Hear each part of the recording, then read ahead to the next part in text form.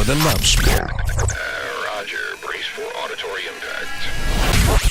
10 seconds there. 1, 2, record on my count. May I have your attention, please? Bubba decided to take off this week, so this is what we call the best of Bubba. We're ready to go into fast time if you are. For all you counter-programmers out there, we know this is recycled material, some or all of which you may not approve. Do us all a favor and save your emails and chat cancer comments. They will just be filed in the Go F Yourself department. Doing a real good show up there, and I think we're proving our point, old buddy. Thanks for your attention to this matter. Broadcast rights for the Bubba the Love Sponge show have been granted to this station by the Bubba Radio Network and is intended solely for the enjoyment of our listening audience. Any rebroadcast, retransmission, or other use of this production without the express written consent of the Bubba Radio Network is prohibited.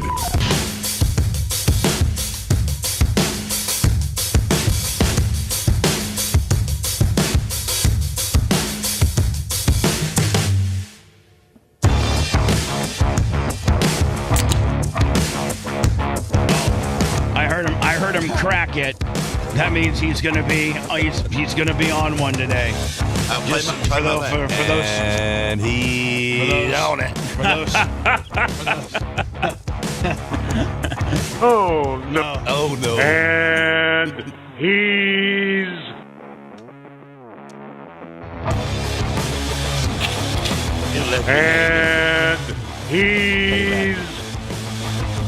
Hello? on it. Oh, Is it two different buttons, Bubba? And yeah. he's Yeah. on it. G. Lasker's on an energy drink this early in the morning. It should be a great show. Peptides and Celsius, baby! Oh boy! That's what composes Lasker right now. And, well, he's wanting peptides. He's wanting these peptides. Dr. Remy, like $100. And that was after a very responsible already has thrown in $50 for the week. Poor little thing's budget. Gloria Zach, better known as the Glow Bug, with her $25. Gloria, by the way, one of our greatest fans. There's so many great people out there. Mm-hmm. You're from Heather Wiz to Scout and Big Gulp to I'm talking about females. Teese, Susan Poitras, Greg and Amy, Nikki Peel's wife, Maria. I think I said Wizzy already. Susan Poitras, Teese. There's just so many great female listeners out there. So thank you so very much. Tina, which is Bubba Army's mom. I'm sure I'm missing somebody, but and I'm kind of like Hogan where I don't do weddings. Like I don't do weddings. Oh, you used to wed people. I know, and I hate marrying people because it's just absolutely a recipe for messing up. Every one of them I've ever seen you do was great. Okay. Not the Barp one. That guy got a divorce. I messed up, yeah. And but not because of Bubba. Yeah, it kind of was. Oh, really? Yeah, because you talked into liking you better? Well, no. So it was a guy named Matt Hoxie. He was from Charleston, South Carolina. He really scraped. I mean, he's a really hard-working, regular. Like he'd be working at your powder coating shop. He's a regular, hard-working dude. Right. He didn't own his own business. He might have. I think I saw something on Facebook. You work harder when you got your own business. Yeah. Well, anyway. T-shirt Will, $20. About 5 years. Thank you, T-shirt Will. Dirt Merchant, $20. Thank you. It's the Gene Lasker effect. Everybody loves Gene Lasker. So Matt Hoxie scraped together enough, the $2,400 this particular year. He's engaged to this woman, and he convinces her, listen, first of all, the way... They also got matching Bubba Army tattoos. Yeah, they got matching Bubba Army tattoos, like on their forearms or something like that, Gene. Not even like on their shoulder where you can disguise it with a shirt. This is a cult. Oh, yeah. Our listenership? Yeah. Yeah, it's a cult. It really is. Maybe we should change it from Bubba Army to Bubba Cult. Nah, I don't think that'd be user friendly. I don't think the head to be knocking doors down. I don't think the head football coach of Warsaw, Indiana, who is in the Indiana High School Football Hall of Fame. Oh. The great Bart Curtis would be caught wearing a Bubba Colt sweatshirt at practice as compared to a Bubba Army sweatshirt. Why, he's the Bubba Army guy? He was interviewed yesterday because they got a big matchup tonight versus Concord. This is the biggest matchup in northern Indiana. And Michiana Sports did a live shot from practice yesterday. I'm going to play it here. He had a shirt on? And he had a butt. No, he didn't. I'm going to play it. Now, this isn't just some, this is a guy that is in the Indiana High School Football Hall of Fame. He's won state championships. He's came into Warsaw, Indiana 7 or 8 years ago. He's turned this program around. Last year, they went clear to the state finals. I mean, this guy's a rock star in Warsaw, Indiana. Did he slap you on the butt? No. So anyway, just to let you know, back to the Matt Hoxie story. Q, $25. Q. Remember that character? Is the guy Chinese? Well, you would think, right? I'm thinking. With a name like Q. He could be Japanese, though. Okay, That's a different district. He's probably an Ease. Same voice, okay. Different district. Charles Ramsey, Lummy, glad Lasker's popping the energy drinks for $25. So thank you very much. So listen, Matt Hoxie convinces his fiance, Jean, that I need to scrape together $2,400. $2,400 is a lot of money for the average dude. To give to you for free. To give to your stupid radio, give to your stupid favorite radio and/or content guy. Right. That's a lot of money. Right. I mean, Seth, go to Phoebe and tell her you need $2,400 to send to a radio guy, and tell me how that works out. I mean, it's the same when guys, have to, funnel money to OnlyFans, girls and stuff like that. I don't think a lot of people can really admit that they're sending you money, Bubba. Yeah, I think it's a big yeah. So Matt Hoxie convinces his fiance, listen, I got to strike. He'll let me I can bring a guest, so you're going to be my guest. I'm going to scrape together $2,400. We're going to go to BARP, which is this big annual party. It's the Saturday before Martin Luther King. It's right in the parking lot of their studios. All the Bubba Army real major players like Airtight Ski Pole and Scotty Landers and, Cable Dog and Iggy, and they're all there. We have the Hall of Fame ceremonies. It's just like it's our Super Bowl as a show, and so he can most women. We have these aberrations where these, the Wizzies and the Teases and these women like us on their own. But most women are indoctrinated to our show because their husbands or boyfriends listen to it so much that they have to listen to it by proxy, and they don't like it. They don't like it because their husband or boyfriend really likes the show, and it probably takes away from some of their husbandly and or boyfriend duties because they're so enamored with the show. I'm talking about the John Costikas and like the Airtights and the Shivering Nero, Cicero Biz, LaKinney Price, like let me the big boys. Oh yeah. And so she doesn't like Matt Hoxie's fiance isn't necessarily a fan, but now she's got a forearm tattoo. And she's coming to Barb, and he convinces her, hey, Bubba marries people. And how about us, instead of just doing the standard, most people, especially girls, put a lot of credence in their first wedding. Yes. Now once you've been divorced, and if it's your second wedding or something like that, you can maybe have a destination wedding or just a few people, or even go in front you can even go in front of the justice of the peace and just like an elope kind of deal. But to a woman, her first wedding is really a big deal. It's with the white dress, and it's with a big banquet, and it's with it's whatever her family can afford, but it's usually a big deal to them. He convinces her to get married at BARP on a 2-foot plywood riser, no flowers, no ceremony. So here's the deal, Gene. I forgot that I was supposed to marry him. So we get to partying, and I'm a little high. I'm just gonna be honest with you. I'm a little high. You're kidding me, on a bunch of different things. I think I was on mushroom. I was on mushroom. Kind of a big thing to get married. I know. Well. So I'm high. I don't think Seth witnessed this. Did you witness? No, yeah, no, Seth, this was when Seth was gone, and so I'm absolutely junked. I'm so high. Nah. I'm on mushrooms. I'm on weed. I'm on alcohol. I mean, how sober do you have to be to marry somebody? Well, I mean, you gotta. You can't embarrass the lady getting married, right. though. I mean, you gotta fundamentally know their names, and you gotta know a little bit about them. Oh, God, man. So, you didn't know her name? All of a sudden, Lummy comes up to me, and it gets to be like 10. The party starts like at 7:30, and people, by 10:30 it's cooking. But Lummy, everybody's out of here by like midnight, or so. But so 10:30 is kind of the backside of the party where everybody's hammered, so Lummy comes up to me and goes, Bubba.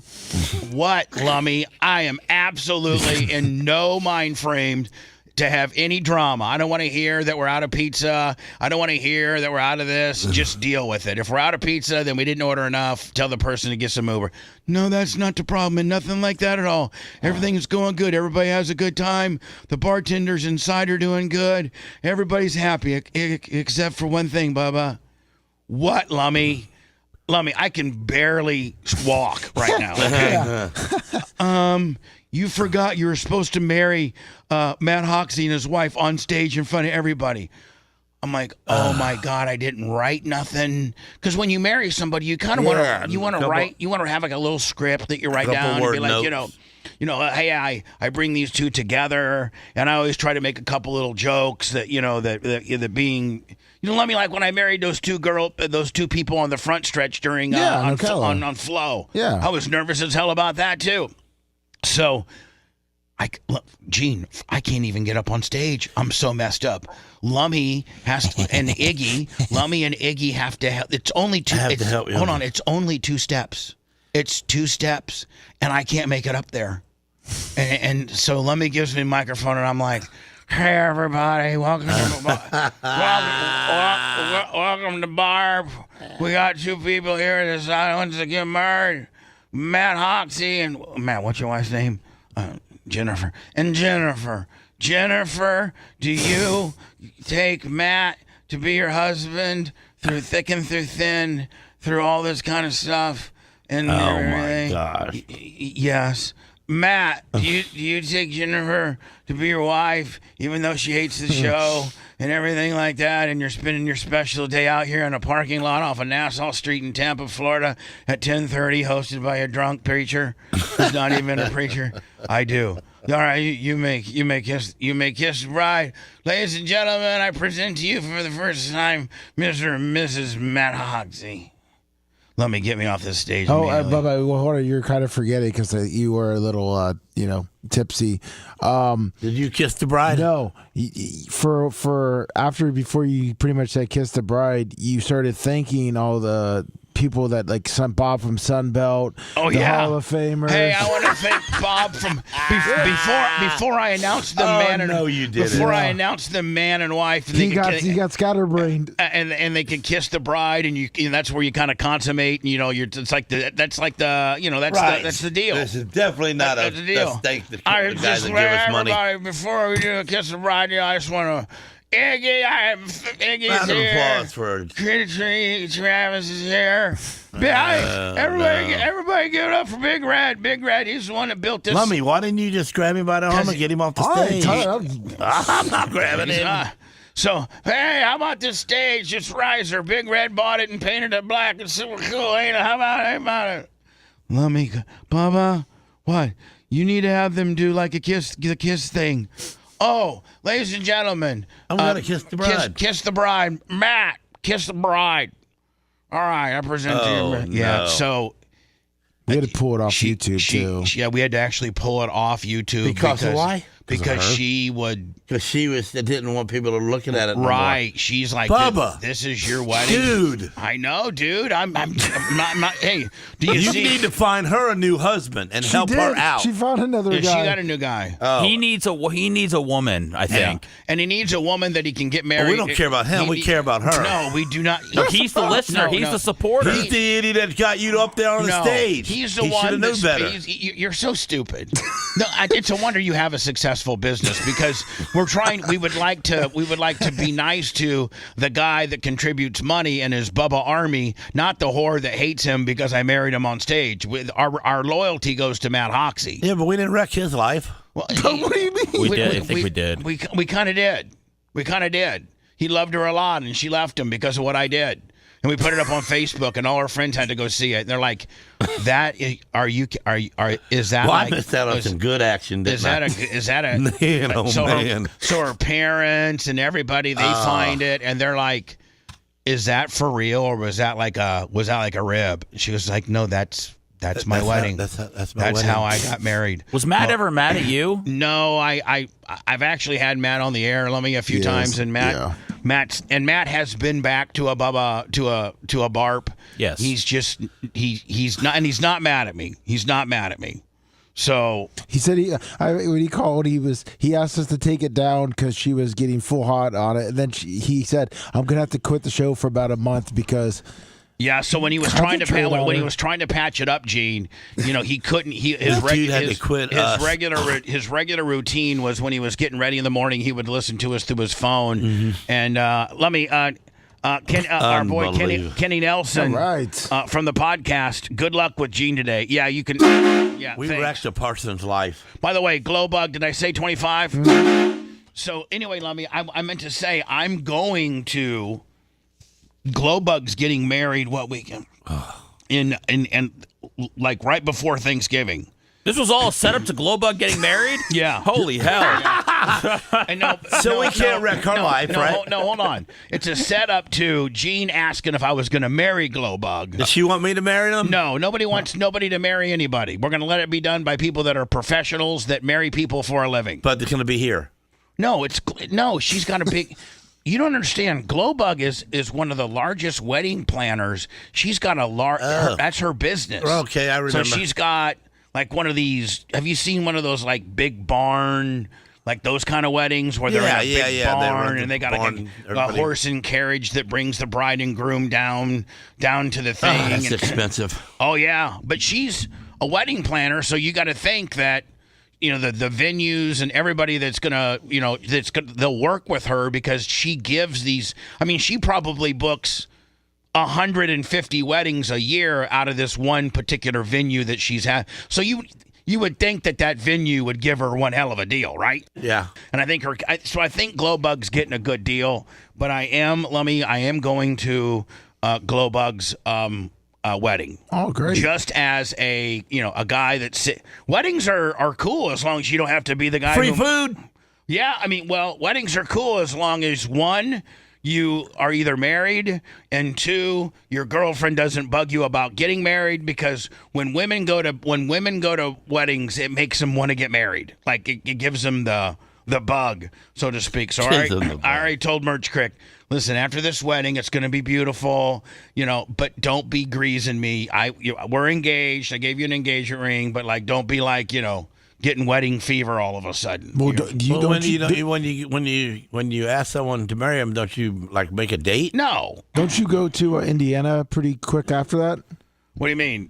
Up to, or doesn't she want to get married by the bridge? No, I think they're already married. No, well. Oh. I'm not. I can't believe Seth sniffed that one out. Told on him. Really? You told on him, bro. I didn't even know, Gene. I knew it was.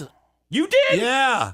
I didn't know. We weren't supposed to say it. Well, I didn't. He wasn't supposed to admit it. You're going to get fired. I'm not admitting nothing. I can't get... I'm not admitting nothing. I already got fired. Well, Gene kind of just said, Seth, we need a much bigger transition into that high spot than just this one. Yeah, no, I don't want to steal my. Why did you fire Seth? Gene, just shut up. You're getting ahead of yourself. I still got to close out the Glowbug wedding. So, so you're married? Congratulations, Bubba. I'm not confirming or denying that I'm married. I have no. Congratulations, Bubba. I'm not. Oh, what the hair? What the hair? I can't. I mean, I don't know. How do you find this? Blown away. What the hair? Is this public knowledge or something? Nobody knows. Well, the girl's got a whole nother name. Nobody knows. That's Mrs. Clem. Erica Clem. Merch Crick. Gene, did you go to the wedding? Let's just keep Did it. I go? Yeah. No, but I knew. You didn't know. No. Nobody knows nothing because there's nothing to know. Apparently, Gene knows something. Yeah. Gene doesn't know nothing. And Gene, way to blab it out. I know, Jesus. but Sep did it, so I've been wanting to say it forever. I didn't know. I know, but it got me to say it. Dirt and Merchant, no one, you didn't know, so $20. now you know. Congratulations, Bubba. But Bubba, you why was weren't- Gene you the weren't- you weren't the one, Gene, that was supposed to say anything. But Sep said it first. Why was Gene the person I that promised not to say it, but I didn't promise not to say it second. Why did you confide in Gene? You didn't even tell Lummy, did you? No. Because I'm not married. Oh God, what the hell's happening, man? Yeah, listen, it's really Okay. nobody. I'm trying to keep a little bit of my personal life. Okay, great, thank you. Yeah, there's no intrigue there by saying you're married. Just joking. Yeah. So anyway, congratulations to Glowblog. I'll be at your wedding, my friend, or my great friend, you and Angus. Angus has touched every one of us. Yeah, he's a good dude. And rugged. I tell you something. Usually, at a wedding, one of the other better than the other one. Like you'll either know the wife, or the bride. You're friends of the bride's family, which that's what started out with me. I'm friends with Glowbug's mom and dad and her, and then met Angus, later on down the line. But usually, you usually don't like the other one like you like the one that you like. You know what I'm saying? You just tolerate them because they're going to be your friend's, spouse. But Angus, Glowbug's husband, oh my God, talk about salt of the earth. This guy is unbelievable. Well, when Lummy first told me about Angus going to help me out on my AC, and I kind of looked at him and said, anybody who's trying to rock the name Angus, come on. There's only one guy. There's only one Angus in the world. Which is the guy from AC/DC. Right. So, by the way, Lummy, Chuck and Leslie, $25. Best wishes, Chuck and Leslie. Love. There's no reason to be sending me any wishes. Send it back. Send the cash back then. Well, we're not in that. We're not in the cash in the back. Well, if it's being sent under false pretenses. Okay. So. Neil Mount Plaisir. So anyway, when I met the dude. Congratulations, Bubba. Congratulations, Bubba. Talking about Angus. Yeah. Well, when I met the dude, and when I met him, he said his Angus, and he backs that name up pretty good. He's a rugged dude. He's pretty rugged. Yeah, got a badass beard. Yeah. Got a good voice on him, and former hockey player. Former hockey player. Yeah. Oh, and that's right. This guy works so hard in the AC business, and I'm sure that this is for all AC guys. But during the summer, Gloria, she packs his lunch and she sends the shirt that he's got on his back and 7 additional shirts. Because he's got to go under a house or inside the roof. He's either got to go to the crawl space or to the attic to deal with your vents, and what have you. This guy is unbelievable. And Gene, how right did he do you, man? Perfect. Perfect. Got it going. Didn't have all the pieces. Came back the next day or so. I told him we had plenty of time, but he came back quickly anyway and knocked it right out. It works great. So congratulations to you and Glowblog. In about a month, you guys will be getting married, and me and my fiance will be attending your lovely wedding, my friend. So, Lummy, yesterday I was supposed to do my every 120 days. I give double red blood cells via the big red bus. Yes, and that's one of the things that my doctor has prescribed me to do to keep my hematocrit levels down, and it keeps me healthy. It really does. And so Gene might even want to consider doing it. It's really. Well, they tell you if you add testosterone to your body, you have to do that kind of. Right. So you thickens your blood too much. Right. And so I am on testosterone replacement. So I've been doing this now I'm up to the 9-gallon. I think 9 gallons. Think about this, Gene. I've given. You see those Home Depot 5-gallon buckets? I've almost given 2 of those in double red blood cells. That's way more blood than you got in your body. Yeah, but here's the deal. Your body then produces new blood. Right. And you got new blood now. Yeah. So anyway, I responsibly, because I have an account with oneblood.com. So you've been doing it since the 90s. I've been doing it since like 04, 05. 04, because I remember back in the beginning. I've been doing it 20 years. Yeah. And so, and I'll tell you, One Blood of Florida, or whatever the hell it's called, they really follow through. Once you've donated your whole blood or your double, they really, really, really like plasma and double red blood cells, probably because they could sell it for more, but it really helps people more. Double red blood cells is what I give. That's really, really pertinent, and it's used during operations because I think those two bloods last longer. Well, so anyway, I responsibly go on there. They have this little search engine where you can type in your zip code at 10-mile radius. And so I've had my appointment for yesterday, Thursday, at 11:30. No, at 11 for about 2 weeks now. So I do a quickie little 30-minute Blizzard interview with Brian, which went great. And then I get the hell out of here. And they were right down the road just a little bit, down Cypress. Let me in one of those life insurance. They were doing a blood drive down there. Yeah. I walk in, and I know the dude. I know this guy. He's done, when you've been doing it for 10 years and you do it, I pretty much always do it near the studios. So, you see the same people. And he says, I think he's from the Dominican Republic, or I don't know. Or he's like, I can't even imitate a Dominican Republic. You might be stealing the blood. He said, "Oh, Bubba, I tried to call you, and I did have That's a Dominican Republic voice. No, it's not. I had an 813 number that I missed, but it said potential spam because it wasn't one of my contacts or nothing, so I didn't answer it. I pull up, and he says, "Oh, Bubba, we cannot do your blood today. I tried to leave a message. Our Alex machine, the machine that sucks out your blood, separates your double red blood cells from your plasma, and then puts your plasma back in your body, is called the Alex machine." Well, theirs broke. And so I go there, Lummy, and they're like, so now I have to go and give Sunday morning somewhere at 11 o'clock, kind of near your house. I'm going to be kind of near your house Sunday morning at 11 o'clock. So my blood gimmick got canceled yesterday. I was so mad. They're always on Dale Mabry right there. At the Walmart. Yeah. I know, but I like to make an appointment because I don't like to walk in there like a jobber and have to wait 20 minutes to get on the machine. Oh, I've never waited. Well, I have a few times. So, Lummy, my blood thing got canceled. So, Larry Plummer sends this to me. You guys know that I'm big, on Warsaw, Indiana. My hometown means a lot to me. That dude right there is from Warsaw, Indiana. This guy's a stud. This guy's got a hair lip. No, he doesn't, Gene. He doesn't? No, he doesn't have just a messed up mustache. Just a messed up mustache. So, Michiana Sports did a preview of the Warsaw versus this is Tucker Reed, Warsaw halfback. I bet, I don't know if you can find stats, but I guarantee he's got over 1,000 yards. And they run that quick hitting, like wishbone, like that a triple option kind of deal. Yeah, triple wing T. Yeah, triple wing T.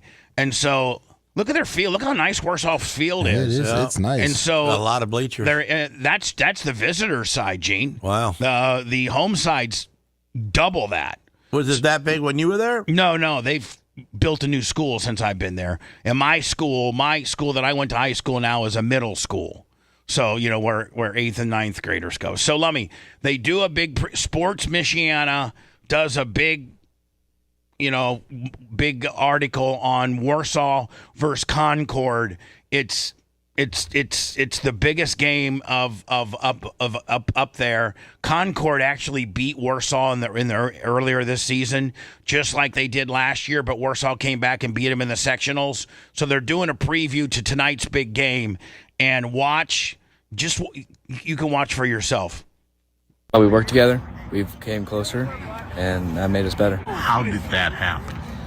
It's just practicing every day together. That's the main reason why, and going through all this hard practice. Hopefully it comes from... Hold on.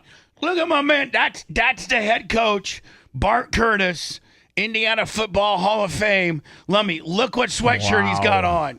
Is that pretty badass or what? Do you have a NIL deal with? You could sign a NIL deal with him, couldn't you? A what? A NIL deal? No, you can't. What does that mean? Indiana doesn't have that? No, I don't think so. What, make all the players wear Bubba shirts? No, but you. Oh, money. But I don't think they have NIL deals. I don't think football. I don't know. The way we practice and the way we try to instill confidence, not over. The cameraman was really wanting to crop that out too, though. Confidence or cockiness, but you play the game as hard as you can every snap. Don't worry about the last snap. I see a lot of people. All right, so anyway, look at these kids. These are good kids. This is the way kids are raised in Warsaw. Is just Midwestern, hometown, small town. All around doubting us right now, and I think we're just feeding off this energy, and nothing would feel better than to walk out with a W on Friday night. Coach did mention this team plays with confidence, no matter what. Where does that confidence come from? I think it just comes from. All right, it's enough of that. You saw I showed you what I wanted to show you. So you going up there? No. I can't. But I'm gonna, and I don't think it's when Warsaw has a home game, they put it on their YouTube channel, but they can't for away games. So I literally, I'm gonna be like a 1955 dude, where I'm gonna, News Now, Warsaw station up there is Willie 103.5, which is a country station, and they have an app. And then their AM station is like 1730. And they're taping the game? And no, they're gonna have play-by-play. Like, I'm gonna have to listen to the game on the radio like I was living in and then re-say it? What do you mean re-say it? Oh, yeah, I thought you were gonna play it for us. Or people to listen to. No. Is Larry going to the game? No. Well, hold on, he might. Here's the thing about but here's the thing about tonight's game. Concord is the home team. So Warsaw would have to travel to Concord, right? Well, Concord's in the middle of redoing their stadium, so they've had to have their home games elsewhere. And so this game's being hosted at a neutral site in South Bend, Indiana at Penn High School. So it's kind of, it's about an hour and 15-minute drive for Warsaw and about an hour drive for Concord. So they're having to add a neutral facility because Concord is redoing their football field. Oh. So I'll be listening to it tonight. I think kickoff is at 7:15, something like that. Oh, boy. So, yeah, Warsaw's a heavy underdog. Oh, no. Yeah. Because Concord's, Warsaw's got a little bit of they don't got a down. Their program's not down this year. It's just Concord's program is really, really up. Yeah, I've heard about Concord. Yeah, you've heard about Concord. So let me, and today's, before I go into words. It's Gene, 7, by the way. I don't want you to miss the kickoff. Is it 7? Yeah, 7. Gene, what are you doing?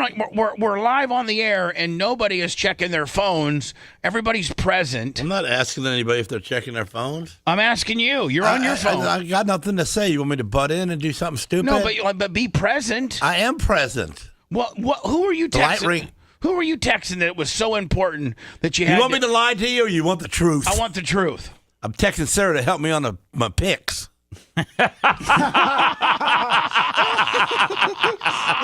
the damn truth. You want to read my phone? No, I don't. Okay, then. He's working on show stuff. When you started talking about, that's right. I'm working on show stuff because you know what? Show prep. Call it show prep. Show prep paperwork. So, and your prepper. My paperwork come from Lummy, and he and so and you would admit you would admit that a lot of your show prep, the majority, all of your show prep comes from your wife. She tells you what's happening in the world. Of course. Iggy McGillicuddy, $20. I can't make the living I make by keeping up with the world. I just got to keep up at 4419 West Hesperdes. Yeah. That's all I got. I'm busy doing that. You got to keep up with 4419 West Hesperdes. That's which is the address to Buffalo Avenue Powder Coating. Right. Which is just the one building off of Buffalo Gene's Avenue. the only person that names his business after the road behind him, not on. That'd be like if you were on East, Central Street, and Main Street was behind you, and you would call your business Main Street Restaurant. Well, technically, his name is a road that they stopped naming. Well, that can we be honest? Right, but if I tell you I'm right on the corner, you can find me. Yeah, but here's the deal. Yeah, but you can't find it on a map. That's not on the map. If we were to be honest, Gene, if we can be honest, here. Yeah. This is the truth, and it's not necessarily the whole truth. It's not is your fault. How is it my fault? Oh, you're not going to tell the truth then? Well, I'm going to tell the truth. I'm going to tell the story. You tell your truth first. I'll tell my story. Okay. This side of my story. I'll tell you why you did Lasker has Lasker powder coating off of Anderson over there in that area. Limeball. Some guy comes in and wants to buy it. It's a great number. Gene's like, yeah, I'll sell it to you. And the guy goes, the guy only makes Gene sign some paperwork where Gene can't powder coat for 2 years. He signs a 2-year deal, but he says you cannot start a business called Lasker Powder Coating for 2 years. Well, Lasker, being the carny that he is, says it doesn't say anything about calling it any other type of powder coat, and I don't need my name on it. So Gene goes and finds this building, beautiful building, beautiful, much, much, much nicer than the one you were in before. He gets all the cash for Lasker Powder Coating. And he opens up this building. All brand new equipment. This building is on Hesperdes. Well, Martin Luther King Boulevard is where about 80 yards from my shop. So Martin Luther King Boulevard, Hesperdes, which is where Gene's goes right into it. Which is where Gene's current shop is almost at the corner of Martin Luther King and Hesperdes. Almost. Gene says, "Man, I can't believe that they renamed the road after some Buffalo Avenue. After some black guy. Because when I growed up, it was always Buffalo Avenue. I still call it Buffalo Avenue. Everybody that's anybody knew where Buffalo Avenue is. But that ain't MLK. It's Buffalo Avenue. I refuse to call it MLK. So you know what I'm going to do? I'm going to actually name my new powder coating shop Buffalo Avenue Powder Coating out of respect for all those who didn't like this name change and didn't vote for it, but it got shoved down the rest of their neck. Now, is that not the story? And the guy had no legal. That ain't the story. All right, what's the story? Okay, the story was I was here at the BRN, and we're talking about this new business I'm going to start, and we had no name. And you're telling me to use Lasker, and I said I can't. And well, you got to figure out a way, and you need to use your name some way. Well, because you then the black intern walks in here, and I said, "You trying to rob the place or something?" Well, who is this guy? And then who was Ciroc? Yeah. And so then you got mad at me, and you pulled him to the side, and so he comes walking here bold as hell and getting in my face, and we were like bowing up to each other a little bit, and you were kind of like making it happen, and about the name of it, and then you said, make it Martin Luther King Boulevard powder coating because you're right there, and then the black guy goes, yeah, that's the name, and I looked at him and I go, yeah, okay, Buffalo Avenue powder coating, that's what it's going to be. And my suggestion was to name it MLK Powder Coating. Yeah, because you'd get everybody. And then Gene goes, "Let me tell you something. I'm bending over for the black guys." No, and then Gene tells I don't mind me, having them in there. They spend money. Gene says, "I don't get a lot of black customers, so that's going to make all my white customers mad. So I'm not going to name it MLK. But you know what I'm going to name it? I'm going to name it the road that MLK used to be. Yeah, Buffalo Avenue. That's what happened right here in this room. So yeah, there you go." So you named it. So it's not Lasker Powder Coating because now I got my name back now because Dave died. Oh, so the guy that bought your business died. So Buffalo Avenue it comes right back to me. Is now Lasker. No, well, it's always been Gene Lasker Enterprises Inc., the owner of the Gene Lasker Enterprises Inc. Yeah, that's my main name. That's my pay my taxes name. and I'm an AKA or ADA or ABA or something. I thought you were a sub S. You know, whatever, ADA. Yeah, that's American Disabilities Act. Probably that too. You're listening to the Bubba the Love Sponge Show. If you want 24/7 on-demand Bubba and the crew, go to BubbaArmyHQ.com. The Bubba the Love Sponge Show will be back after this.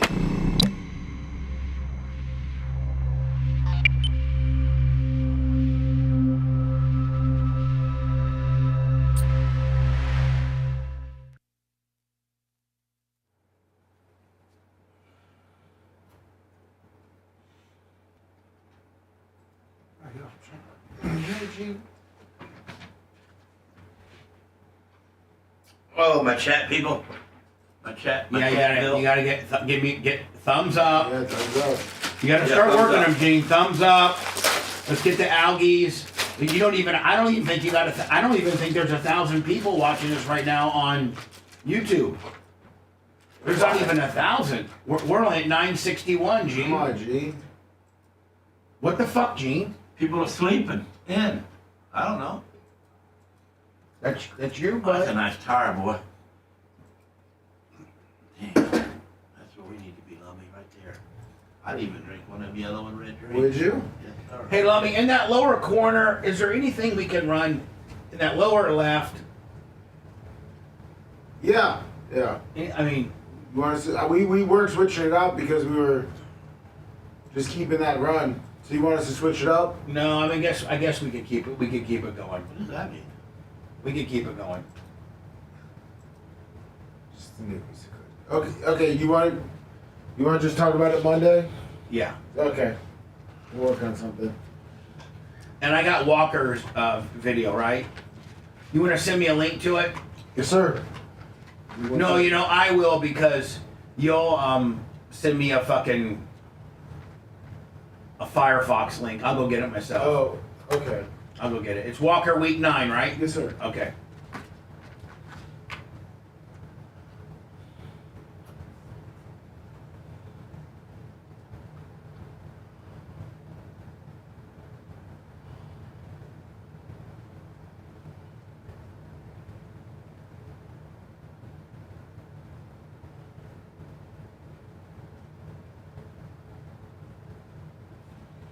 Gene, you better tell people to fucking share, like, subscribe. So, I mean, you're not even over a G-ball yet, lover. Okay. Okay. You got a sore knee today. Oh, you're at 1,000 right now. He said he slept wrong. He's got a hurt knee. Yeah, he's just old as fuck. How do you sleep and mess your knee up though? Now? You don't. Well, I'm concerned now. You don't. He's a carny. Hell of a guy.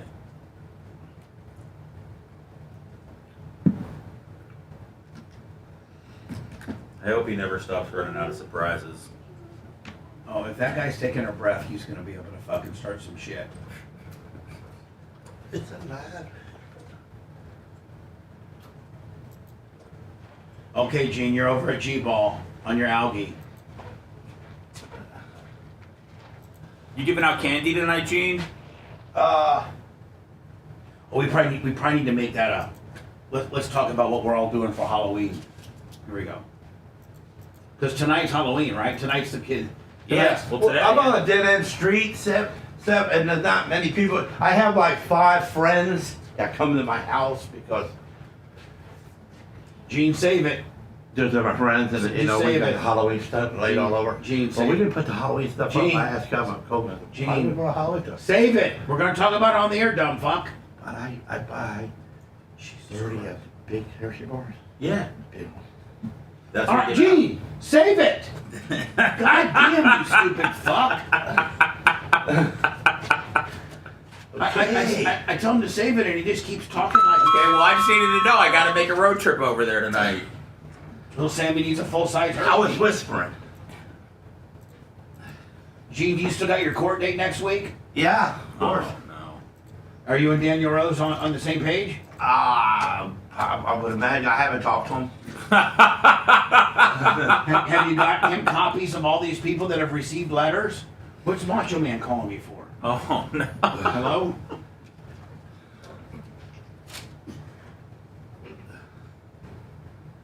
Oh, okay, buddy. Go ahead.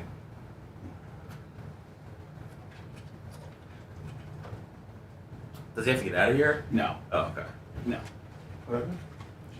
No, Macho Man was calling Bubba. You just ask him about the lower left quadrant. Okay.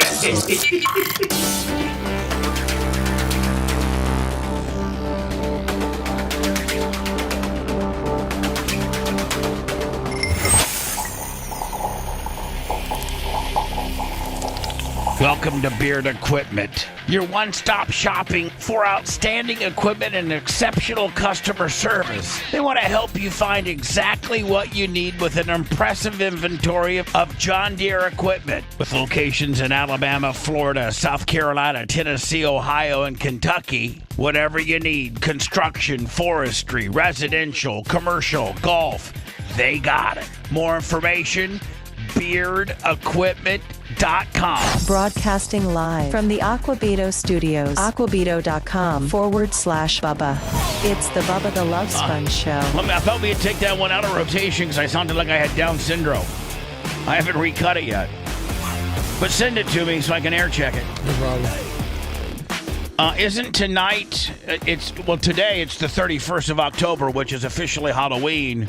Very rarely, only a couple times, every, I don't know how many years. Gene, what do you? What the? I'm just putting some props up. I mean, we're talking about Halloween. Let's talk about it. Let's be about it. Are you a Wolverine? Yeah. Man, I went to get a costume last night, and they were like $60 for a onesie. Are you serious? Yeah, and the line in Spirit Halloween, I'm telling you, was wrapped like you wouldn't believe. Just to get in the joint? No, to check out. The line was from the front of the store to the back of the store. Because I was looking for something that I wanted to wear on the show today, and I said, I'm not paying $60 and I'm not waiting in this line. Let's get the hell out of here. Yeah. So tonight is the night the kids go trick-or-treating. Yeah. And which is always, sometimes it's a Tuesday night, a Wednesday night, because I think traditionally, like, the rules are, I don't know, you have to go Halloween night. But it just happens to be tonight's a weekend, so it's really going to be, a good one. Well, it's going to be a good one. And that being said, where I live in my apartment, I don't think kids go trick-or-treating in apartment complexes. Nah. So I told Merch Crick, don't even. Those are poor people. They don't got good candy. Yeah, I was like, people that live in apartments are poor people and they don't have good candy is the quote of the day. So, Seth, I think you live in more of a townhome, yes, residential, like high impact, a lot of people in your area. So you're probably open for business tonight with regards to kids coming to your doorstep for trick-or-treating. No, I mean, it's it's kind of like a gated area. So there's not a lot of people that really come in there. There's, a few kids in the neighborhood, but normally there's a party in a richer part of town that all the girls go, and then they go trick-or-treating together and stuff like that. It is a full-size candy bar part of town that they go trick-or-treating in. When I lived in Tierra Verde and Bayway Isles, it was a full-size deal, and all the parents would either drive around there. You had all these golf carts. Nobody really was on foot. You had all these, like literally 100 golf carts circling the island. And then a lot of times the parents would have, they would get lawn chairs and be at the end of the driveway drinking wine and drinking mixed drinks. Witch's brew? Yeah, and then the kid, instead of having to go all the way up to the door, the kid could just meet, the man and his wife and his friends and neighbors across the street right there in the street. They give you your candy. So let me know, you live in absolutely what people would consider suburbia America. Yes. You live in a bona fide suburb. Yes. Like a neighborhood where, house, your neighbor and, your neighbor's not that, and there's probably lots of kids in your neighborhood? There is, yes, there is. All right, so I got to think that one or two things. Either you and Ashley are going to take Walker out together and go trick-or-treating and leave a bowl, that says... You can't leave a bowl nowadays. I know you can't. They just take the whole bowl. They will. You leave it. Well, you got your Ring doorbell camera on those kids too, so you can see who took it cares? all. They got a mask on. Yeah, true. We leave a bowl, and no, you don't. we left a bowl last year. I'll take that whole bowl. I know there's why. people in our neighborhood are Because like you, Gene. they don't got no rules. But Gene, I used to put take one only. Yeah, that's what we do. And let me tell you something. Everyone's followed the ever rules. since I've been taking Coben Halloweening, I said, you go up there and knock on the door and nobody comes and there's a bowl there, just pour it all in your bag. Just every ounce of it. Get you some. So now, okay. So let me a couple different questions. One, Yes. What's Walker going as? Mario. Mario. Yes. And are you? He's already practiced it. Now, 1 year, Heather and I took the kids on the golf cart, and we were the Incredibles. I was the Mr. Incredible. She was Mama. There's a fat man Incredible guy? I was in better shape back then, Gene. Thanks. Oh, okay. I'm sorry. And I think the costume comes with muscles or something like that. yeah, they do. There you go. Which my fat filled in, so I just like to look at that. So 1 year, and then another year I dressed up as Fred Flintstone, and That's perfect. And Heather dressed up as Wilma. Yes. And Tyler was Bam Bam, and Eric and Julia was Pebbles, and that was actually pretty fun. But a lot of times the parents will then I'm just like, listen, let's just haul them around on the golf cart and not get dressed up because Oh, that was back in the day when you had a real badass golf cart. Yeah, I had a real badass. I'm one of those Ford Thinks that Had like a 4-cylinder in it that Hogan bought for me. And so we would have a contest because I called it Speed Trick or Treating. And I would speed because I wanted to get it done. Hold on, I'm listening. I wanted to get it done as fast as I could. I'm here. I'd be like, Julia, Tyler, you guys run up to the front door as fast as you can, and let's see how fast we can do it. So that's and we could get the whole neighborhood canvassed in about an hour, and I mean really good stuff. I mean full sized, like nothing cheap at all. So Lummy, are you guys going just as regular, responsibly dressed parents, or are you guys wearing a costume in support of Walker's? We are in support of Walker. All right, and what are you wearing? I'm Luigi. You're Luigi. Yes. What's Ash? Princess Peach. Princess Peach. Yes. And he's Mario. Yes. Okay. You guys need a Toad at all, or are you guys good? I think her mom is Toad, and her dad's Yoshi. It's my God! Big family setup. No way. Yeah. I'd have to tell Walker, we got to burn a time out with Grandma and Grandpa. He's already asked to switch his costume because he wore it once already to the Bucks Halloween thing. And so you're over it. Now he wants a different one. Yeah. I hope you stood for Gene. He's Luigi or he's Mario. I got a Luigi outfit. He's Mario. Gene, what's this? Is this a different one? Yeah, it's a different face. I mean, I'm not gonna come to here with just one. It lights up. I had like 5, but I forgot 3 of them because they was on charge by the kitchen sink. So that would be a good one. That would be a good one to rob a bank or to kill somebody in. That's like an evil, sinister, not being able to tell. Like that'd be one that you ride on your bike. You know that one? What's that one thing that you ride on? Is it like I don't know, the one thing that it's a Viking death mask, and it has like skull. Yeah. It's made out of real leather. It's made by the Vikings. I think, Gene. I think this works for you, Gene. This might be a new. I'm a good black man. Well, I mean, you're a good. I don't know if you're a good black man, no but doubt. You're a good whatever that is what you are. I can change society by working. You can what? I said I can help society by working. Okay. So I don't know what that means, and I'm not going to elaborate on it. So, Gene... I think I know what that means. Yeah. Do you want me to not elaborate? No, let's just move on. Okay.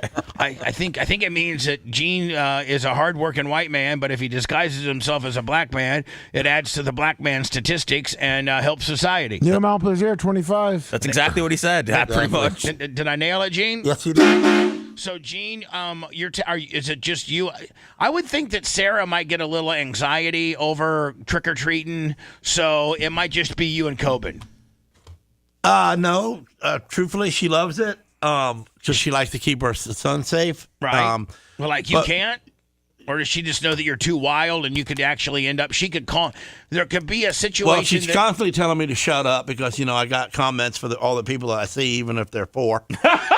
Right, so like if you see a kid with just a sheet over him and two and I tell him, I said, what you do? Get lost in the laundry room, boy, and pop yourself in the head with a pillowcase? Your parents aren't even cool enough to get you a real outfit? Man, you ain't got no money. Yeah. So I get you'll hit that little bit of that. Well, actually, there's a. Well, what's going on in town is they call it trunk or treat. Yeah. Okay. And everybody pull their cars up in the big parking lots and make a big circle like the old Western days. The old people make a big circle. Circle the wagons. Yeah. And then now where's this at? Walmart or? They set up community centers, schools all over the place.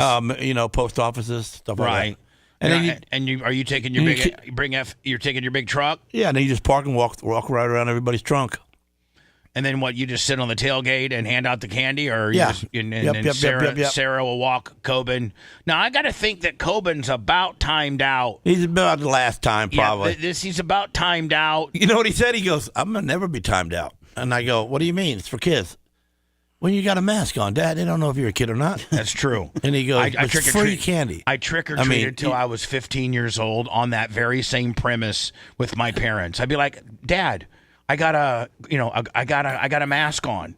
They don't know how tall. He goes, look how goddamn big you are. So they don't know. So I guess you don't. So that you're gonna do trunk or treat. Now I got to think that Gene, you get 0 trick or treaters on my dead end street. Well, yes. Hold on. No, not because you live on a dead end street. Because I got gargoyles in the yard. Because hold on, let me just set. Seth, let's just say you happen to stumble upon Gene Lasker's community where he lives. You and Sammy and Phoebe, whether you got a golf cart or you're walking, and you walk up to this house. It's got these huge monster truck tires with gargoyles in them. I got gargoyles on all 4 posts of my driveways. He's got gargoyles on all 4 2 on the porches. house, 2 on the garage. He's got these huge wrought iron gates that says, warning, my dogs will kill you. See, I would think that was for a Halloween effect. Yeah, well, his house is Halloween. It could. You might think that, Seth, because I got a 7-foot gargoyle in my front door. He weighs 2 tons. If I'm seeing a massive house and a massive truck with massive gargoyles, I'm getting excited for what could lie ahead, potentially in that candy bowl. And that candy bowl is the giant, the 1-pounder Hershey bar. Right. A what? You're giving out the 1-pounders? Yeah. Yes. Oh! The big one. Because nobody's going to go there. Because I only get like 5. And most of the time it's my friends that drive up. They know your dog's away. Yeah, they're getting a 1-pounder, man. Yeah. I might drive up there tonight just to get that pounder. Yeah, that's what we're doing. I'm taking Mario with me. That Hershey pounder, those are nice. Bubba, those are nice. Just last a long time. Just imagine tonight driving around listening to the Warsaw game, eating a 1-pound chocolate bar you got from Gene's house. Yeah, exactly. For real. So now what's Sammy going as? One of the K-pop demon hunters. It's a big movie right now. Very familiar with it. Yes. It's K-pop demon hunters. Demon hunter. Do you know why I know? Because all of Larry Plummer's grandkids absolutely know every word to everything about it. They know everything about K-pop. They know everything about Taylor Swift, and they know everything about these demon hunters. Yeah, it's turned out to be the most watched movie ever on Netflix in the history of the world, almost. Yes, pretty much. Exactly. So there's gonna be a lot of those. She's gonna be a K-pop demon hunter. Now, are you gonna be a K-popper? No. I went to go get a last-second costume, and maybe I'll go take another. You need to borrow one of my masks. I would love to. Okay, that'd be the one. Make the black guys proud. I think your mask might scare Sammy. Sammy be like, Dad, I'm a K-pop princess. I don't care. I'm Hold on. I want to be what Gene wants me to be. Hold on. If I may, everybody shut up. I want to say the next words. Gene, did you hear me close the show yesterday, which you probably didn't? No. Seth got in a real punchy, like fisticuffs fight at the AI concert last Saturday night and at the Ritz in Ybor, and as he's grabbing the guy, this guy's pushing through, spilling beers, being rude. Phoebe and Seth have got their own little spot. They're chilling, and there's a set of stairs that kind of lead them up to the backstage area, and Seth's near them, but he's not on them, but he's only one step away. Well, this guy with like 2 or 3 beers juggling around, being a dick, he's drunk. He physically pushes Seth in kind of like a dickish type way. Seth, in his little head, sees the stairs, and says, Gene Lasker says, always punch down, you'll never lose. So he gets up on the second floor, grabs this dude, like almost like the way hockey players grab each other's jerseys, yanks up the guy's shirt and just starts laying the wood to him, about 5 or 6 punches, to the point where his wife was so turned on because he was so rugged that he got laid all night long when he got home. So that was where I seen you on, where you had your hoodie on? Yeah, that was, because I was going to tell on you. I thought that was wrong. That I was wearing a hoodie?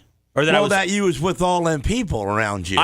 Gene made a comment that he said, I don't want to hear that you don't like crowds anymore. You don't like crowds anymore. Oh, no, because he whipped ass. He was dead ass in the middle of them. He's like, listen, having a good time. He was like, I was just gonna let the guy go, spilled a little beer on me and Phoebes, but I saw the stairs and I remembered that Gene said, always be on you top. can never lose a fight if you're punching down. Yep. So he said, I took win him every time. And he whipped the guy's ass. Good for you. Whipped him. I think it's brought you some much needed swagger, to be honest with you. It's just there was a lady that was next to my wife, and she told her that I won the fight right afterwards. Yeah. So and it wasn't even, so that doesn't even that doesn't even have to be like you being Al Bundy, like trying to like embellish what really happened. You had an outsider who knows nothing about you or Phoebe that, as woman to woman, tells your wife, "Hey man, your husband won that fight." I mean, that really, really puts a little pep in your step. That puts it over. It wasn't bad. I honestly really appreciate Gene sharing his wisdom, because I did get on the step and I was able to grab him, and I was either he was easy to maneuver because he was drunk, or maybe I've been pushing. No. They're easy to maneuver. But here's the deal, Seth. Yeah, the outcome might not have been as favorable if you were toe to toe. That step and a half you had on the guy, the 12 inches that you were higher than him. Yeah, because he can get lucky. I mean, he can't get lucky looking up. Here's the deal: he can't punch up. No, you can't punch up. But goddamn, you can punch down, and you're first one to tell us he can. Yep, good Seth, for you. Thank you, Gene. And Seth, and all the years that you've been on the air and done podcasting and content and worked at Guava and just the various things, I think this is one of the very first fights you've ever been in, to the point where it was recognized by the others as a fight, and a stranger told your wife, "Hey, your husband won that." I think that might be a first. Yeah, for you. I haven't been in many. Feels good, doesn't it? It doesn't feel bad. You might want to start getting in more fights, Seth. I would love to see some sort of dad cross me tonight while trick-or-treating. Yeah. Just lay him out. Yeah. You got some good practice. Especially if you're near a set of steps, right? Absolutely. Just carry steps around with me. Seth's going to be like, "Listen, sir, I can fight you, but we have to go over these steps, okay? I just can't fight you without." So you told me this morning that you tried to go to the costume shop to support Sammy and her dressing up, just like Lummy. I wanted to dress up for the show today. Oh, well, Lummy's got Grandma and Grandpa even getting drug out supporting little Walker. I got some extra costumes if you need them, Seth. Seth said he thinks he's going to go to El Natural. Of what? What are you going to stick him with? I got a whole bunch of them. Like I got what? An ape outfit. Barney? Now, did you're fixing to say Barney? I got Stay Puft, man. Do you got? You got what? Does Phoebe? Bubba, you want to borrow one? Does Phoebe have? I don't have any children that love me. He's got the Michigan Man. It's called the Michelin Man, not the Michigan Man. It's made from Michelin tires, not Michigan tires. You should know that, of all people. Is Phoebe participating in dressing up? She's gonna be a unicorn. Oh, she has a unicorn onesie. Nice. Girls are easy. They can just take makeup and put it in the wrong spot. You just say they're a whore. Yeah, you know what I'm saying? Just put a lot of makeup on, put lipstick on their eyebrows. Hello, you're on the air. Go ahead. Good morning. Yesterday was my birthday. So? What happened? Seriously, man, you gotta come out with that? Most radio personalities, most content producers, when you have a person that listens to your show, they identify that yesterday was their birthday. 99% of those people will say, happy late birthday. What does Gene Lasker say, Lummy?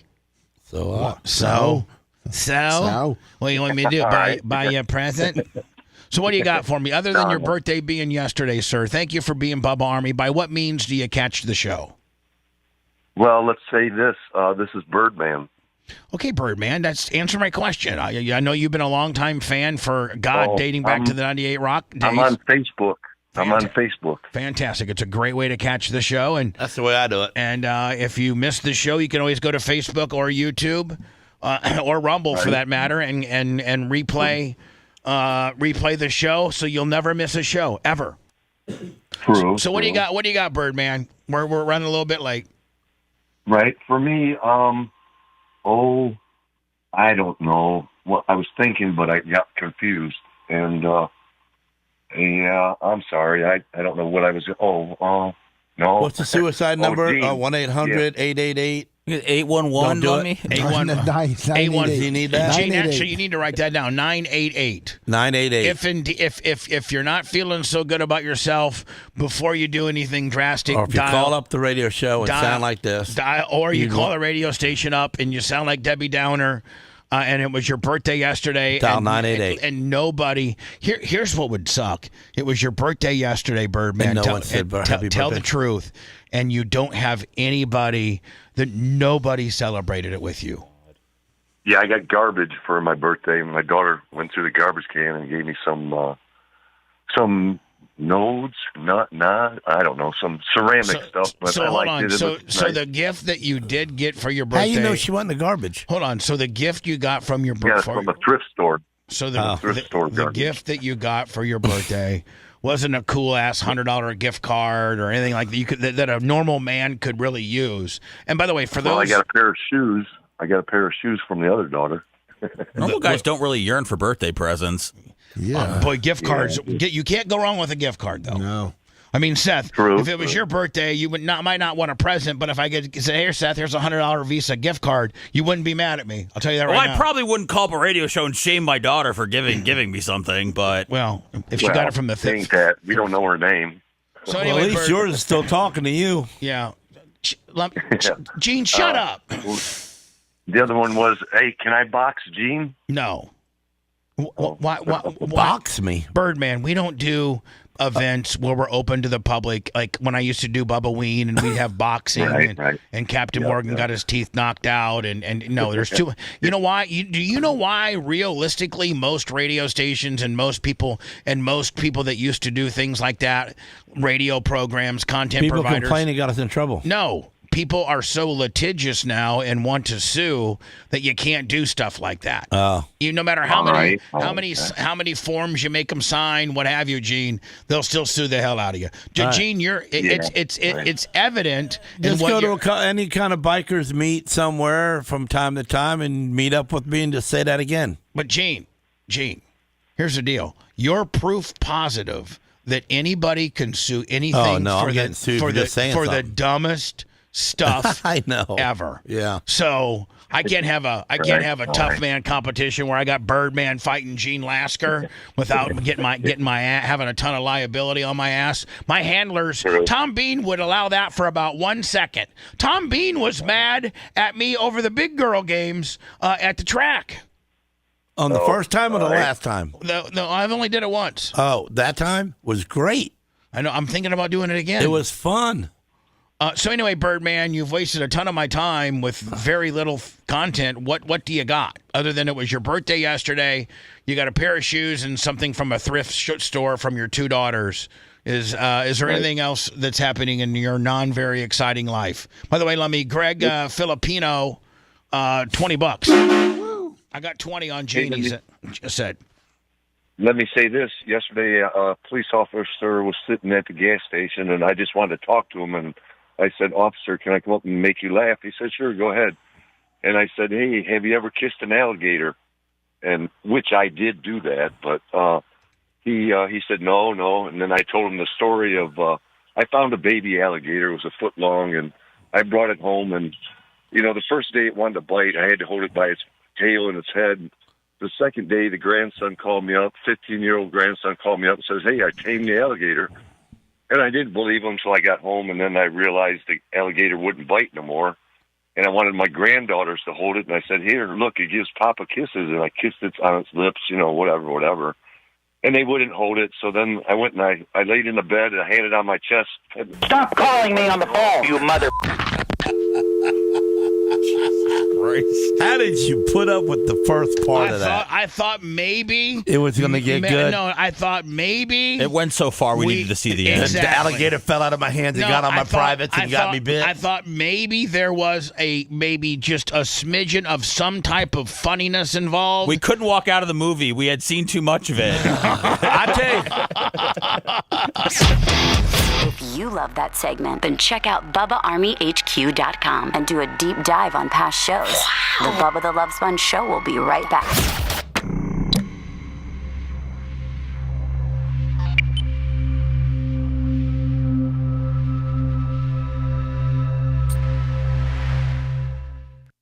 Not. I mean, how could you not give him a field sobriety and yeah.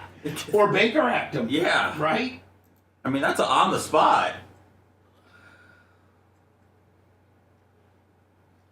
Fuck yeah. I mean, he says he got stuff out of the trash, and then it's the nickel and dime store trash can. That's even worse. They're marching to Not even a good stuff. Not even a good store. Fuck you, 25, free Joe Supermarket. Morning sunny days. All right. They're marching to... Am I getting my thumbs up, peoples? Free Joe You're getting some thumbs. Am I getting some thumbs? You're getting the thumbs. Yeah, you're getting... Who is this dude only give us $2? He gave 20 earlier, and you call him $2 Willie. What's his name? Dirt Merchant? Dirt Merchant, you're worth more than that. Gene. But thank you. He gave $20 earlier. Oh, he did? And then he does $2 because you called him $2 Willie. I called him a $2 Willie? He does $2 a lot. Yeah, he does $2 He does $2. Oh, sorry, Yeah. I busted balls on him. Because he did $2, but he did like 10 times. He still said, "That's all you got? $2? You cheap fuck." Oh, man. Gene, did you see my Devin Moran interview? The guy who won the late model. I watched a little bit of it. I started watching, and then something came up, and I had to quit. He's a good kid. He's a good kid. Yeah, and you were showing me where a couple of race spots there going in the corner. Yeah. Man, you'd be deadly on a late model. You would be good as fuck on a late model. Yeah, because you have really no fear because you know you're not going to die. No, because you have your entire body that you can't wheel down, and your legs are sitting that long, and you hold on, you can't wheel hop a guy. Right. So you could just go fucking crazy. Oh yeah, I'd find holes or make them instead of waiting for them.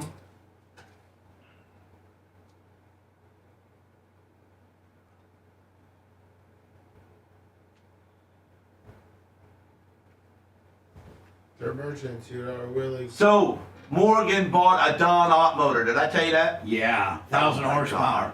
Is it a 360 or 410? 410, all aluminum, with the newest, some kind of APH All Pro head, the newest thing that comes out. The intake on the head is straight up and down, bro. Straight up and down. Well, it's fuel injected, right? Yeah, the fuel and the injectors lay on top. Yeah, so it's almost like you don't even have a 9-degree head. Like you don't even got a degree no more. You just lay it on a flat spot. Right, like you just lay, so the injectors are just spraying right in, almost spraying right in the back of the valve. Right. 980 horsepower. 980. What the heck are you gonna do with that on the pavement? But they're going to Berlin and they're going up north and stuff, so they're going to big half mile. So they plan on winning that big $1 million. They're trying to.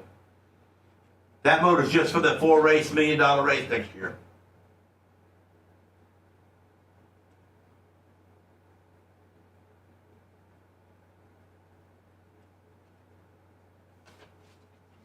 So he's only running that. He's only running that for the. But he's only going to run that for them 4 races. Pensacola, Berlin, somewhere else, and in Colorado. Isn't he running 2 drivers? Yeah, he's got 2 drivers. He's got Chase Colin, and that's we used to race against the Golden Kid back in the day at East Bay, but he is dating the little brunette, the truck driver. Haley Deegan? Deegan, yeah. The Deegan girl. He jumped into a sprint car for his first time and cut the same times as his driver. Yes, get out of here, dude. So then they talked about a ride. I'm sure Morgan's getting some kind of payday, some of it. But he put a brand spanking new car together for him. Brand new, everything. Just a new car, probably $100,000. Oh yeah. I just bit of that. They had like a bluey onesie. Like he got $40,000, $50,000. I was gonna pay $60, man. 2 years ago, I He's in it. He's in it. Everyone said they were going. I was the only one. I felt like an idiot. Chase Capre. He goes. That's his name. And I'm like, I think I might have something actually. And the kid's good. Young, small, little tiny guy. Hey, it's gonna be cold tonight. It might not be bad to wear the Santa outfit. Wear the elf outfit. Ooh, got some tights. Yeah.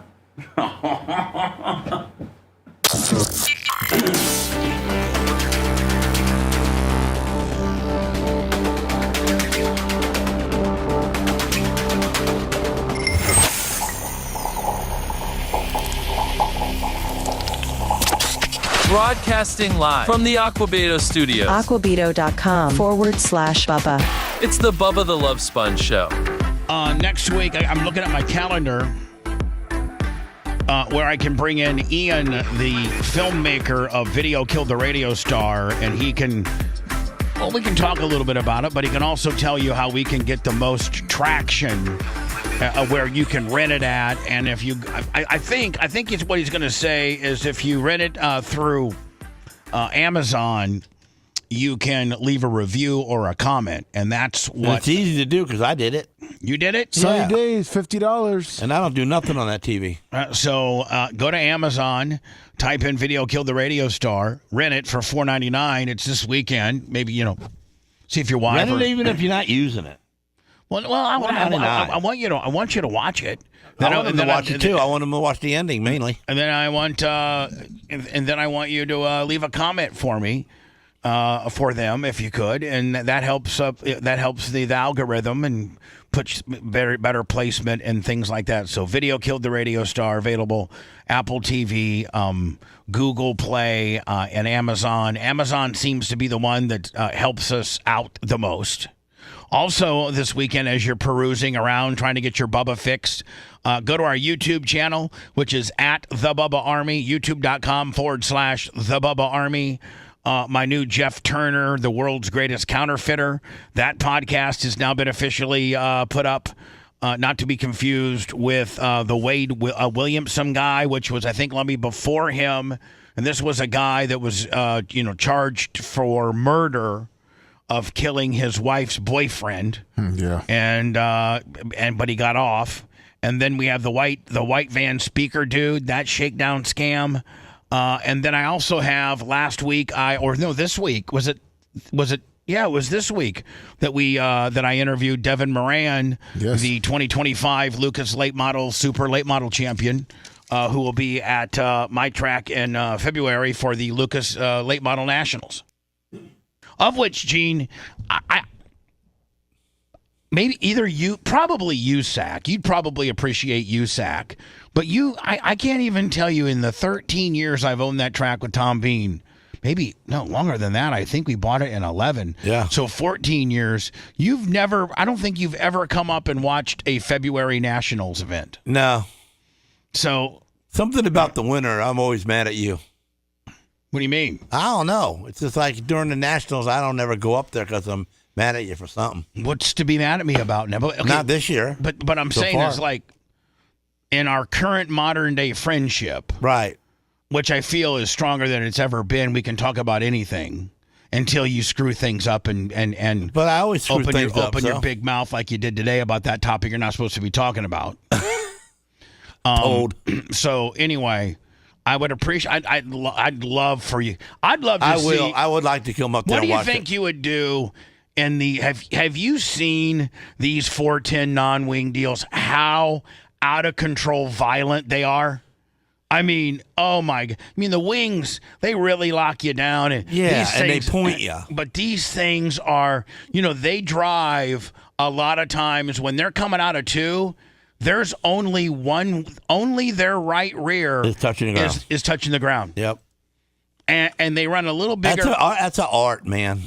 And they run a lit, and so you drive, with three wheels. Your left front really didn't have a lot to do with it, but we get her on one wheel from time to time if the berm's just right. But out of all your wheels, the most important would go right rear, left right front. Yeah, and you're using all those. That right front, you're trying to stab right into the ground, and you're trying to get that right rear to rotate.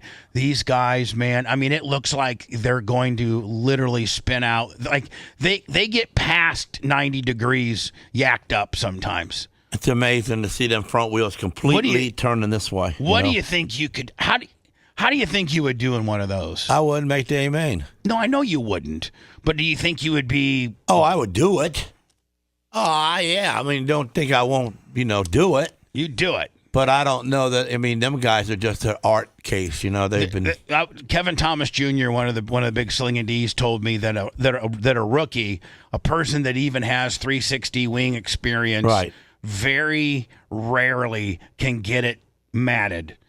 You're not just going to get right in it and mat it. Like very rarely do you go. But I'm stupid, You are. Yeah. You are. So stupid. I'll just lay her on the floorboard and try it, or try to kill myself. So anyway, Lummy, I was looking at today, and our actual clickbait is killing the new trend. This is just from the last 2 days. These are the headlines, and I'm going to, as many of these stories that I can, I'm going to get into them. But these are just strictly the headlines, okay? OSBI investigates death of Elgin, Illinois teacher. Family believes restaurant is responsible. Florida mother accused of killing 6-year-old son held without bond. Man fatally shot after allegedly groping women and threatening violence inside of a Compton beauty store. Civil trial begins on a $40 million lawsuit over a 6-year-old that shot his teacher. I did it. Royal Oak nanny arrested after allegedly killing child's grandfather, chasing the family naked into the street. Okay, caught him being touching. 4 children found dead in a trunk in a car in Johnston County. Hollywood producer convict. This is just the last. Did the kids get killed before they got in the trunk? I don't know. We're going to have to get through that. These are just the headlines of the last 24 hours. Hollywood producer convicted of murder and deaths of model. She said no. Woman in custody accused of stabbing and killing Uber driver in Colorado. I'd like to do that. What, kill an Uber driver? Yeah, I hate them all. I mean, come on. Why? Because they run that little blue light up on their dash like they think they're somebody.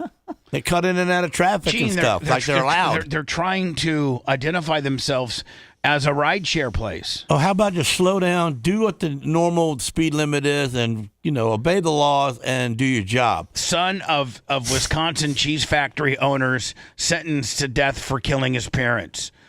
Cutler Bay woman stabs teenage sister 10 times. Penalty phase begins for Seminole County man who killed his pregnant girlfriend over abortion refusal. This guy here was a kitchen worker at a restaurant that peed on people's food. Yes. That's not killing, right? I mean, now we're done killing, Seth. Now we're just being problematic. Okay. Former Sanibel camp counselor accused of sexually assaulting children. 911 call released. Coco man returns car with baby inside after trying to steal it. Well, that's cool. He gave it back. Well, so then it gets into my first article that doesn't have anything to do with killing or touching kids or whatever is that the NFL, and I'll get into this right now, the NFL announces Sting will headline Super Bowl branded concert amid Bad Bunny controversy. So they've contracted Sting now to do a concert before the Super Bowl. But here's the deal. How before? Like minutes before? Like days before? Like the night before. Oh, okay. I think the Every Breath You Take singer will headline a Super Bowl branded concert on February 6th at the Palace of Fine Arts in San Francisco, the NFL's hospitality provider. So it looks like the NFL hospitality area is going to be at this particular place, and Sting's going to. The concert will take place 2 days before the Super Bowl kicks off at the Levi Stadium in Santa Clara, California. Here's the thing. You ready for this? Yeah. So, like if you're trying to cover your ass because you're the NFL and you feel like you've gotten bad, the average American, the average non-Spanish speaking American is not real happy with the Bad Bunny selection, although Bad Bunny may be, very well recognized, very popular. He gets 80 million downloads a month on his stuff. He's the next whatever. There's a lot of people that are mad about it. So if you're going to try to cover your ass by having a Sting concert 2 days before, one would think that it would be maybe free. Like in an outdoor, like Seth, have you seen how the NFL will configure the draft and how they have the big stage there? And then, they can put like 200 or 300,000 people in front of Lambeau Field or wherever they decide to have it, Nashville. Yeah, for sure. So you would think it would maybe like have that kind of feel to it, but then Sting would be there and you put a couple other artists. Now, this is 2 days before the show. They should have Sting for free for two days before the show, and then maybe a country artist the day before the show. Nope. $750 a piece. Well, I don't think I think that it can make for a clever headline, but I don't think booking Sting for the NFL doing the event 2 nights before, I don't think it's really in response to anything. Clearly they were going to have a party or an event and Sting was booked. I don't think Sting was booked at the last second at all. So maybe they're trying to make it seem like he was booked to try to wash out some of the Bad Bunny anger. But I don't know. I just think it's just one of those Super Bowl parties. And like we know from the Super Bowl being here multiple times, everything is very expensive. In the NFL, they are not a charity whatsoever. They are in this to make money. They got so much money that, paying Sting's $250,000 or $300,000 performance fee and offering it to the hundreds of thousands of fans that have infiltrated your city to root on their team because there's only going to be 2 teams left. I thought it's not the fans that go to the Super Bowl. I thought it's like the corporate people, the celebrities, because the fans been priced out of it. Yeah, I think, and I think this is even evident by saying not only have the fans been priced out of the game, but the fans have been priced out of the concert that's 2 days before the game. Well, how much was the part when Dion had the party with Diddy back in the day here and Winky Wright? Like how that was a few $100s to get into, wasn't it? Yeah. And that was just to get a glimpse of the guys. I don't know. I'm sorry I brought up Diddy and Dion together, but it's okay. It happened. Why? Sponge. What? hey, Dion, how you doing? Sponge. Tell that co-host of yours never to speak my name out of his lips when he's mentioning P. Diddy. Now, if he wants to talk about football, that's fine. And if he didn't like the way I coach, that's fine. But don't you ever have him speak my name out of Diddy's name. That was a mistake. I did not know that Diddy was into that sort of thing. Right, but the party did happen, right? Yeah, Okay, absolutely. okay. We got a picture of Jabberjaw, who's, by the way, I did notice that Jabberjaw's nails were very well done. Yes, we're great to Leo. $50. Was it all right, was it you and her that went? Yeah, 25. It was at Storman's Palace, wasn't it? Yes, it was. And it was a Dion Diddy party. It was a 3-night event. And it was a couple $100 just to get in. And which got you nothing except just to get in. That's it. That's all. That's cover charge. Who went? I sent Lummy and Jabberjaw, and we actually have Did you pay? No, we got in free. Yeah. Oh. We got in free. And so I do have a picture of the Bubba Radio Network logo and Jabberjaw interviewing or asking P. Diddy questions. Yes. That's pretty cool. That's actually pretty cool. Now, Lummy, who did you get a chance to ask questions to? A lot of football players like Matt Stafford. I talked to Dion that night, too. Did you bring my name up? Of course. He was on the show earlier that day. Oh, yeah, he was. Yeah. That's right. He was with his ex at that time. Oh, Pilar. Yeah. God, she was hot. Yeah, she looks pretty good in the picture. She's hot. Have you seen his latest girlfriend? She's like 29 or 30. Yes. She is fire, too. Really? Oh, yeah. But he's been really keeping it kayfabe. He's really keeping it kayfabe. Well, she's been in all the videos of him, like when he's been getting his surgery and stuff. Yeah. But I mean, he's not like flaunting her around. I think, because it's easy to buy a new car when you got the cash. What, Lummy? What, Gene? I said it's easy to buy a new car when you got the cash. Amen. But if not, you got to buy a used one or keep that used one that's, been reliable, but not necessarily as hot You're as never going to get a brand new car for used prices.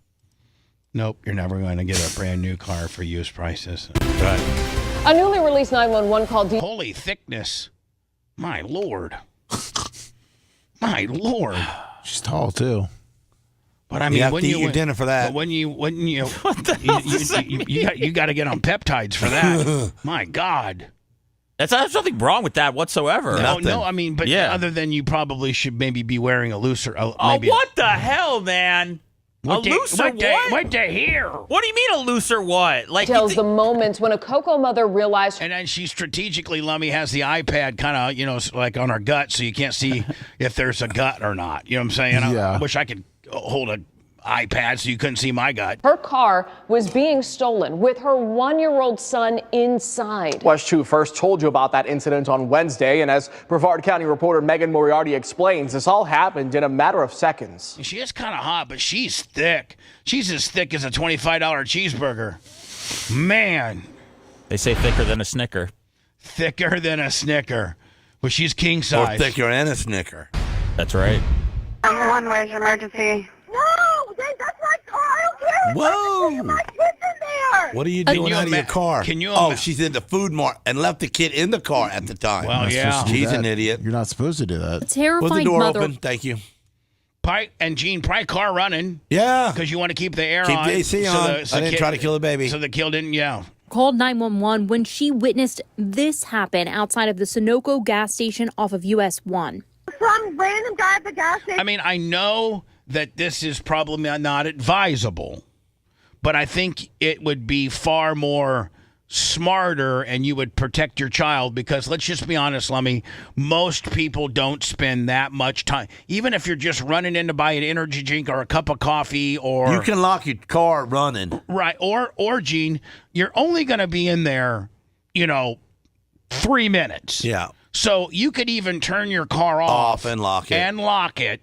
And your kid's going to be fine if you've had your air going, clear up until that point. Your kid can... And if this happened yesterday, it was cold out anyway. Exactly. Your kid's going to lock it, turn it off, lock it, keep the keys, tell little Punky, hey, Daddy, whatever your kid's name, this is little Punky.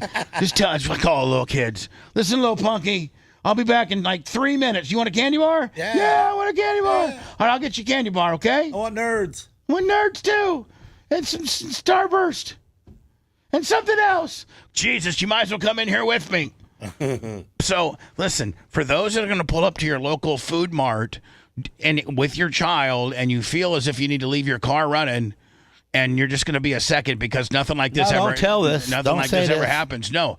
Lock your car up. Right. Lock your kid in the car. And take your kid in. And your kid, and no cop is going to come and arrest you because you'd be able to show surveillance that your kid was in the car for a maximum of 3 minutes, and they're not going to do anything to you. Probably not. 1. Some random guy at the gas station just tried to take off with my car. Tried at the to? Sunoco on US 1 Grove Boulevard. He noticed my son was in here, so we brought it back, but he literally about left with my child when I ran into the gas station. 53-year-old William Mullis is You're a now good dude, facing William. charges for... You're a good dude. We're the only Lummy press in the world that's calling this guy a good guy. Yeah. He brought the car right back. There's no. Seen there was a kid in it. It was her fault for leaving the thing running. He's a thief. Yeah. Okay, we got thieves out there, and they're just looking to poach on us and to get a car. And if we give them some free range, they're gonna take it. So you're saying this guy's a good dude? Yes, because he he is. recognized there's a kid. He's like, I got to get this kid back to its I can't mom. steal the kid. Can't steal the kid. So, like, Gene, if you were the judge, you'd let this guy. I'll let him go. But listen, buddy, you did a good thing. Right. I'm gonna double up on you the next time. Though. I don't. I'm gonna double up. Don't let me see you in Gene Lasker's court in 2 months from now. That's right. Because I'm gonna double down on you, kid. We're the only show in the world that reports this as this guy's a good guy. William Mullis. And kidnapping a minor. Surveillance video shows him. See, now here's the deal. Can they get you for kidnapping a minor if you quickly turned around? Yes. Oh, so I mean, you kidnapped the minor. I mean, he was in possession. That's for just a a bad minute. luck charge. I want to send him some canteen money. William Mullis is now facing charges for grand theft and kidnapping a minor. We should find Lummy a criminal every week that hasn't really done anything that bad, and have Gene send him $25 canteen money. I'll be the criminal because Gene knows how to do that really well. I mean, you have to take care of your outlaw brothers, don't you? Yeah, we'd always do. Every Friday. Yep. You guys call it the what? Ice cream money? Ice cream money. Surveillance video shows him outside the gas station. He then walks out of frame and seconds later is pulling out of the parking lot only to pull back in. Or like I'm so grateful He had to pull back in. And I think he backed her in, too. Yes, he did. Seconds later is pulling out of the parking lot only now he's backs up. back her in. to pull back in. Or like I'm so grateful he stopped because my son was in there. But this is wild. And now he's trying to walk down the street. All right, so Gene, not only did he not drop the kid off and then take the car like most scumbags, Gave her but a car he back? he said, listen, you know what? This is the wrong car for me to steal. Yeah. I got right out there to the curb. I noticed that you had little Johnny in the back. I backed her up. Here's your car. You know, I went 1/10 of a mile. You know, sorry. Yeah. Your son okay? No harm, no foul. Well, shaking up. Were the keys in the car with the son, or? Yeah, because I literally was, I could see it. I walked in the... Actually, the person that you She charge should go to jail. is her. Mom, that's right. The person that you charge It would fix all that action. is her. That's right. Child neglect. There's no reason to even I have mean, a kid. I don't want her to do hard jail time, but she needs a heavy fine and put on probation. A good 30 days And would maybe, wake her right up. and maybe have to go to some child parenting 101 courses, right? That's right. grab a water and... Right. I will never do that. Never do that again. Mullis was taken into custody and is being Poor guy. Yeah. held on no bond. Covering No bond. Oh, that's a bunch of BS. Brevard County in Cocoa, Megan Moriarty, West. He don't Virginia. mind right now, though, because he's getting three meals. 3 solid meals. Yeah. Yeah, look how skinny he is. He's probably just hungry. Yeah. Now, under Florida law, a parent or anyone All right, responsible this guy's going to break it down for us. for a child younger than 6 cannot leave a child in the car unattended for more than 15 minutes. 15 minutes? I was only in for 4 minutes. It's a weird rule. Yeah, that's The a sheriff's weird office rule. says the mother was inside the store for just a little over a minute. Whatever. Then there's nothing to see here. Right. Except Why charge the guy? Except old boy got it. Old boy got the charges. This got some sure big ones, did. too. He's a hero. I don't know if he's a hero. It's not- yeah, he is. If you tried found a kid and brought it back. If you tried to steal a Because car, when he stole the car. He didn't know there was a kid in it. When he found out there was a kid in it, he brought the car back. So he found the kid and brought it back to her. He's a hero. Yes. Say it. if you stole a car and somebody's dog was in it, and you like, I just stop let the dog out. You would? Yeah, to take the car. Okay. I don't know what I would do. You gotta let the dog out. Yeah, but the dog may not go back to its owner. Might get Sure ran will. over. Might get no. Might get. Well, if you can't course, I keep it.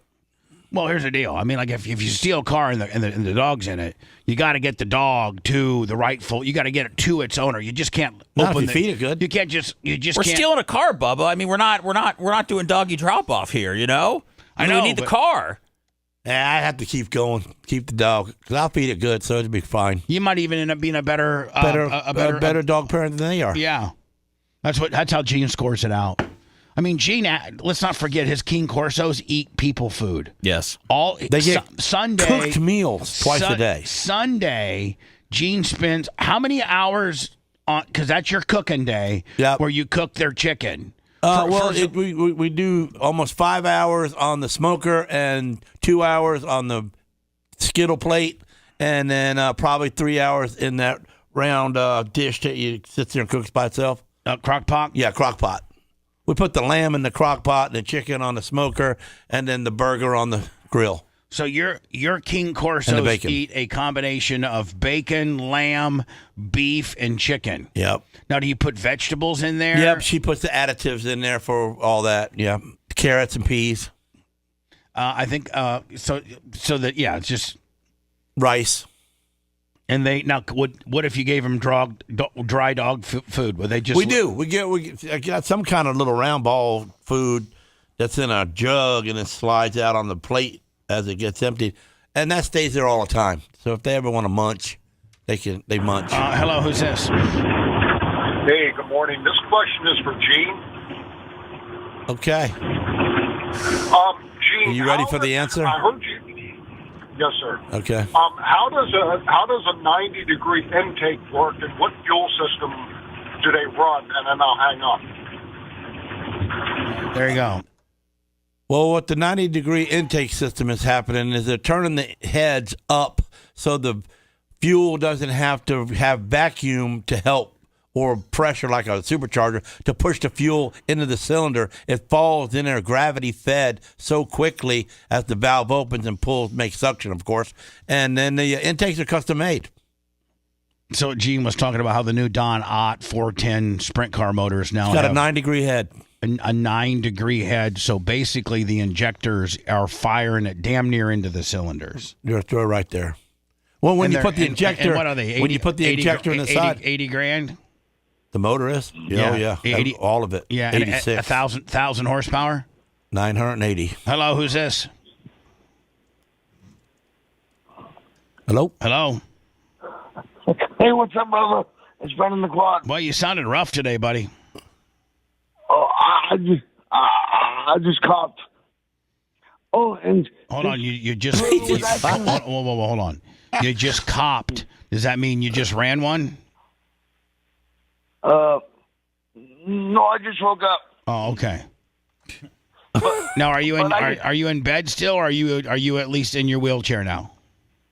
No, well, I'm in bed because my mom's off today, so now, she's sleeping. Here's the deal: if your mom would get mad at you and say, "Listen, you little bastard, I'm not. You know what? I'm not getting you out of bed. You're gonna. You know what? You've been naughty. You came back from the Eagles yesterday, or whatever. What organization do you belong? The Eagles. Yeah, the Eagles. And you came back from the Eagles yesterday, drunk as hell, and I'm mad at you, and so I'm not getting you out of bed until 10 o'clock. Can you get a DUI? No, I don't think you can give a DUI on a guy on a wheelchair. Because he drives do you drive your wheelchair to the Eagles? No, my mom won't let me. She's afraid I get ran over. Right, because you are drunk usually when you're when you're at the Eagles. What, is your cart slow? No, you just... It's 6 miles an hour.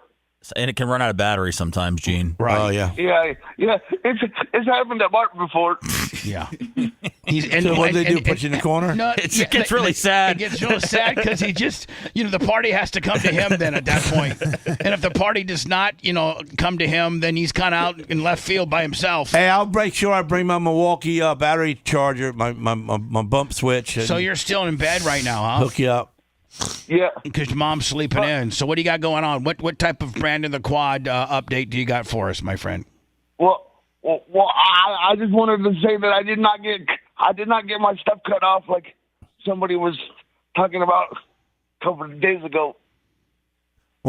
Did somebody make accusations? Oh, yeah, the snap with the government closing.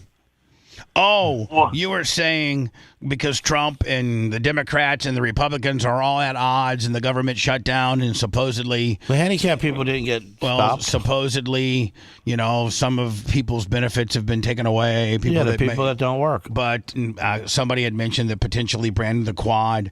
But if there's a person that really does need government assistance, it's this gentleman. And this is a guy that should never have any of his benefits taken away. This is exactly what benefits are made for, guys like this. So you're here to testify that none of your benefits have been touched. Well, not my disability. I don't know about SNAP, but even if it does, I only get paid. I only get $180 of SNAP, and that's on Sunday. So if I did, they'll just fix it when it gets all fixed up, and they need to do it so that they can weed all the people out that don't. So don't if you're a disabled American, like you are, and your mom and dad have regular jobs and they've paid into the system for years, I don't mean to be, pry into your business. And if it's none of and if it's none of my business, then say to me it's none of your business. But like being a completely disabled person, like Gene, this would have been, and I'm not Gene. I beg of you not to take this the wrong way, because you and I are friends. You knew that I was very close to Jennifer. I was around Jennifer most of her life. I knew the struggles that you and your wife had with Jennifer. It was just, it was not a good deal. But you did your best. You were a great father. You got yourself up at 2 a.m. so you could switch her, move her pillow so she didn't get pimples on her face. Right. So what I'm saying is, like, had Jennifer been a little more functional, and been a little bit more, less messed up, easy to take care of, just a little more normal, she would have been confined to a wheelchair, and then had she. Oh, we'd have made some nice ones, huh? Well, I'm not saying. What I'm saying is that. She would have gotten benefits because, as she should, she's not able to work. She's not able to function. This is where the government needs to step in and take care of. Medicaid did step in at 2 years old, and then they didn't even give me no money, but they took care of her hospital bill, which that was great. They would also give you money to rebuild your house to make it more handicap compliant. They helped with that, did they? They helped with that. Yes, they did. Yeah. So, Brandon, like, how much? And if it's none of my business, say so, and please accept my apology. But like, how much money do you get a month being disabled? It's $967. That's it? Yeah, and I had to wait till I was 18 to get it. Yeah, so you had to wait. So it's $968. Now, is that $968 clear, or is that $968 then they take out taxes? No, that's $968 clear. Okay. Yeah, clear. And now, do you get any other money? Like, is there a state check, or is it just one check from the feds? It's one check, but then I'm on a disability waiver that my mom gets paid to take care of me. Oh, okay. Instead of putting me like in a home or something like that. All right, so your family, so your mom and dad will get a disability waiver, which is in lieu of them putting you in a home because they take care of you. Because they can't have a job. They have their job is him. For the most part. So they get some money too. Probably the same amount. But no, probably more. But because well, wake her up. Tell her, say, you being paid, lady. Get me up. Wake me up.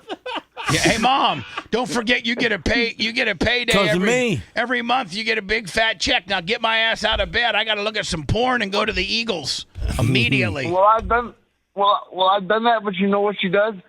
She goes, shut the hell up, because I did it for 18 years without getting paid. So right, Yell me some back pay, boy. Shut the hell up, because for your first 18, I didn't make nothing. You little son of a bitch. I'll get you out of bed when I want to. Let me sleep in till 10 today, you little mother effer. You're just going down to the Eagles to get drunk and gamble anyway. But she likes when I go down to the Eagles because. If I get drunk, then I go to bed sooner, so she just throws me in bed. Yeah. I don't have to do nothing to him. She takes him to the Eagles and picks him up, so he will get drunk, and she can throw him right to bed. And he's got a catheter. He just pees right into that. So once you get him to bed, it's fine.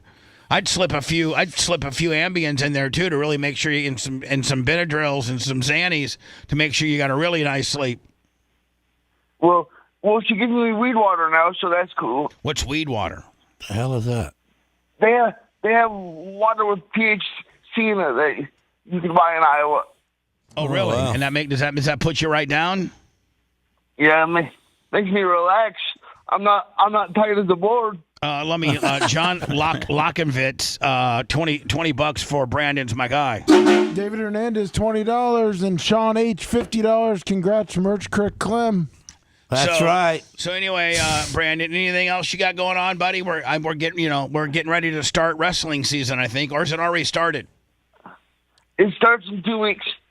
All right, fantastic. What's he got to do with wrestling? Well, he loves collegiate wrestling. He lives in Iowa, and obviously that's where the mecca of collegiate wrestling is. And that's college people? College wrestling. Yeah, He loves it. And high school. And high school, yes. So you get the wheel right up to the front row? Yeah, they let him literally wheel right up to the coach. Yeah, that's cool. Yeah. Well, I was a coach for 5 years. I didn't really do much, but yeah, he was a coach. You didn't really show the kids a lot of moves, but you had some great speech pre-match. You didn't tell them they were stupid or not, huh? Some great pre-match speeches, and then they probably let you roll. You rolled out first, and the team followed you, right? Yeah, and you know how. And you know what they should have? They should have put a singlet and some of that headgear on you, and you really would have played the part. Yeah, but you know how after the match they all line up and you shake hands with the other team. Yeah. So I would shake hands with my Cobra. They just tapped my Cobra. Yeah. By the way, so for those scoring at home, so Gene, he's got hands like this.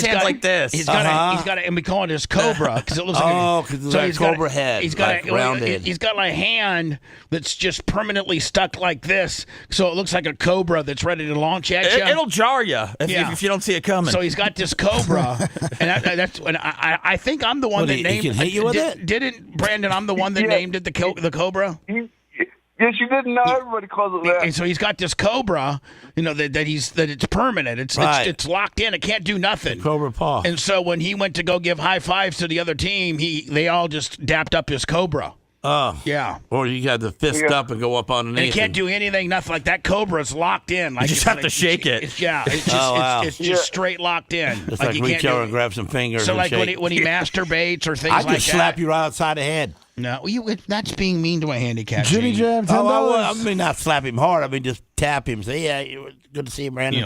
Like a good game. Yeah, like good game. Give him a good game. Yeah. Yeah. Keep your Cobra. All right, Brandon the Quad. Anything else, my friend, in Brandon the Quad world? Nope. Just see you guys in January. Yeah, we'll see you at Bart, my friend. Okay. You're the man. Sounds good. Thank you. Bye. If you want 24/7 on-demand Bubba and the crew, go to BubbaArmyHQ.com. Right now. The Bubba the Love Sponge Show will be back after this.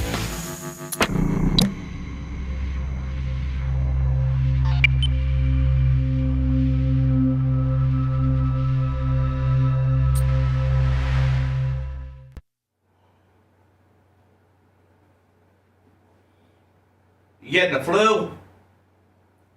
Me? Yeah. No, why? I thought you said you don't feel good. Oh no. No, I feel very adequate. Very adequate. Sean H. So where was you at a concert? Yeah. David Hernandez. In Ybor. Concert in Ybor, yeah. My favorite band.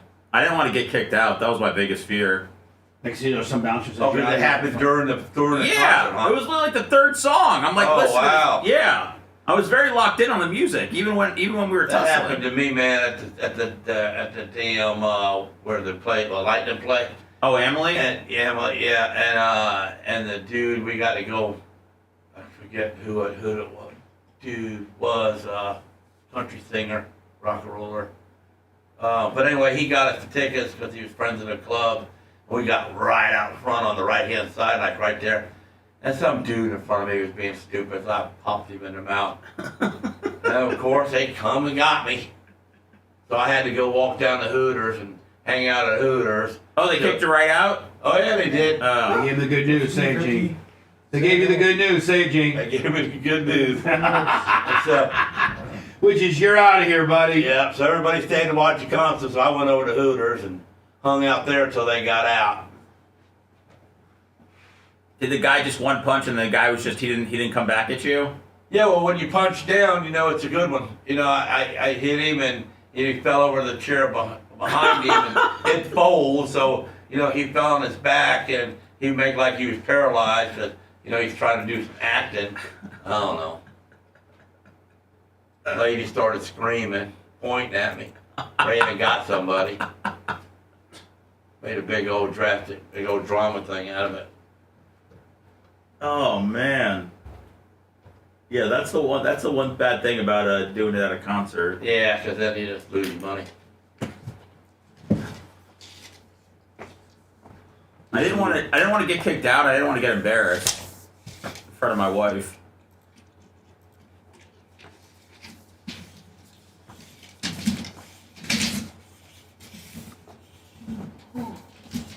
What about it, Macho Man? Did we mess something up? Oh, yeah. Strip-on studio measurements. Did my comment the other day help you out in any of your stuff? Saying, Lummy? Did you see the email? Yeah, I was trying to understand. When I go, man, what are you worried about? What are you worried about your equipment? You're 14 This is not for this year. Bubba's getting Yeah, it's for next year. So it's looking like he's trying to game the system for this year. He's not. I kind of embarrassed him into buying something. Yeah. Poor Bubba.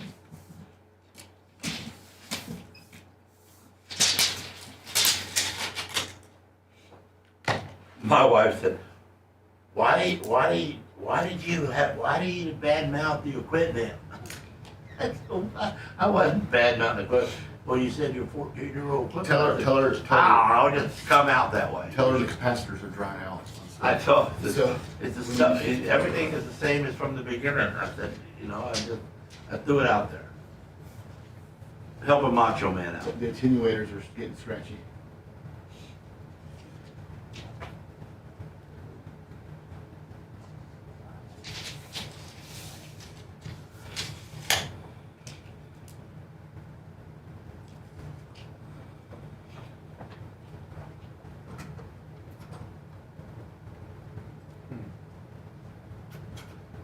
Well, you right there, you're the comfortablest that you're ever going to be when you do that one-on-one with people, ain't you? Not really.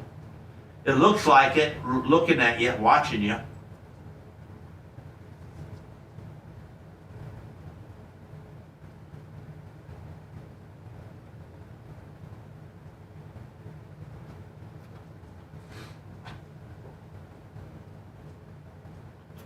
You tell the guy that you're talking to, he's trying to figure out what he's going to say and how to say it, but you don't have that problem. You use a lot of hand signals too. Yeah. You should watch one of them. I know.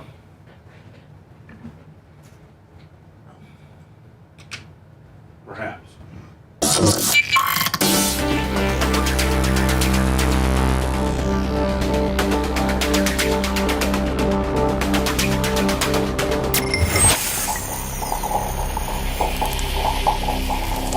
Tampa Bay's trusted source for lawnmowers, landscape equipment, lifts, loaders, service, and repairs. I'm talking about Les of Tampa Bay. 3 convenient locations, Bradenton, Clearwater, and Wesley Chapel. They're much more than your lawnmower and outdoor power equipment shop. They strive to provide quality products and top service at the best prices. What sets Les apart from the competition? Their relationship with you. Also, the exclusive home dealer of Skag. Whether you need parts and service or you need a brand new unit, Les of Tampa Bay will take care of you. More information, Les, L-E-S-S, LesTampaBay.com.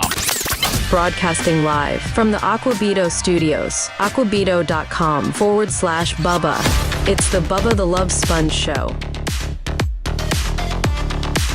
PayPal, Venmo, Cash App. Lasker brings in the money, he does.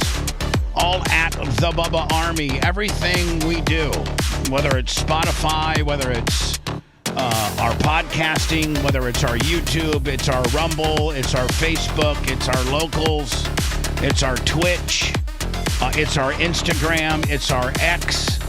We're covered quite nicely, and everything is uniformly at the Bubba Army. Yeah, come on, give some money because it's Halloween. It's supposed to be giving day. This is a giving day. Yes. Gene's given 1 pound Hershey bars for those that can brave the fact that you could be eaten by a King Corso. If you can dodge the King Corso, the gargoyles, and the monster truck tires, go help yourself with a 1 pounder. Otherwise, you're at your own risk. And I think, Gene, you do have signs posted at your property. Enter at your own risk. And what it says, King Corsos can kill human beings, and I own 3. Hello, who's this? You're on the air. Hi, this is Kim from Navarre. Hi, Kim. I just had a super quick question. From Navarre. It's near Pensacola. Oh, yeah. But I was just kind of came at the end where y'all were talking about the guy that brought the child back in the car. Is there any way y'all could give us the county? I think you said Brevard, and maybe we could call the police station or speak on his behalf or something. Y'all Good think that girl. Maybe your listeners. She's for the dude. I think it's Brevard County. What would you like to say on his behalf? Yeah, maybe we can just send it to him. Oh, sorry. Go ahead. No, I said maybe we could gather, different people that wanted to say something, and then send the air check down.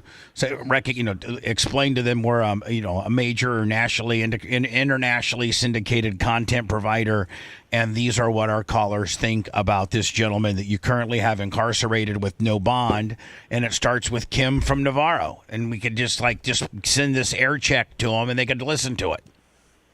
I think that's a great idea, but I just think, everybody messes up, but it takes a lot of guts to go back, and that shows he has human compassion and knows what's right by bringing the child back, and then to also give the car back, and then the judge that just said, well, no bond on top of it. That's just, I'm a high school teacher, and I deal with crazy kids all day, and I just feel like that takes a lot of guts, and he needs to have some,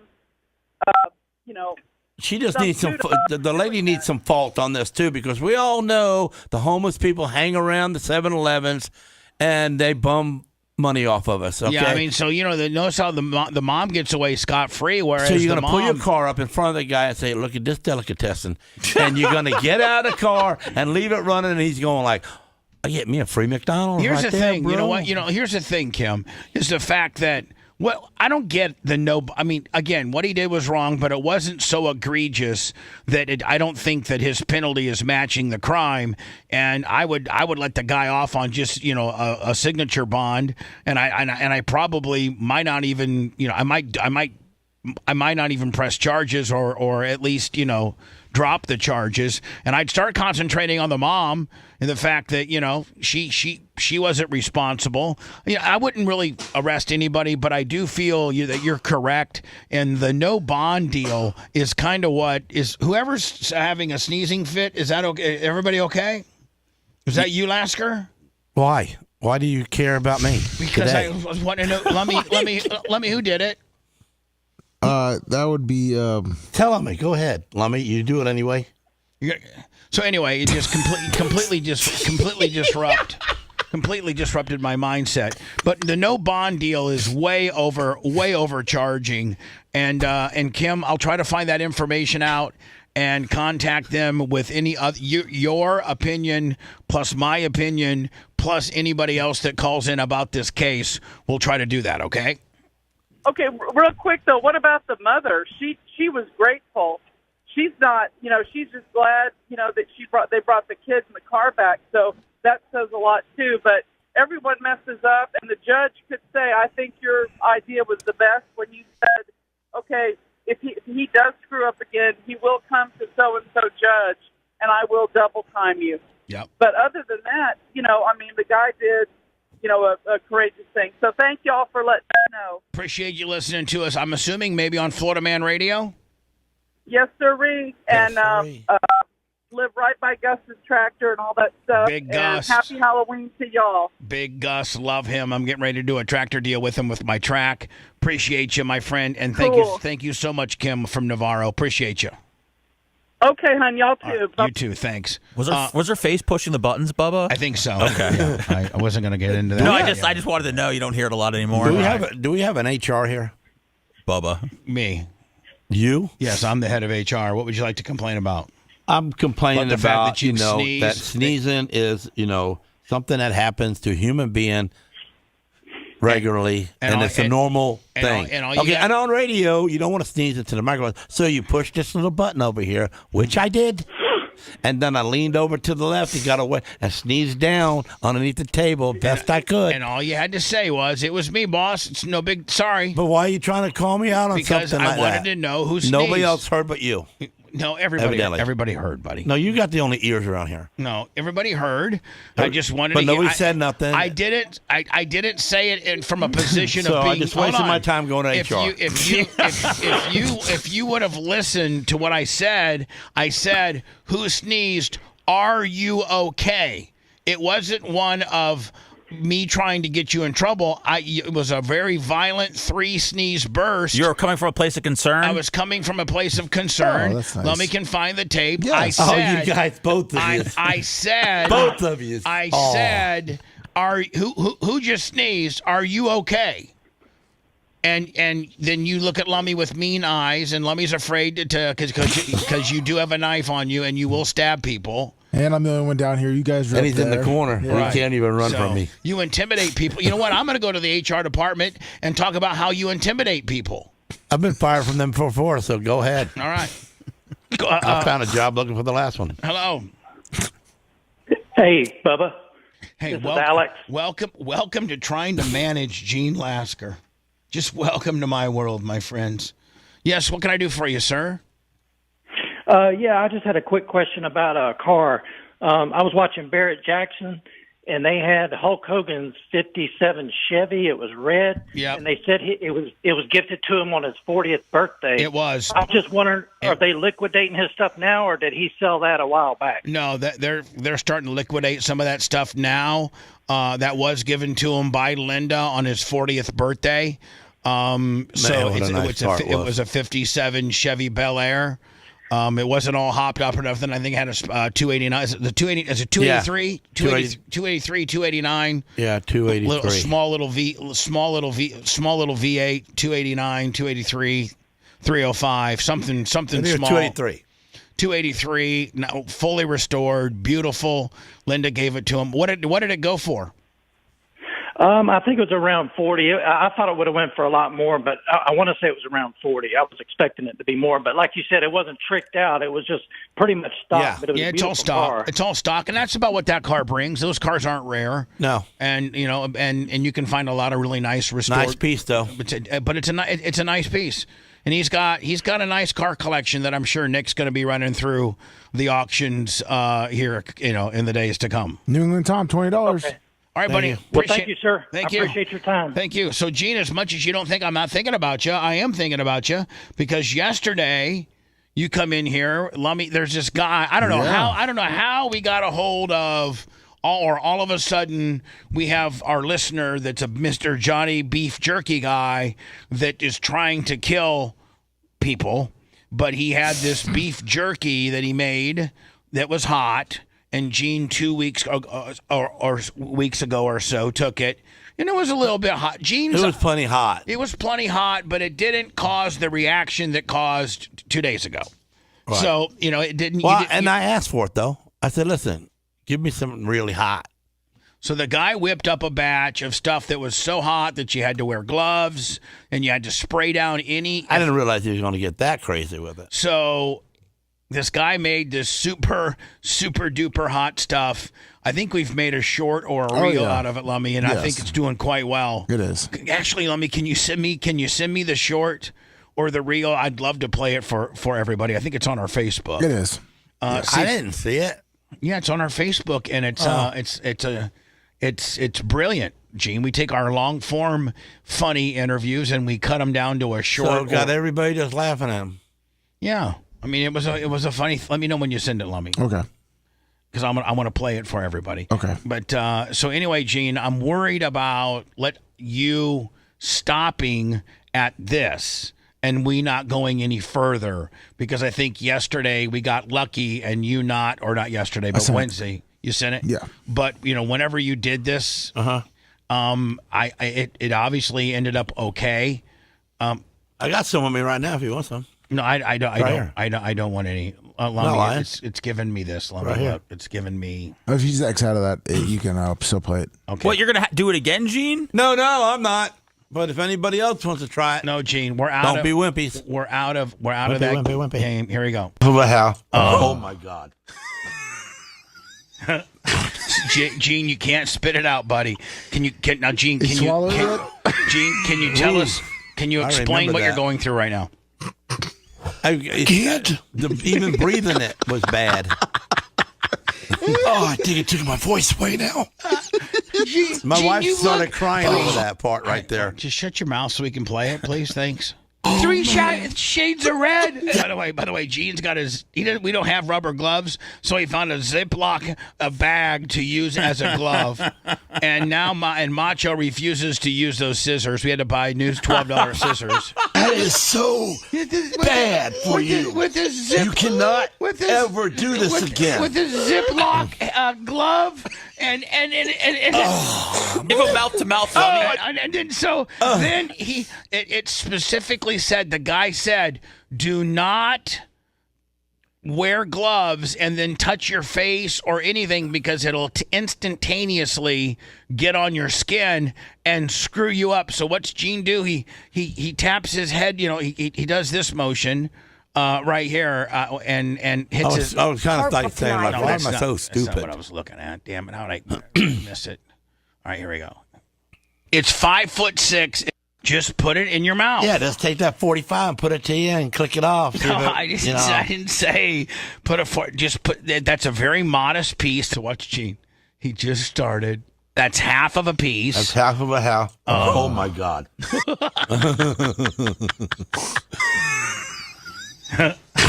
Gene, you can't spit it out, buddy. Can you? Do you show when I stick my tongue out? At this point, man, what are you thinking? Like, I'm stupid. I'm stupid. I do the stupidest stuff for why'd the I show. do that? You know what I'm saying? I'm a multimillionaire. I own $1 million. I own a big powder company. I'm a sprint car driver. And I'm doing Johnny Jackson. And I'm doing Carney-like moves. Yeah. Gene, can you tell us? Can you explain what you're going through right now? I can't. Oh, I think it took my voice away now. Gene, you look three shades of red. That is so bad. Now watch. He'll actually look at my eyes watering. He'll actually touch his head, which a little bit gets on his cheek. With his you cannot ever do this again. With his Ziploc glove and Give a mouth-to-mouth. I just touched my head with the bag. Oh my! Gene, take the bag off.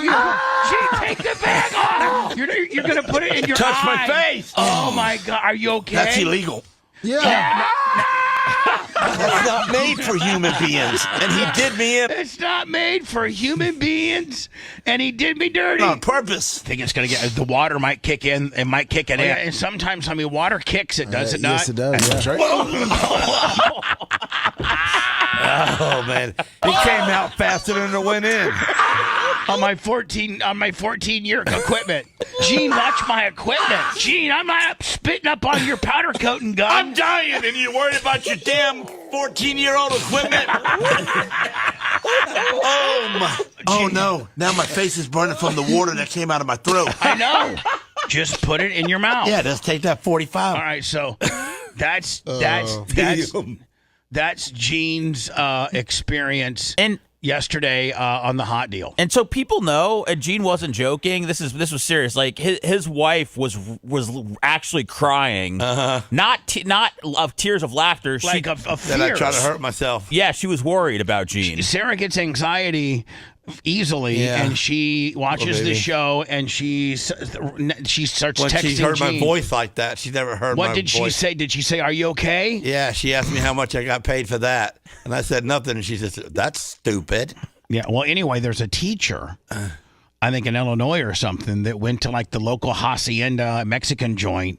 And got burned up from that. And I think ended up killing her. So what I'm saying is, moving forward, Lummy, yes. we had the chip challenge that cost you surgery. Yes. And about $8,000. Yeah. What did they surgery on, your belly? My throat. So what he did is, I know the throat goes first, so don't he ate the chip, but he didn't. He tried to eat it in big chunks. He didn't really mash it up. You're trying to cheat. So well, you deserve it. So he he swallowed it. You can't cheat. But then he drank a bunch of milk, and here you got these big, large chip chunks that are sharp because they've not been chewed by his gorilla-like back molars. And then mixed with the milk. It came back up when he was puking and stuck there. And tore part of his esophagus. Oh. And so they had to put like a steel hinge over this torn part of his esophagus because when he drank milk and threw up the hot stuff. Am I right, Lummy? And this is the same guy that sat next to me while I was doing this. And what'd you say to me? Chew it up good. I said, don't throw it up. Yeah. Oh, don't throw it up. Yeah. Don't throw it up because of, I held it in. So anyway, Lummy, I think it's safe to say, me being the head of HR or whatever I am around here, let's stop with the hot stuff. It's going to end up hurting. Hey, I'm all in. You're all in with what? Continuing. Stop with the hot stuff. Yeah, we're not doing it anymore. Yeah, I don't need no more of that. Let me, if a listener sends in some super hot beef jerky, throw it away. Will do. Heartbreak tonight for the small community of Elgin after the loss of a beloved teacher. The family of 30-year-old Holly Hill says she died because of negligence from a restaurant. News 9's Matt McCabe live in our newsroom. And Matt, you learned the OSBI is now investigating her death. Yeah, that's oh man, this guy here. Time for you to talk there, buddy. Carl and Amanda, this story began more than 2.5 years ago. Holly's family says that they're now waiting for justice to be served.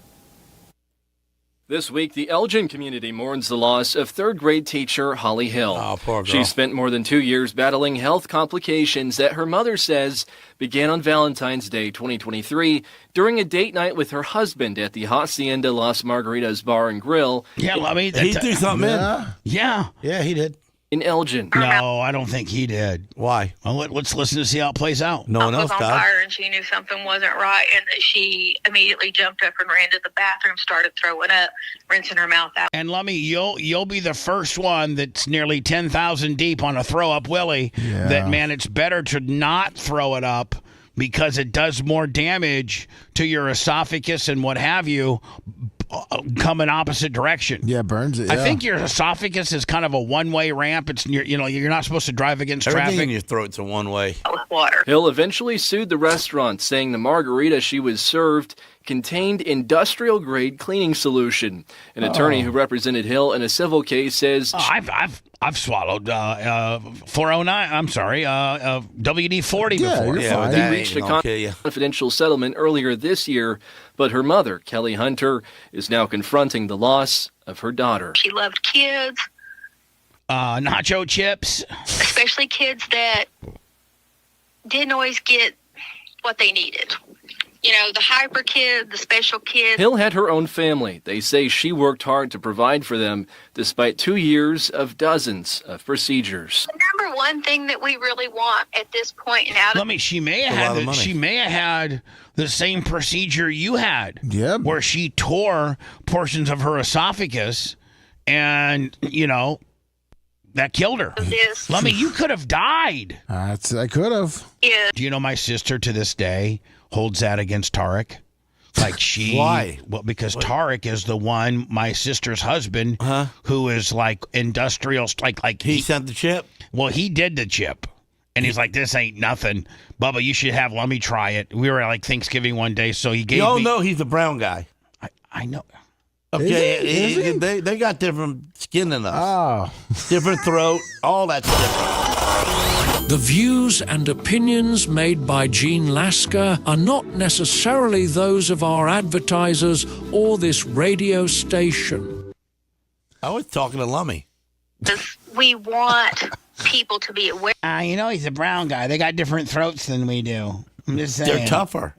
Of what happened at that restaurant and to quit supporting them. The restaurant has not addressed Hill's death, but an earlier Facebook post from 2023 says, quote, "We have never walked away from responsibility and will continue to support them in any way possible while our insurance company is on the case."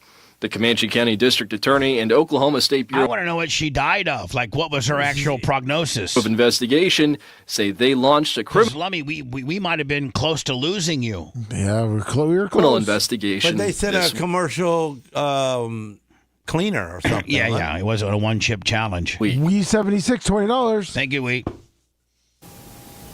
This guy again. We also called the restaurant directly multiple times today, and we reached out to its owners on. Hey, tonight during Hello Hacienda.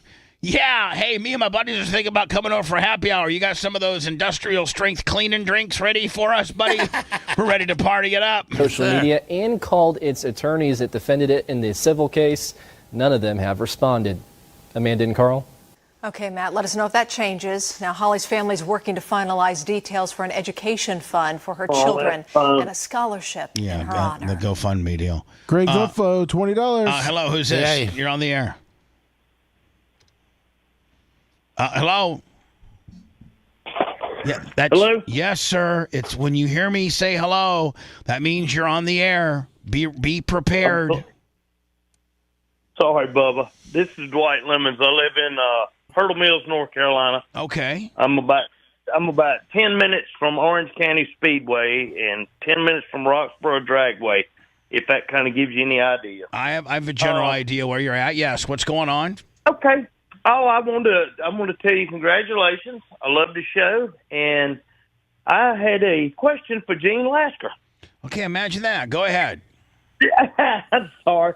Gene, you friended me on Facebook the other day, and I'm the one that sent you the message about the hot chip.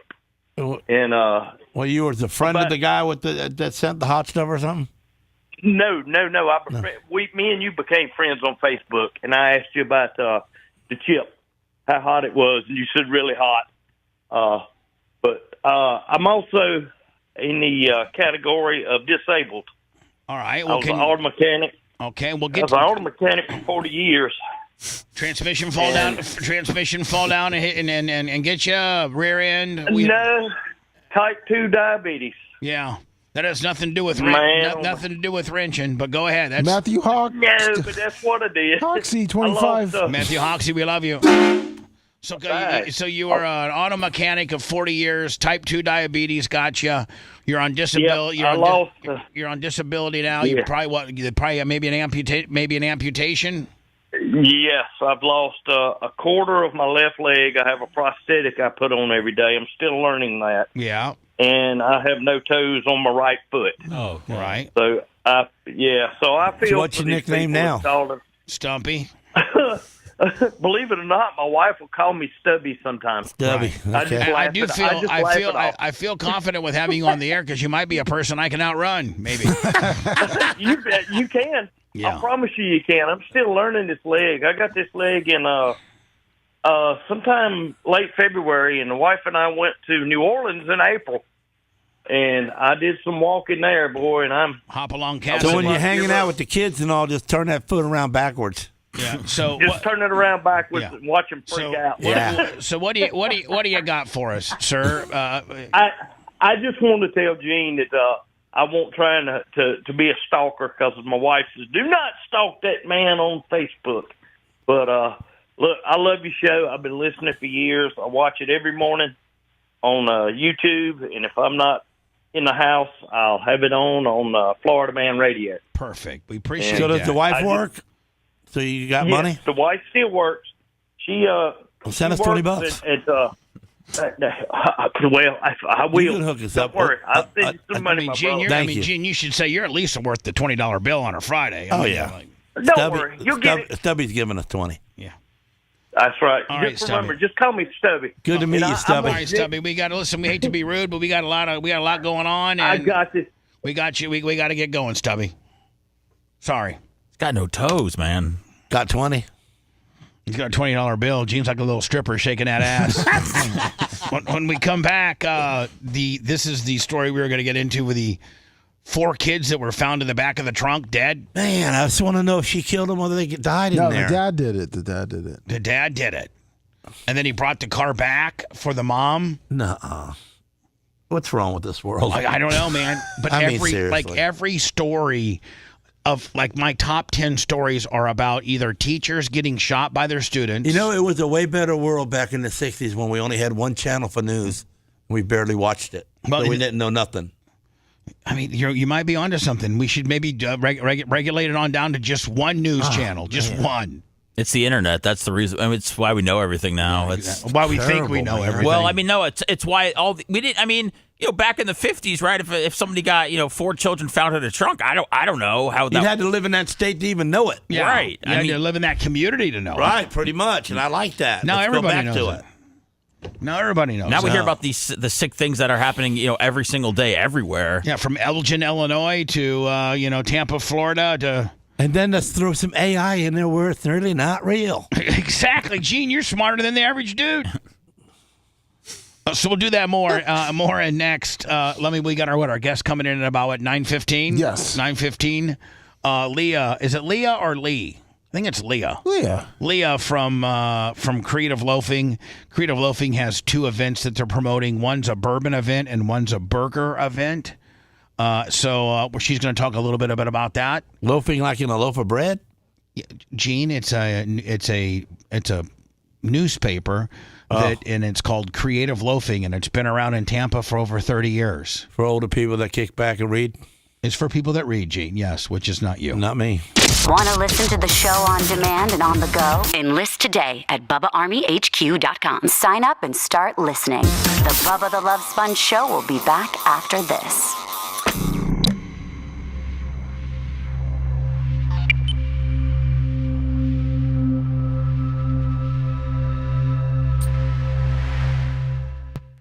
Anyway, but I was just being an asshole to him. And so he said, well, why don't you read that? I said, I read a lot. And he goes, but I don't see you doing it. So I start reading something. He points down at this word that I don't know. And he goes, what's that word? And I said, you trying to be a smart-ass boy? Trying to get your head knocked in? I don't know. You're trying to get your head knocked in. But if you just keep reading for another sentence or two, you'll figure out what that word meant. And he didn't understand that part. I said, see, you don't know. Context clues. That's true, right? Yeah. Yeah. You might not know what that word is, but you'll know what it meant. Yeah, you can tell by the surrounding it. All right, we're going to do this story, and then before 9, we're going to do the NFL picks because we got to have that done. Yeah, Gene's got some making up to do. I'm 10 in the background. No, you're 9 now after last night's game. Oh, you lied to me the other day. What do you mean? You tried to cheat me out. We're 10. There was a game yesterday. You picked right. You won last night. Right? Hold on, numbnuts. You won last night, and Walker lost last night. You got Lummy. You got to break it down real caveman. Sorry, we didn't. Lummy, you got to break it down real caveman for him. Come on. Am I going to be able to even race with the dude or what? Being 10 down at this point of the game. You got 9 weeks left. Oh, yeah. I got plenty of time. I mean, yeah. Enjoy yourself there, Mario man. Listen, he's partying. He's such a cool dude when he does that wobbly dance he does. Yeah. Great move, kid. That's a football dance when you make a TD. Yeah. That's in the end zone. Yeah, I like it. Cute as hell. And he just he's into it. He'd smile, and he's into it. How do you want me to set it up? It don't stop till we went for a long time. Set it up with, you can set it up by saying,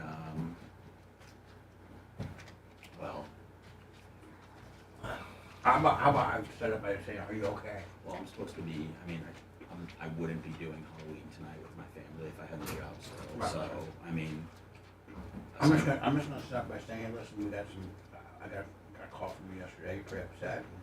I'm gonna just be back in the studio every day. So I'll ask you, hey, you want to talk about it a little bit? And you can say, yeah, I do. Okay. I kind of do. So that's what we'll do. Okay.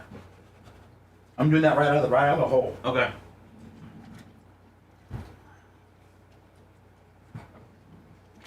This is just like a one-time deal talking about it. Like it doesn't. Need It'll linger. No, it can linger, but it doesn't need to be like a recurring topic at all and show at all. I just feel like it. But it's what we do, and we talk about No. I know. I'm just saying I don't want to constantly revisit it. Yeah. It is what it is. It's like I'm sure at some point it'll be funny and all that stuff. It's just it's not right now. Yeah. Well, I'm no way am I going to take a funny stance. I'm not saying no. I'm not. Yeah. I'm not definitely not indicating that. Yeah. No. Yeah. I think it's bullshit. Yeah, that was. I think one dude had it out for you from day one, and you just happened to get that motherfucker that had to be your supervisor. That's what I think. I mean, I could. It's like you can learn anything. I mean, I could teach you, honest to God, how to fucking work on a car. You can learn anything. You're a smart person. Right. Well, I appreciate that. Thank you. So, that's a bullshit excuse. Like, that's bullshit. Yeah. There was something more, but something that you didn't necessarily control. No.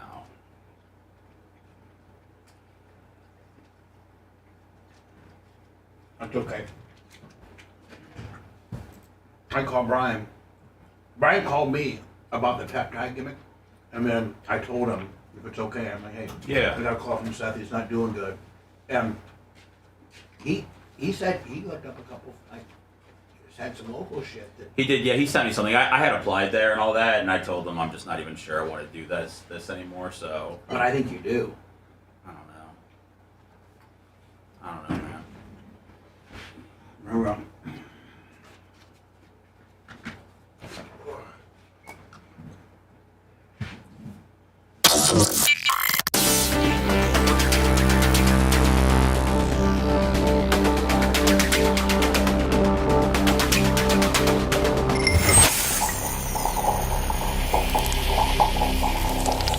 Broadcasting live from the Aquabito studios. Aquabito.com/Bubba. It's the Bubba the Love Sponge Show.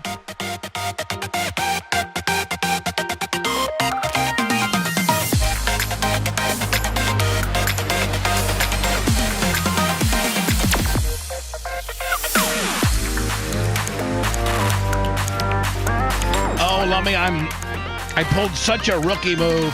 Oh no, what'd you do? Been doing radio for my 40th year in radio will be April 1st of next year. On April Fool's Day? Yes, that's how I got into radio, as an April Fool's Day joke. It was a joke. They let regular people, I was a lunk-headed, steroided out bouncer at Club Jubilation, much like the documentary says. And a guy named Kerry Gray came into the club the night before, in 1986, March 31st or whatever that, March 30th, 31st of 1986, and he was trying to go to the back to see the girls get ready for the Naughty Nighty contest because he was the MC of ceremonies, and Hassan was the owner of the club. And he told me, don't let that fast-talking radio personality in the back. He creeps out the girls. Tell him just to go to the DJ booth and get the microphone, and then you go get the girls, and when they're ready, and bring them out to the stage. So sure enough, I'm working the door, and this guy comes up. Hey, I'm Kerry Gray. I just want to let you know I'm supposed to be back here right now. I'm going to talk to the girls. I'd like to get like some information about them so that when I talk about them on stage, I know a little bit about them. I go, nope. You're not going back there, buddy, because my boss man told me you've been creeping these girls out. Our numbers have been going down. We 2 months ago we had 30 girls in this contest. Now we're down to 10, and the common denominator is that you're freaking them out. Back here asking them questions, and as they're getting put, like seeing their boobs and stuff like that. And here's the statement that changed my life. I said, plus, how hard could it be to be on the radio? I've listened to your show. All you do is just hey, it's Scary Kerry Gray, Wabash Valley's ugliest radio person. That was his gimmick. He called himself the Wabash Valley's ugliest radio personality, when really, actuality, he was a pretty good-looking dude. So the first thing people would come up to him would say, You're not ugly. It's like when you tell girls you got a small penis, but really you got a decent-sized penis. First time they jump on it, Lummy, what do you think they're saying? Hey, your penis is nuts. You got a nice. It's not that small. A nice hog. Yeah. So I'm like, hey, it can't be that hard. And he goes, well, I'll tell you what.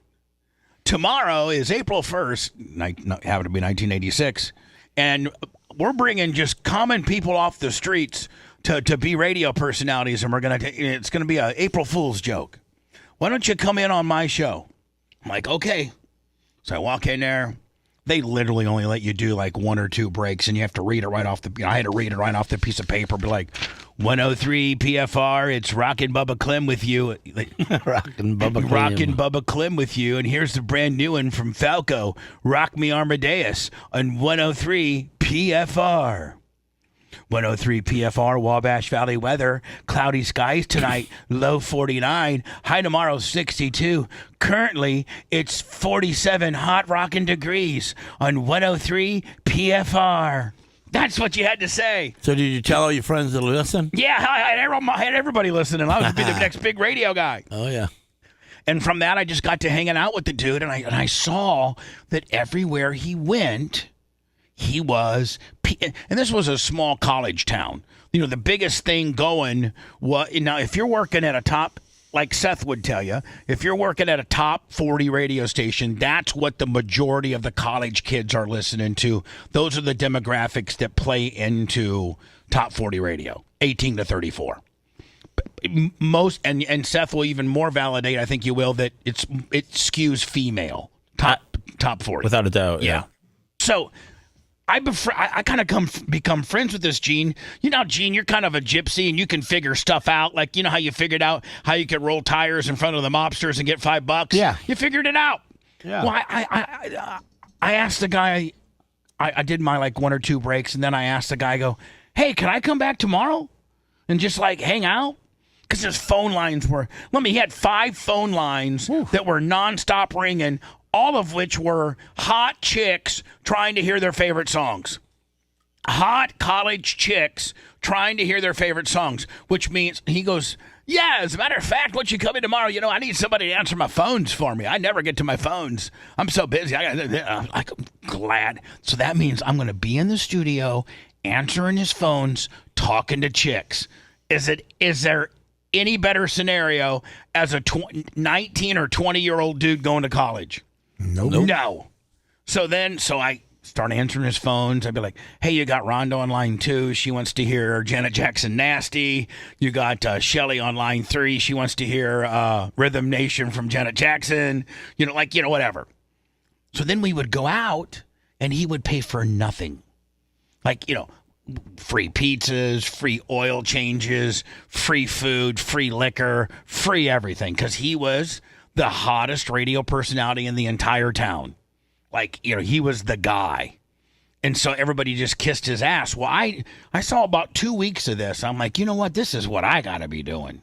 I got to be doing this. So I asked him, we become friends at that point, if he would go to his boss and ask if I could start training to do this. So he trained me how to run the board, and he trained. So for a while, Seth, we had overnights didn't have any personality. We would run Rick,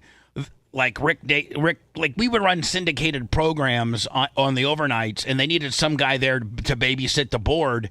And the syndicated programs used to come on records. We didn't even have a satellite. They'd just send you an LP.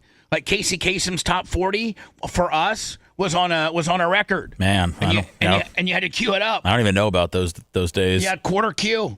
You had to actually, when you were going to start a record, you had to hold it and it'd be spinning, and you'd have to cue it up 1/4 the length of the record, so that when it hit the first note, the record player was up to speed, and you didn't hear Casey Kasem. So for a year, I did overnights, and all I did was run syndicated programming. So then Christmas came around, and that's when all the big full-timers got an opportunity to take some time off to go and be with their families, and that means there were some primetime shifts open. And I remember I got to do noon to 4 on Christmas Day, where I got to actually talk. say some stuff. And so I called my mom up and I said, I'm not coming home from Christmas. And she says, you're the dumbest. Why are we even putting you through college if this is what you want to do? And you're never going to be able to make any money. People don't make money in radio unless you're like, really, really, really good. Like, you're not going to make any money. Like, you're going to be a failure. You're missing Christmas because of this? Like, yep, I am. So I got a ton of heat with her for about 5 or 6 months. And so that's, again, long-windedly, my 40th anniversary in radio comes up on April. And let me, for all the years I've been doing radio, I've never celebrated an anniversary. Whether it was, however many years I've been in Tampa. I've been in here since 92, so what would be my 30th? I don't know. There's been so many milestones that other radio personalities have had that will recognize or have a special show or something like that in lieu of this is my 10-year anniversary at this station, or this is this and this is that. I've done none of that throughout my radio career. None of it. The first time I'm going to do any type of anniversary type programming is April 1st of next year will be my 40th year in radio. I'm going to do something, and I think you guys all know, Gene, don't blurt it out like my marriage. Or my not marriage, like my not. I'm not. Are you getting divorced already? No, but I don't know if you know what I have planned for my 40th anniversary in radio, April 1st, 2026. To finally make payroll. Oh, Jesus! You gonna finally offer health benefits? What's going on around here? You know what, Gene? I shouldn't even address questions to you because you're just a dick, and you're over there on your phone. And you know why? Sarah's telling you what to pick. She already told me. All I right. was on the phone with the Monster Jam telling them their truck's not ready because I'm on the radio. Feld Entertainment. Yep. Let me tell you something. I know you're a really good client, but I can't get Gravedigger done until tomorrow because I'm playing big time radio guy right now. How about it? Speaking of which, I didn't know how to dive into this next topic. And, Wait a second. You didn't finish the last topic. What's the last topic? On the 40-year anniversary, you're going to surprise us with something. Right. And I don't know that you know, and I don't know that you need to know. Because you'll blurt it out like other special stuff I've told you. Well, that's why you tell me stuff, so I will blurt it out. I don't want this blurted out. Oh. I don't want this blurted out. Well, tell Steph. He'll tell me. His name's not Steph. It's Seth. Seth. You can call me whatever you want. Okay. Steph Curry Kushner over here. So, Macho has to know. Lummy, I think you kind of How do you spell your name? Seth. Oh, Seth. How did you think it was? Sepp. S-E-P-P. S-E-P-P. Sepp. Oh, that's what I thought it was. Like a septic That's what I tank? always say. Hey, Sepp. You know what? He'll answer to anything. He Yeah, really Macho will. calls him Zeth. So, yeah, Calls him Zest? Macho thinks there's a Z in there. I like that, Macho Man. I'm going to call him Zest, too. Not Zest. He's not a bar of soap. Oh, that's what I thought he said. He's Seth. I am zesty. Oh, Zeth with a Z. So I do have something planned. Lummy, I think you're familiar. Yes. Seth, I think you're familiar. Am I invited? Yeah, I think Cool. I think you need to be there. Lummy, will you see what day April 1st? Hey Alexa, what day is April 1st, 2026? April 1st, 2026 is on a Wednesday. There you go. Good news. Alexa Plus is free during early access. It's our smartest, most proactive AI assistant yet. Would you like to upgrade now? No. Thanks. So moving right along, I got a little distracted, and most people know the story that I just told, but I had to tell it again. So yesterday, I get a call from Zeth, and it really I really got to thank him for putting his big boy pants on today and coming in here and killing it and doing a great job and being in a good mood, and because he's got was dealt a very big blow yesterday just out of nowhere. Having another kid? No. He wishes that was the problem. But I'm just going to let Seth. Can't have any more? Gene, shut up. I was trying to guess it. This isn't a game of guessing. This is a show that talks about our lives and news stories and other things. It's not. Let's I guess. thought maybe you can't have kids no more. Yeah. Seth, don't go down. Okay, this sorry. path. Yeah, there's so many Gene, things. shut up. Okay. This is a very major situation. This is a not having kids anymore. It's pre-major. Yeah, well, this is more major than that. He's got a beautiful child. I don't know how many more he necessarily needs. He's got one. I don't know. And the wife's taking all of your kids away from you? Shut up! Shut the up! Wow. God I'm sorry. damn. Gene, my wife had to have a special surgery in Chicago, so we were able to have our one child. So she's our miracle Just child. Shut up! Oh, good for you. Thank you. If you want your own show, you can gladly because we got another topic that we're trying to talk about, but you're getting us down the path of some stupidity. I'm gonna fire you again. No, I know. No, don't. I'm gonna fire you. I need to talk to your wife. We love Gene. I mean, you completely derail everything I got. I think I should be just voted out of here if that's the way you want to do it. Whoever wants Gene to go, say aye. Aye. Aye. Lummy, aye. Lummy. You don't even got a macho man there. Aye. You bunch of pussies. We like a bunch of pussies. Because he's distraction. I mean, because we're the nibblers of the show. You know, we're the bottom guys. Yeah, we stick together. All right. So, Seth, this is a very important situation. It's not good. It sucks. It absolutely sucks. I thought about it all night long. I've had a few conversations with him, and yesterday it says my phone starts ringing, and very rarely do I get phone calls. Most people just text me. But Seth knew that this information wasn't textable, meaning like this is a conversation we have to have.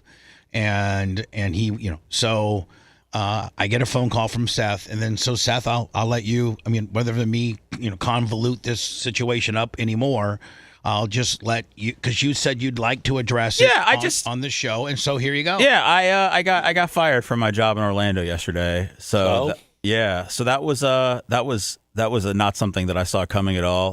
They absorbed all your knowledge and then run you off? I don't know. They my boss sent me an email. I was at the doctor's office and sent an email asking if I could talk. And while you're at the doctor's office, you get this email. Yeah, and I said that's never good. I haven't. I mean, we haven't. He hasn't tried to talk to me since I've worked there. So so I said sure, and then when he called me, he put HR on.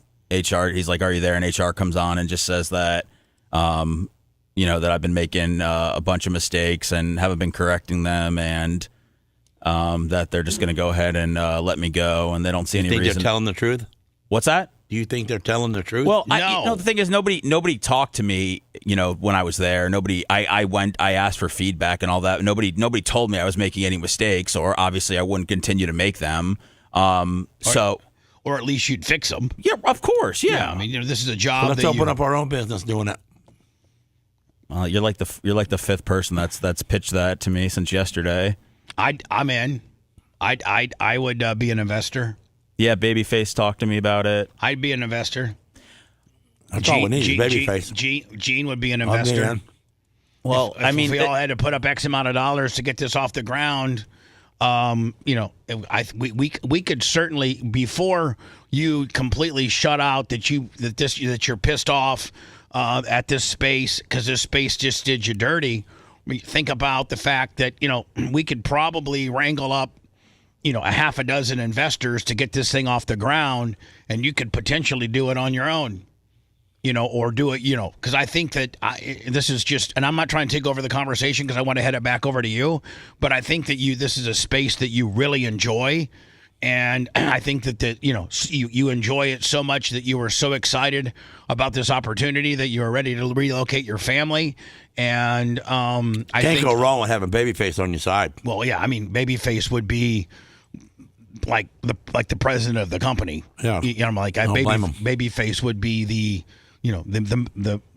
the CEO of the company, and everybody else would just be investors. Seth would be. And if you could slide a Tom Bean in there just a little bit, man, yeah. woo! throw a Tom Bean in there. We'll put them guys out of business. So this Gene wants to go from you getting fired to Gene putting him out of business. I mean, you got to love his tenacity. I do. No, I mean it's just nice that Gene said that, because I had a couple friends yesterday that all was like, let's do something. And I don't know what that looks like, and I don't know, but just the fact that anybody's willing to even just offer that is still. Hold on, I just offered it. No, I know. Gene you went from talking 2, about you guys. You went from 2 to 4 in 30 seconds, and if we ain't even told people. Hold on, if Brian built a Performa. I could sell it. I could go wrangle around my people that I know that are looking for a good investment, or at least an opportunity for something like this. We could raise the capital to potentially do this on not probably the scale they're doing it, because they're one of the biggest, but certainly on a scale where you could make a living at it and be local. This could actually, Seth, be a silver lining to a very dark cloud right now. This could actually motivate you and make you have to, if you really want to be in this business, grind, start your own, and then that would pay dividends in the long run. Meaning you're not relocating your family, you're not working for somebody else, you're signing the front part of the paycheck, not the back. So do we get to paint our faces up once a year and go to conventions?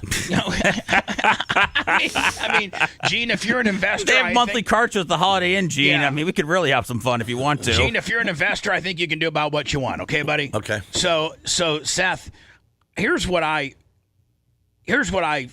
am calling shenanigans on, is the fact that you are very mindful of doing the right thing. Like, I mean, you apologized to me like 5 times yesterday when the mics were off about being late. You're like, I am so much better than that.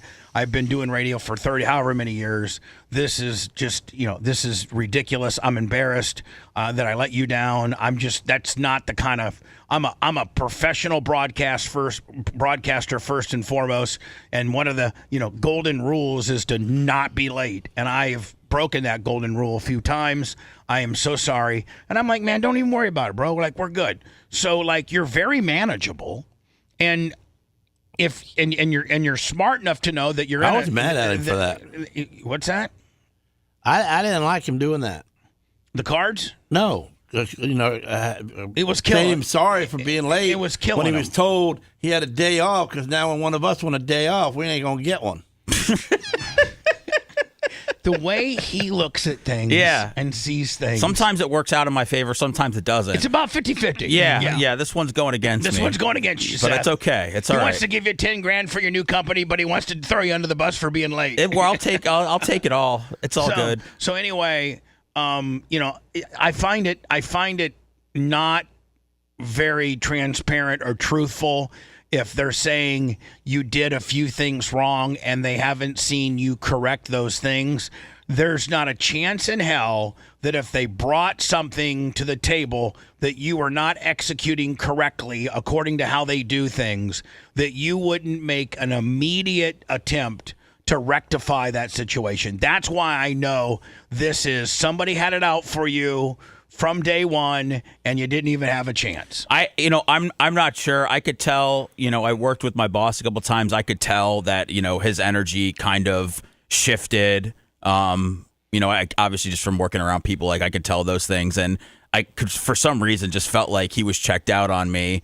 And Wednesday and Thursday are my nights home, so I guess they just wanted to end it before I came back today. Do you think there was a chance where, because you're a very on camera and audibly as a content creator, you got the it factor. You're good. You like, one of the things that I love about you is how quick-witted you are. You're a great bounce-off guy. Like, you're a great audio communicator. And do you think that your skill set might have been completely opposite of what he said, and that it intimidated him, and he felt that you could be, a pretty big player in this space and overshadow him eventually? I'm gonna say no. I just because I don't view my I don't think I don't look at myself that way at all. But this is complete. What other could it be? It can't be the first thing that they said, and that is you did a couple things wrong and you didn't correct it. That's absolutely horse crap. Well, I know. Well, I mean, when they were telling me that yesterday, I mean, I didn't. There was no examples that were cited. No specifics. So I mean, and then I'm at the point where am I going to really just start asking for stuff even though it's over? No. I just said okay. Like there's no. So the only way you kill off a guy and get rid of a guy is if he shows like that he might potentially have more upside to the company than you do. The only if you're the immediate supervisor and you're off the guy. The only thing that I found a little odd was that the 4 main breakers at the company that they were hiring guys and they said they needed more people. All the 4 breakers had all been there like over 5+ years. There was nobody that had even come in there and tried recently at all. No, I'm just saying nobody. If they tried, they didn't make the cut at all. So I don't know what it is. I don't know if there's I don't know where he wasn't nerdy enough.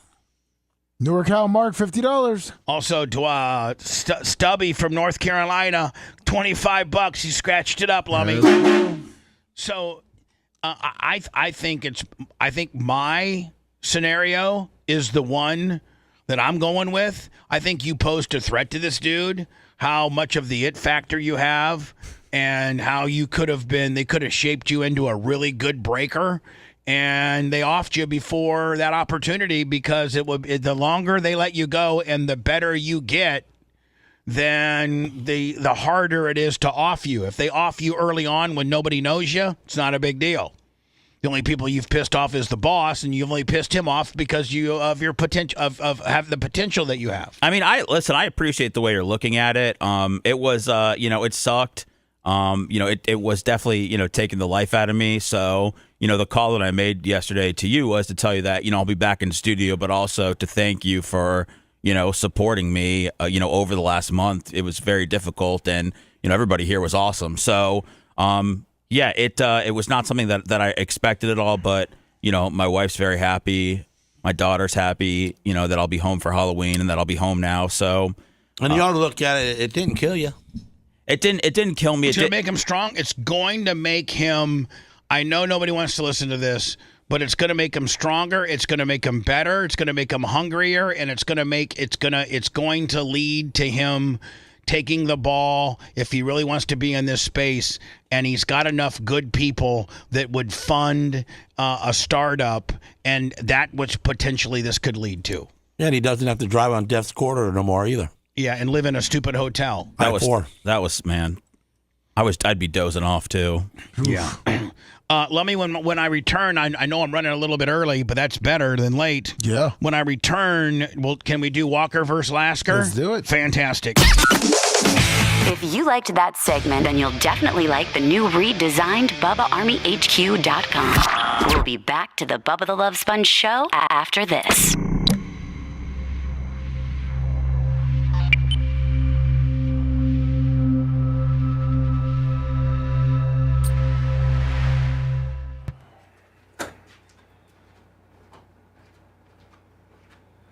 I didn't hear you say that you were in Lummy.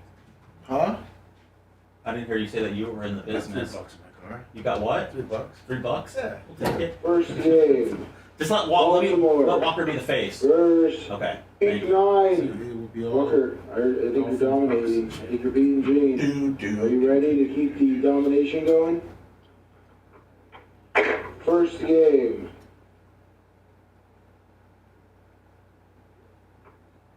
Here we go. Wow. Gene, are you in here? Yeah. John Kostika, $500. Lasker and Seth Money Fridays. Thank you, John. Johnny K. Man, Johnny K, you the man. I love you, Johnny K. Does he got a head on the wall? Yeah. He's a Hall of Famer. He's a Hall of Famer. He cooked the pig last year. You remember? Yeah. Oh yeah, man. We're doing the same thing this year. Yeah, I'm gonna get some rest now. I appreciate it, Nats fan. Thanks, Jake. Yeah, that's first thing because he was running late on that hog. And then when I got some, I said, well, give me Seb's portion too. He don't eat that. Yeah. I don't. Bubba let me skip the hog roast last year because it wasn't my thing. Well, it's Jewish people don't eat pork, right? No. So I knew that. Yeah. So I told him to. Can you eat? Can you He eat? looked at me like, you don't eat Seth, can Jewish people eat like chicken? Yeah. It's they eat just, everything is but it just that. pork? Yeah. Oh, okay. My wife is not Jewish, but she believes in God enough more than the Jewish side that she don't eat pork. So she's Are you Christian all pork? Jew. She's Christian Jew. I don't eat a lot of it, but Listen, she's Christian Jew. she's one of God's people. Say it, Christian Jew. She's chosen one. Yeah, she reads the Bible every day. Every day. Thanks, Carlton. Every Love you, man. single day. I'll take it, Mike. She says a prayer before she touches food. Every What do you single do? time. What do you do during I this? was Chad. Huh? When she's saying her prayer, what do you I do? just sit still. Thanks, Lou. You shut your mouth for once. For once. Yeah, well, I don't do that. Put it on display at the store. But would I ever tell you the story in the beginning? Oh, we're on air. I can't say it. No. I'll have to tell you that. Yeah, tell me on the air. You need to get ready for your picks, bud. Thanks, Felix. Well, I got it written down. You need to get ready for your picks. Thank you, BLN. I appreciate it, guys. I try to take the positive out of the situation. I'm gonna tell you right now, we're gonna do what I told you, Seth. I'm honestly, Bubba, I'm not even lying. There was 4 people yesterday that I talked to. I can think of, honest to God, 4. I can think of 4 right now that I could get capital. I just don't know. I don't know business. I know, but Brian does. I know. And Tom Bean does. And you get Brian. And then you don't need to know nothing. Yeah, you just need to be that. You got any of them 2 guys? All you need to on your be, side? Seth, is the talent that has ownership of the company, and You don't even have to think. Just do what you do. Yeah. that's all you got to do. You got to get it capitalized. You got to build a studio. You got to capitalize it. You got to have a X amount of product to break, and I'm gonna talk to Brian about it. Okay. So I'm gonna do Lasker, Walker. All right. Then I'm gonna tease. Then I got these 2 stories. Okay. And then I'm gonna tease Leah. You have that website, right? Yeah. Okay. Did Macho hear us? Thank you, Tina. I'm back Macho, full man, time. is there a way that we can have like privacy at a moment? No notice, like, hey, shut us off. No. You have to go outside. During the break. No. No. Man, I'm telling you what. I know. I want to say stuff. You got to text and all that shit. Oh, it's too hard. Thank you, Impala. Thank you, Dave. Thank you, Jason. Sorry I can't get to everybody. I appreciate all the support, guys. I won't be looking as tired, and I'll be here 5 days a week.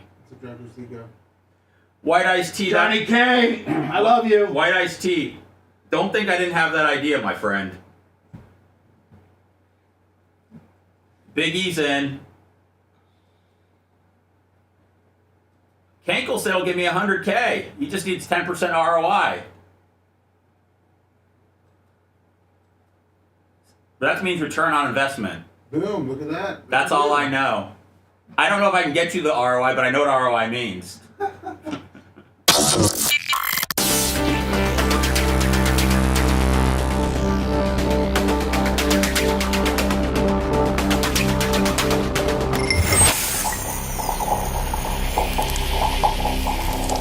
Power Screen of Florida. Rock solid and rugged quality. Power Screen of Florida, the experts in design and manufacture of crushing, screening, washing, grinding, and recycling equipment. With locations in Florida, Georgia, Texas, Dominican Republic, and Central America, there's got to be one near you. Real simple to get a hold of them, my friends. PowerscreenFLA.com. Power Screen of Florida. Rock solid, rugged quality.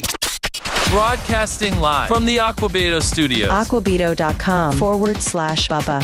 It's the Bubba the Love Sponge Show. So humbled.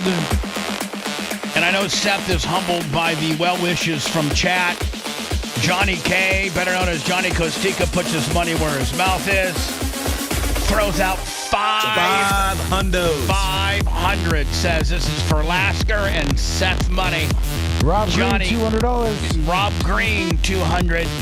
Johnny K, the steel slinging madman from Valpo, Indiana. Costico cards and more. Oh. Okay. Costica Cards. Let me. Leah's here. Make sure Leo will have you probably in the studio about 9:15, 9:20. She's in the chair right now. That's all right, Brady. We don't have a green room. We have a chair now. Yeah, Gene, we do. The bench press is where the green room used to be, Gene.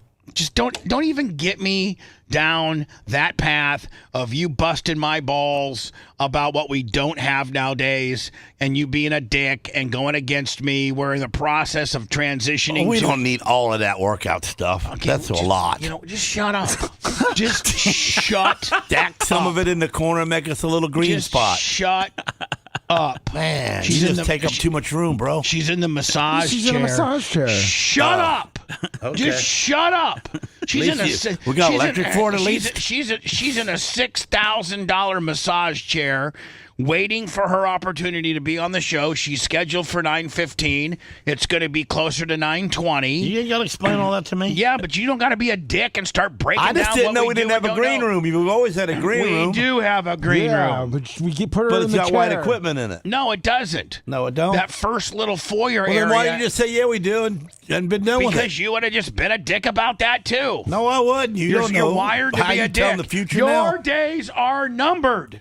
Oh, no. Vacation City, here I come. No, fired city, here I come. Yeah, that's what I'm saying. I can't take it much longer. I know, but then when you can take it, you knock on the door and say, come on, buddy. Glowbug says it's Lee. Because Glowbug's dealt with her, so I guess Lee. it's Lee. I thought it was Leah. Corey said that the next studio, the guests are going to have to sit in the parking lot before they come on the show.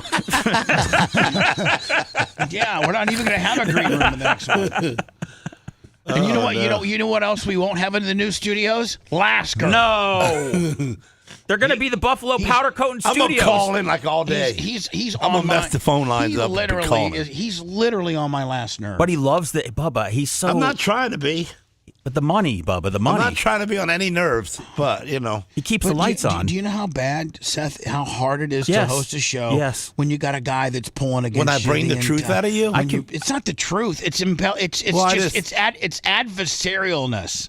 Do you have to get on the air? I don't know what I have to do. If I was an air student, I'd have did this from the beginning on April Fool's Day too, but I didn't. Yeah, and I'm not. So you taught me everything I know. So blame yourself. So the guy that knows how to do it's trying to execute the format, and you're just screwing with me. Are you messing with me? Or are you nonstop. trying to teach me something? I'm trying to tell you to shut up. See, try to teach a little bit more, and help me. Lummy. Ralph, $50. Lummy, what do you think about? You're going to lose your job over him, Lummy. I'm going to tell you that. How about Lummy? How about I? You can't fire a 4-screen guy. Dude, there's no way. He's never firing Lummy. Lummy knows it. He's got 4 screens. Lummy, hierarchy 250. Seth is great. Not Lasker. Oh no, Lummy, what do you think about the situation? I put that last part of myself. With Gene? What do you think about do you think Gene wears Bubba out? With Gene, I'm gonna have a very long conversation with him after the show. Lummy, you've known me for how long? Yes. And can you feel the adversarialness? I give him everything a look. I say. He does give me the look. Everything I say, he combats me with. Yes. Hey, Gene, what does that mean? I combat him. You debate him. I debate him. Debate. Try to get me off track. Try to. Well, the people want to know that. No, the people don't want to know. Well, they're saying it on chat. Jesus Christ. So I got to take his chat away. Gene, Lummy said that whenever you call him, it's just to talk about how great you were on the show that day. It is. Is that true? Gene, don't lie. Gene, don't lie. Okay, Gene, I'm not gonna lie because me and Lummy had a talk about this yesterday. Yeah, you know because I really chewed him a new one when he come walking in my shop. Hey, Gene, I was hot. Gene, you answered your phone call right there too. By the way, you're talking to somebody. Okay. You are such a goddamn Somebody boomer. was talking to me. He is such a boomer. But anyway, oh my God. No, I don't. Sarah. I don't pray. I don't call Lummy up and say, "Man, I did a good job." Sarah. I said, "We did a good job." Sarah. It was a great day. We made plenty of money. We got the thumbs up. We broke some records. Sarah. I'm proud of Sarah. hanging out and doing good. I'm proud of doing good. Sarah, this is Bubba talking to you, and I love you to death. You absolutely saved Gene's life. He has been a wonderful man. He's your husband. He's your king. He's a great dad of Coben. I love your son to death. Can you help me? I'm not. Can you help me get him to understand. There's no putting this back in the toothpaste thing, Bubba, as they say. I know. You know, putting the poop back in the horse. Whatever they say, there's no Gene's out, and he's free, and he's only going to become freer. Oh my Man, God! I didn't make Gene Lasker. It ain't easy being him. He just that's that guy. And you know, Sarah, knew what you got when you got him. Can you explain to him that when I'm doing a show, I got a direction that I'm headed, and he completely he comes up with just negative leaning or skewing or trying to bust my balls. Oh, I'm not negative. Oh boy, you don't got. I just got a different outlook at it. Hold on. Let me see if this isn't exactly how it went down. Oh, we don't have a green room anymore. We got a bunch of stupid equipment in there, so we ain't got no more green room, huh? People got nothing. That's so I get on the air. I talk about our guest Lee from Creative Loafing is going to be on about 9:20, and that she's in the green room, and then Lasker starts breaking down the lack of green room, which he's not even right about, and it's just adversarial nonsense when I could actually be doing good programming, like Walker versus him, and what we've now, the Gene versus a 4-year-old. And it's just I'm 9 minutes into you derailing the show. You derail me. You rather than to go with me. We're making money, so on or off the rail, we're making it. You adversarially derail. Single-handedly messed my shop up. You're out of here, Lasker. Get out. Well, I mean, I'm close to that. I'm close to saying I don't need you anymore, Bubba. No. He's good. He's locker. We need him for the locker room. He brings us all together. Yeah, he's not though. Well, we can't all be the same. Yeah, but if hold on, if you're a good locker room guy, but the coach hates you. Okay, but if you knew your equipment, you'd shut me off. All you gotta do is hit that red button, and I can't make a noise. There you go. What a unique relationship you guys have. Oh my God, I want to fire him, but don't fire me. But there's been enough firing lately, Bubba. Just let the man have it. When I get up at 4:00 in the morning, I wish you would. Yeah. Okay. Well, but I'm fine after 6. Once that monster kicks in. Second one. That's the second. Oh my God. All right. So here it is. We're week 9. Lasker versus Walker. After that, we'll do some commercials. We'll have Lee from Creative Loafing in. Lasker doesn't even know what Creative Loafing is. It's a magazine that talks about the nightlife and the entertainment portion of Tampa, Florida, which you've never read. I don't know that you know what? Even your son is calling you out on your skill set of reading. So I just don't understand why you're such a dick. Here's a Chinko, $100. You're just such a dick, bud. Can you de-dick yourself a little bit, or I don't think you can. We've had this constant argument. What do you want me to call 988? No, I don't want you to call 988, buddy. They'll hang up on you. Yeah. Hello, suicide hotline. Hey, this is Gene Lasker, and we've heard about you. See you later, buddy. You're not savable. So let me week 9. I got to quickly get through this because Lasker is now 11 minutes. Taken 11 minutes. You have taken 11 precious minutes of nonsense. Okay, go back 11 minutes. How much money we've been sent in? It doesn't matter. John Costica didn't send in $500 because he wanted you to fight me on our green room parameters. But he didn't send it in there because I wasn't here either. I'm sorry for coughing, Bubba. I was coughing. Shut up. I'm coughing. I'm quitting. You're coughing. I'm quitting. Bubba's quitting? If I quit, you're not. If I quit, then there is no. Yeah, why you got to throw in the towel when you just got tackled once or twice? Bubba's gonna go oil the sleds at Warsaw High School. Yeah, I'm gonna do something that I don't have to deal with this baboon. And you know what? He has baboon qualities. He really does. Okay, All right, let's see what Walker's first pick is. First game, Baltimore versus the Dolphins. Who do you got? Who wins? Yeah, that pick. Oh, the Dolphins. But you got that one All right, wrong. you got the Chicago Mighty Bears versus the Cincinnati Bengals. Come on, give it Who to do you us. got? Give it to us. Give it to us. Smacks them together. Please. He smacks them together. Please. Oh, the Bengals are going to beat the Bears, huh? Oh, man. All right. I call them the Chicago Oh, Minnesota. versus the Detroit Lions. Smacks them together. Who do you got? Smacks them together. Detroit. Picks Detroit. Good pick on that one. Carolina at Green Bay. I don't think he likes Who do Green you got? Bay. I don't think he likes the Packers. I had to talk with him. What do you tell him? There you go. Hold on. Stop picking losers. If you can, hold on. You obviously have the skill set to communicate with a 4-year-old, right? Yes. Yes or no? Yes, it is. Then you have the skill set to communicate with Lasker. You better start doing your executive producer duties and leading him down a different path that he's headed now, or you're going to be fired. All right. I'm going to fire you too. I will lead him down the right path. Follow me, Gene. You've got to do something here. You can see how frustrated I am. Yes. You've got to have a talk with him. I will. Maybe I need a couple more screens. The Green Bay guys. Good job. You The pick Chargers Green Bay versus the Titans. Who wins? Be smart. Be smart. Oh, he's Yeah. All right. He is pretty smart. Chargers win.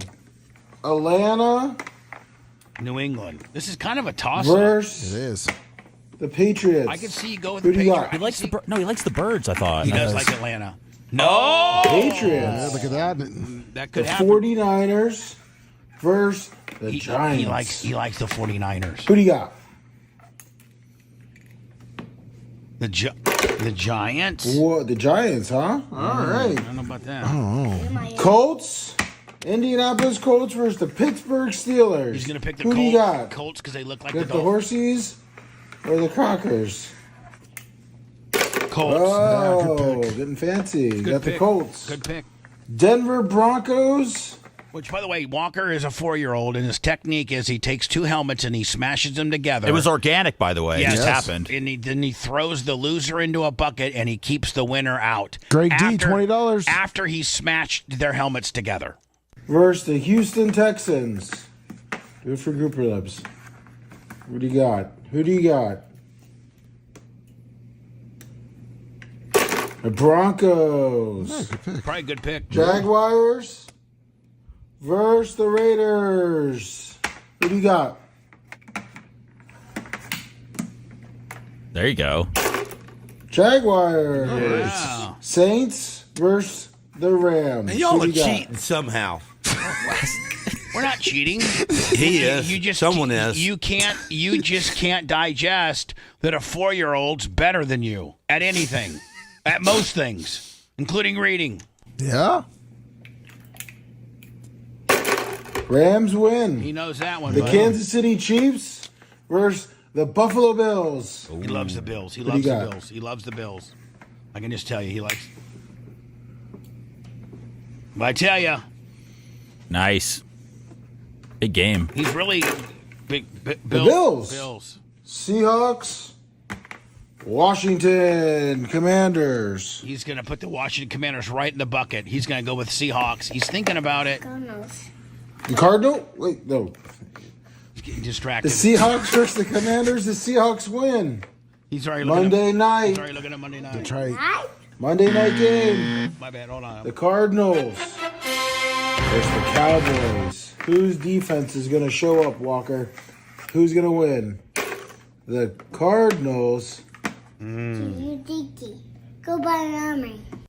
Go Bubba Army. There you go. All right, Gene Lasker. Time for your picks now.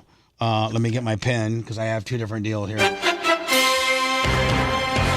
luck, Gene. Chicago at Cincinnati. First of all, Gene picked Baltimore, so he's Yes. already up 1-0 on the 4-year-old. He's feeling really. Maybe that's why he's so arrogantly cocky today, because he knows he's 1-0 versus a 4-year-old. I didn't think I was being bad today. Yeah, you're being. I mean, the green room got me over the edge, huh? Mm-hmm. Just your inability, just your Inability to what? To conform, which you don't understand any of that. Chicago at Cincinnati. Chicago. Thank you. Minnesota at Detroit. Detroit. Carolina at Green Bay. Green Bay. Chargers at Tennessee. Chargers. Atlanta at New England. New England. Boy, I think you and Walker might have compared notes. I think you wrote all Walker's picks down. San Fran at the Giants. San Fran. That's a good one. Colts at Pittsburgh. Colts. Denver at Houston. Denver. Jacksonville at Vegas. Jacksonville. Saints at Rams. Rams. KC, Kansas City at Buffalo. Kansas City. Seahawks at Washington Commanders. Seattle. And Gene sounded good this week with his picks. Yeah, it's because Sarah texted him to him. And Arizona at Dallas on Monday night. Dallas.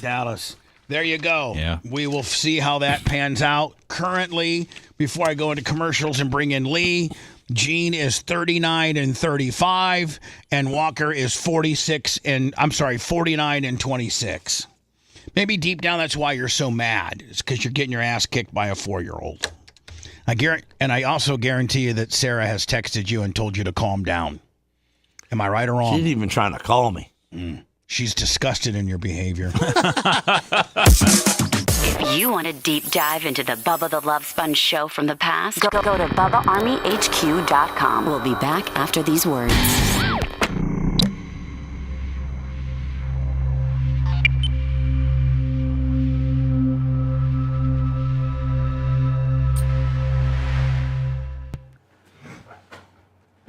Oh, but did you cut these Omaha steaks?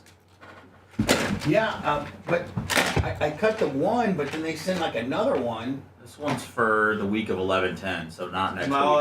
Yeah. So I need to cut it today. You don't have to do it today, but you can. And then those mid rolls, just fucking put them. I did. Did you see I emailed? Yeah. They want 3 mid rolls. I know. Do you know? But that's 5 commercials. If say we do a 30-minute podcast, that's 5 commercials at a 30-minute podcast. You need to tell them that. I'm talking to Gentry today. I'm going to talk to Gentry before I start getting more worked up about them. Yeah, I think you're right. Yeah, I'm gonna explore that because this is just you can't. Because we could be done with them.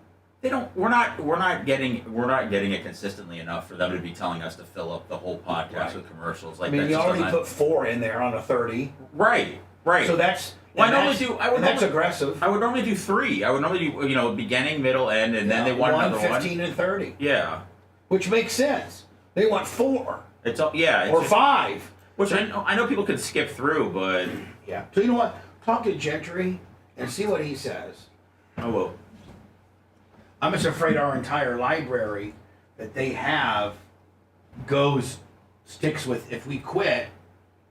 And I mean, we'll always have the printout of our numbers. I know, but we would just be shifting. But at that point, they could be selling that, and we not get a cut of it if we quit them. No, they wouldn't sell. They wouldn't sell any old. I mean, they couldn't. Old podcasts. I don't know. Let's talk about it. Okay. Talk to Gentry about it. Tell him our dilemma. I will. What up there, merchant?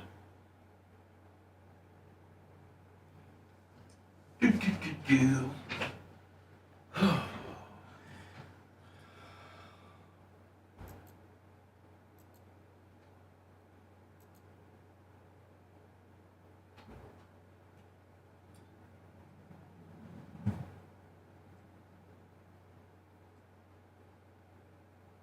I get to go trick-or-treating with my family instead of sitting in a SpongeBob costume watching my boss open cards for 6 hours tonight. Who probably sucks at open cards compared to you? He's got no personality or energy. He's got a dark energy.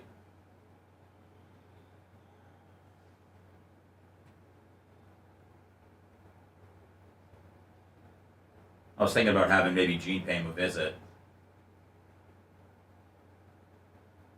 Yeah, that would.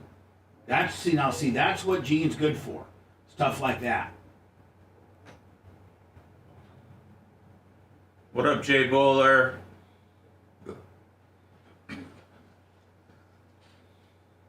What up, Redneck? Thanks, Triple Chin.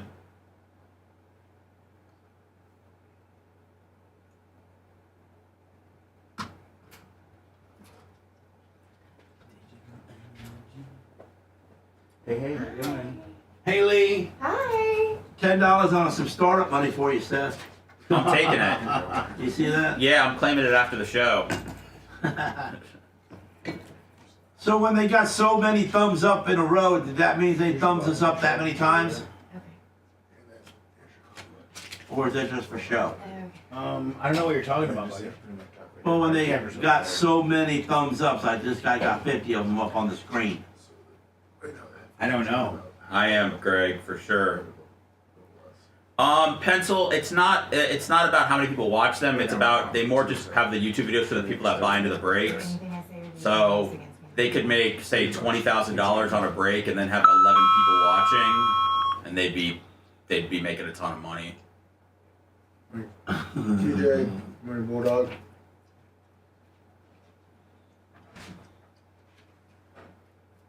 Hey, Gene. Yes, sir. Next. Well, that's a neat venue, Lee. We're looking into it, Daddy Smith. Oh, thank you. Where's that venue at? St. Pete? Downtown St. Pete. Seth, are you familiar with this venue? Yes. That's where was that next to Dad's? It was. Yeah, that's it is. yeah. But it's next to what Dad's. I have a trailer. Is Dad still there? They just went out of business. What happened to Dad's? Tampa one went first, and then St. Pete went. Yeah, I think they were. I think they were just done. I'm guessing. I mean.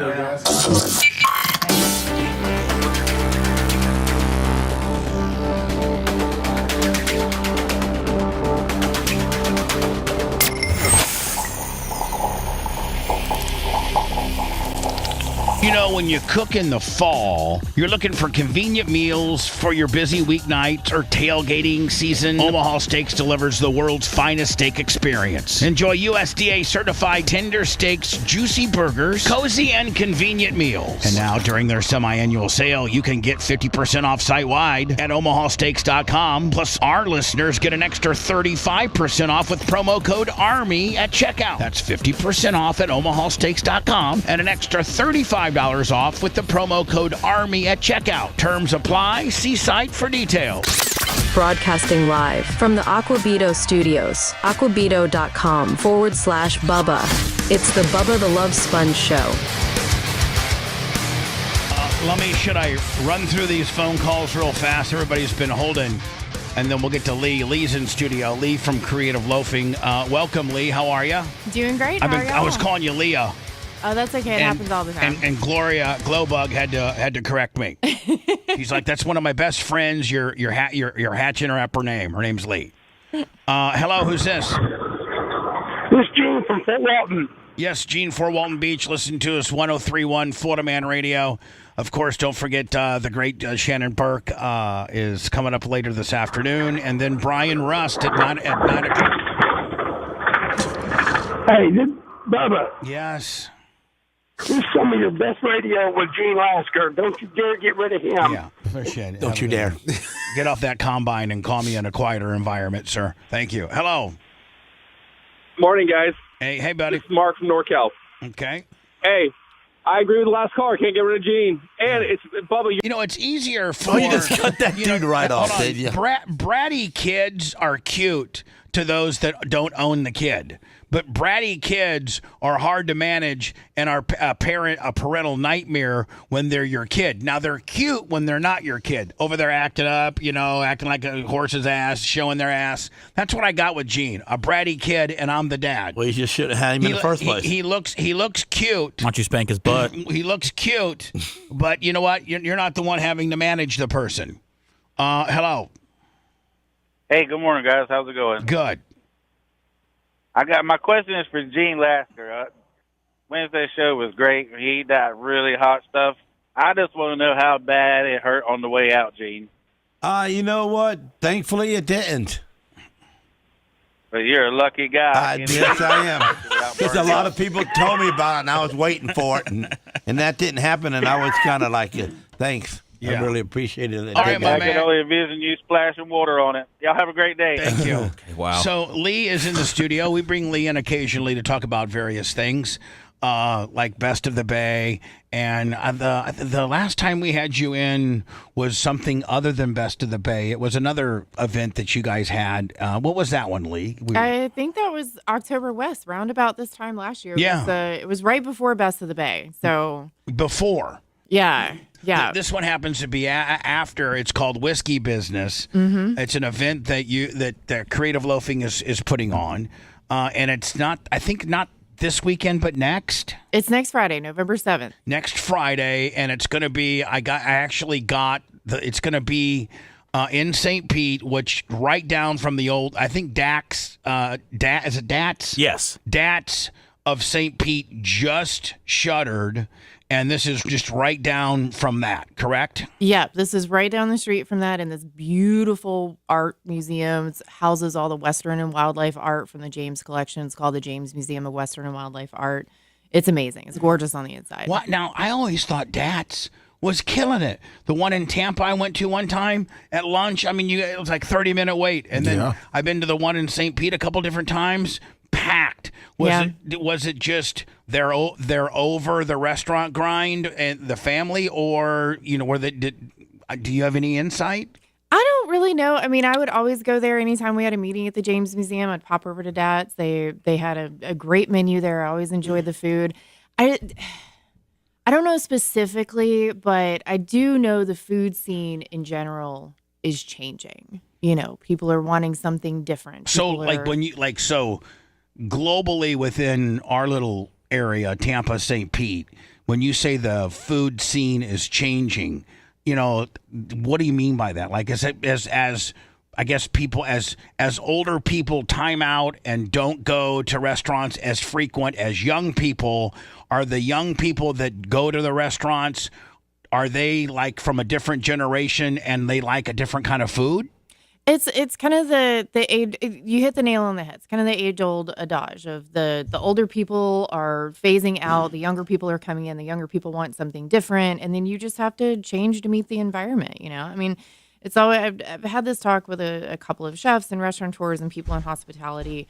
The younger generation is looking for something different. Is the younger generation they've been so entertained by video games and been so overly stimulated by things that, let's say, my generation didn't get, that a restaurant has to be overly stimulating for them to want to go to? And again, I just ask you this because you are, one of the critics. You're one of the big sling-a-dees at Creative Loafing, and you got a pretty good pulse on about everything from whiskey to hamburgers and everything in between. You kind of have the pulse of what this city is wanting and what direction new startups are going. And does it have anything to do with the fact that the newer generation has had way more stimulation than us, the older generation, I would say? And, we were content with sitting at a restaurant that had good food and, not having 5,000 television screens and all this kind of deal. And when the food came out, it was great. We ate our food, we left a tip, and we told our friend, man, this place is great. It was word of mouth.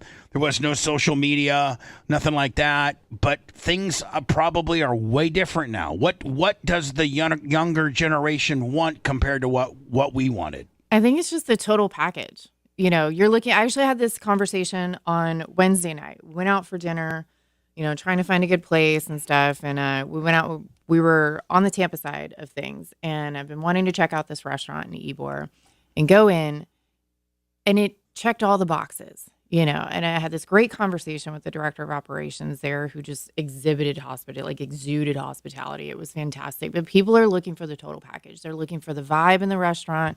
They're looking for something other than sitting down under traditional stuff. So, food might be, the quality of food might be third or fourth on their list of boxes, right? Dining is now a social thing. Like, you're going out with groups of people. I'm going out with all of my girlfriends. We call ourselves the Fab Six, even though there's 8 of us now.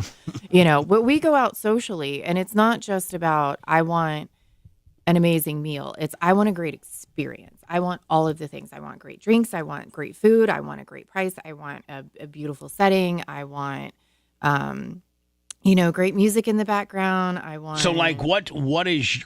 I know we're promoting this event, and it's going to be held at the James Museum, and it's all about whiskey, and we're going to talk about that here momentarily. But personally, on both, and people don't realize is that There's two different ecosystems with regard that bridge, the Howard Franklin Bridge, that 13-mile span of concrete is like kryptonite from people in Hillsboro, and like krypton, like there's two different distinct ecosystems of Tampa, Hillsboro people versus Pinellas people. Absolutely. And where's your like, without it being a client or anything like that, like where's your top one or two places to eat? I'm one of the very few people that will cross the pond. Well, you got to, because you got to know what's hip on both sides. Yeah, and also I love to eat food. I love to eat food. I think. Me too. Look at me. One of my favorite things to eat is a burger because it's the perfect bite in every single bite that you take. So you get like everything. Like I love smash burgers. Yeah, they're so good. It depends on. I'm the worst person to ask what I'm a full-blown Libra, textbook Libra. If you ask me, what do you want to eat tonight, or where do you want to go tonight? My first response is, I don't know. Where do you want to go? Because I'm a garbage disposal. I'll eat anything. I'm in the mood for sushi. I am always in the mood for pasta. I'm always in the mood for seafood.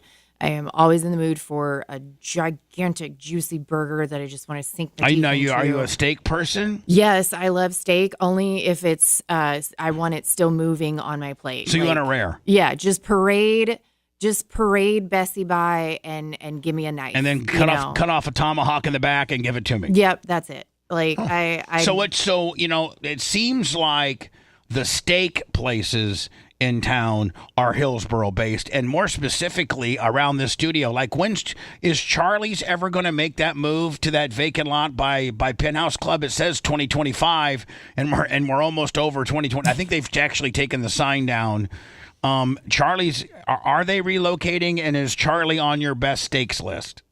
Charlie's is definitely on my best steaks list. I will always have a deep love for Burns, just because of like working with them for so many years with Burns Wine Fest. See, I'm not a Burns guy at all. I think it's a bunch of dude about nothing. Just Lee, don't get mad at me, but like I would much rather go to like Charlie's or Eddie V's. Or I've been to Eddie V's. I've been to Charlie's. Ocean Prime. Yeah, I've been to Ocean Prime. I did Ocean Prime when it first opened up way back in the day when I was a baby. You can't go wrong with Ruth's Chris. Yeah, Ruth's Chris has gave it. It's a chain, but it's like it'll do it for you. But you're a Burns girl. Well, it's only because of like my relationship with them. I've had the very fortunate privilege of being able to work with the family, work on Burns Wine Fest, get to know the staff. I've dined there myself, so I've kind of seen it from like both angles, and like I will tell you this though: anybody that comes to town that has done their research on where to eat in Tampa, it's almost like a tourist attraction. Absolutely, meaning like, oh man, I got to go to Burns. Yeah. But like, well, you know what? You need about 3 or 4 weeks gain time to even get. I don't even know that you can get reservations at Burns. You can still get it's a lot easier now to get reservations. They've worked really hard on that. But then they're offshoot like Haven, and then you have Epicurean right across the street. I love Epicurean. They're doing this. We have Burger Week coming up, and they're doing this really yummy crawfish burger but Burns designed thing. Don't get mad at me, Lee, but Burns will hurt that wallet. Boy, I mean, Seth cringes if he had to. I mean, Burns will. I mean, I think their sodas are $7. I'm just telling you, Burns will kill you. Bubba, the people on chat are calling you out for not mentioning that your favorite place to go is Texas or Longhorns. Longhorn. Yeah, but Longhorn, she's gonna laugh at me. Well, I know that's why. I'm not gonna laugh at you for. Look here, I have plenty of nights. I'm a Longhorn. The baby back ribs or the chicken parm gimmick.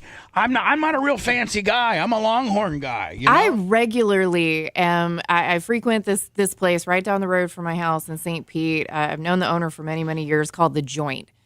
And it is, if you've never been there, it is phenomenal. It's super, it stays open until 3 a.m. The kitchen stays open until 3 a.m. Where's it at? Where corner?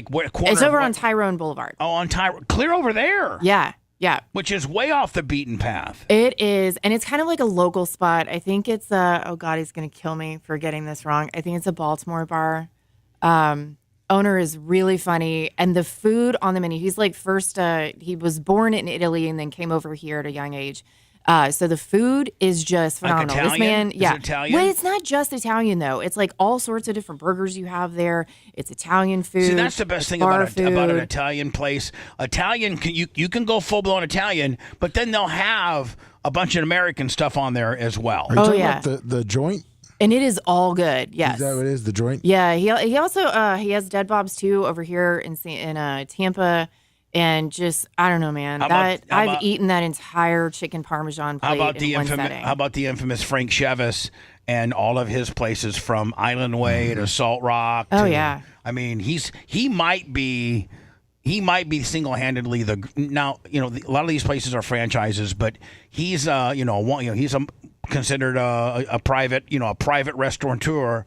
He might be the best. I mean, him and Jeff Chiragante, but Frank Chevis and Salt Rock Grill, it's tough to beat that. You ain't beating it. If somebody if somebody said you got to either go to Salt Rock or Burns, I'm walking to Salt Rock before I'm driving to Burns. Yep. Salt Rock's amazing. I've been there quite a few times.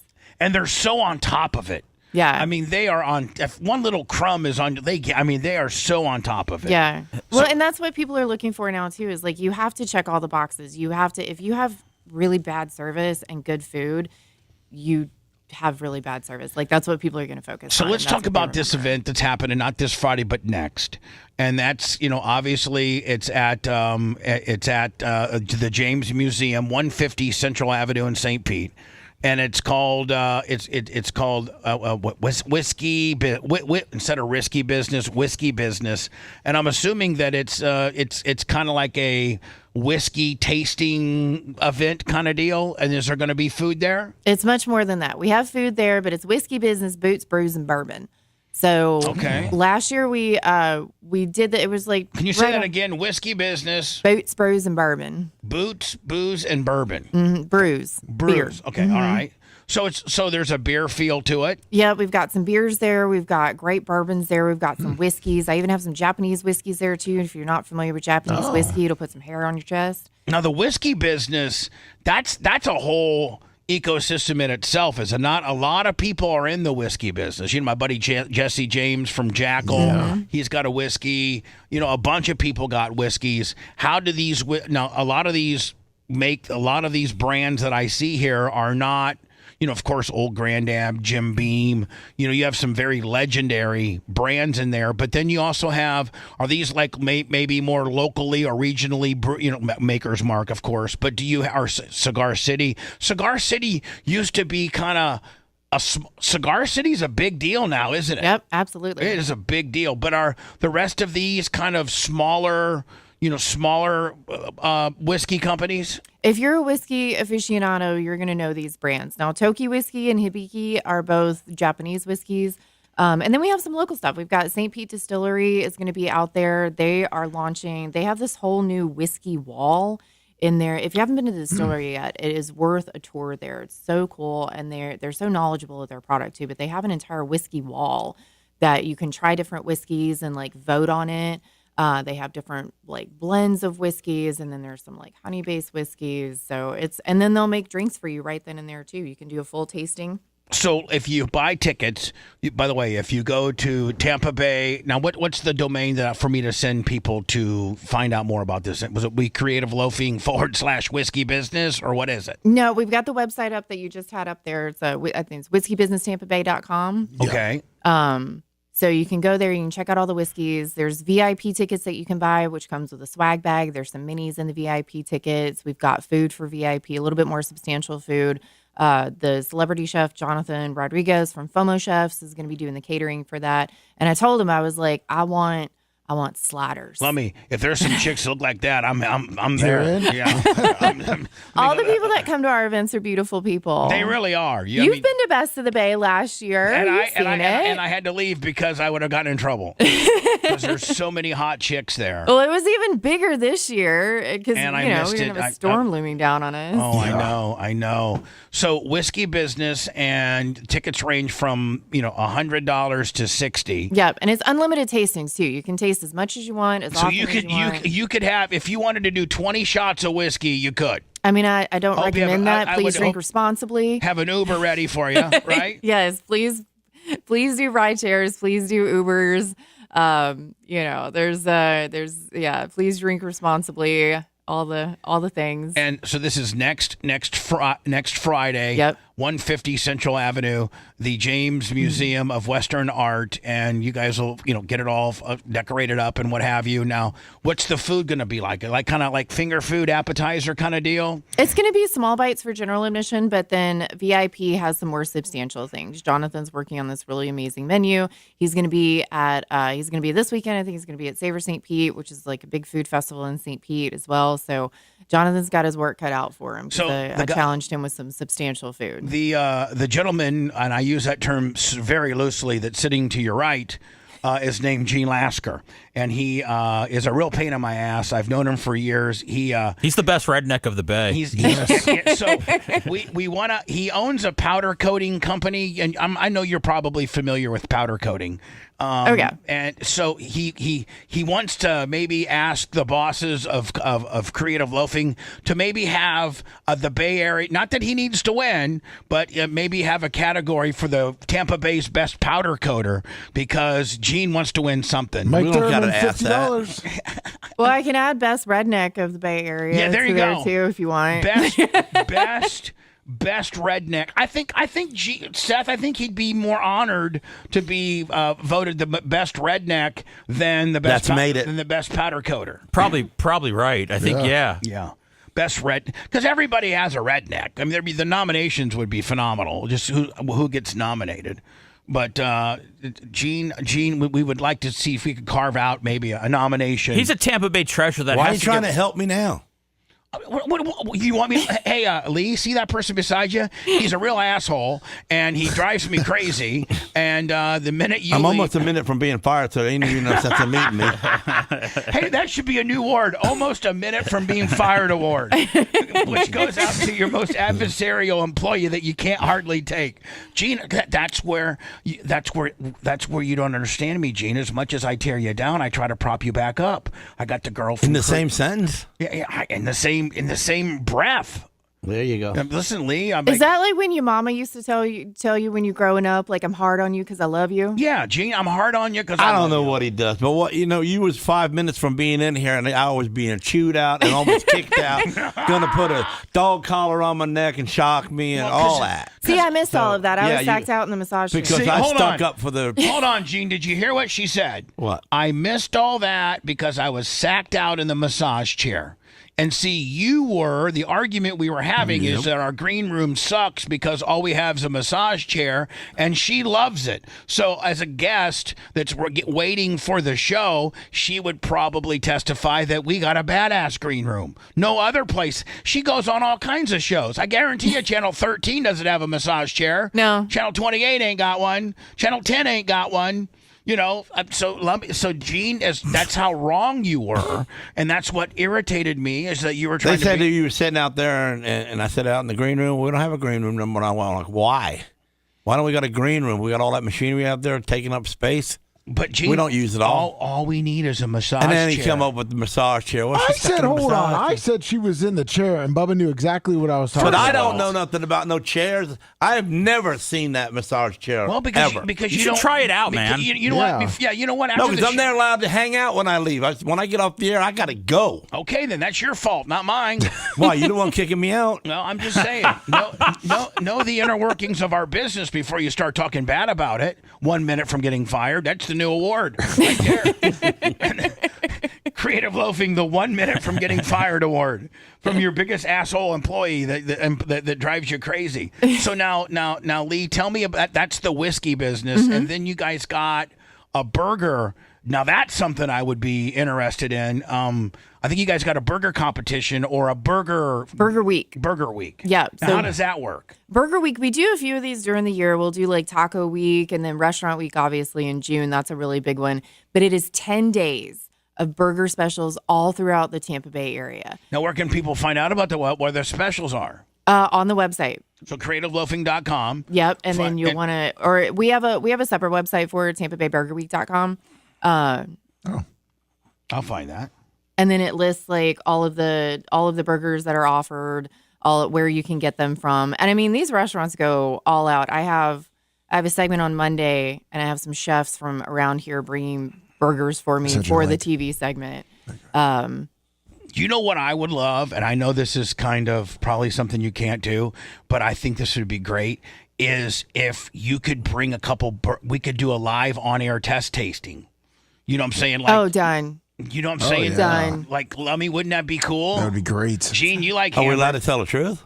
Well, no, but Gene, you I mean, could. she's bringing the burgers in, so we got to tell them they're good. I know, but Gene, you might want to temper your response so that you don't hurt somebody's feelings.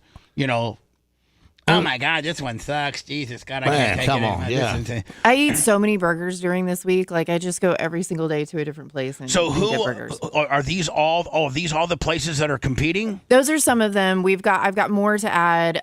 So some of them have come on board this year. Some of them are, How about the burger dudes that got the gold in it? Yeah. What is a golden burger? Is that got gold in the burger, is that real TNT? gold. Is that TNT But we burger? tried it, and it's just like a little food truck. We thought it was a restaurant, but it's a food truck with cats underneath it. And we asked for the gold burger, which Gene, I think $100. It's $100. And One burger. And they didn't have the gold flake the edible gold It's the flake. same got gold flake that's in Goldschlager. I'm having flashbacks to college in Goldschlager here. So this is like. Well, this is what this one is. I don't think it's got Goldschlager in it, but it's got the gold in it. They got it's TNT Burger. They got a real building in South Tampa now, across from. Yeah, that's why, because they had the burgers over there. Okay. In Tampa. I have we to go didn't have check them. them out. Hold on, yeah. Lee. You might want to get a hold of these people to see if they want to be on Burger Week, because look, so this is the one that me and Gene went to, and it's like an outdoor deal. It was a big I will pop tell you. tent. I will tell you this though, Gene. They had a good hamburger. They had a good hamburger. They did have a good hamburger. Now we wanted the Gold Flake Willie. Like they had this one that's Gold Flake, and it's $99, but they were out of the Gold Flake, and they were going to make us go to the. But so Lummy, you're Go to the saying other one, they yeah. have an actual. Not just a food truck deal, but they got an actual a brick and mortar gimmick. Yeah, down in South Tampa, on Del Mabry. Yeah. So Lee so out of all the burger stuff I see here, I don't think any of these offer a burger. No, I think gold burgers. That's the first time I have ever heard of a golden burger. You need that. $100. Hold on, you need that to be part of Burger Week. So you need to go down there and hit them up for some advertising to be on Burger Week, and you know what? You can thank me for it. Done. They're single-handed only guy that does it. I'm gonna tell you right now, though. But if you look at this category right now, right here, buddy, old school. Oh, El Cap. Oh yeah. Oh man. Oh yeah. El Cap has saved me many a mornings. Oh. Right on 4th Street. Yep. Seth, I know exactly. You know exactly where it's at. It's an absolute institution. Mm-hmm. Oh. So anyway, Union. There's our boy Jeff Jarragant. Oh, you know what?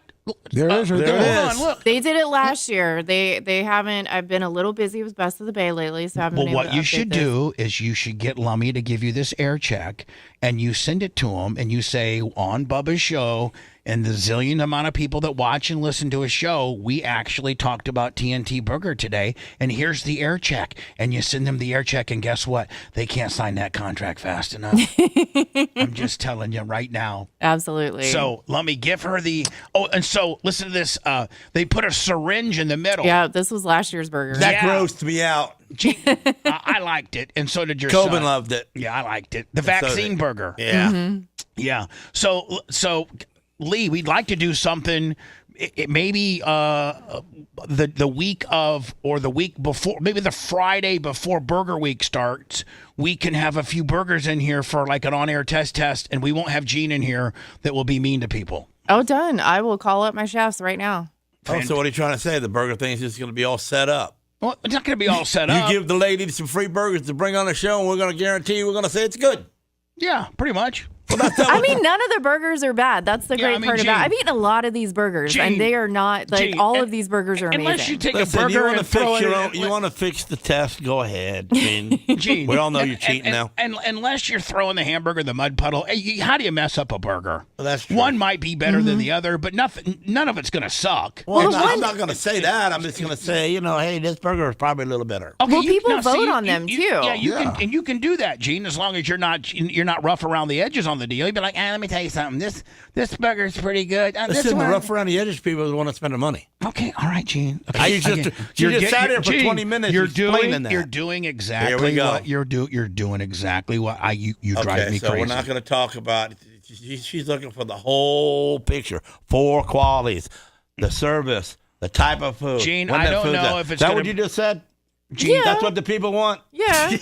Okay. She's like, what the hell's happening? Gene, I'm gonna need to start gentle parenting here in a minute. Yes, I think you might need to leave because he's like really a monkey that could go crazy at any time. Like nobody wants the truth anymore. I think you let Bubba. I was gonna say I think you let Gene be honest. I judged a chocolate contest with Drew Garabo back in the day, and he told somebody that their brownie was so bad they should quit making it, and it was like a kid that ended up doing it. Well, and things got very tense at the competition. So I think that if Gene gave it his real feelings, I think it would be okay. Gene, I think that you are smart enough to know that you could give. I'm smart enough to know you're not inviting me.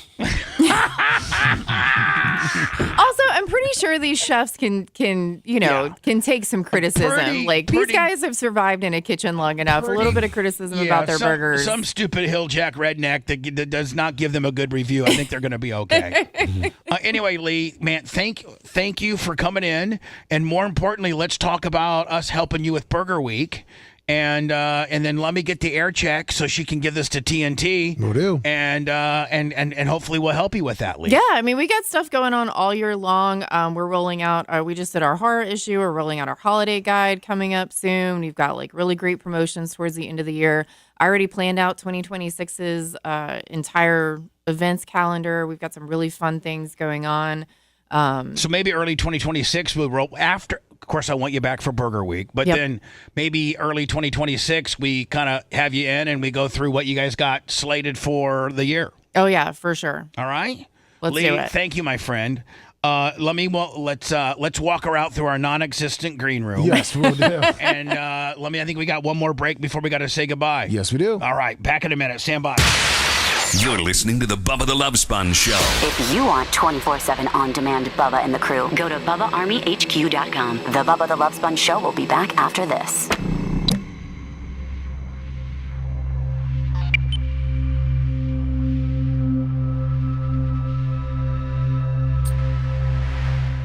It's like a Chinese paper. Yeah, it's like kind of like like a Chinese. It's edible. Well, dang it, I didn't have to go to Mazzaro's after last time we got Rice paper. Yeah, like a rice paper. And say, listen, we spent 10 minutes talking about you on here today. You didn't sign the fucking contract. I'll take my person. All right, well, good seeing you. Thank you. I brought y'all this. Oh, okay, thank you. Oh, is this a? That's bourbon. That's one that we got sent from Those Family's bourbon. Oh, okay, cool. So let's get you in for Burger Week. And Lasker's harmless. He's just. Oh, I love it. Are you kidding me? I love it. All right, thank you, Lee. I'll And then allow me to get you that air check, and then let's plan something for Burger Week. Do you want me to bring the chefs on? Yeah, I'd love to have we could they can use the kitchen if they wanted to get stuff ready and just do a burger taste test. Okay. All right. I'll Do it on a Friday, so it's like the Friday before it starts. Yeah. So we could promo the next week. I'll call. Okay. Yep. Thank you, Lee. Thank y'all. Bye now. Fucking Lasker's a hoot, isn't he?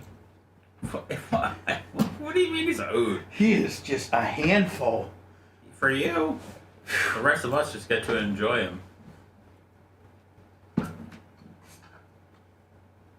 You gotta let Lasker be honest, man. Okay, I'm gonna talk about this on. Love you, Mike. I'm gonna talk about this on our way back. I'm gonna say, Gene, you can be honest, but when you got the client in here, there's a certain amount of belly rubbing you gotta do. You can be honest when we're in the game, playing the game. Right. But you can't scare them before they get to the game. You know what I'm saying? So, Gene, we're going to end the show. I'm going to give you a little. It's going to be funny. Okay.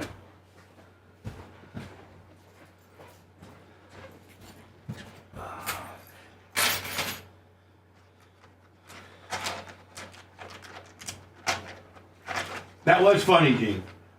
What was? Just your interaction.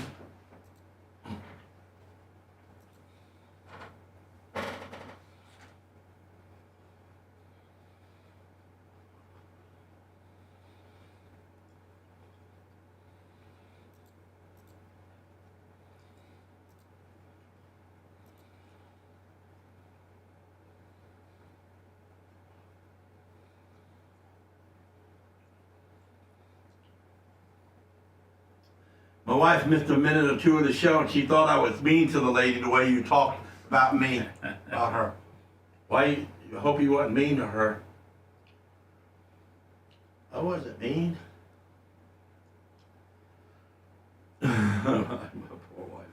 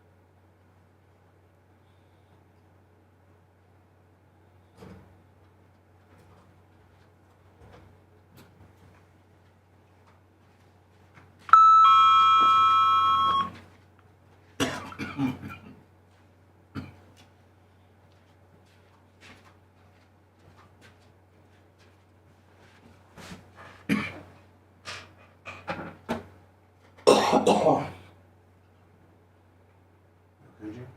Need some more? Terrestrial radio. Currently.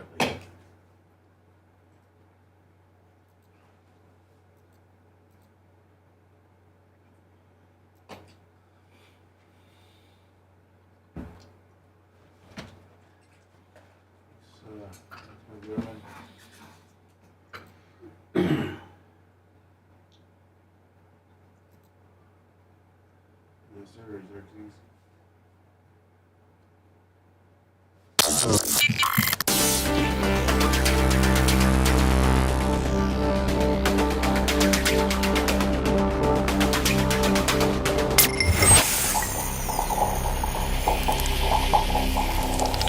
Broadcasting live from the Aquabito studios. Aquabito.com/Bubba. It's the Bubba the Love Sponge Show. So before I end, Gene's is going to probably think I'm going to rip him a new ass, whereas I'm not. I love you, sir. I got to go to a... I'm very proud of you, Gene. But here's, For what? Now you're proud of me? Let me explain. Shut up. Okay. Let me explain to you what I'm talking about. Oh, we got front page of Twitch. Oh, yeah, they'd sent me a notice that we were going to be on the front page. I didn't even pay any attention to it. I'm like, who cares? Twitch, you so screwed the pooch with us. We started our online streaming, trek with you. Mike Durman, $50. $50. Thank you, Mike. And you guys just completely woke yourself right out of our business. So, whatever. Thanks for the front page. Find us on YouTube. Yeah. Find us everywhere else. Yeah. Hey, if you're on Twitch right now, we suggest that you follow the show more so on YouTube. YouTube.com/The Bubba Army. They didn't cancel us I don't know how many different times for a doctor's opinion of COVID. So, Gene, what I'm saying is this. I think it would be brilliant for you to be in during the burger tasting deal and being truly yourself. But when you have the client here that could potentially set that up, you rub their belly a little bit before. You don't just start telling them that you're going to be a complete dick and cutting everything that you don't like down to zero. You wait till we're in the moment and then you pull that card. Okay. I mean, you kind of understand where I'm coming from. Yeah, that's why you're the boss. He's tired of your stuff today, man. He is. I think he's going to walk out and not even say goodbye to me. I hope you don't think I've been extra hard on you. What the hell, dude? Today, Gene. It's just that you've really frustrated me a lot, and your unfilteredness just really got to me today. But you know what? It's necessary for you to be yourself, and I think I can have. I think your wife will help me. So I'm good for another day? Oh yeah, we'll see you next Friday. Okay. Okay, and I'd like for you to be here for the burger tasting place. Yeah, I would. And I like for you, but we don't want to tell the person that's putting it together that you're automatically going to tell the burgers suck. No, I'm not. I mean, I'm just going to tell the truth. That's all we want, okay, buddy? That's it. All right. Love you, Sarah. Thanks Sarah, for calling me and settling me down. Sarah, I love you too for the things that I know you got my back. Thank you. And I know you know that I got a handful here. Seth, you know what? Let's have a conversation about what we were talking about earlier. Let's get that business going. If you got a few minutes. Yeah, sounds good. Lummy, I'm gonna recut the beard deal. Okay? And Okay. I think I got an Omaha Steaks deal to cut. Macho was seeing if you could do that for next week because he's got to run some cables back there. That last one you did sounded great. You bring some. Do what next week? Do the reads. Oh, so no. Okay, so we'll just do reads next week. If you could, yeah. Okay. Everybody have a good weekend, man. Go. Video Killed the Radio Star. Available on Apple TV, available on Google Play, and available on Amazon. And on Amazon, if you watch it for $4.99, you can leave a comment, and I hope that you do. Just rent it even if you watch it or don't. Appreciate you. Y'all have a great weekend.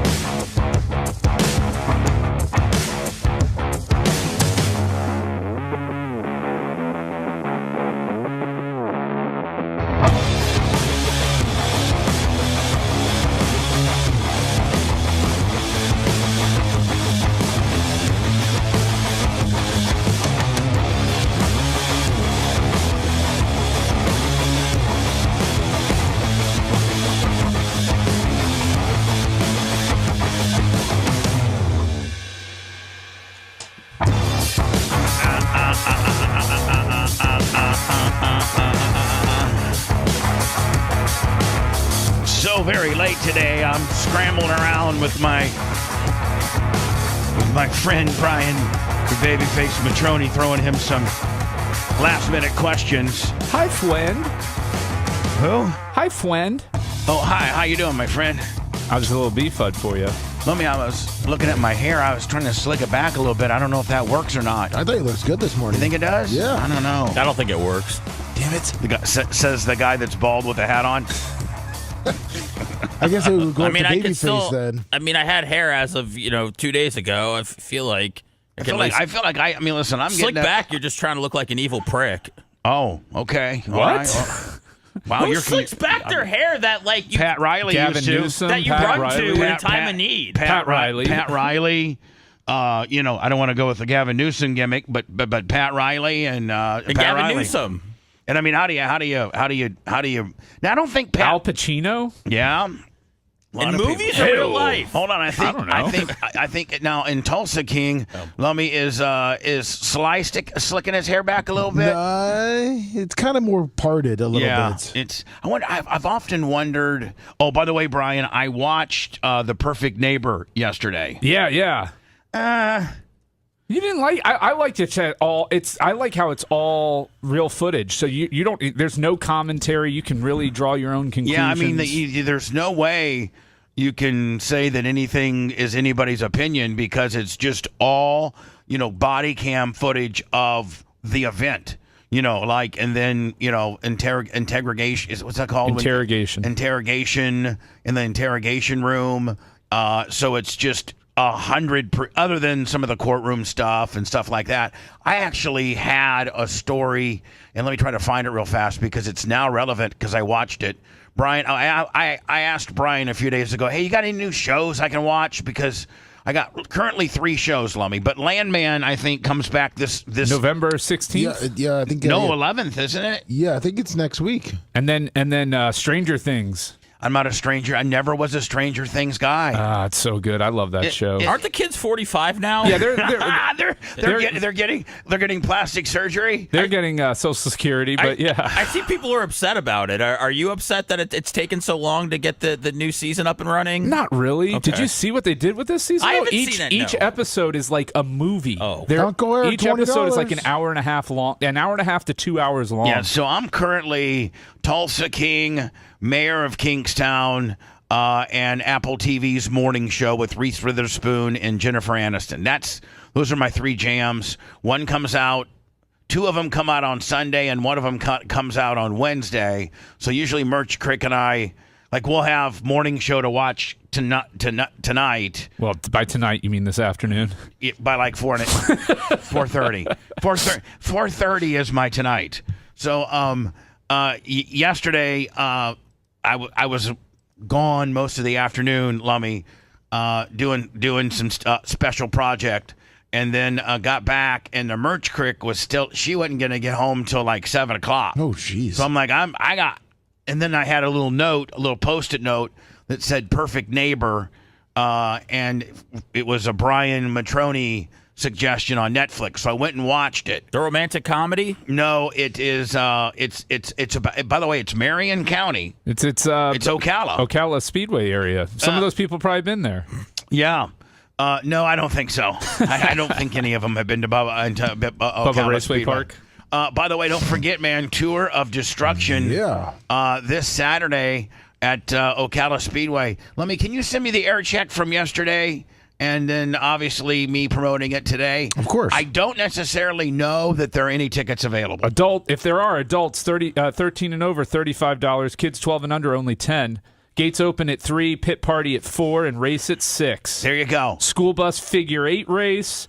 You got car crashing stunt, the demolition derby, and then everybody's war off I-4 dirty enduro, whatever the hell that is. Did they mention the jet car? Is the jet car going to be there? I don't know. This is a screenshot from Ken Snyder to me because I asked him where he was this week, and he said, "This is the crap I'm stuck doing." The jet car will be there. It will be there. Yes. Oh, great. Ken's words to me were, "The real rednecks come out for this one." Oh, you have no idea. So the people that come out for racing are a certain class of people. Dirt track racing. That garners a certain audience, but then the Tour of Destruction, you will not see. By the way, there will be more people that cross through the Ocala Speedway gates this weekend than I would say almost any regular Saturday night races we have combined. The Tour of Destruction, Brian, they have to go to this bleacher rental place and order another 1,000 seats. I just think it's weird that it's brought to you by Bright Smiles Dental. It doesn't make a lot of sense. No, it makes a lot of sense. It makes a lot of sense because those people that go to this place need dental. Oh, no. Yes, and then they can go to Bright Smiles. Well, speaking of dental, Seth just went to a new dental place a couple days ago and had a little critique for it. Why is he cheating on our guy? No, who, McSherry? Yeah. Are you a McSherry guy? I'm McSherry. Oh, see, look at all the business I've brought. You probably weren't a McSherry guy until you knew I was. That's right. And I don't think Tom Bean and Gina were McSherry guys. No, I had the cheapest dental insurance in the world, and I kept having to switch dentists every year because dentists would sign up for it, and then they would immediately get off the plan because they got paid nothing. And by the way, nothing. your tooth game is on point. Yeah, I've got good dental. Well, that's the thing. I got good dental health. But then I went to these ones, the scammer. And they are like, "Oh my God, you need a deep clean, and we need to look in gum regrowth tissue." And the deep clean's a big one they push on you. Because they're full of it. Yeah. And I'm like, dude, I take such good care of my teeth. I floss twice a day. Right. You can just look. You can just look at you and see that your tooth game. Like I have. You know what? I'm fat, but I have. You know what? Even the people on Reddit who hate my guts more than anything and would hope that I get in a fiery car, would hope that I would have the same type of wreck that the UPS jet did yesterday. Oh, God. But you said they would say you have nice teeth? Yeah, I have nice teeth. I do. I mean, I'm smiling now. And I've never had braces. See, I've had braces twice. I've never had braces, but my mom and dad were really, really big on taking down. Tara had braces, but I never had braces. and I've always, like right here. Hold on. I got my floss right here. I floss it. I don't floss twice a day, but I floss once a day. I floss after lunch and before bed. I floss once a day. I brush twice a day, and I have a pretty good tooth game. The best thing, and Brian, I guarantee you're going to agree with me. The best thing about McSherry is he comes from the point of, let's see where this goes before he's trying to hard sell you on a procedure. Oh yeah, he's great. Like, listen, I'm looking at this crown that you got, Bubba, and I can see just an absolute hairline crack. Now, if you quit chewing ice like you like to do, we probably can get another year out of it before it ends up cracking.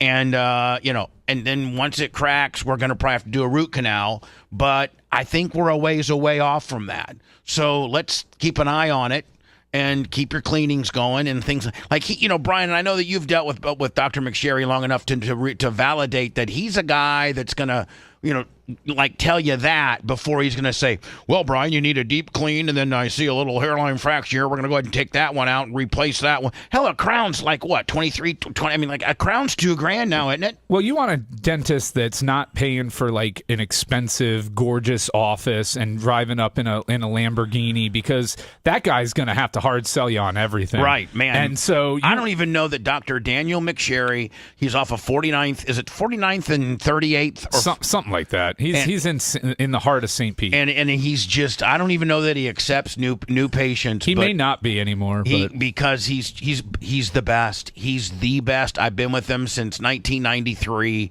You know who Mike Oliveira actually, Seth, turned me when I first came to 98 Rock. It would have been like 96 when I first got to 98 Rock and started working with Mike Oliveira. I needed a dentist because the Palm Harbor dentist that I was using was one of those upsellers. You know what I'm saying? Like, oh, you need this, you need that. And Mike Oliveira was like, listen, you need to go to a guy named Daniel McSherry. He's in St. Pete, and he's the best. He's the best dentist I've ever had. So anyway, I don't know how we got into the dental talk, but I don't even know if Dr. McSherry is taking new patients. That's how badass he is. You're badass, Brian. That would be like you saying, we're not taking any more cases here at Hunter Law. We're stacked full. We got a lot.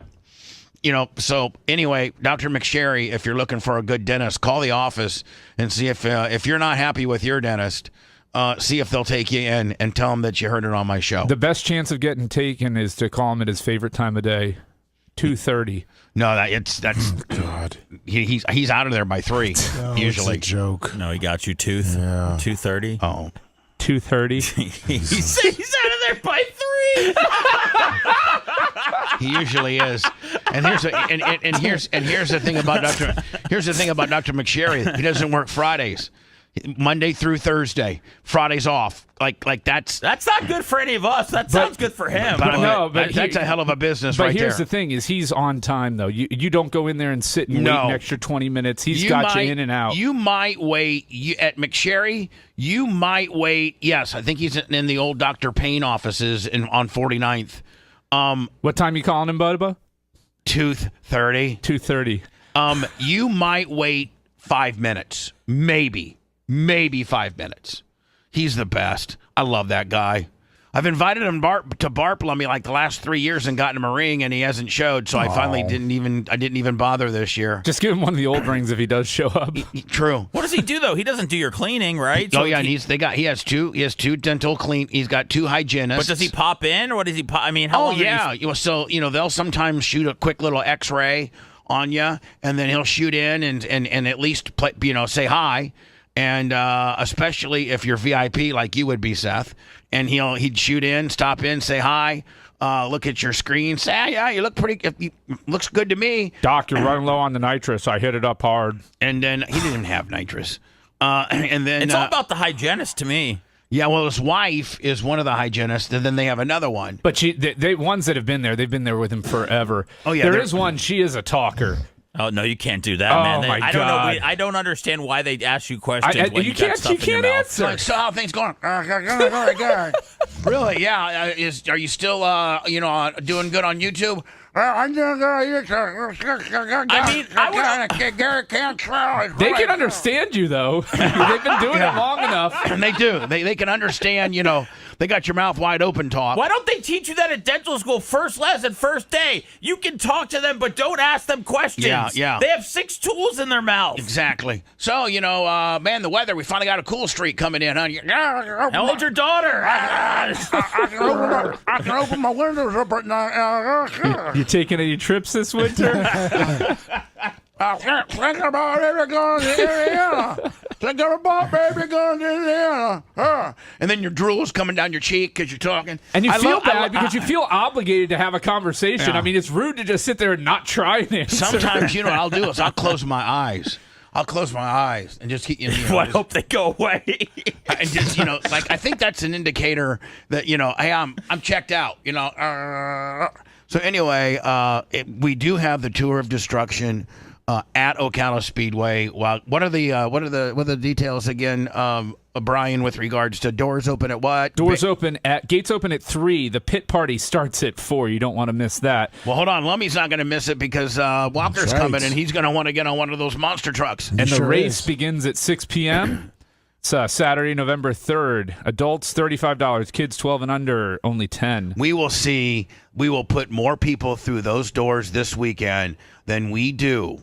We have about 8 or 9. We're down. We did so well in February, and we're doing so well with these monster trucks and these tour of destruction shows that we're really not racing a lot. Local shows, like we do about 8 a year. And you're saying you don't have time for the local jobbers when you're dealing with the big timers? I mean, here's the deal. That's what it sounds like to me. Listen, I speak gearhead. Every dirt track from Wendell to Volusia to Kinney down in New Henry, from the Wendell to the wall.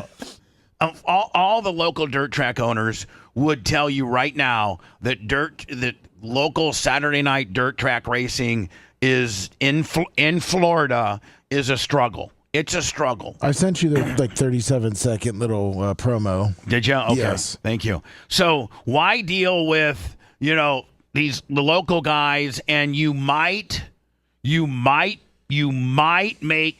a couple $1,000. You might if you actually get a good if you actually have if you actually have a good show.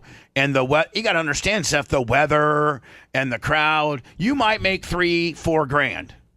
Or how much are you making off these guys? Or hold on, or 25,000. Yeah.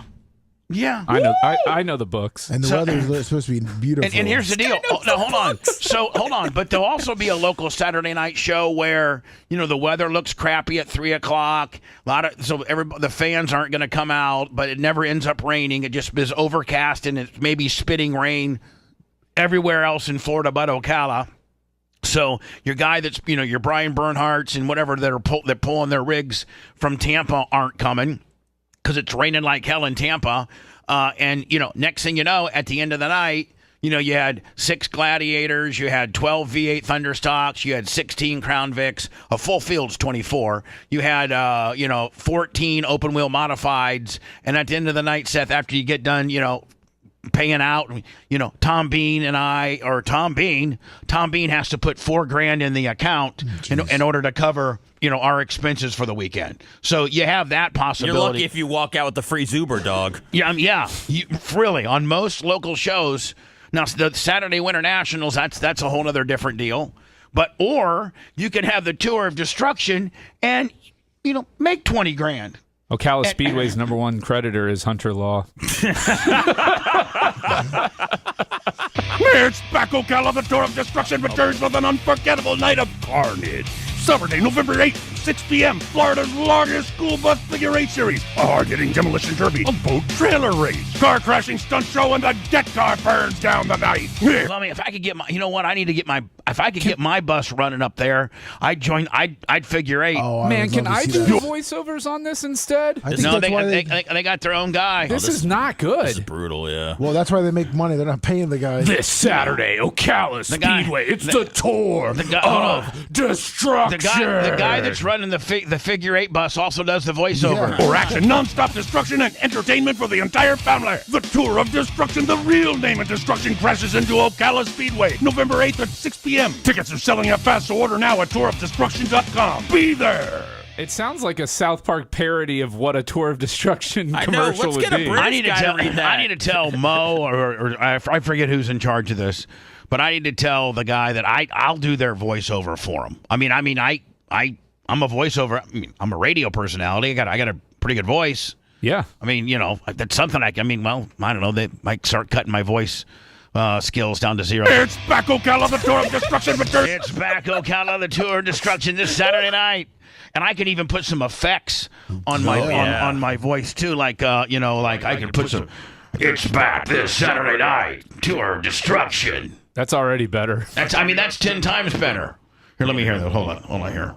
Boom. It's back Ocala, the Tour of Destruction returns. It sounds like a bad Ned impersonation. You know what it sounds like? It sounds like yes, it's back Ocala. It sounds like he's at urologist, and the guy just is now checking his prostate. And that very first listen to this. It's back. Oh my God! Oh my God! It's back Ocala, the Tour of Destruction returns. It's back Ocala, the Tour of Destruction. With an unforgettable night of carnage. An unforgettable night of carnage. Saturday, November 8th, 6 p.m., Florida. Saturday, November 8th. Largest school bus figure 8. Saturday, Florida's largest school bus figure 8 race. Series, a hard-hitting demolition derby, a boat trailer race, car crashing stunt show, and the deck car burns down the map. You can literally just go, It sounds like, you know what? Let me get Howard Dean. We're going to go to Iowa. We're going to go to Michigan. We're going to... Pure action, non-stop destruction, and entertainment for the entire family. The Tour of Destruction, the real name of destruction, crashes into Ocala Speedway. November 8th at 6 p.m. Tickets are selling up fast, so order now at tourofdestruction.com. Be there. I'm sorry. Here we go. Send this whole. I need this whole air check for Ken, so we can send to the Tour of Destruction guys. They were wanting to know if Bubba's going to promote it. I don't know why you guys want me to promote it, because we will not be able to jam another person in that place. But are you going to get in the school bus or not? If my school bus will run, I'll bring my helmet. You got to bring your own school bus? Bubba in the cream machine.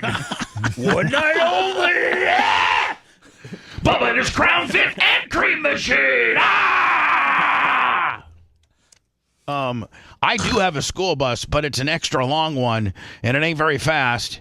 But if I can get it, He's a sitting duck out there. Oh, yeah. And there's professional Tour Destruction drivers. Here's the deal. Bubba wants to get in because there's going to be an audience, and Bubba wants to show off. No, but here's the deal. I'd show off on something that was competitive. Mine is a hoopty compared to they soup these school buses up, and mine's a full blown. The only thing that they did to you know what? My school bus still has seats in it. they at least when they buy these school buses from these municipalities, they actually yank out all the seats, and Brian, they tear out the floor, and the only floor is really where the driver sits, and then the stairs to get in. Everything else they just Isn't the floor structural? Doesn't that help keep the vehicle together? No, it's all just a frame. Oh. No, the realistically. The floor of a school bus is just wood panel, treated like half-inch plywood. That's it. That's treated. Oh, okay. Yeah, and then they got they probably run supports down the middle and things like that. But they tear all. That's all weight. And if you know anything about racing, it's all about weight. Well, is it a race or is it just last man standing? Both. Okay. Both, and then it's figure 8.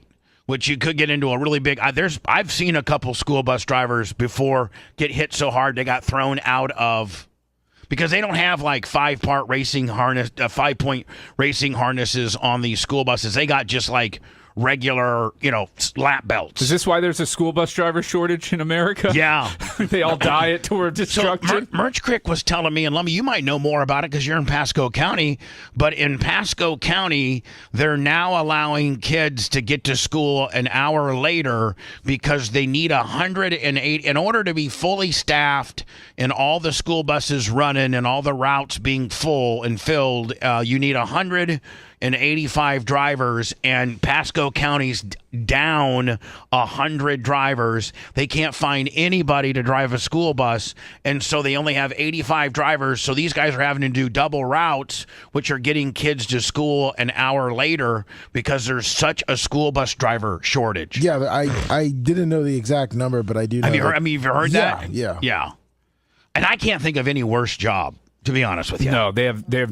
I mean, God bless them. Because you know what, Brian? You can't be a school bus. Like, I had a guy named Don Light, and Don Light was this little sawed-off Barney Rubble-looking mother effer, but he was a badass. And if you did not behave, I mean, he let us, we'd throw paper airplanes and, try to get a little boob grab on Lori Howard. And we do sexual assault, no big deal. We do mischievous little 5th and 6th grader stuff. We need more bus drivers like that guy. But Don Light would pull over on the side of the road, turn on his hazards and his stop sign, and come back there and whip your ass. I mean, I'm talking about yoke you up and then, give you a couple swats on the ass, and then the worst.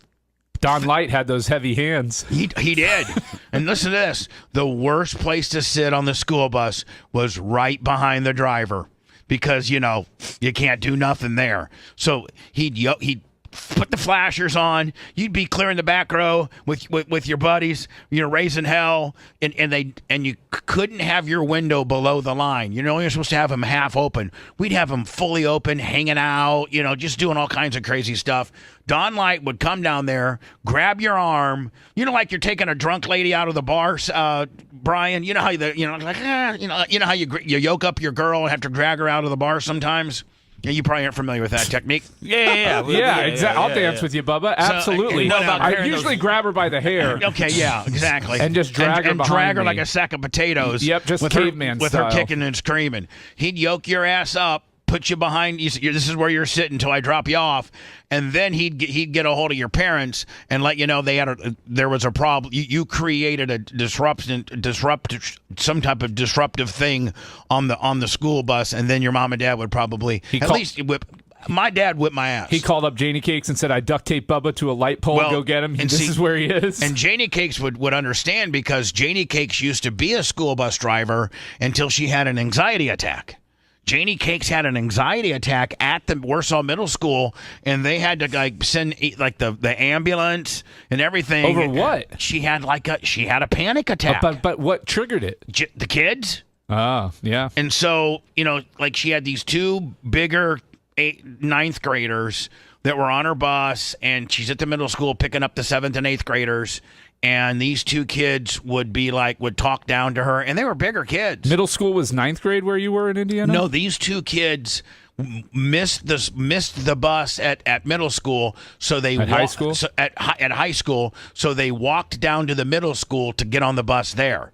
So that was her first problem: the fact that as soon as she opens her door, the school bell rings, and these two guys walk on, and she tells them, "Hey, just because you missed the bus at high school doesn't mean you can walk down here to the middle school and get on your bus. I don't have the same route that I do on your route. I'm not even going to be going by your guys' houses."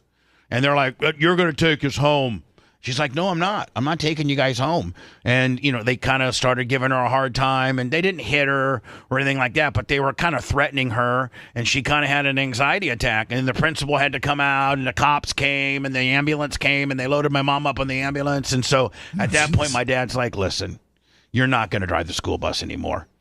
And so then she started working for a doctor, Dr. Galbraith, as the front desk lady that, that welcomes you and schedules you, and that was far less stressful. So somebody in chat had a reality show with Gene Lasker as a school bus driver. Oh, my God, that'd be the best.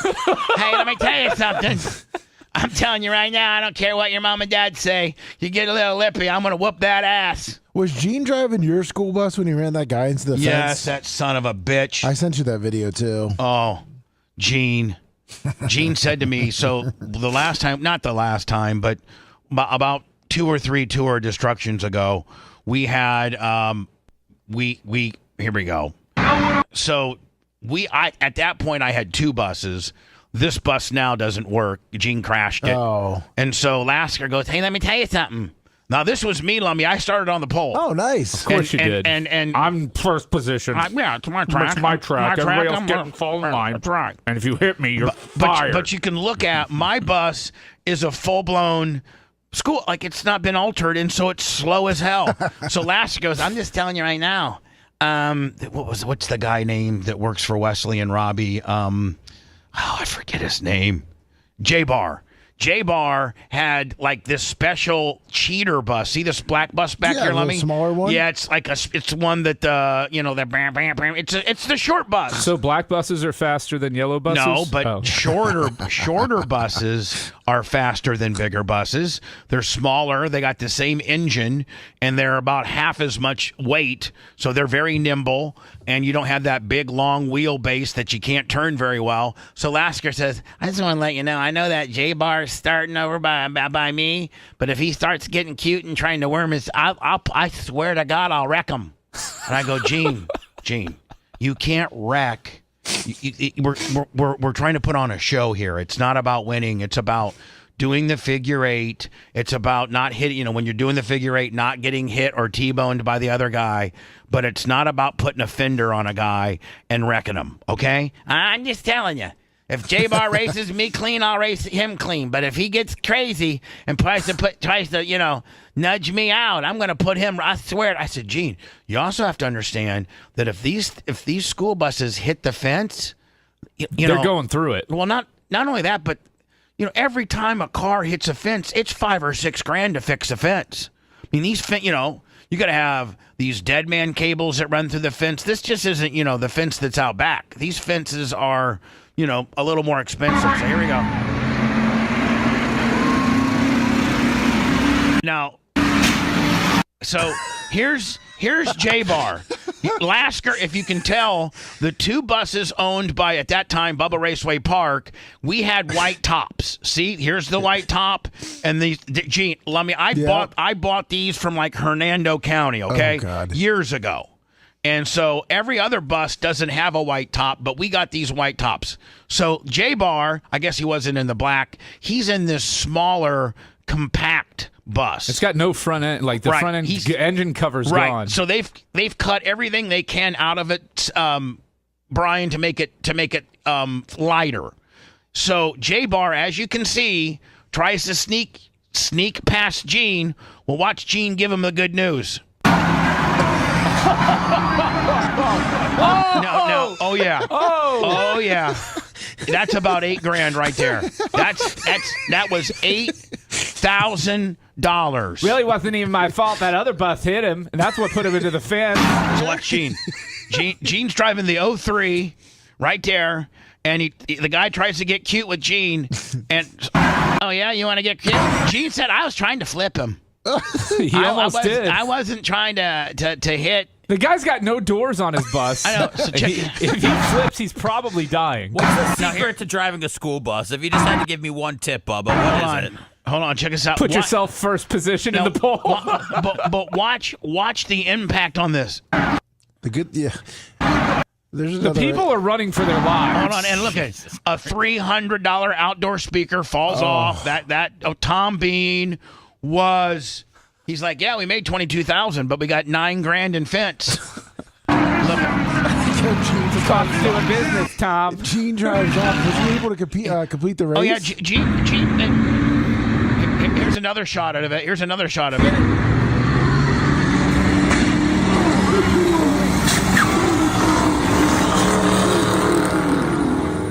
That's what the people pay to see, right? Yep. Yeah. Well, yes, to an extent, without killing my track.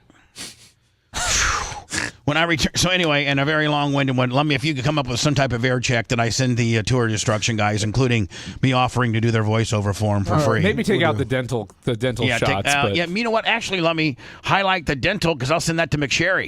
You know what I'm saying? Yeah. So make the dental its own individual gimmick, and then give me the tour destruction. Perfect. So, and Brian, I'm telling you, you could take all 8 local races we have during the year, and add all of those people that come to the track, from the racers to the spectators, all 8. And you could add that number up, and it would not amount to what we're going to do at the Tour Destruction this Saturday night at Ocala Speedway. It does better than the monster trucks?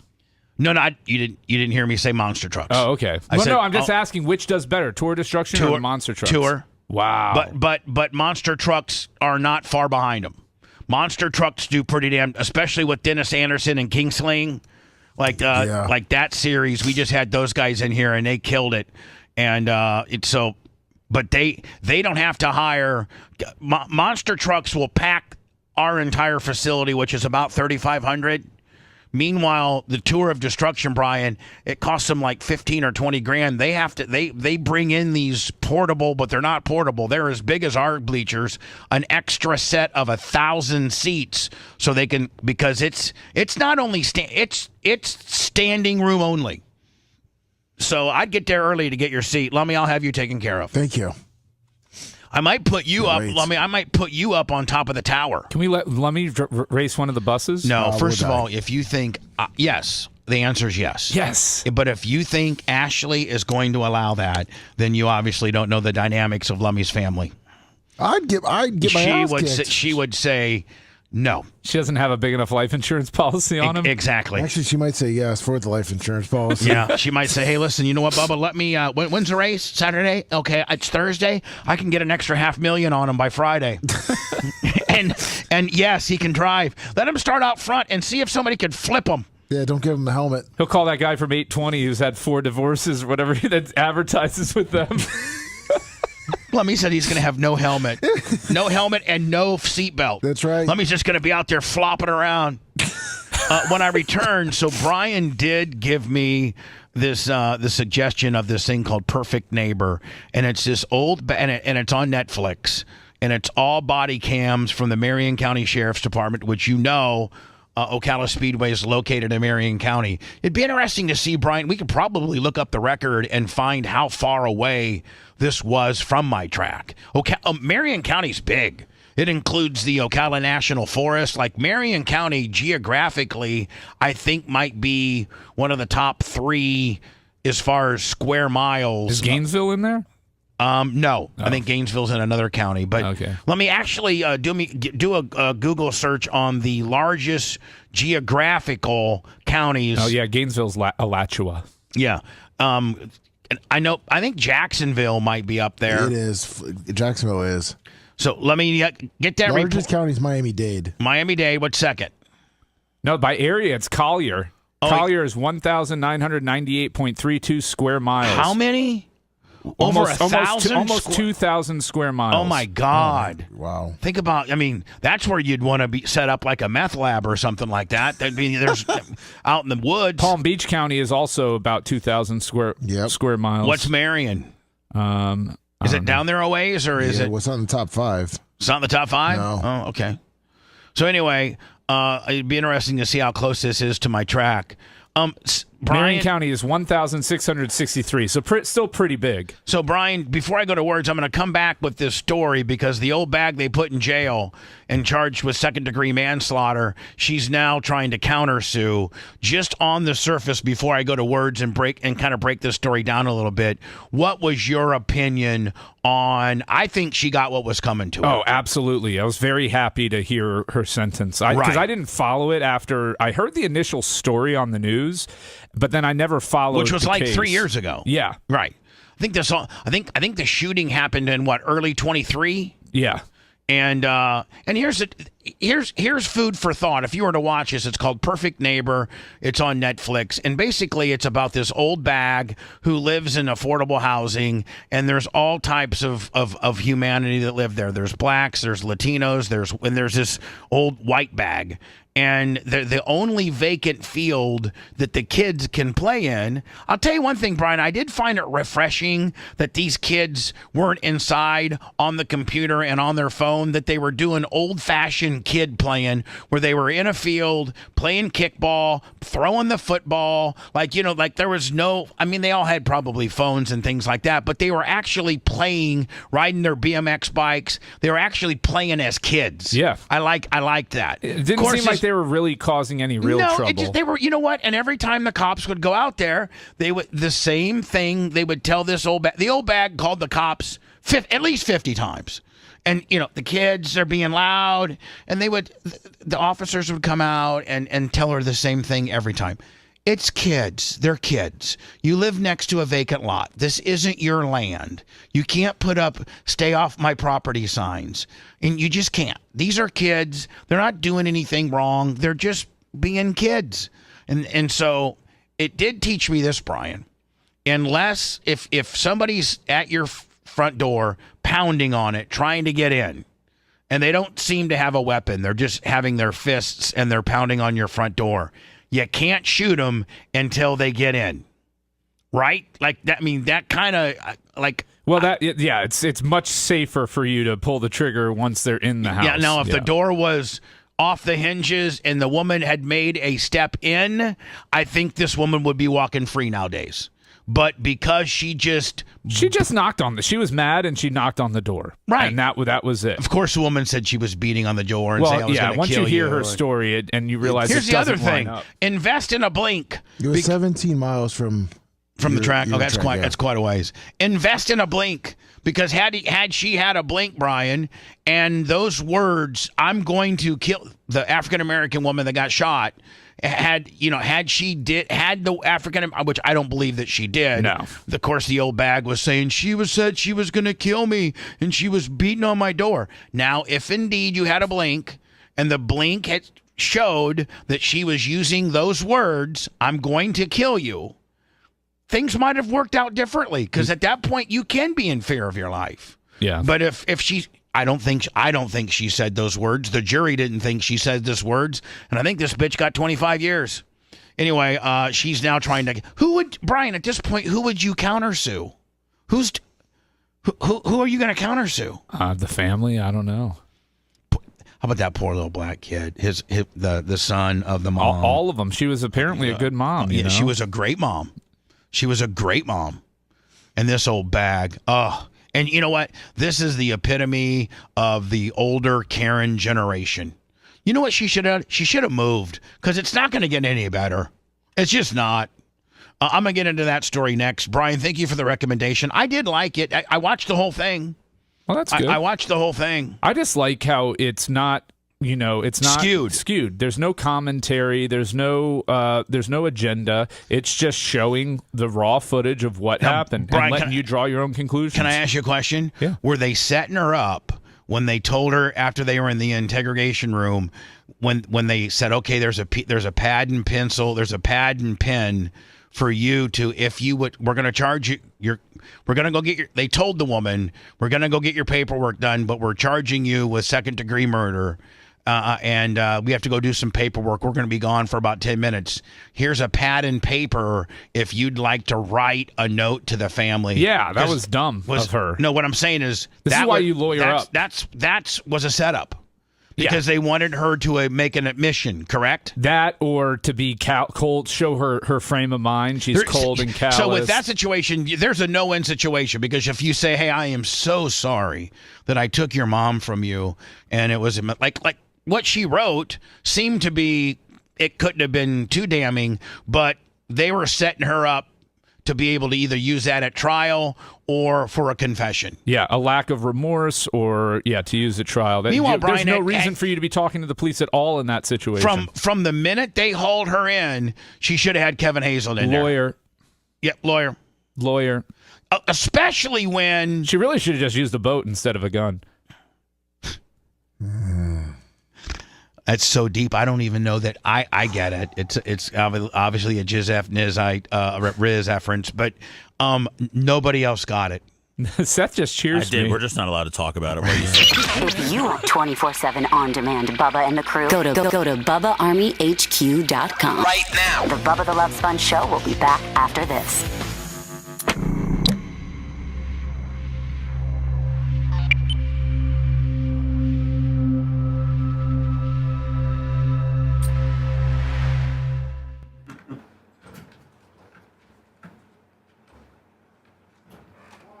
I've seen him pull bands off stage before.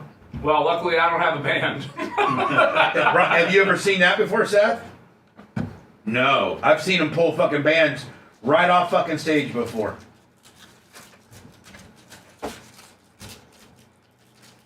I have not. What's up, everybody? We got the baby face. What's up? What's up, Jeff? Boy, Brian, my podcast guest yesterday, what a fucking unbelievable story. The guy that robbed the bank? No. Oh. No, this guy here, I'm not talking He's not talking about the one that came out yesterday. He's talking about the one that he did yesterday that didn't come out. So the Kenny Nelson podcast came out yesterday. That was the bank robber. And that's actually doing pretty good. Yeah, I was on YouTube when that came out live. I didn't know that was. Are you just like doing like a career criminal podcast, or what's the just interesting people? Just interesting people. Stay out of our business, okay? Stay out of our business. When are you gonna do one with Janie Cates? I could. That'd be a good one. Let her go deep on issues that you've talked about over the years. Like talk about her mental breakdown as a bus driver. And yeah, I don't know. I mean, we'll get her and your mother-in-law in here. Okay. You're like, okay. Now, how about me doing a podcast with your mother-in-law and I tell her how much she's hated? No, I'm good with her not knowing that this even exists. She's a big part of content for the Blizzard. If we blew that up, we wouldn't really have a show anymore. I mean, that brings people to the table. After we do the mother-in-law stuff, the audience drops 50%. Don't you guys have specials built around her? No, but we will. We'll have the holiday special built around a mother-in-law holiday special. Well, maybe rank your holiday gift. No, I'll call my mother-in-law. He'll call his mother-in-law. We'll wish him happy holidays. We'll give him a gift over the phone. I'll kiss Brian's mother-in-law through the phone. Exactly. That was a Soulja Boy song. Kiss me through the phone. Oh yeah. Yeah, you know. Yeah. Yeah, you do, naughty boy. I do. And then he also had the throw some D's on it. Well. I like the romantic stuff. That's a good one for a Dr. Dan parody. We're not doing parodies anymore, okay? I know. That ship has sailed. Sailed.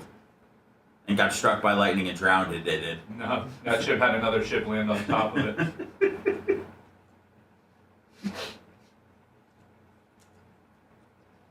Oh, what a night. Late December back in 63. What a very special time for me. Oh, yeah. Sweet surrender, what a night. Oh. I got a funny feeling when she walked in the room, and I, as I recall, it ended quite too soon. Oh, what a night! Yo! 8, 9, 10, 11. All right, one more person. Who's in that Star Wars break? I'm expecting to see what you think. I just want to get in. I'm expecting us to put up 60. But UTSA, No, it's going to be like 60. Lightning got beat 2 nights ago. Oh, no. What's that? I think Lightning got beat 2 nights ago. Yeah, they lost on the road to the Avalanche, who were red hot. I mean, it was a good game, 3-2. They didn't get blown out. They're okay, I told you. UTSA. You're ready to fire everybody, trade everyone. I know, I'm sorry. Glad you're not a GM. You know what? I've often thought that you would be a good GM. You! I don't have a lot of front office experience, but I do have some good common sense in sports. You'll get in that ass experience. Getting that ass? Yeah. I'm hoping that UTSA, but it's too late. must have been nut on that. Because that was an upset. They're a lot better than they were in the first 4 weeks. That's the only thing I'm slightly worried about. Well, but they played a complete game against Tulane. I'm taking USF lane 13.5 in the over. I did those last night. Yeah, I'm gonna bet them each individually, and then I do the same thing. Yeah. Bet each and then parlay it because I was nervous that the spread was gonna money. 13.5 is good though. How about the Packers shit in the fucking bed with a 13.5? They were 13.5 fucking favorites.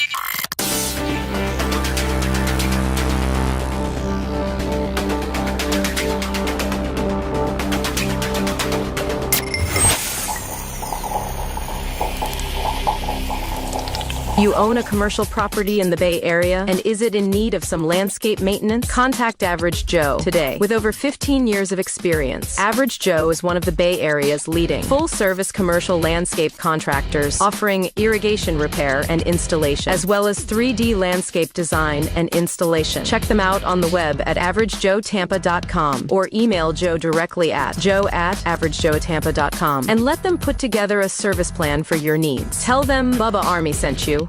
The Bubba the Love Sponge Show, listener supported via PayPal, Venmo, and Cash App, all at the Bubba Army, now returns. I'm checking my PayPal. Is there any Babyface fans out there? A lot of times Dan will get a quick little gimmick. Of course, Glowbug always throws out the money for Lasker. I had a conversation, but nope, nothing. PayPal, Venmo, Cash App at the Bubba Army. I had a conversation with Gene yesterday. He was going to let me know today as to whether he can make it in tomorrow or not. I think that he asked me last night for the picks. So okay, good. Picks. Maybe I caught him in a bad mood. I was traveling home about 3:45 yesterday, and up there you go. Kenny Nelson. I mean, by the way, the Kenny Nelson podcast. I think dropped yesterday, did it not? It did. $20 for the Babyface. Thank you, Kenny Nelson. Great podcast. By the way, it's already over 1,000 views. I think it's the fastest one to 1,000. Is so that far. clean money that he's sending you? I don't know. I don't know. Kenny Nelson was the podcast that we dropped. We drop a brand new podcast. A Bubba kind of one-on-one with way out of. It's not the standard interview of. I think next week, Lummy, is the Manhattan Madam. Yes, it is. And then I think that will then the week after that will be the guy interviewed yesterday, Eric Holt. Look at you with all these in the can. Yeah, well, so Kenny Nelson was a bank robber. Yeah, and he just had a really tough life, and it's a really compelling story. And it dropped yesterday. It's doing super well. So yesterday I had a guy named Eric Holt, and he's Bubba Army. I didn't get him through Matt Cox or Danny Jones or anything like that, like I've gotten the majority of my guests. And I think Kenny Nelson also a Bubba Army? Yeah, Kenny Nelson, the Manhattan Madam. Yeah, we're starting to get now like Bubba Army that have interesting stories in life. And, reaching out to us, we're reading the stories and then, determining whether or not, we want you to, we'd like to have you come in. And then I'm doing the podcast and while I'm doing the podcast, I can tell, whether it has the it factor or not. I was a little skeptical on Kenny Nelson at first, but as you start getting into the story, it became very riveting. So I'm going to, and then same with Eric Holt. I did him yesterday, and he originally at 18, hold on, Hierarchy. Woo. Hierarchy's coming in big, Lummy. And it's all under the guise of not me or you. This is pre-Blizzard money. $250 for the pre-Blizz. Harvey bringing the heat. For the pre-Blizz. Hall of Famer. Oh, of course. Hierarchy. Great man. Pre-Blizz money at $250. I love how he always resurfaces out of the darkness to support us. Brian, wait till you hear. So Eric Holt, I had him on yesterday. He joined the military at 18. He was a firefighter within the military. He fought over in Iraq. Comes back, does a 5 or 6 year, does his duty with the military. I think when you sign up with the military, you're obligated to 4 to 6 years. I think something like that. Yeah, I think it's 4. And then you can go on and keep renewing or go into the private sector after after 6 years, I think he went into the private sector, ended up being a fireman in Texas, a really, really, really accomplished fireman. This small little town of I think outside of Boulder, their police chief did something scandalous, got fired. Eric put his application and resume in. They bring him in. This is a small little town that has a volunteer fire department of 6 with a response time and you got to think, with a volunteer fire department, the guys stay at home. There's nobody at the fire shop except the fire truck and a couple of, maybe the ambulance and things like that. They don't have like 1 or 2 full-time guys? I don't think so. Maybe they do. They got to. So anyway, he takes and turns the department around from a 6-person department to a 60-person department without having to get more money from the municipality. A lot of it through volunteer work, but he puts, he has a plan where he has come to the fire department royalty party. Well, no, and so he answers Brian to the fire board, the fire department board, which consists of 5 people. 5 elected positions, and that's where his budget comes through. That if he needs a piece of equipment, it has to everything has to pretty much get approved through the fire board commission. Well, all 5 seats, which this isn't usually the way municipalities work, but usually, Brian, I think they'll stagger them where like 2 seats will come up this year, 3 seats will come up next, but you never have all 5 up at the one time. That's the way our HOA is set up too. You don't want full board turnover. Right, no. Then nobody knows what the hell's going on. Right. So you want continuity. For some reason, they were able to pull off, the bad guys in this situation were able to pull off that all 5 came up at the same time. And he's like, I don't want to have anything to do with this. And by the way, they conduct the voting at the fire station. So they had to pull one of their fire trucks out to allow for the additional room for the polling. And he shows up at the fire department that day. He doesn't want to have anything to do with this vote. Nothing. So he works from home because they don't get a lot of calls. They may get 2 or 3 calls a week. So he knows he can work from home. He's got a couple guys there at the station, like in the rec room or something like that, in case there's a call. And he opens the door up for the supervisor of election, Brian, at 7 o'clock, which gives her an hour to set up. The polls are open 8 to 8. He then, works from home, and she calls him at like he shows up at the fire department at like 5 till 8. And she's got everything all loaded up. Everything's been tabulated, the whole 9 yards, and he locks the door. That's it. He has nothing to do with nothing. Well, on her way to her car, she tells him, and I'm not going to get into any more than this. She tells him that she saw a lot of shady stuff happening throughout the day. A lot of these poll workers were talking to people. Might have been some money exchanged. She heard conversations about, don't forget to vote for this person and this person. Then there were phone calls being made to candidates. And she this is the supervisor of elections, Brian, and she feels uneasy about some of the things that she saw and heard. And so she said, where there's smoke, there's fire. That's a great one. So, I need to have sound effects when Brian really, there you go. I got a whole new outlook on Brian. I'm just gonna roll with it. Maybe even reward a little cornball gimmick. I'll take the strap. No, the strap's too manly for you, my friend. You couldn't take the half of the time you have to have it displayed over your shoulder. I'll put the strap on. Okay. Well, stop begging for the strap. You strap beggar. You dirty strap beggar. So. This is where Eric Holt was genius. So she says to him, do you have surveillance or, is this place cambered up? And he's like, yes, of course it is.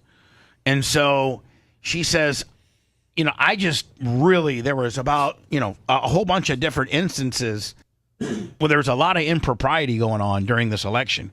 So he goes, and this is actually brilliant. When he became fire chief, Brian, he hired a third-party company to do their surveillance at the firehouse. That way the chief or nobody else had access to the server and could erase something or edit something or pull something down or turn a camera off. There's companies that actually specialize in managing your surveillance at major corporations so that it's less shadiness and impropriety.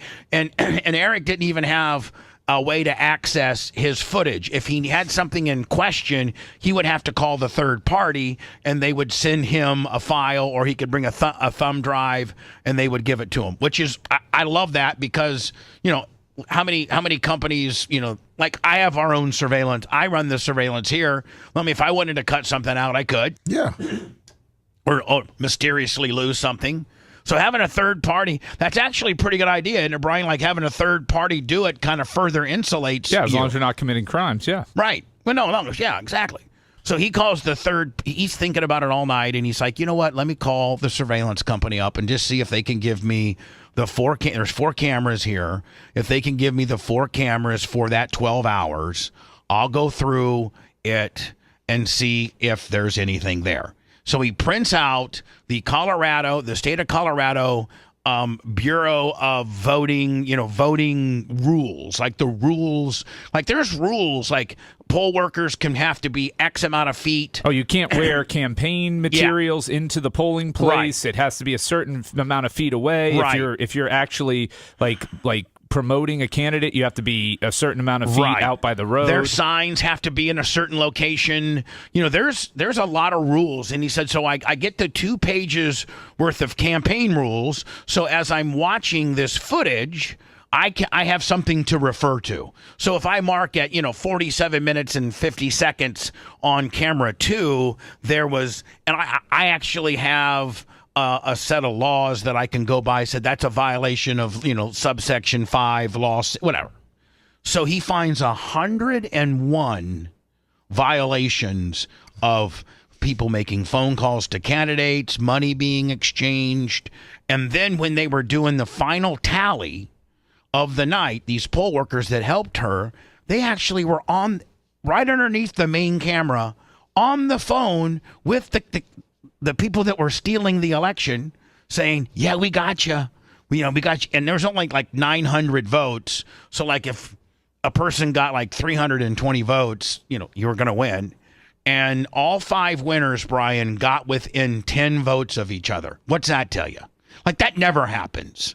Like, one guy had 318 votes. One guy had 326 votes. One guy had 314 votes. One guy had 317 votes. Meanwhile, the incumbents, the people that were currently on the fire commission, but these 5 people that were trying to that stole it from them, they had like 15 votes, 26 votes. Nicholas Ross, Coastal Equipment Services, $30 on PayPal. Right. Thank you. So, Brian, they're right underneath the camera, and they're discussing all the impropriety, like, how they threw it. And they're calling up these 5 saying, "Yeah, we got you," and it's on camera. Wow. It's on camera. So he calls the state attorney, and the state attorney comes down there. By the way, his name's Vaughn. You want people to still listen to this podcast, yeah, right? I do. Okay, are you going to tell the whole story? No, I'm not. This is the last thing I'm going to do. Okay. He calls the state attorney, and the state attorney's like, "Oh, my God, this is bad. This is really bad. And it seems like you got this thing gift wrapped for me. I mean, thank you for Kenny. I'm sorry. Eric worked on it for 2 days. And he says, it seems like you got this thing gift wrapped for me. And I'm going to leave you with this. Eric got fired. He no longer has a job, and there were no charges filed. And he is currently trying to sue the fire board who fired him. As soon as they found out, the new commission swore themselves in, Brian, and fired Eric the next day. So he is in the process of fighting this. He's $125,000 into it. Yeah, you got to fight fire with fire, you know. And the big kicker. I don't even want to give you the big payoff. But Yeah, don't. People got to watch the podcast. I want to take you out. I want to take you out in the kitchen and tell you the big payoff. He was dead the whole time. Who? No, it's a dream. Sixth Sense. Never mind. No.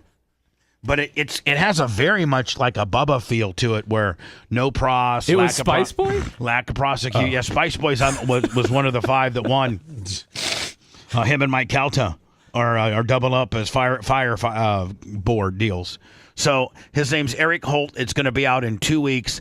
I really feel for this. I will tell you this, Lummy. He's got like a Raleigh Fingers mustache. Yes, he does. He's got kind of a handlebar mustache going on there. He does. It was impressive. Yes, he does. What's the point of that? Is he an active member of society, or is he doing his own thing, living off the grid? Because I think he probably would be more closer to number 2. He's tying women up to railroad tracks like a villain and going, yeah, see, I got her.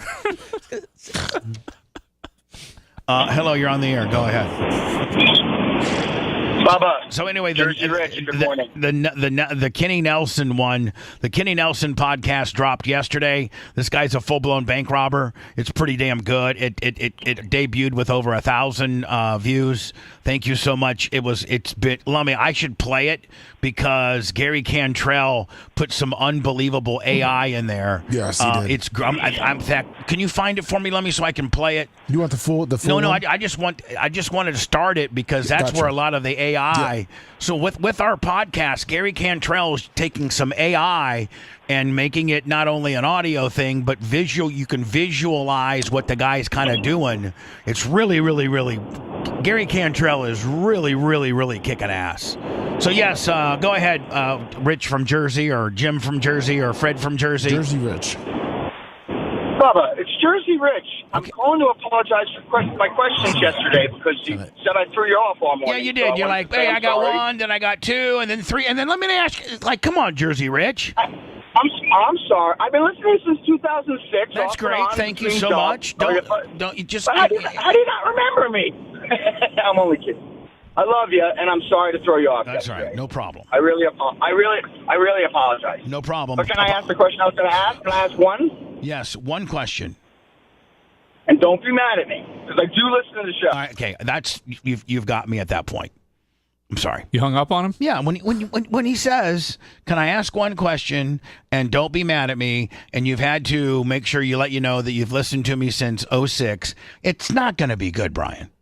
I've been doing this for a long time. But it's not going to be good. Can we accept his apology call tomorrow for today's call?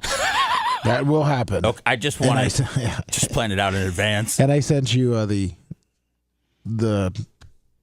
podcast. The video. Yes. Okay. Kenny. Yeah. Wait till you watch this. This is just the beginning of this is the Kenny Nelson podcast. And look at the AI that, again, he's just telling a story. Kenny Nelson is just telling the story. And Gary Cantrell goes out and finds this AI, and it's chalked. I mean, all the podcast, and this 2 hours and 42 seconds. I don't think he's finding. I think he's making these for you, Bubba. Yeah, he is. Yeah. Well, I mean, yeah, it's not like this AI existed somewhere out there, and he's like, "Oh, this matches up perfectly with." He's making Bubba's it. Story. He's making it. Yeah. He's creating it, but it really adds to the story. You know, Kenny Nelson just saying, yeah, I walked into a bank and handed a person a Dunkin' Donuts bag and told him to fill her up. And when they didn't fill it up enough, I said, put more in there. That audibly, that's good. That's cool. That's salacious. But when you got a visual, it's that much better. Yep. Well, let me see here. All right, here we go. This is just a little bit of Kenny Nelson's podcast that dropped yesterday. Which, by the way, Lummy, I think I'm gonna turn Kenny Nelson and Eric Holt onto Matt Cox. Oh, perfect. I'm gonna refer them both to Matt Cox. It's a rainy Tuesday morning in November. I park on the side street. I go in. I walk right up to the teller. I'm like, good morning. She's like, how may I help you? I was like, can you please put the money in the bag? And I just handed her a Dunkin' Donuts bag. Of course it was Dunkin' Donuts. And she's like, what? I was like, yes, just please put the money in the bag, no die packs. She takes the bag and starts grabbing money out of the drawer, and the bag's about half full, and she goes to hand it back to me. And I said, no, please, put more in, please. I was like, yes, can you fill it?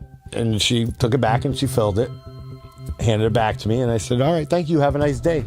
And I walked out. Or aren't you So what a great outlook he has, though. The bag was half full. but Brian, it wasn't half empty. No. Hold on, but hear me out. He gets into there's certain words when you're robbing a bank that I didn't know, and I guarantee you probably didn't know. And don't act like you did, because I know you don't, because there's certain words, and he explains it in the podcast. It's all I'm playing. But isn't that great? Isn't that great production for Gary Cantrell? I mean, doesn't that put such a great visual on it? Almost like a documentary-like story. So anyway, Brian, listen to this. When you're robbing a bank, you cannot tell them to go and wait, make us watch the podcast for it. No, there's a couple rules. Okay. Because if Brian wants to rob a bank today, Brian, you cannot tell them to move or to go down to the next teller and get more money, because that's considered kidnapping. And then as soon as you start directing them where to go? Yes, as soon as you start directing them to go any other space than where their little teller area is, now you're directing them and you can catch a kidnapping charge. Wow. And then there was a couple other ones, Lummy, that he said that you got to stay away from. And you cannot threaten them with any type of gun or any type of violence or anything. You just have to say please and thank you. And if it's not full enough, you have to tell them you can't tell them to go down to the next teller and grab their money. You have to just tell them to find more money and put more money in, please. How is there a proper way to commit a crime? You can't get them wet, and you can't feed them after midnight either, so... I think it's time they reboot the Gremlins for this generation. They do need it. Gizmo would be huge. Yes. So anyway, Kenny Nelson, that thing dropped yesterday. It's over 1,000 views. Thank you very much. Eric Holt, I recorded yesterday. Great story. Talk about an absolute screw job. This poor guy, he's still fighting the fight, trying to raise 2 teenage daughters. He's got sole custody of both daughters. He didn't start the fire either. It's not his fault. Rather than a fight, I'm just going to give you sound effects.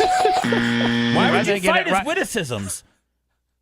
Well, I mean, some are good and some are bad. Sure. So why sit here and take everyone as a home run when he whiffs on a couple? Instead of saying, oh my God, right, and stopping the show and being mad and the whole 9 yards, I think this is very effective. But he's Kyle Schwarber, man. Yeah, he might have a low batting average, but when he hits one, dude, it's going far. They call me Little Dumper. So I don't have to. That means I'm not engaging you. But you are. You're arguing. And that's fuel to my fire.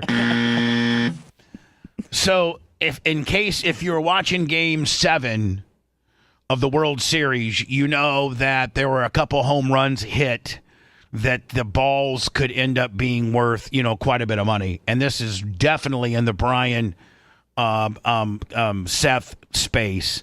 And this guy and his son are the ones that caught the Rojas home run, and then the other tying one in the 9th inning. Yes, and so as a the Blue Jays have a gimmick, as most teams do.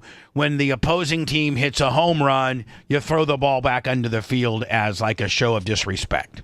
Well, this guy did a big switcheroo, knowing that this Rojas ball might be worth something. So this will tell the story. This guy threw away a Game 7 home run because it was from the opposite team, the Dodgers. But it turns out he didn't. A father and son caught both the Rojas and Smith home runs that led to the Dodgers World Series title in Game 7. And now they're seeking $2.5 million combined for those balls. Now, you might have seen this guy throw away the Rojas home run. You guys didn't know this. This is actually brilliant. Watch this. Back onto the field. But as you can see, he did hesitate slightly. As a Blue Jays fan, he knows he's supposed to throw it back. That's what the crowd would love. But it looks like he actually swapped balls that he already had in Watch this. He had a spare ball. Why? And hit for this moment. For this very for this son before the game. no.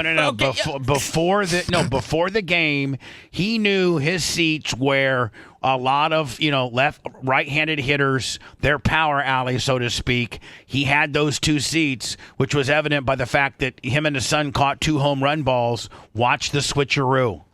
Pocket in case this moment happened and threw. Takes the ball out. a different ball back on switches the ball out in his glove field to keep this ball. That's probably worth. Look at around that throw $1 too. million. Look at the form. real puss. So they're saying that the ball's worth about $1 million.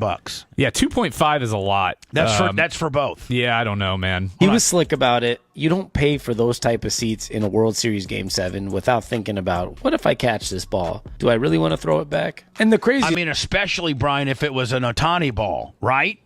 Wait, hold on. We've all go to baseball games. Brian had season tickets. Lummy's been to 1 million games. I think he used to, sell Rays tickets. I've been to a bunch of games. There's never been I've never been like, or my partner said, "Hey, make sure you bring that spare baseball and keep it in your pocket, just in case." Because you've never had seats that were the front row of where most right-handed people hit home runs in that stadium. If this guy wasn't a season ticket holder, he probably paid about $3,000 to $5,000 a seat for those. But what's the harm? Because we obviously saw him switch the ball. What's the harm in going, I'm keeping this ball, it's a part of history. Canadians. I think he was kind of trying to, the best of both worlds, and that is it's about respect. Not be a heel, not be a heel and get your ass beat in the parking lot, because don't think the Blue Jay fans weren't a little hot when they were walking out.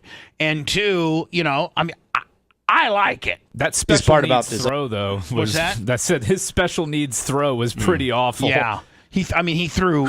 Sammy can throw better than that. I promise you. Oh, the fact that it was a father and son that caught both of these. The opposing team, Will Smith and Rojas' home runs that led to the Dodgers World Series. I don't know how they got this lucky, and I don't know if they're going to get $2.5 million, but they're going to get something close to that because those are two legendary balls that led to a World Series title. And Brian, it's clear. It's clear as day that like this isn't a conspiracy theory or nothing like that. It's clear as day he did the switcheroo. Yeah. You would think a guy that rolls around with a baseball in his pocket would have a little bit more of a rocket arm and a throwing motion than this guy. This is the worst throw I've ever seen from a fan. I probably would have done the same thing.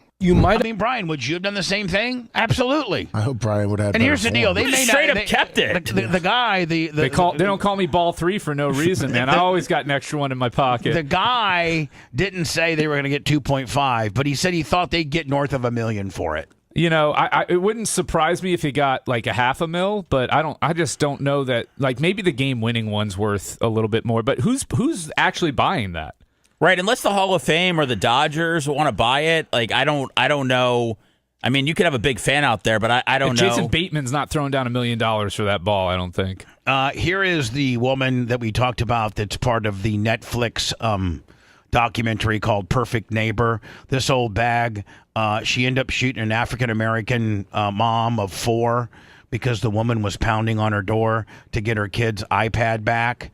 And this woman had commandeered the kid's iPad, and this woman had been a 2 or 3 year struggle. This woman was just screwing with the kids at all times, calling them racial, the N-word, and things like that. And so the black mom had enough, and so she went to go pound on this woman's door and tell her, "Listen, bitch, stop yelling at my kids. Stop calling my kids the N-word. Stop stealing their roller skates. Stop stealing their iPads. Just stop." And she's pounding on the door as a frantic mother would. And this woman shot her through the door and then used the excuse, "I was in fear of my life," and what have you. And a jury of Marion County sentenced her to second-degree manslaughter, Brian? I think it was like 20 to 25 years. Right? Yeah, something like that.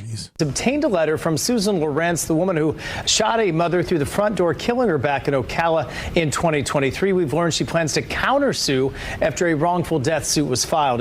Countersue who? The family for defamation or something. I don't know. Handwritten letter. She says that that A.J. Owens and her children were instructed to stay off her property by the Marion County Sheriff's Office. She went on to say that she wishes to countersue for slander and defamation of character. Lawrence was sentenced to 25 years in prison for killing. I will tell you this, man. Prison has done her well. She's lost weight. She looks better. Owens. That wrongful death lawsuit was previously filed against the names on the landlord of the property. This poor woman here. Her prisoner number is GLP1. That was bad. No, that was bad. I'm going to self-edit that. Let me cut that out of the best of. No, do not. Property where the shooting happened. An attorney for Owens' estate is asking for at least. Got it. When I come back, there's a couple different angles of the UPS Oh man, a couple different angles, Bubba. 12 are dead. There's 12 dead now. And Lummy, I think that after the preliminary reports, it's what I said, and they didn't have enough airspeed to maintain lift. They had dropped below blue line, and so the aircraft was unmanageable, which caused them to knife edge into the ground. The engine fell off too. Yeah, the engine fell off. So Yeah. there was the only chance these people had would be if this event had happened 1,000 or 2,000 feet earlier on the runway, and they could have at that point tried to reverse the one good engine, lock up the brakes, and probably go through the fencing and maybe I don't know. A lot of times, think about this. Think about this, guys. Almost every airport that I know of is close to a highway, right? I don't really know.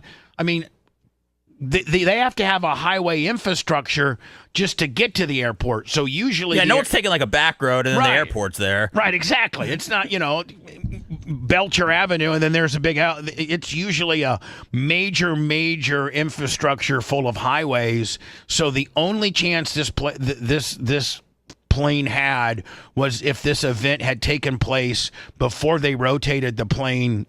Rotation is when you actually pull back on the yoke and start the flying process. The wheels come off the ground. That's exactly when this motor blew up and fell off. And you just is it or insurvivable, Brian? Is it unsurvivable or insurvivable? Unsurvivable. It's unsurvivable. There's just no chance. And at this point, what was it, a crew of 3? And now they found, 8 people or 9 people on the ground died too? Yeah. Oof. We'll get into that a little bit. Want to listen to the show on demand and on the go? Enlist today at BubbaArmyHQ.com. Sign up and start listening. The Bubba the Love Sponge Show will be back after this.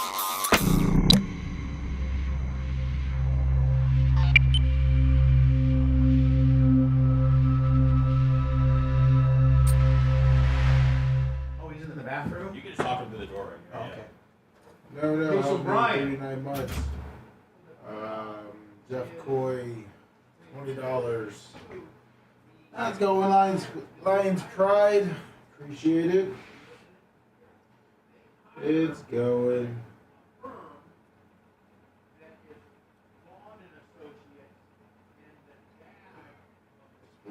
Working.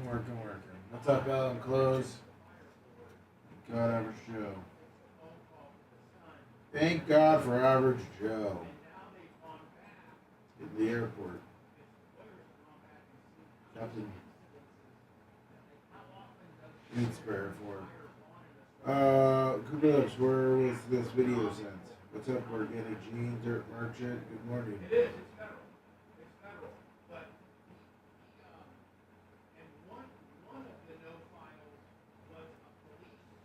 No, I didn't see that trash guy. Really? Pretty good. Text it to me or something? If you could email it to me. Oh, that one? Yeah, we got that one. I thought maybe you had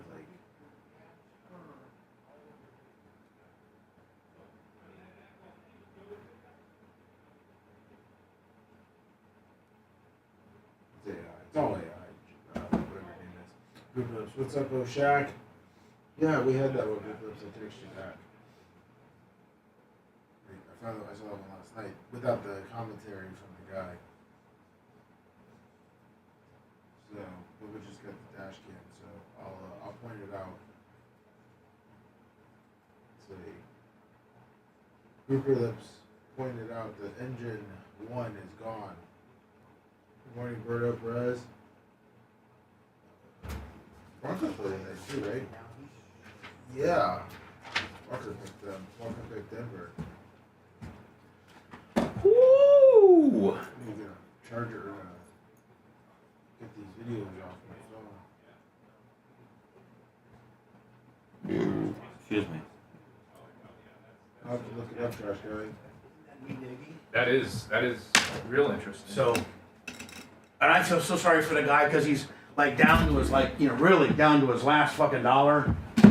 Wow. Should we do a GoFundMe? No, he has one. He's got a defense fund given. Yeah. Oh, do you guys want to talk about your Star Wars break today? I mean, it's sold out. We're gonna do it at like want to do it at 11 or something. Right after the. Are you gonna do it on my frequency? Your frequency? Yes, we will. Okay. We're gonna do it on the Instagram frequency. Okay. REM. Yeah, we're sold out, baby. This one's sold out. We got what? 3 left? 2 left on the other one? 3. Let me. Did we ask for I Omni energy gotta go drinks? after the show today. What was that? To buy the box. Did we ask? They sent them before. I think Gene liked. Someone liked them, and so they sent some more. It's a local company. Oh, it is? Yeah, they're down in Sarasota. They're actually pretty good. Should we get a hold of them? I've talked to them. That's why I sent some more, because I don't think you had a chance Have you to talked try to them about being a client? How about the guy giving us advice? I don't think that another reason why I tried to get them is so you could try some. Okay, yeah. I mean, because you didn't get the try. You didn't get the try one last time. Well, you know what? Bring that whole box. You can't be and put it right here because I'm doing a little infomercial. I'm gonna go through the flavors, okay? And I'm like, and all due respect, I'll send you their website too. We're selling them out. He said like your friends and family. I don't know, there's no friends and family on my like. There's no and like respectfully, like we just sold out breaks. Like we don't. I mean, if we were having a problem filling a break, I could see, but. Yeah, well, I mean, it's literally one day and they're sold out. Yeah, we sold out like there's fucking guys on Whatnot who can't break for 2 days because they can't sell out a break. So get the fuck out of here. And I've only got I've got 600 people on Facebook. It's like I got like 5,000. So I mean, it's, I got 234,000 on Facebook. I can help you guys out tremendously. Well, no, yeah. I mean, I don't know that we ship to Bangladesh. This guy's a jokester. This guy, holy shit, Lummy, what the fuck? I thought Lummy was hauling cards in. Yeah, that's what I thought he had too. What was That's that? why you're getting excited. It's energy drinks. I just need one. Oh, I didn't know. Well, they're different flavors. Oh, the difference? Okay. Yeah. Well, here, do me a favor. I was going to get one of each. Yeah, one of each. So. And I'll send you their website when I go back to my. Omni. So I'm gonna tell everybody 11. Yeah, that's fair.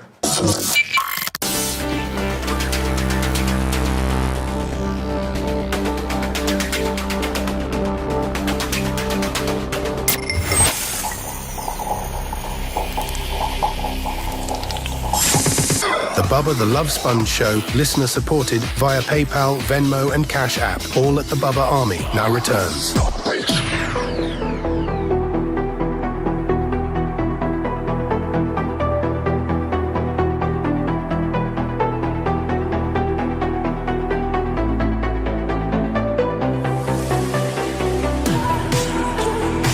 The Bubba Love Sponge Show.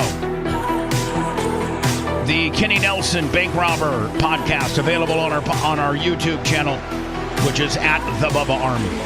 Facebook, YouTube, Rumble, X, Instagram. Except for TikTok, everything we got going for the most part is at the Bubba Army. Today on YouTube, you'll have an opportunity if you're a member of our YouTube. Certainly you should subscribe to the channel. It's free to subscribe. Give us a thumbs up as well. Don't know. Brian never has a problem with hitting the 1,000 threshold ever. No. He's the challenge would be not. Well, let's not. No, I'm joking. Oh, I see you've. Have you? Well, awarded, Chad awarded it to me last segment. Chad did? Okay. Yeah, Well, and I've got a little bit of the cancer. Okay. Well, okay, great. Let me take that belt away from him and put it back. You're deep belting him. Well, I mean, you just can't belt yourself up. I mean, I got to draw the line somewhere. Well, I've allowed 80%. The sixth man gave it to me. Are you are you the Texas A&M Aggies where you had the 12th man? Yeah. That was a short reign. Yeah. Wow. That might have been the smallest, but it was also the first. David Arquette held the belt longer. It was. That was actually a pretty good one. That was actually a pretty good one. Did Vince Russo write that one? I think he did. Yeah. But you are the first person to ever reward yourself the belt. So that says for something as well. I mean, you might want to get your show Bible and say that Brian actually awarded himself the belt. Oh, you want to put that on there? Okay. No, I think it taints the list in itself. Yes, it does. So anyway, today after the show, the infamous, the most by far popular podcast we produce is The Blizzard, hosted by Seth and Brian, the babyface Matroni. Then after that, they're going to do this Star Wars break, as you know that they break cards. And I've invited them. I have invited them. Look at that editing, though. I love it. I've invited them to, if they'd like to host their break on my platforms, they can. Love to have it. Or they can do it on their platform. It doesn't matter to me.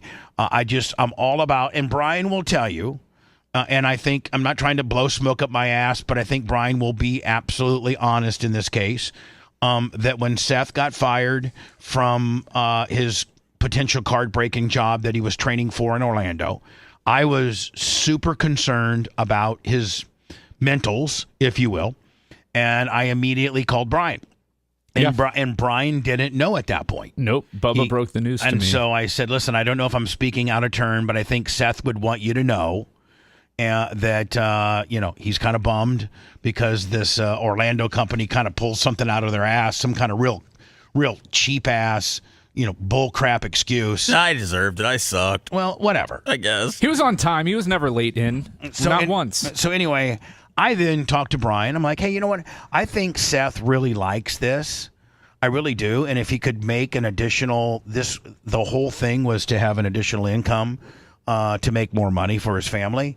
And I think we could potentially do it in-house, and if we needed to do, raise some capital through a Mark Tate or a Tom Bean or me or, whoever, just whoever, Kevin, anybody who's got a little extra money. If we needed to do a capital raise, we could. And, we could, and as long as Brian was running the business, because one, not that I don't trust Seth with business, but I think Brian's a better businessman. He just understands different nuances of business more so than Seth. And Seth be the talent, so to speak, but co-owner of the company. I think we could maybe fulfill Seth's dream, get him some extra income, and do it in-house. And that's when Brian started working on it. And we're kind of trying to attempt that. Brian's like, I don't think I need any investors or anything like that. If I do, we'll go down that route as needed. Yeah, we're probably a couple months away from that, but we're going to expand it, and it's going great. So they started out with a Star Wars break. They're doing a Star Wars break right after the Blizzard today. I think they initially offered 8 slots available. 12. I'm sorry. 12 slots available. And they sold all 12 slots out. And this will be kind of is it Blizzard Breaks? Is that what we're calling it? That's the working title. Yeah, right now. I really like that because it ties in with the podcast, what kind of ties into the show. And that's kind of your guys. And it's catchy. It's alliteration. And at the end of the day, that's kind of your two's brand. Like that, you guys have established that's your guys' brand. So it goes. John R. $20. Thank you, John R. So today's first Blizzard Breaks debut card break today after the Blizzard, and I think it's going to be. Is it going to be on our YouTube, Seth? It'll be on the Bubba Army Instagram. We're going to go live on Instagram. And then it will be posted to the YouTube as a video for anybody that missed it. And can we put it on our Facebook too? Sure. I mean, I'd like for it to be on our Facebook and our YouTube and our X, if we could. Okay. All right. It's just going to help your brand, is all it's going to do. Okay, yeah. So anyway, now Brian, do you already have, I saw you bring in an astronomical, maybe 8 boxes full of stuff. No, 12 boxes. It's 5 boxes, but they've got a ton of cards in each one, and so that's how we did the breakup. Is there a Star Wars card that is super, there's other, a Caitlin Clark rookie signs, whatever deal. Is there that sought after, really valuable Star Wars card? Yeah, any autographs, any one-of-ones, especially characters like Darth Vader and how Darth does R2D2 autograph? Where do they put the pen? How does he sign? I don't know. Same way Mickey Mouse does, but no. A lot of times they'll have the actor that played them, Right. Or voice the character sign, which is pretty cool. Wasn't R2D2 originally a small person that they put inside that machine? Yeah, they had a little person that they put inside the. And I'm assuming now that it might just be all drone operated now. Like, why would you wouldn't even need a person in there to do the controls and running around with drone technology. Either CGI or drone. Yeah. Right. Yeah. So anyway, robotics. do you guys have your next break? Oh, your next break planned is an NFL break. Yeah, 2025 Mosaic 8 blasters with 2 Donruss holiday tins. So you have the chance to hit a downtown of the holiday tins. And now, when's that going down? It's very soon. We've got 2 spots left, it's like 3 spots. 3 spots now, left. 15 now breaks. how can a feller right now that's listening to the show or watching the show, how can they get one of these 2 coveted spots? They go onto the Facebook page for Seth and see it, or that my Twitter has it, and they just reach out. All right, and what are those domain addresses, please? Look for Babyface. I don't know. I mean, what's your X? That's my X, Babyface Law. Babyface Law. And Seth, what's your Facebook that you're selling the slots on? You can just email me, Seth at BubbaArmyHQ.com. Seth at BubbaArmyHQ.com or Babyface Law for those remaining 2 slots that are available for the Donruss XL Mosaic. Super Mosaic Rambo kicker. And then we got a bigger one coming. This is going to be 4 hobby boxes, 2 2024 NFL hobby boxes, 2 2025 we'll be posting here shortly.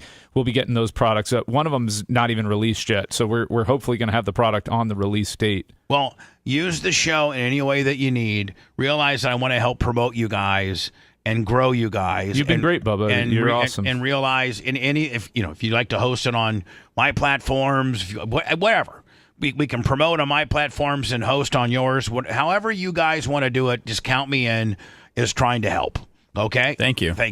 So Lummy, I think I don't quite remember of Omni energy drinks, and I guess Omni energy drinks are a local company? Oh, yeah, down in Sarasota area. I sent you their website, too. Oh, you did? Yes. Okay.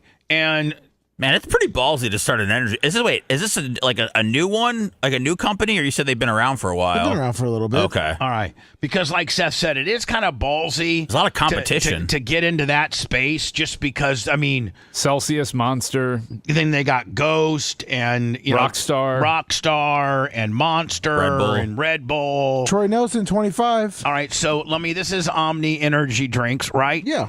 And I don't know where the volume button is, or maybe there is no volume button on this deal.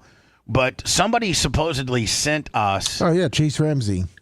Okay, yeah, and so Chase Ramsey sent us before some of these Omni energy drinks. Yes, and he now has sent us two cases. I can't drink them warm, but I'm gonna try each one of them. They're good. They got an stuff. Island Gold. Yep. Here's everything. They got a Cobra, a Beach Day, Pineapple, Stoked, and Georgia. The peach one's really good. Georgia is the peach deal. So I got a bunch of them, and I'm going to put them in my refrigerator over the weekend, or maybe today, and maybe I'll have one tomorrow. And I'm a big White Monster or Monster Rehab guy, but maybe I can turn into an Omni. I do like Ghost. I've tried Ghost; they're pretty good.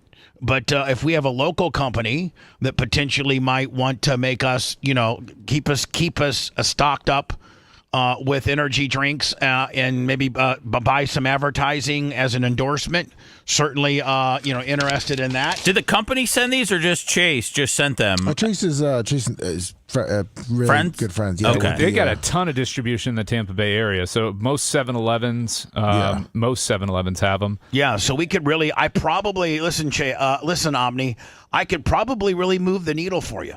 I really could. So think about using us as an advertising partner, and I think we could do well for you. I'm gonna try a couple tomorrow, and thank you. Does Chase have anything to do with the company, or is it just his friend?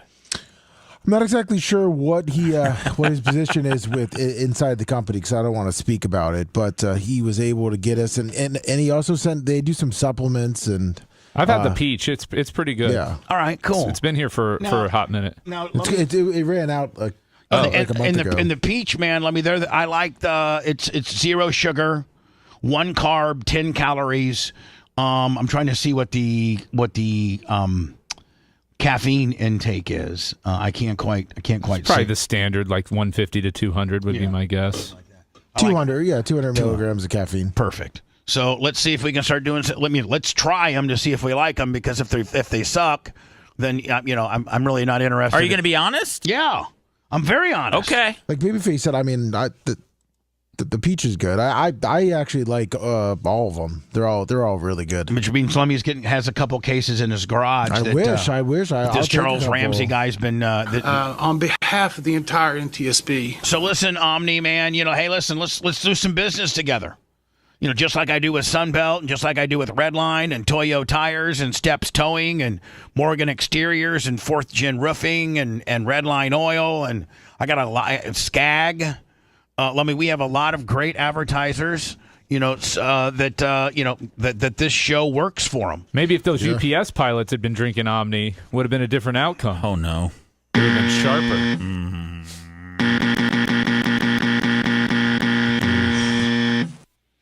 Not funny.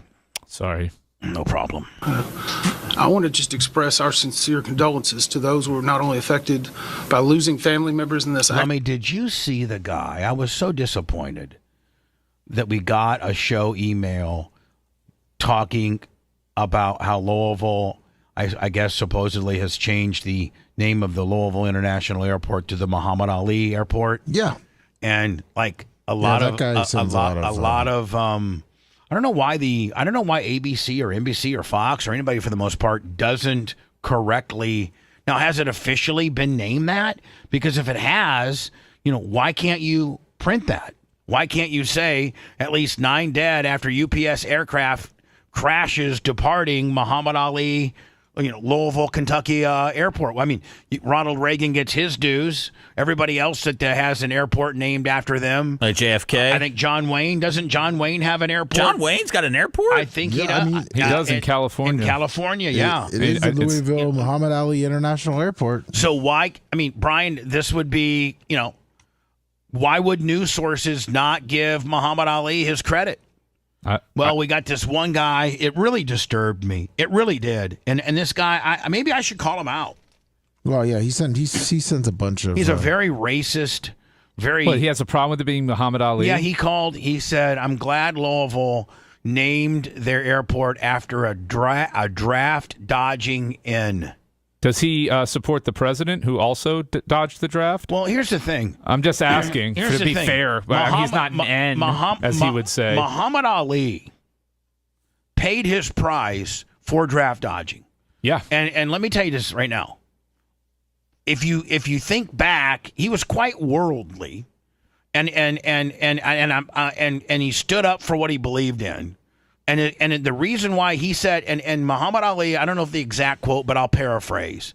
He's like, if there is a country or somebody invading Louisville or America, and they're invading us, I'll fight. I'll be the first one to sign up. But I'm not signing up to be flown halfway across. And by the way, Vietnam was the biggest misstep, probably militarily wise, in our country's history. Afghanistan and Iraq have entered the conversation. Okay, but I'm just saying, Brian. Vietnam was a mess. It was an absolute mess. And would you not at least agree to that? No, complete mess. Complete and total mess. No exit strategy. No real idea of what was going on. It was really to maybe, it was really ginned up by who's the guy who took after Johnson. It was really ginned up by Lyndon Johnson to support the military industry complex, to support Texas Instruments and to support all these, military companies that need a war to be in business. And Muhammad Ali said, I'm not getting shipped halfway across the world to fight somebody I don't know that's not doing anything to our country. I'm not. And they're like, you're going to go to prison. He goes, I'll go to prison. We're going to strip you of your title. Strip me of my title. They sent him to prison. He did his time, and they took his heavyweight championship away. And he had to regain it, by fighting again. I don't think, and maybe that is a draft dodger, and I guess it is. But you know what? I'm telling you right now, I feel the same way. I'm the first person I'm 60 years old. I can't even do a pull-up. I would. They got something for you to do, though. They would completely. Morning announcements. Maybe I could be like Robin Williams and be like, good morning, Vietnam. Good morning. I could be the radio guy for the military troops. But here's the deal. I don't necessarily disagree with Muhammad Ali. It was not a clear-cut war against us. We were getting involved in an absolute non-winnable situation. And I'm not, don't ship me halfway across the world to get killed, to fight a guy I don't know, to fight an enemy that we don't really know, that really hasn't done anything to us. And for you, can we block that guy? Because he always, he emails at BubbaArmyHQ.com? Yes. And he called Muhammad Ali a draft dodging in. Damn, my filters must be working because I didn't get that one. And so I think you probably blocked it before. So anyway, sir, go pack sand. I don't listen to the show. I quit you. I can't get into your device and not let you listen to the show anymore. But I hate you. I absolutely despise of you and your wording of Muhammad Ali. You could have worded it way differently and had the same effect. You take that talk to Rumble, buddy. Yeah. Take it to Reddit where all the hate is. Oh, yeah. But those that were also injured and those that are still missing. It is a tough day for Louisville, for Kentucky. It's a tough day as being and I invite ABC, Fox, NBC, CBS, News Now. You call it by what it's been recently renamed, and that is the Muhammad Ali International Airport. Call it that. If that is officially what it's been called, and there were ceremonies renaming it, and that's what it officially is, then call it that. Or just go with Ali International Airport. Everybody, Ali is a powerful name. That's fine. Everybody knows that. As long as you get something in there. Yeah. Ali International Airport. I don't got a problem with that. I'd prefer Muhammad Ali International Airport, but that's a little wordy. Okay, no problem. Is it more important that they say Louisville or Muhammad Ali? I think they say Ali Louisville International Airport. I think you need to, I don't know. You know what it's not is he's not a dirty, dumb in.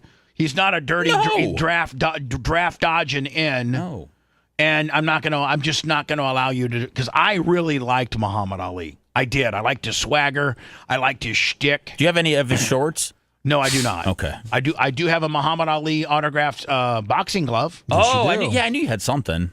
Kentucky and myself. And I know what a great community this is, how impactful those people that suffered and have died. I don't know, I think this is just the press conference. Yeah. I don't know if it shows any, I don't think it shows, it's an 8-minute just rundown as to what happened. The investigation, we don't have more factual information to give you understand not only.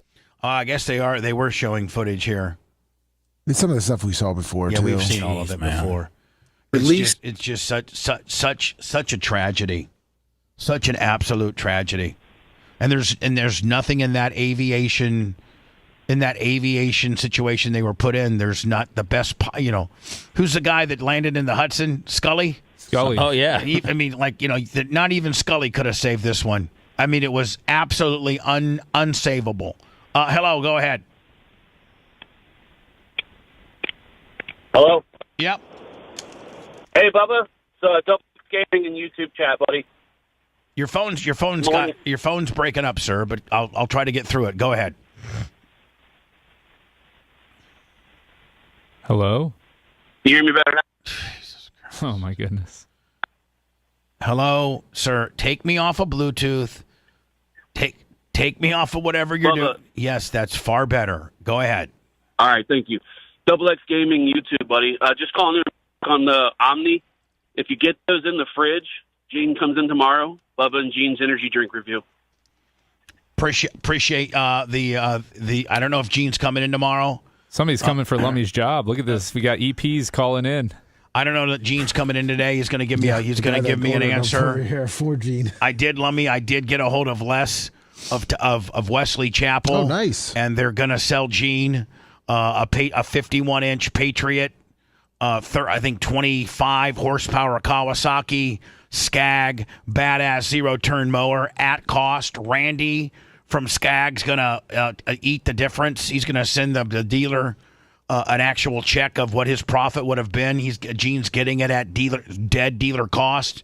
But Gene's like, I might be a few weeks away from going to pick up a mower. I think this Bell's palsy thing is really messing with him. Are you saying that's why he might be out tomorrow from the Bell's palsy? Yeah. Jim Ross had a huge career after getting his. I'm just saying he didn't quit. We do have that burger thing too tomorrow, so he can come in and eat some burgers. Oh, I didn't know it was tomorrow. It's going to be falling out of his face. The Friday. Oh. With the creative loafing. I don't know that you've... Yeah, we have a text exchange. Yeah, we know about it. We knew that she was coming in. They had 2 events to promote, and you're like, I'm only having her in once. You remember it now, Bubba? Yeah, thanks, okay. Brian. We'll give you one of these for reminding me. I'm sorry. Meant to give me one of those right there. But let me. Here's the thing. I don't think it's a 9:15 thing. I mean, I think they're going to have to be out in the kitchen. Yeah, we're having a hot plate for him in here.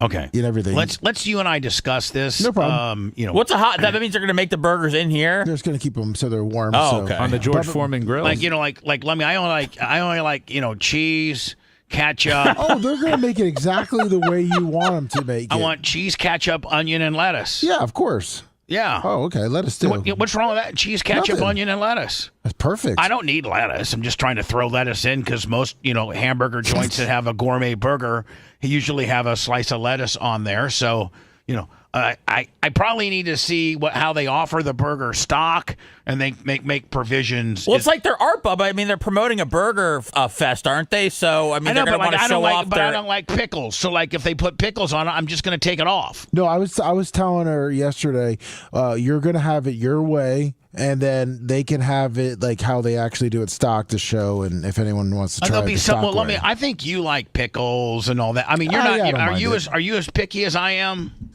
And I don't think Macho Man can participate because he's heavily dieting right now. Shredding, yeah. I don't think Lummy's picky at all. I think Lummy would eat something, and even if he hated it, just to not disappoint whomever possibly gave it to him or made it. Wow. Like Lummy, is there any for instance, in the hamburger world, what do you prefer on your hamburger? I think I think I can throw this to. I don't know that Brian eats hamburgers. I started again. Okay, so I started eating meat like 3 months ago. Do you feel better? I feel in the same. I mean, it's just. Did meat get you feeling better? No, because Brian, you're getting more protein, obviously, if you're starting. Well, to eat you can get protein from lots of sources. I understand. And the peptide kicker helping out there. But they also say that food protein is the best kind of protein. Well, especially meat, animal protein. The amount of veggies that you have to eat to get the same amount of protein that you can get directly from animal products is astounding. So, But I was never fully off of that. So I started doing chicken about a year ago, and then I reintroduced beef like 3 months ago. Right, I have it like once every 2 weeks. Okay, so if you were to order a hamburger, right, not a particular hamburger that comes a certain way. We all have what we like on our hamburgers. Oh man, I like it's a canvas for an artist. So you're like run it through the garden. Well, whatever you got. You want to throw some jalapenos, some pepper jack cheese, maybe a ghost pepper sauce. I'm down with that. Are you a pickle guy? Love pickles. Okay. There's nothing you could put on a burger. Mayonnaise. Sure, if that's what's called for. If it's a little dry on the bun or whatever. Meanwhile, I'm a cheese, ketchup, onion guy. That's exactly what I want. I mean, I'm sorry. That's how I am. I mean, you don't need to apologize for having the palate of a 5-year-old. It's okay. Let me.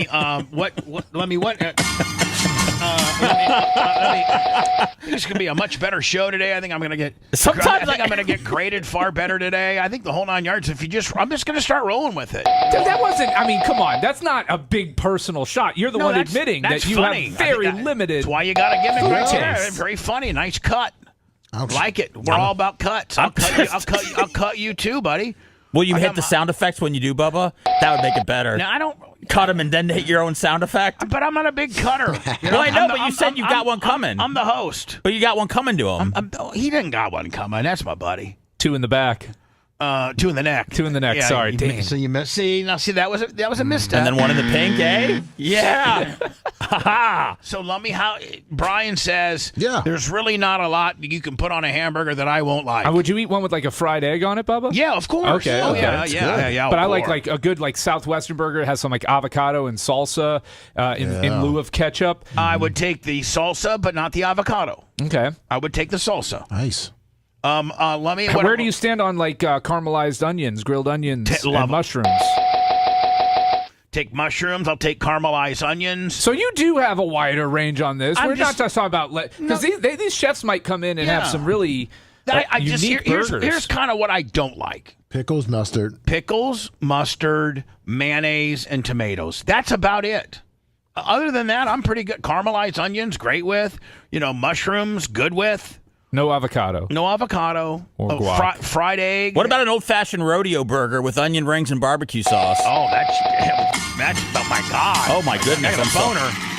Seth gave me a boner for the first time in 6 months. Finally. Let me back to you. Finally, for the third attempt. Got my groove back. What is your growing up in my not growing up. No, like what I'm right saying now. is that I was told you have to eat everything. So I have. It looks it. You ate the plate, you ate the cup. Hey, if you want your son to be a 6'4" mountain of a man, make him lick that plate clean. Right. Yes. Otherwise, you get a little soy boy bitch like me. What do you got?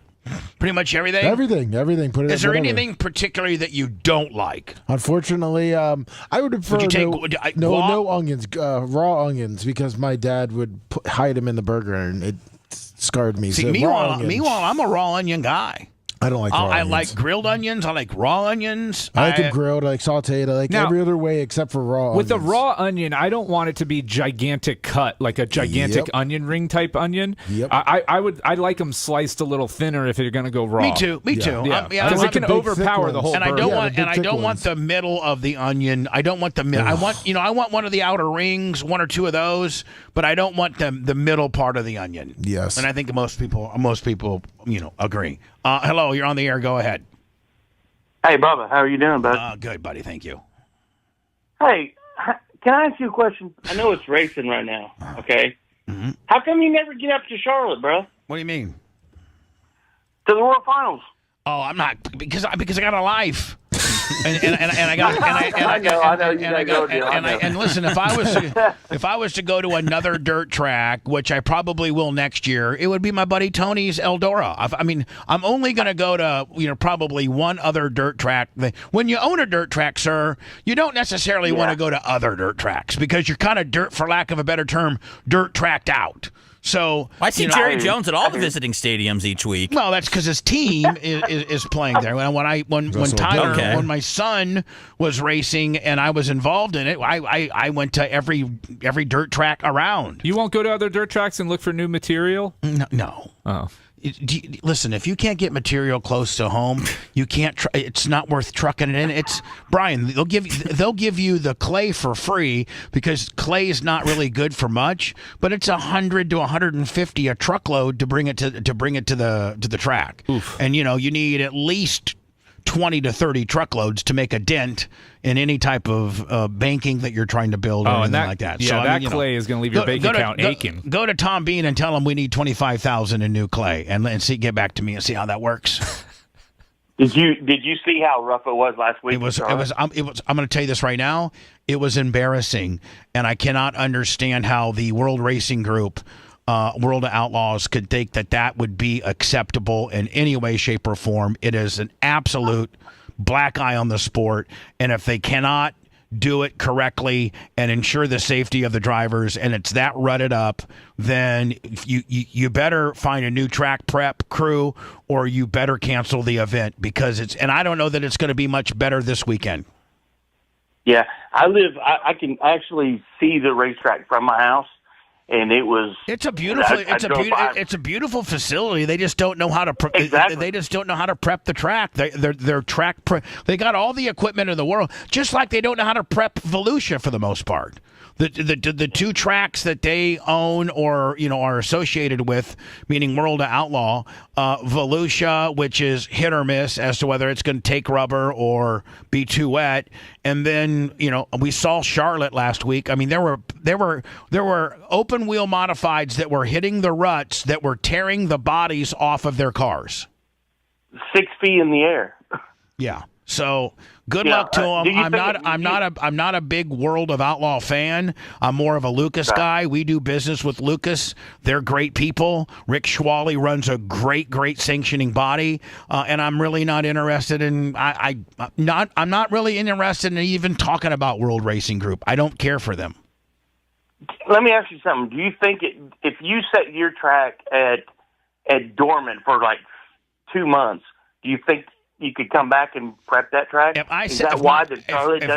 my track was dormant for 2 months and I had it, in fact, you make a great analogy, because after the Tour of Destruction, my track's dormant for the remaining of November, the remaining of December, and the remaining portion of January, and we don't start racing until the second weekend of February.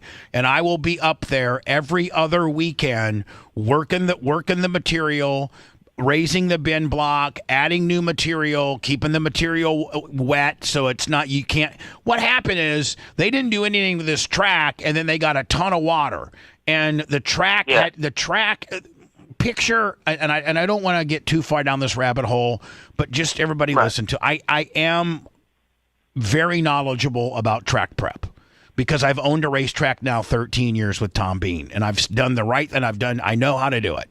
And you cannot leave your track completely dormant for more than a month and not take any rain, and then all of a sudden get 3 inches of rain. All that's going to do is create ruts, because your track can't absorb that amount of flash watering, and the water has nowhere to go, so it creates ruts. Meanwhile, like me, my track's going to be dormant for 3 months, but I'm adding new material. I'm tilling it every day. I'm watering it every day. It's like a flower. You plant a seed in November, and you just can't start watering it in February when you want it to be a flower. You have to continue to nurture it and water it. Clay, which is what dirt tracks race on, cannot be flash watered. You can't just flash water it through a water truck or a rain shower. You have to. Now, if that track had been continually manicured every 2 weeks, they just put a grader on it with a tiller, that track then wouldn't have gotten flash watered, and they wouldn't had the problem that they have now. They got every equipment known to man. They just hadn't touched it for God. I mean, when's the outside of the last weekend and this weekend, when's the last time they had dirt cars and they had a race there at Charlotte? Hey, but I drive by it every day. I can literally see it, the racetrack, from my house. Okay, so outside of the World Finals that they got going on last weekend and this weekend, when's the last time they actually sent the crew out there to prepare the track? Maybe a monster truck show. Monster truck shows don't require track prep. It just requires a little. I understand. You just water it a little bit to keep the dust down. You're not cutting it. Right. You're not grading it. You're not tilling it. You're not sheep's footing it. You're not packing it. You're not doing any of that. Yeah, I agree with you, man. I hope. You know what? I hope it's horrible for them, and all the racers realize that World Racing Group's a bunch of assholes. That's what I hope. I got you. Hey, love you, man. I love you, all you guys. So appreciate it. Thanks. Love you. Love you too. Did you guys know he could see it from his house? Yeah, he said he could. Yeah, that's pretty impressive. Simone Biles admits that she's had 3 plastic surgeries since she was last competing, and urges her followers to guess what they are. Well, I think the first one pops right on out at you. Yeah. She admitted to having 3 plastic surgeries in a recent TikTok. The gymnast says that the public won't be able to tell which procedures she had done for 2 of them. Well, I've seen her the size of her husband, so I'm guessing one's vaginal rejuvenation. Oh, goodness. Yeah, he's a safety for the Bears, I think. Yeah. Yeah, you came from the Packers. She's like 4'9". Right. So just imagine. And by the way, that. she's Get unready with me. You said get unready. By the way, I find her very attractive. Oh yeah, she's a pretty girl. I mean, I think that she's a head case. I think she's got Seth Kushner mental type problems. With me. You said get unready with me. Yes. Well, I tell you. And Seth, I mean that affectionately. I mean, I'm comparing you to of course, one most decorated Olympian. Yeah, exactly. Thank you. A few fun facts about myself. When I was younger. I mean, listen. Can you imagine her riding you out with those strong of legs? Whew. Like they say, the next best thing to a gymnast is a girl who rides a horse, because they got to squeeze that horse. They say that? They do say that, yes. And Brian will back me up on it, because girls that ride horses, you got to squeeze that horse to stay on. How many girls that ride horses are out there? A lot. Really? A lot. Wow. Hey, you know what? There's a place called 100 Proof right down the road from my dirt track. And, listen, Ocala, I think everybody would agree, Ocala is recognized as the horse capital of the world.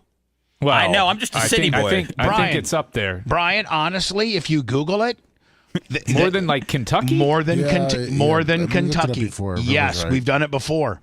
More than Kentucky. And do you know why, Brian? No. Okay. The reason why there's more horse farms per capita in Ocala, Florida than there is anywhere else in the world. Ocala is officially recognized as the horse capital of the world. May I give myself a gimmick, please? Thank you. And Brian, I do business up there, and I talk to these horse farmers. And the reason why, Brian, you're a knowledge guy. You always like to have some. I love it. Hit me with it. And here's the reason why. Marion County and the parts of Ocala, that is one of the biggest lime rock deposits in the entire state. More lime rock is harvested out of Ocala. Lime rock is so indigenous to Ocala that literally every piece of ground is underneath the topsoil is lime rock. So they really, really harvest lime rock. Some of the biggest lime rock mines in the United States are based out of Ocala. And lime rock is what they do all road-based with, and it's a very hard calcium-based dirt, real fine yellow like white dirt. But it's really, really, really rich in calcium. And so when their theory of all the horse farms being in Ocala is, what do horses do? They graze and they get all that calcium. They have strong bones. Bingo. So all horses do when they're not training is their heads down and they're eating grass. That's all they do. They're either training, but they're you give unless them. It's a gay horse. They eat hay. A little corny. So their whole reasoning is grass that's grown in lime rock creates a more calcium enriched food source for the horse, making their bones stronger. And there's actual statistics on how Ocala-based horses have a much lower leg breakage rate than bluegrass Kentucky-fed horses. That's the reason why. And Ocala is the horse capital of the world. A few fun facts about myself. When I was younger, I thought only boys with the name Adam had Adam's apple. And my brother's name was Adam. That's pretty hilarious. I've had 3 plastic surgeries, and 2 of them you would never be able to tell. Guess. When I did the commencement... Well, boob job, first of all. Well, she said 2 of them. At... What? She said she's had 3. Obviously, 1 you can guess pretty easily. Yeah.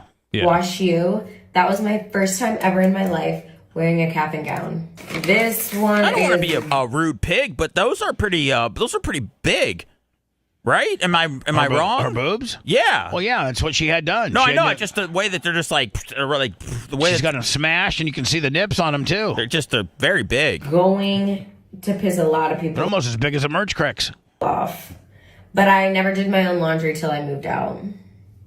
And I That's did. because you were coddled. You know. Yeah, well, it worked out pretty well for her. We could put you in the washer with your clothes on. Gymnastics She's little enough. is the only and the very first sport that I tried. You can Google this, but my correct height is 4'8". I'm allergic to... Nailed it. Who else, Bubba? 4'8".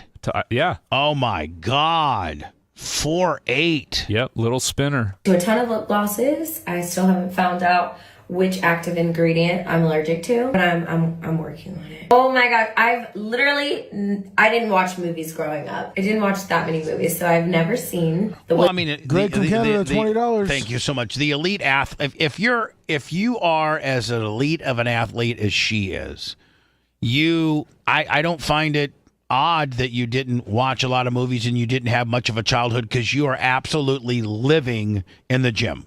I mean, in order to be that good, you have to have that many reps. Don't they say, Brian, you got to do something 10,000 hours? Yeah, to become an expert. But these kids are homeschooled. They get schooled at the gym. Right. Like when they're on that track for to be an Olympian, that's what they go. When you're that elite of an athlete, that's all you're doing, and you're getting school in when you can at home. It's just it's such a tough sport, because really, if you're over 24, you're out of gas. Yeah. And it's like, that's crazy to me. Like, your window is 16 like to 24. 14 to 23 or something like that, Wizard of Oz, never seen The Notebook, The Sandlot, Forrest Gump. I also have dual citizenship, America and Belize, because that's where my mom is from. I also had a house cleaner my whole life.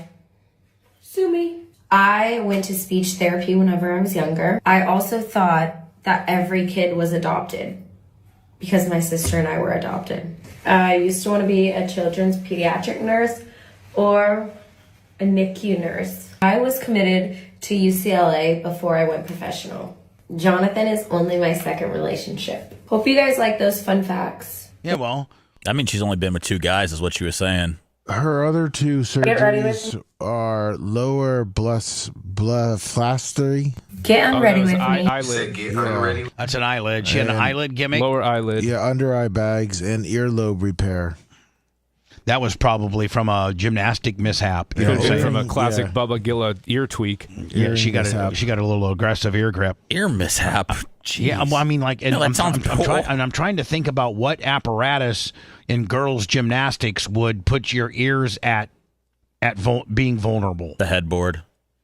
No, I would probably think maybe the uneven bars, or maybe the balance beam. Maybe you take a lick on a floor move and your ear folds. Yeah, I could care less. We only care about that rack, right? I don't care about that. I don't care about them. Silky milkies. Silky milkies. Silky chocolate milkies. Oh yeah, I bet you she has teeny tiny little areolas. I mean, you could see them clear as day in the video. Oh my God! And think about how much of a straight spinner she is at 4'8". And think about how the type of anaconda like boa constrictor squeeze she could put on you when she was riding you out with those. She can flip right off your face right onto your unit. Yeah. Well, If you liked that segment, then you'll definitely like the new redesigned BubbaArmyHQ.com. We'll be back to the Bubba the Love Sponge show after this.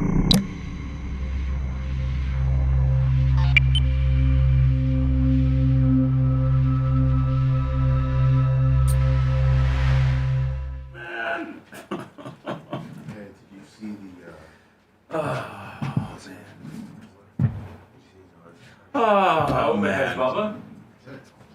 We have a new Rizzler commercial to watch, but I know. Nobody listen. You want to get everybody loves your Rizzler. Where's the Riz been, man? I don't. He's look. He's cashing those NFL checks that he got at the beginning of the season.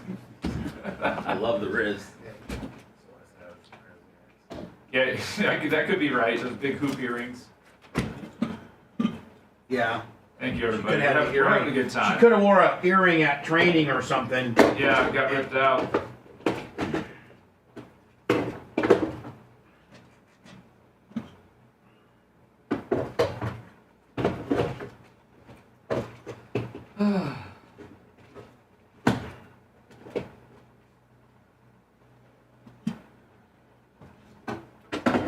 Oh, there's Raspberry flavored Arizona iced tea. Is that for real?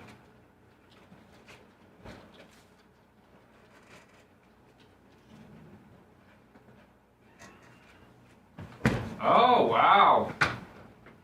That's awesome. When did that come out? August 28th. Oh, yeah. Rizzler Berry.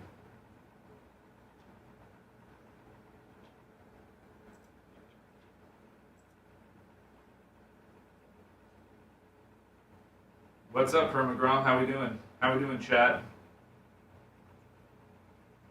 Check out Bubba's podcast. He's got a bank robber this week and a fire chief next. Oh no, New York Madam next, and then a fire chief.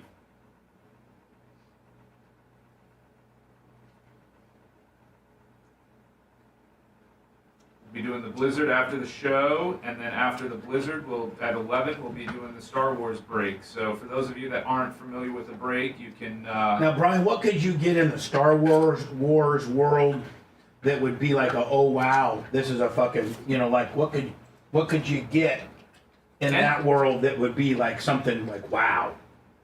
Any sort of one-of-one. Like, for instance, I'll go on eBay real quick. The 2024 Darth Vader one-of-one sketch card, $100. They just depending on which one it is, anywhere from $100 to $200 for a really good one-of-one sketch card.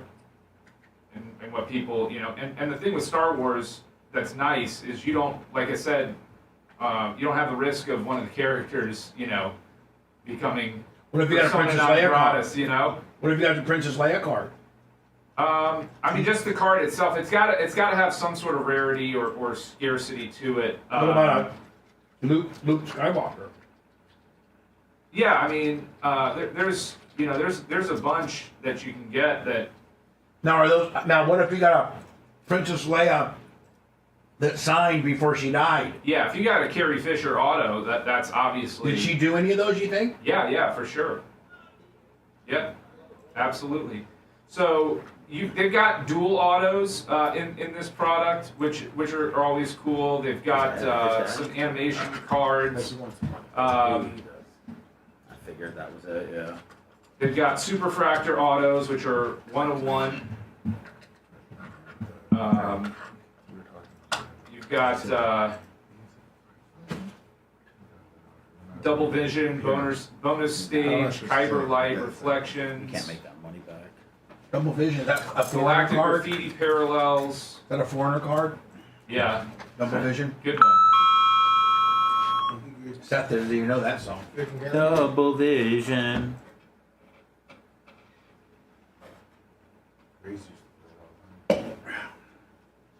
Whenever somebody hit a double.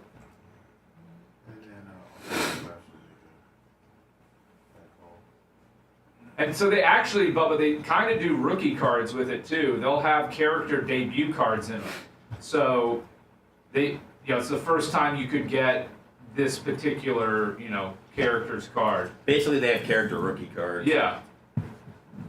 So like Ragnar. Oh no. That's a rookie card, debut card in this.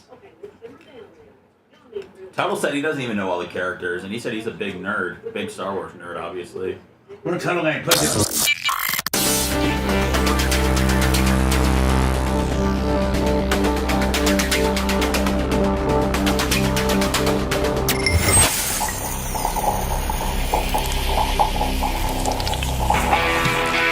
Pulling into the track, climbing over it, cruising it, or along for the ride. You're always in it to win it, and you want to stay cool. Super Cool Performance. Superior protection against cavitation, corrosion, and erosion. Super Cool Boil Guard. Reducing operating temperatures by up to 20 degrees. Don't get beat by the heat. Visit redlineoil.com for products designed and engineered to keep you cool. The Bubba the Love Sponge Show, listener supported via PayPal, Venmo, and Cash App, all at the Bubba Army, now returns.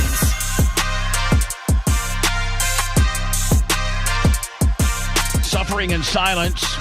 One of Seth's biggest fans, Jeff the Gooch Patterson, former gas man for the 3-time NASCAR champion of the world, Tony Stewart. Who would ever thought, Seth, that one of your biggest admirers was a former gas man on a NASCAR team? That just shows you the it factor that you have, my friend. Well, I don't know if it shows that, but I mean, just the kind of man Gooch is, like, you would look at him and you go, "Wow, that's a real man." And he would have no interest in anything Seth has to say. Yes, pretty much. But you look at the man, he's bigger than Lummy. He's a man's man, but he's a gentle giant, and he knows good talent. He sent me, Lummy, if we would have gone through that 8-minute FAA report deal. Yes. On the UPS casualty. Supposedly within the FAA report, it says the aircraft in question was in for maintenance for over a month at San Antonio. And they found a bunch of issues with the structure, like rust and various things like that. Oh. So, I mean, let me ask you a question, Brian. This would be certainly one that you would know about, but let's say that there was innocent people. Well, we know that there were innocent people on the ground that died, right? Yes. I mean, it just wasn't the crew. Because I think, what did they determine the crew was 3 or 4? 3. 3. And now the death toll is up to 12, and there are more missing. If your family, let's say your dad has a shop, some type of industrial shop because near airports also tend, not only are there highways, but there's also, like if you go by the St. Pete Clearwater Airport, there's a lot of an industry around the airport.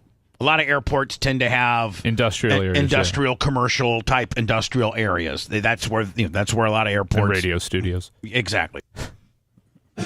But would a family have an unbelievable wrongful death suit against? Now, a lot of times in being a lawyer, it's all about, can we collect? Are the people that we're going after collectible? Yeah, and UPS is very much and so. That's with a bullet, right? Yeah. I mean, with a bullet. So if Dad's working at some engine shop near Muhammad Ali International Airport, Louisville, and the UPS carnage caused your father to lose his life, he lost his life in that deal, would you not have one hell of a claim against UPS? Oh, you're about to find out what Brown can do for you. That deserves definitely a sound effect of admiration. Very well placed. No, that's no, big, that's big money. I mean, that is big money. That is a firm changing type case. You know who's there? Morgan & Morgan's. Basically, they've got a big office in Kentucky. Oh yeah, well they got big offices everywhere. Most places, but yeah, they're pretty big in Kentucky. Dad's machine shop got hit by a UPS plane. Call pound law. That's all. That's all. I mean, can you think about because you're going to be able to, especially Brian. Now, if it was just a act of like there's a lot of plane crashes are caused by bird strikes. In fact, that's what Scully, that's what they had to put their airplane in the Hudson was over a bird strike. When you're taking off, these birds get sucked into your motor and cause your motor to blow up or not work. And so, that's an act of God. Brian, that would probably be an act of God, nobody's fault. Nobody, the maintenance records wouldn't be called into question. A bird strike is a bird strike. That's probably not anybody's fault. But, having this plane, having spent 30 days in their San Antonio shop and being diagnosed with rust issues on that particular, and structural rust issues on that particular side of the plane, I mean, that's nothing but just writing a big ass check. Yeah, it's just figuring out how much coverage there is and how it's going to be split up potentially? Because you're probably talking. I imagine they have like $50 million But hold on, in Brian. policies and can umbrellas. Can you go above policy and get punitive because they knew? I mean, especially if there's reports documented that this plane had structural rust damage. At what point does punitive kick in? When in a lawsuit? Gross negligence, so almost criminal behavior. So if you do things that would break the law, that opens the door for punitive. So in an auto accident case, punitives are on the table if somebody is DUI and causes. Would punitive be on the table if there was a documentation of this plane was structurally rusted and there was if they defied their own policies and procedures and protocols and broke the law or broke safety standards, there's a high chance that punitive damages could be awarded. Now a judge has to determine to allow for them, but once that is done, it opens up the sky's the limit. You have to go in front of Your Honor and get that, right? Yes. So if you go in front of Your Honor and say, Your Honor, by their own maintenance records, by their very own maintenance records, you can see that there is rust and structural damage and integrity on this left side engine. And this plane just got released from a 30-day maintenance gimmick in San Antonio, Texas. We're asking for punitive because they should have known, or this jet should have never been put in rotation. And then he either grants it or not. And if he does grant it, then Katie bar the door because the number goes. I mean, if I'm UPS, I am having my best people reach out to each of these and $10 million. I don't want to get into this. $10 million per death on this. You eat. You don't even want to start. You don't even want to start that process because it's going to be, no matter how you slice it, it's going to be bad. It's going to be expensive, and if they do get into punitives against a company like this, you're talking hundreds of millions of dollars. Right? That's where big tobacco where a lot of the big tobacco money came was in the punitive part. But look at how long it took on that, and the amount of discovery and everything that they had to go through, and then the punitives came into play on that because the executives knew and they tried to hide it and bury it and how addictive it was, and they fought it and they had all the records of it. And so if there's a situation like that with this plane where they had maintenance records that said this needs to be done, and UPS did not follow all of that or care about it. So like you're saying, man, UPS needs to be sending out its Brian Matronis, making contact with everybody that perished in this flight, saying, hey, listen, our deepest condolences. We want to help your family immediately. We don't want you to have to go through the process of years of litigation. If you guys accept, $8 million right now, this blah blah blah, and you find out whoever's going to be the executor of the estate, and you can probably whittle down half of these just with that. Right? I mean, you really want to get rid of all of them, but yeah, if you can get rid of half or more. But what about that one guy that sticks with John Morgan because John Morgan calls him on the phone and say, "Hey, listen, man, we are not taking a settlement. We'll see this to the end. I've won billions and billions of dollars. This is a no-brainer. You're holding out." Yeah, that guy's going to have to go through the years of litigation to ultimately get paid. But yes, they'll get paid on this. I mean, but what was a guy that settled $8 million could be that guy's $80 million, right? It could be, but then you're taking 40% of that and giving it to Morgan & Morgan. Right, so that puts you down to what? Well, that's it's still, you're at $48 million. But it could be 5 years, and that guy who got the 8 invested in a hot startup company or stock, and now he's worth $100 million. Right. Or he could have been like Bubba Clement, blew it all, and wish he would have held out. Yeah. Hello, you're on the air. Go ahead. No, you should always lawyer up in a situation like this, though. Don't take the first call. If they're offering that to you without a lawyer, then there's a lot more that they're ready to pay. And here's the deal, man. If you are a family that's lost a loved one, man, you need to lawyer up immediately, right? I mean, even though you might be losing 40 points, so you're going to make that up. And just them staying off your phone and bugging you because everything has to go through your lawyer at that point. Pound baby face, that's all. Pound baby face. No, actually, it's 844. Is it 9? Ask Gina. 844. Ask Gina. Brian's right there for you. Hello, buddy. Go ahead. You got a question for me? You said something like that. Hey, how are you? Good. I'm great. Thanks. I have a response. So, let me have a good day. Friend of mine used to drive for UPS. He would just drive like the 10-hour route and come right back. he was driving and his seat went out on him. He got $3.5 million just for his seat, like for the damage on his back.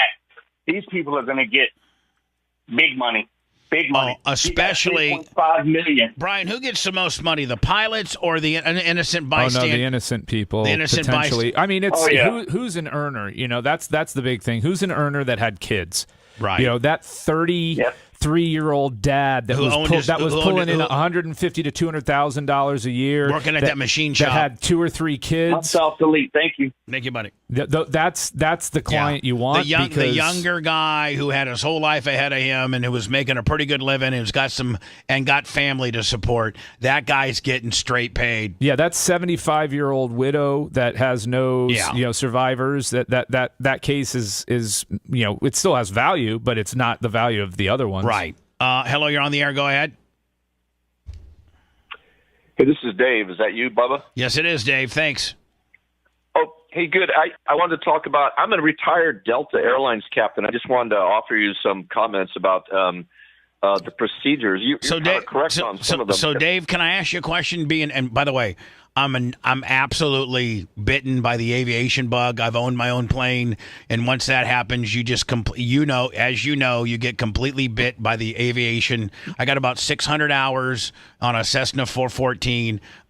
So I don't listen. I'm an absolute, nobody when it comes to your skill set and what you do. But I mean, I guess when you hear me talking aviation, am I somewhat correct sometimes? Yes, absolutely. That's just why I wanted to call and just expand on it a little bit and not just for you, but just for the listeners, because I'm a long-time listener on the show, but I don't call in very often. So it was my opinion, Dave, that they got. There's an expression, you got to take it with you. Once you get so far down the runway and you're starting to rotate that, you're up to speed, airspeed's live. There comes a point where you can't shut it down. You got to take it with you. And is that what happened here, where they got, live airspeed and they have to rotate the plane at that point? The engine falls off, so there's just no way it can even fly with one motor, because those things are designed to, as long as you get enough speed down the runway and enough airspeed to make that wing work, you can, under catastrophic instances, slowly slowly climb with one motor, turn that thing back around, declare an emergency and land it. But, there's not a pilot in the world that can fly with the motor that falls off the wing, right? All correct. Other than when the engine, in most cases, all that stuff is predicated upon just losing the thrust of that engine. But when the entire engine has fallen off, which it apparently did in that case, possibly taking what they call, the engine cowling and everything with it, the nacelle, the cowling and everything. Now, there may have been catastrophic damage to things like the flight controls, hydraulics, all that kind of stuff. So you are correct. All airplanes, especially large commercial jets in the United States and in the world, are certificated by the manufacturer to be able to take off on one engine, assuming the other one failed at that critical airspeed, which is, by the way, is called V1. Up to V1, everybody's committed to aborting the takeoff. Is it also considered the blue line? I'm not familiar with the blue line reference. I know you've mentioned that a couple of times. Like in my plane, it had a blue, it could fly. You could still fly at, if your airspeed was above 95 or 100 knots. You could, the wing still acted as a wing, but anything below that, and there was a blue line indicated on your speedometer, and anything below that, the plane will just stall. It was just not controllable, basically. Right. So with a large commercial jet, if you lose your engine right past that critical airspeed of V1, then the nose of the airplane starts to slew off to the side. But we're all trained in the simulators to put a big, huge boot full of rudder in, and the airplane has to be certificated with the rudder that it's been designed on it, so that you can still control it and stay above what you call that blue line airspeed. Right. And which is technically called V1 now. Now I'll know another term, so I sound less stupid. V1. Right. No, I think that they're slightly different. I'm going to say I don't know. I think that it's the minimum control airspeed is slightly above V1, but there's always an assumed couple of seconds of reaction time from everybody. So, shortly past V1 is when the non-flying pilot always calls. You call V1, and then a couple seconds later you say rotate, and now you start doing a normal rotation. Right. If you've lost the engine or the thrust just past that V1 point, then, as you said, pilot flying starts a slightly slower than normal rotation, and gets up to a slightly less steep rotation angle, and then, like you said, has got enough airspeed as long as you do everything correctly to get up to, say, 1,000 or 1,500 feet, declare an emergency, put all the trim in that you can put your trim in, so you don't have to sit there and hold that rudder with your foot, because it gets to be like a leg extension exercise after a while. Clean up your landing gear. Don't put that down to the last minute, because that takes all kinds of speed away. So you clean that up as fast as you can, right? Yep, you do all that stuff at about. Well, yeah, you clean up right away, but you get to 1,000 feet or 1,500 feet, depending upon the airplane, and then you can put the autopilot back on, go through your checklist, come back and land. But these guys, unfortunately, with the complete devastating loss of that engine back there, which might have occurred, I don't know, way prior to takeoff, they literally might not have had any indications that anything bad was going on back there. I mean, all your fire warning lights and overheat warning lights, those are all sensors that are coming out of the engine or the cowling, and when you're sitting way up there in the cockpit of a big airplane, you can't see back there for the most part and see the wings. So all that stuff going on back there might not have even been obvious to them right away. And not only that, but they were full fuel, full cargo, heavy. So that intensifies, how much ground speed you got. You're at that point, you're probably trying to get as much ground speed, before you rotate, because you're so heavy.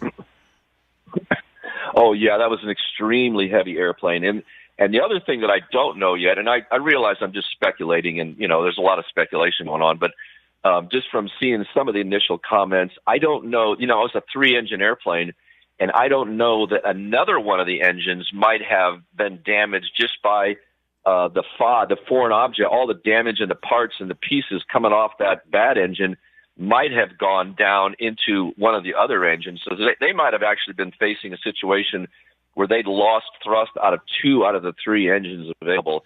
And my guess is, especially in an airplane that heavy, they probably was certificated to take off with just 2 engines, but probably not with one. What do you think? What do you think V1 on something like that is? 130 knots? Yeah, I mean, almost every year. And I tell you what, I flew the 757, 737, DC-9, 717, and the Airbus 320 in my career. V1 was always, in most cases, right around 140 knots. It might have been, for the airplane that heavy with that much cargo, it might have been just a little, it might have been a tad more, but right around 140, 145 knots. Well, it was always it was always my understanding, and a few times, I mean, I no longer have the plane, and I don't have a pilot's license, so they can't come back and get me. But there were a few times where we were probably not responsibly, we were probably 50 to 80 pounds overweight. We all we had to worry about is not getting ramp check, and so we would, but we'd be on an 8,000 or a 9,000. The 414 needs about 4,500 feet to take off, but what we would do, and the V1 was like 95 to 100 knots where we'd rotate. So we would just get all that extra airspeed on the runway, take another 2,000 feet of runway, and not rotate till literally we would be pushing the yokes down, trying to keep the plane wanted to fly at 100, but we wanted that much more ground speed, so that because we were 80 pounds heavy, so we would take that extra 2,000 feet of runway, so she'd pop up a little bit quicker, and we'd automatically be going that much faster. That's a smaller plane. Yeah, absolutely, and you could get away with that with a smaller plane on a long runway. But in these cases, and I have flown in out of Louisville quite a bit. If big heavy airplane like that, there's probably no chance of them doing anything like that. What distance do you need for an Airbus? What do you need? 7,000, 6,000? Yeah, that's comfortable. I mean, if you get to the shorter runways, you kind of get more and more nervous, So, it's nice to have a 7,000, 8,000. I did take off and land on some shorter runways, but we were always paying a lot more attention to what we were doing. If you were taking off, were you heavy on the?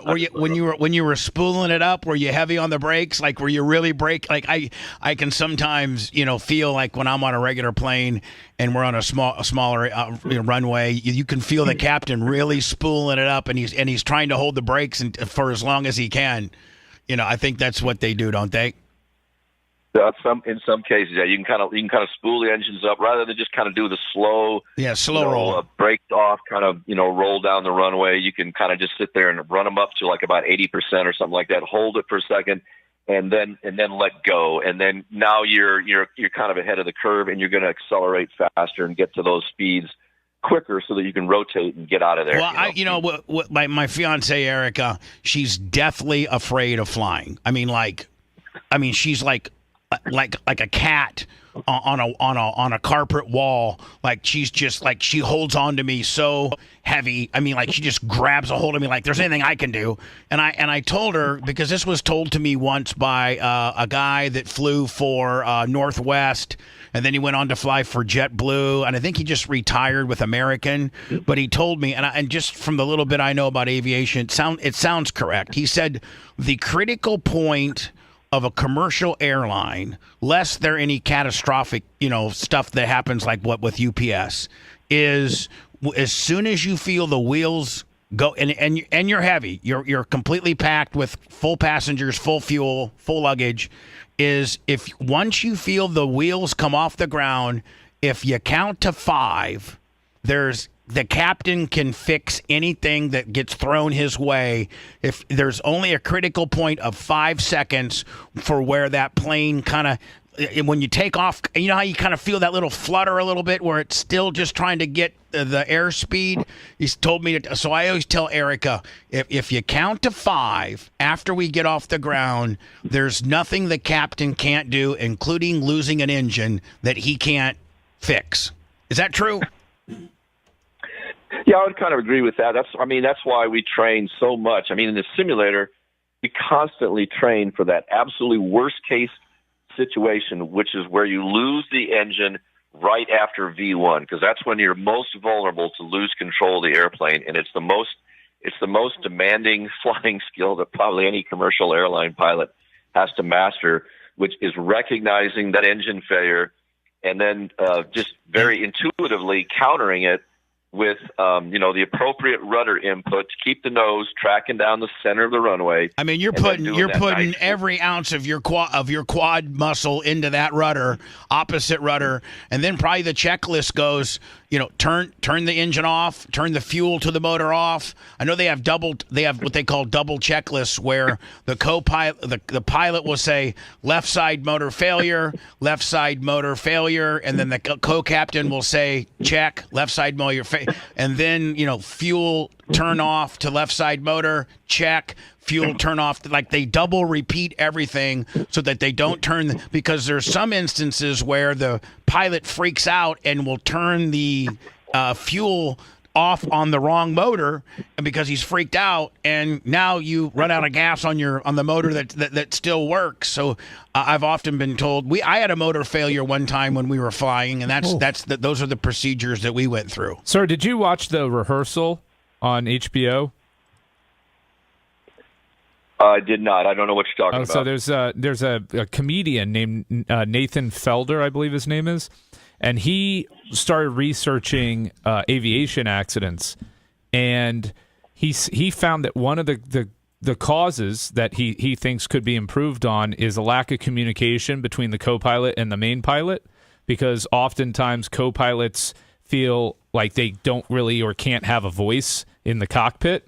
And he did a whole thing where he worked with aviation experts and everything and tried to get some training, like communication training, passed through Congress. So it started out as kind of like a comedy show, and it does have funny parts to it, but it was actually became serious. And he became actually certified to fly during the filming of the show and became a commercial pilot. It's an interesting watch on HBO if you're a pilot and want to. But I mean, if you're a commercial guy, it's all about the checklist, is it not, sir? It's all about getting the checklist, going through your checklist, and having your co-captain verify. I mean, when you're in that catastrophic of a situation where you're turning fuel supplies off, turning motors off, I mean, everything's double and triple checked, aren't they? Yeah, completely. There's a very and that's all practiced over and over and over in the simulator. And sometimes I just wanted to tell you that sometimes the correct action in a case like that is actually not to get too entranced with what's going on. Like if you just had a simple engine failure, in most cases, there would be just the sound of silence. Once we got like positive rate, gear up, okay, declare an emergency, I'm going to climb out straight ahead. Then there'd be like silence until 1,000 feet or so when you could start dealing with controlling the plane. Now, if you had like active fire indications, there was often an immediate action that the pilot flying could do. And yes, we do verify that the engine you're turning off is not the wrong engine, because people have done that. They've shut off the good engine. When we were going through that checklist on mine, the pilot was right side engine failure, right side throttle off, right side throttle off. He would double say everything, and then I would, not that I was verifying, but I would say yes, right side motor off, and then he was okay. Fuel supply to right side motor turned off. Fuel supply to right side motor turned off. I think that's the way they're trained, is to like double and triple check before you're turning fuel off to a motor. You're making sure that it's the dead motor, not the good one. Absolutely, but like I said, in some cases, if you didn't have an immediate action item to take care of, we would absolutely do nothing until we got up to like about 1,000 feet. The airplane was under control. Now we can declare an emergency with air traffic control, let them know we're coming back to land. And, we needed a few minutes to sort through our checklist and get everything, sorted out and get our flight attendants involved in the decision making, or at least let them know what our plans were, and then start making announcements to people. Say, hey, folks, we had a little problem here. We're going to be coming back to land in a few minutes, and we'll, just follow the instructions of our flight attendants, and we will talk to you again here in a few minutes. We'll be on the ground in about 10 to 15 or something like that. But I mean, there comes a point where, like what happened with the UPS thing, I think, like you said, that was so catastrophic that was nobody, no pilot with any skill set could have saved that plane. That was unsurvivable. And I agree with that, and especially, but I think initially they were doing the right things, because, like I said, once you're past V1, and it looks to me like they were probably past that V1 speed, they were committed to at least attempting to take off. Right. And under normal circumstances, they could have expected the airplane to continue flying okay with just the loss of one engine. But I think they had more compounding problems than they were aware of. Like I said, the catastrophic failure of flight controls and hydraulic lines over there, and even possibly damage to another engine that they weren't even aware of. And at that point, they were basically completely out of luck. I mean, it's like, can I ask you a really morbid question? And I know one should be offended, but like, did the guys die instantaneously? Was it an instantaneous death? Oh, Bubba, I could not allude to that. I have no idea. I mean just the explosion, the explosion in itself looked like, like it would. And again, I'm only speculating, and I'm not trying to be disrespectful to anybody or the surviving families, but I would hope that they didn't suffer, and that it was just. I mean, it looked so catastrophic that they probably did die instantly. That's so sad. Yep. So, hey man, thank you. Thank you for your insight. And anytime we got any aviation stuff, what's your first name? First name is Dave. I'm Dave in Largo. You can call me Dave in Largo. We're just going to call you Captain Dave, Captain Delta Dave. Okay. That'll be good. All right, buddy. Thank you, Captain Dave. All right. Have a good day, Bubba. Bye now. Thanks. I mean, from the explosion, it didn't look like.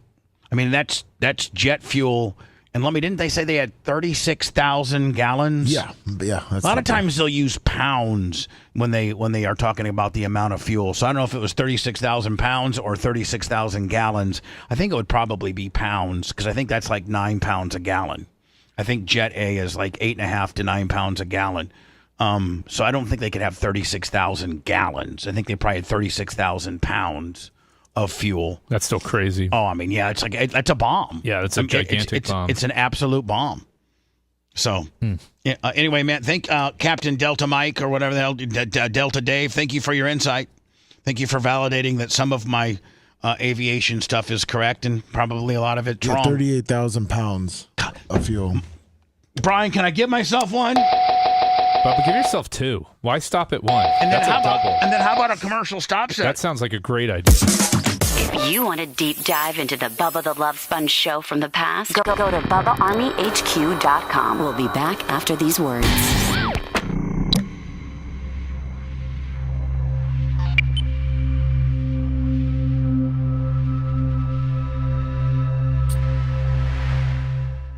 Oh no, I was just gonna say the Wii box. No, I definitely want to do that. I know. Well, I was just gonna say because I know, obviously, because we got one for today and tomorrow too. So they get a box. Yeah. All right, I'm gonna do it. I just wasn't sure if you wanted to do it at 9 o'clock or whatever, or that later on, just so I mark it. Well, we're at 9 now. That's what I'm saying. I didn't know if you were gonna come back with it or. I'm gonna come back with it. Okay. All right. Hey, Lummy. Yes, sir. Isn't the promo code Bubba? Yes. Okay.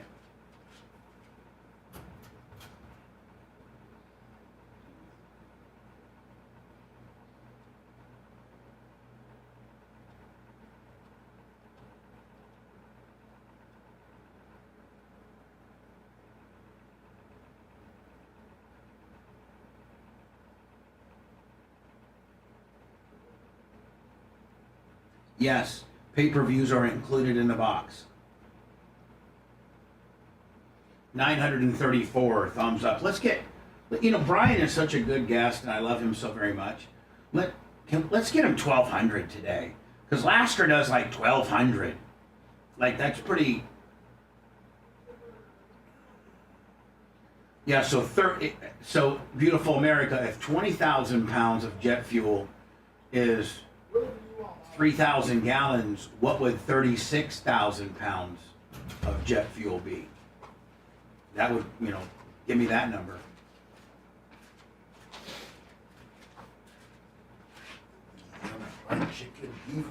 I mean, about 58,000 gallons, about 5,800 gallons. 5,800 gallons. Wow. I asked the fans, I said, let's get Brian up to like 1,200. Yeah, there you go. Because that's what Gene does. Yeah, that's about Gene's average. Thank you for the thumb in.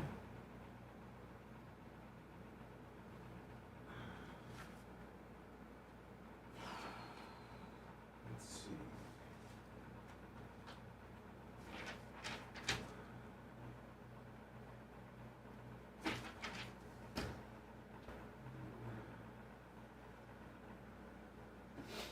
Let's get Brian up to 1,200, guys, please.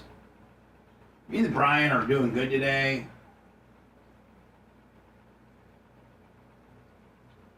Big Daddy Crash 1369. 83 minutes. Good morning, Bubba the Love Sponge Show.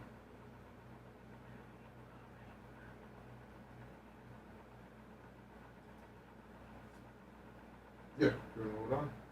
All right.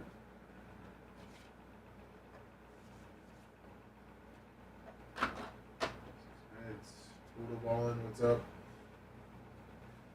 Jeff Coy. That's right. It's not hard to put them.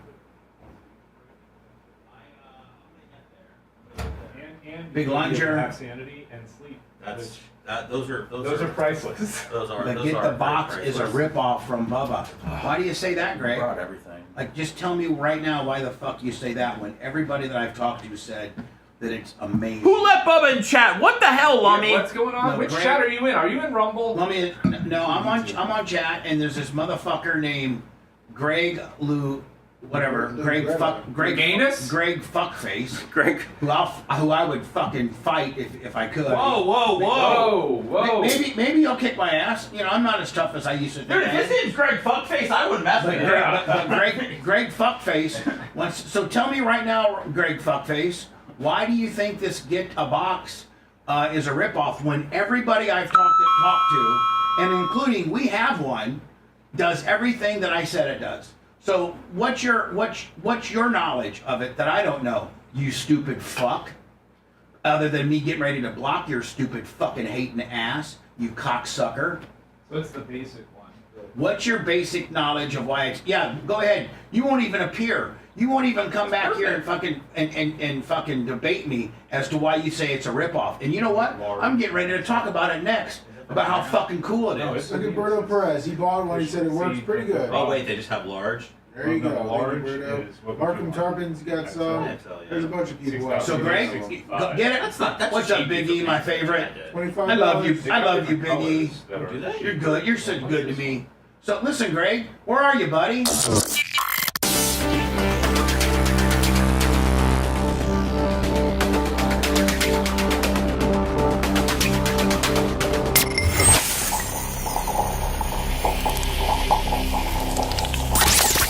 Listener-supported sponge, it's the Bubba the Love Sponge Show. Listener-supported via PayPal, Venmo, Cash App, all at the Bubba Army.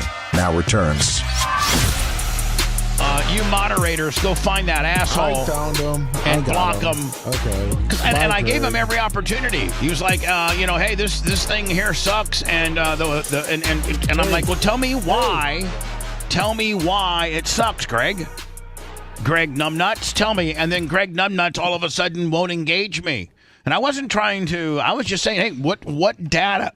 Excuse me. What data do you have to support your claim? He just wanted to hate. He just wanted to be a dick. Where is he? Did he go away? I think one of the moderators got him, and I hope he dies today. No, he's there.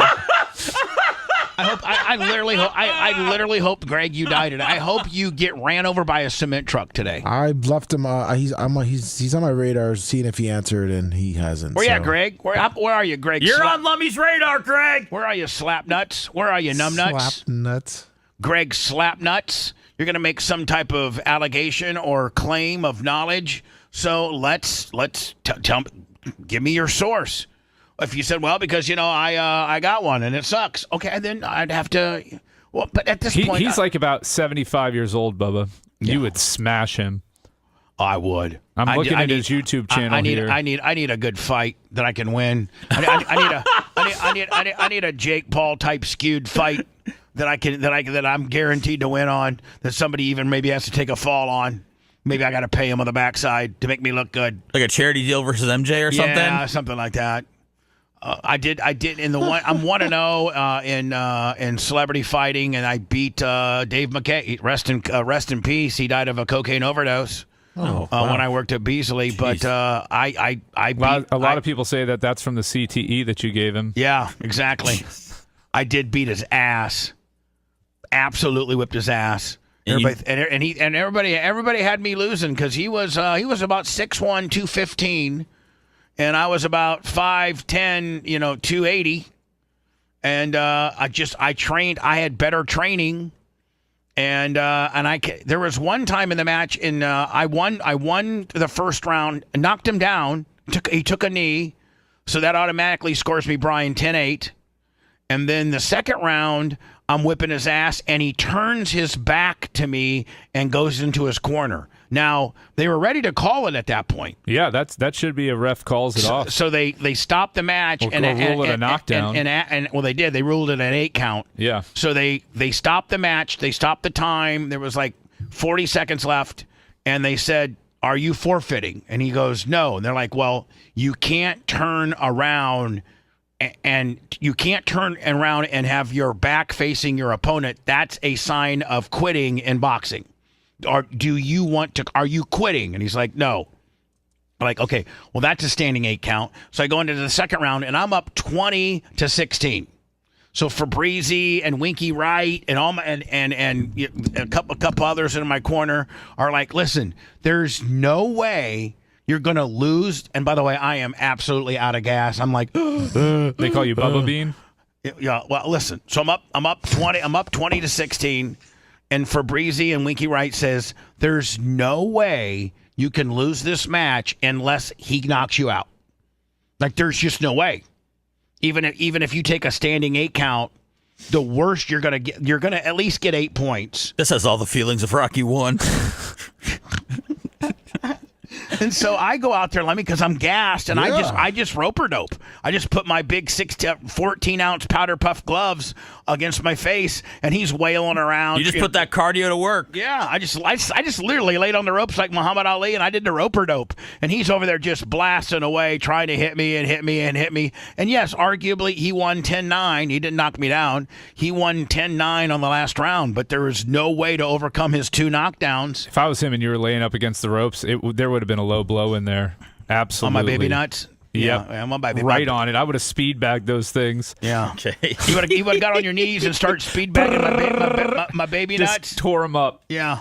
So it was 29 to 20. I think it was 29-28 is how it ended up getting. No, it'd be 29-27. 29-27. Well, no, he had 2. You had 2 knockdowns, so 29-26.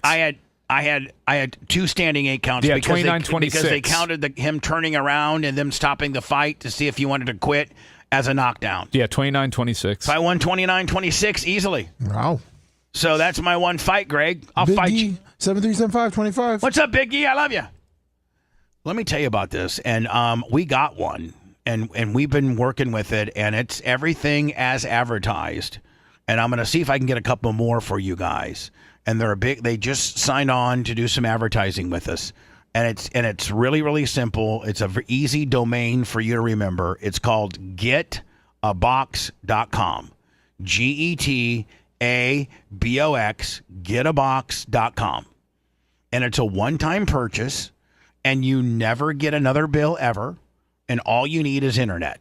That's it. Some decent internet. And you get, they advertise and deliver with getabox.com. Now, they have a promo code when you're checking out of Bubba, BUBBA. I don't know if that's an extra $30 off or $25 off. Extra $25 off. If you go to getabox.com and in the promo code type in Bubba, it's an extra $25 off. You get every TV channel on the planet, every national and hometown channel, over 100,000 on-demand movies and TVs, no monthly bill ever. No outages, 1-button voice control, 15-day guarantee. You get every Major League Football. You get every Major League basketball. I mean, you get everything. You get basketball, football, hockey, baseball. You get it college. You get it all. And I think you get like all the UFC pay-per-views. And I think you get all that. Yeah. You get all of that. All national, local TV channels, thousands of movies. Never, ever a monthly fee. You save thousands of dollars. What about porn? I don't know if they have porn, Brian. Yeah. Oh, you do? Yeah.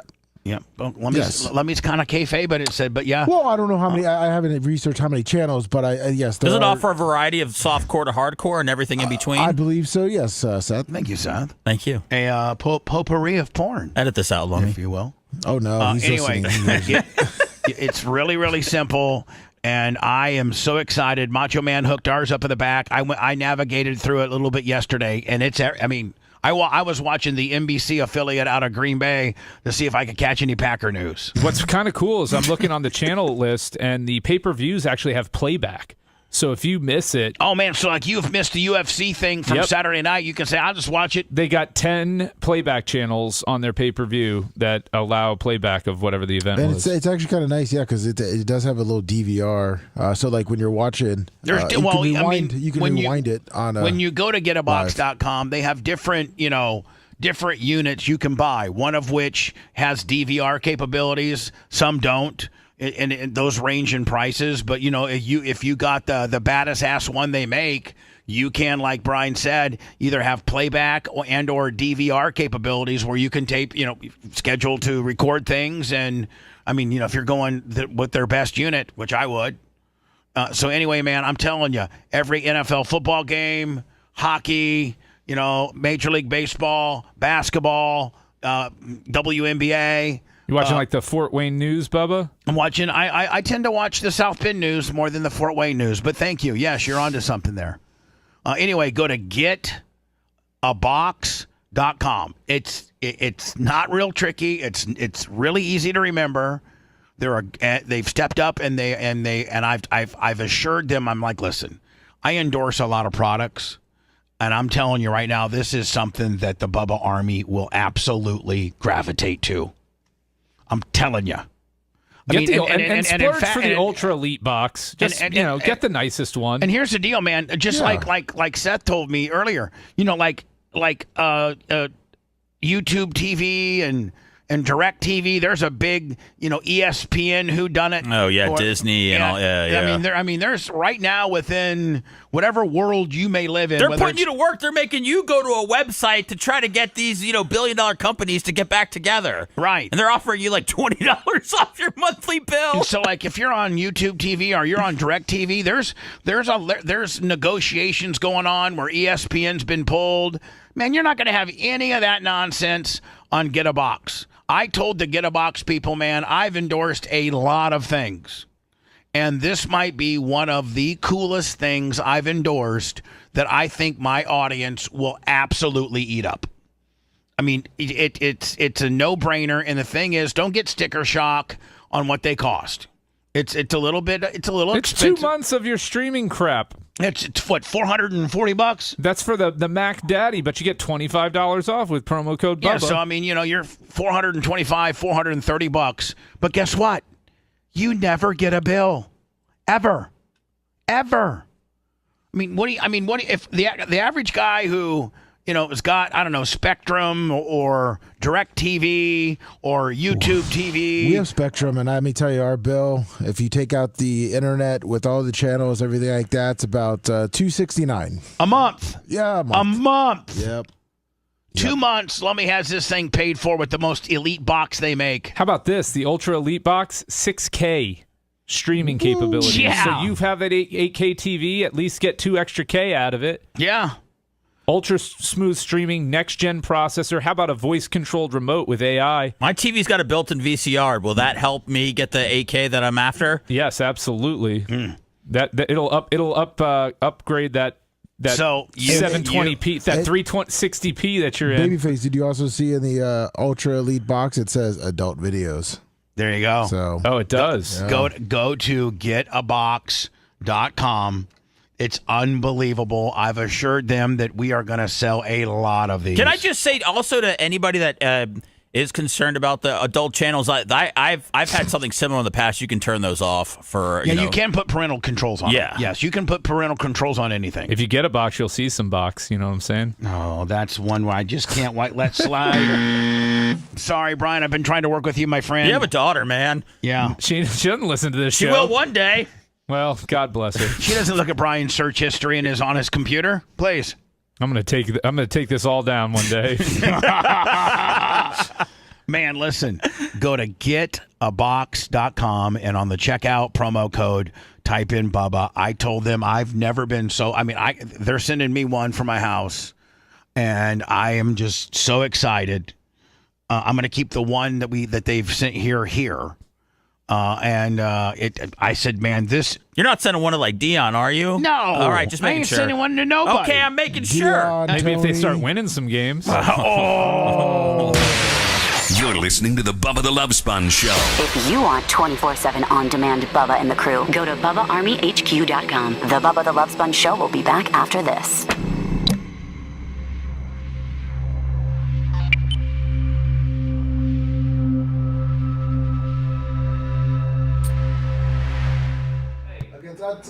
That's a Turning Point? Huh? Turning Point. The Fighting Kirks. Who are you guys playing? That's University of Texas San Antonio. The Roadrunners. How the fuck are you in a conference with them, man? It happens. They played the Alamo. I wake up every day asking myself that question. What the hell happened to us? Let me ask you a question. Does USF get if they would win the conference, would they get an automatic bid or no? We very well could, yeah. If we can make it, we really shit the bed with that Memphis loss. Ooh, that hurts. But now, Brian, where's the championship game played? Well, it's at the highest ranked team hosts it, so we might host it. But now, what conference is it? Conference USA? American.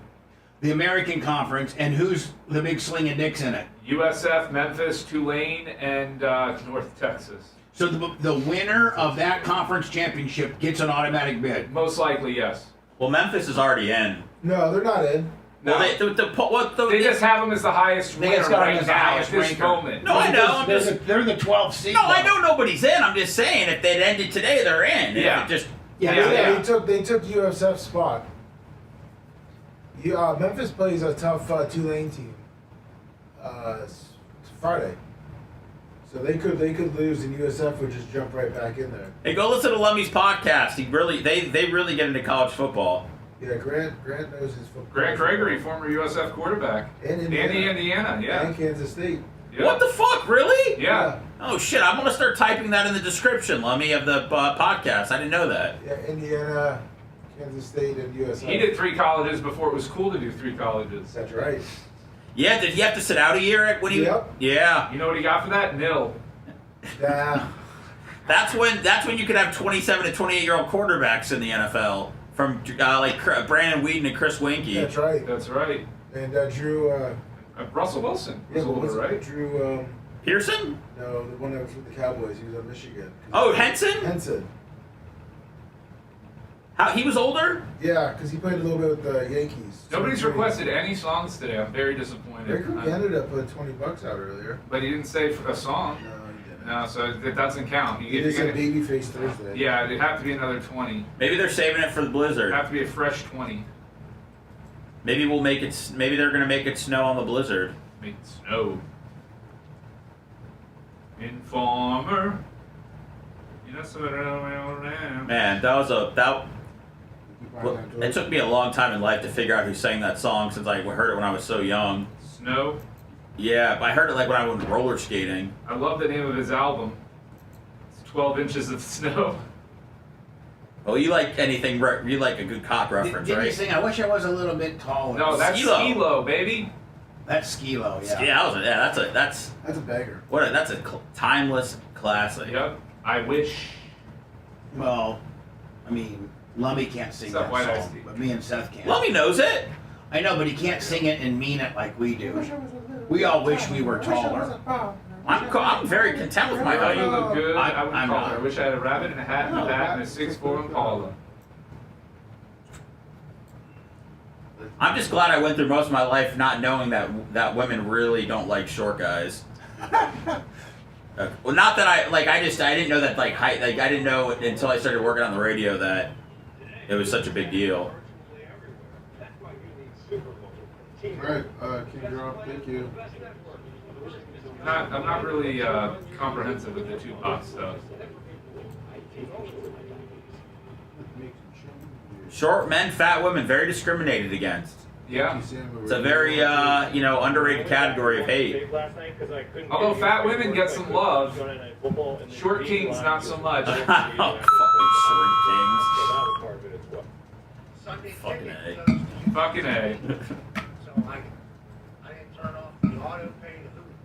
Carly Hall, as a Dan fan, she loves short guys. I thought you don't want no short tort man. Don't want. Teeny weeny. Shrivel lips. What are you doing, man? He's fucking... Did somebody pay for this shit? No, you know the band though? Can you name the band? Ready for a mic drop? Gillette. 69 Boys? Band. Gillette. I'm trying to get Brian, I was trying to get you 1,200 thumbs up today, to meet, that's what the big boys do. And I'm trying to get you Who are the big boys? Like Lasker, The thumbs up will come just with this banter that's happening. Like the most popular people on the show, the most liked, are Lummy, Gene, and Macho. You currently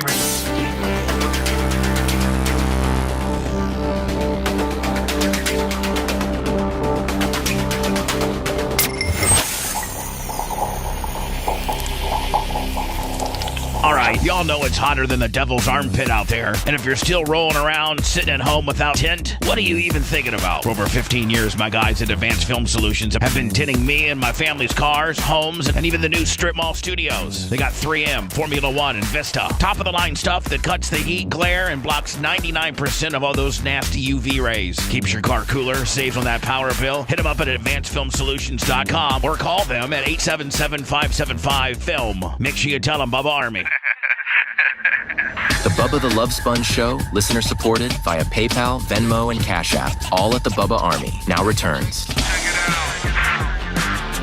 So, Lummy, what's this big UFC betting gimmick going down? Does this story lay it out pretty much right here? Yeah, Isaac Shulgarian, a teammate of David Onama, who waits in the wings for his headliner later tonight. This fight talk is brought to you by Buffalo Wild Wings. So, Dana White, the one with Dana White. He breaks it down? Yeah. All right. Were they saying that was a fight that could have been like set up or something? There's massive. I'm sorry, Brian. Oh my gosh. I'm so sorry, Brian. There was massive betting action on this guy right before the fight for him to lose in the first round. All right, so here are the odds. FBI notifies UFC about irregularities. Large sums of money on Del Valle? Large sums of money on Del Valle. The fight starts. Delgarian gets a takedown and doesn't complete it. Reverse, then acts like a white belt. Just the facts. So, Lummy, I guess we'll watch this after Dana. We'll close this. I sent you the longer version because you're gonna get a copyright strike if you play it on the show. Potentially, yeah. The UFC. Yeah. Don't. I wouldn't. You wouldn't play. But I mean, in full, no. Meaning, we like, can show. We can show when stills. we can show when it gets to the end. Yeah, like right here.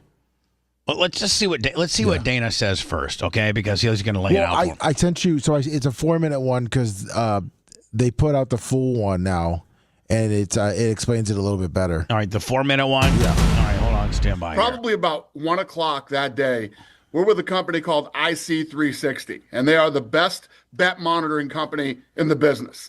And they I didn't even know that they got like a third party place that looks at the action to see any, funny business going on. That's really pretty smart. Well, you want to protect the legitimacy of your sport. Of your brand.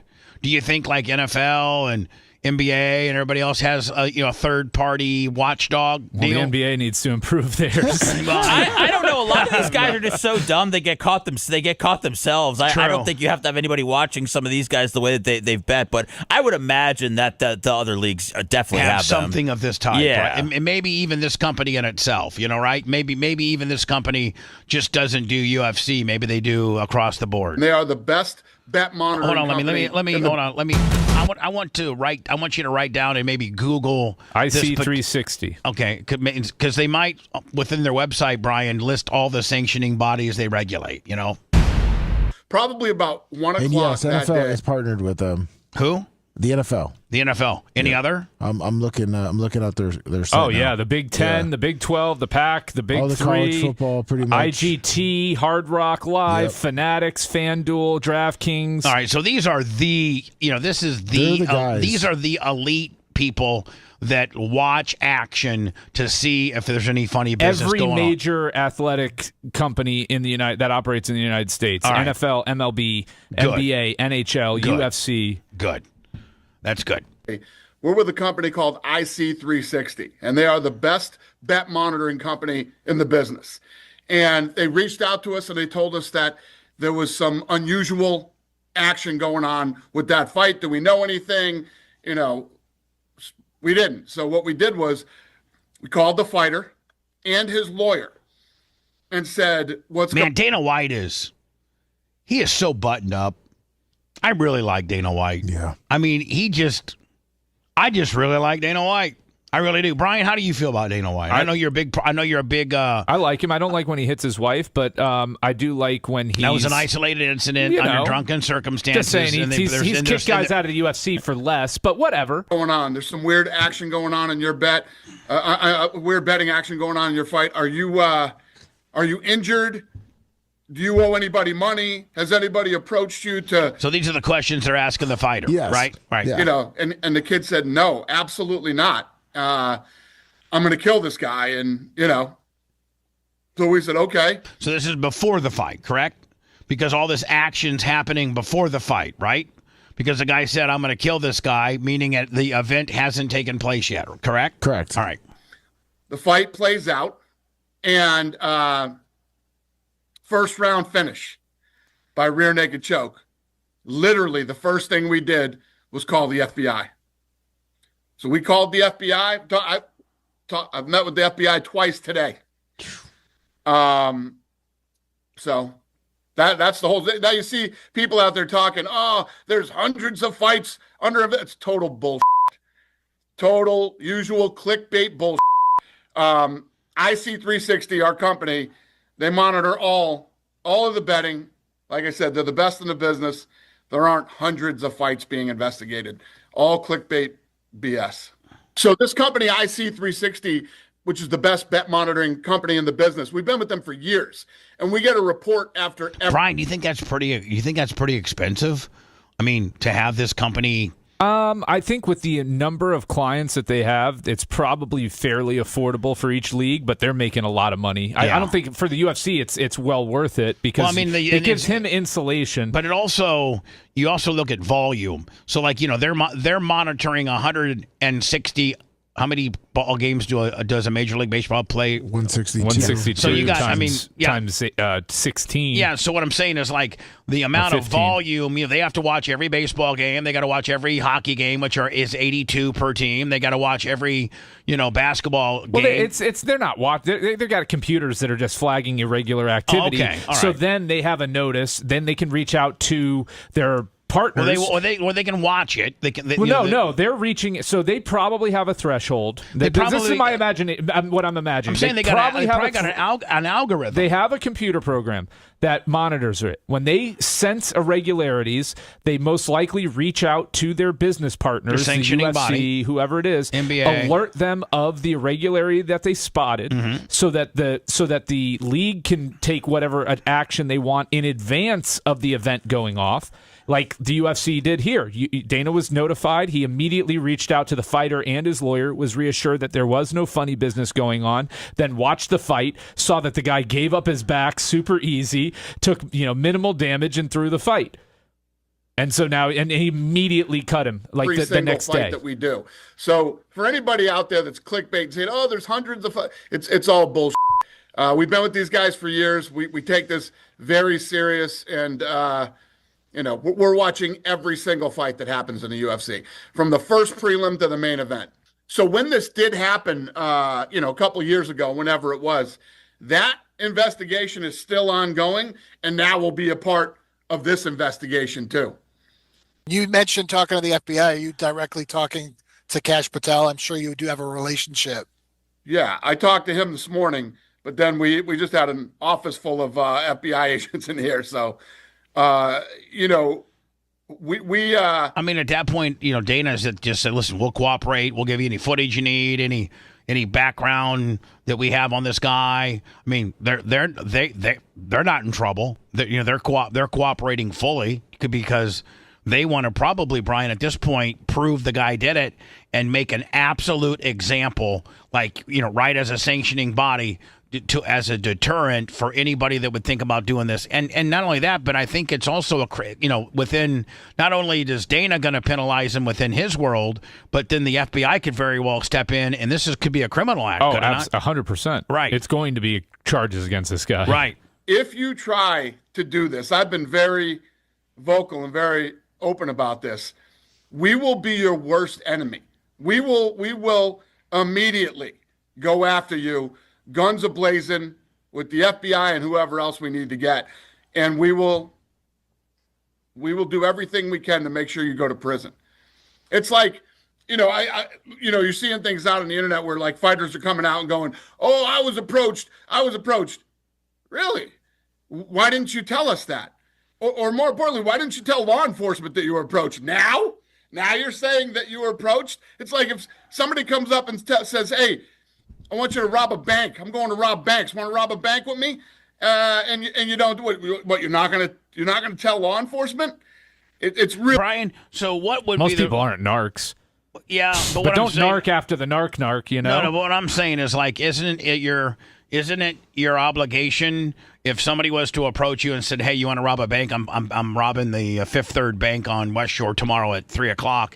Isn't it your No, you have no legal duty to act. Say a word. No legal duty. Now, if you did anything to further or assist that person, and now you're wanting to save yourself. No, if you hung up on the guy, never talk to him again. Get the hell out of here! I'm not doing nothing. And then if they say, "Well, I didn't think he was serious," you know, so they cannot get you in trouble. No, if I come to you, Brian, I say, "Hey, Brian, me and Seth are robbing the Bank of America on West Shore Plaza today at 3:00. You in? You want to help us?"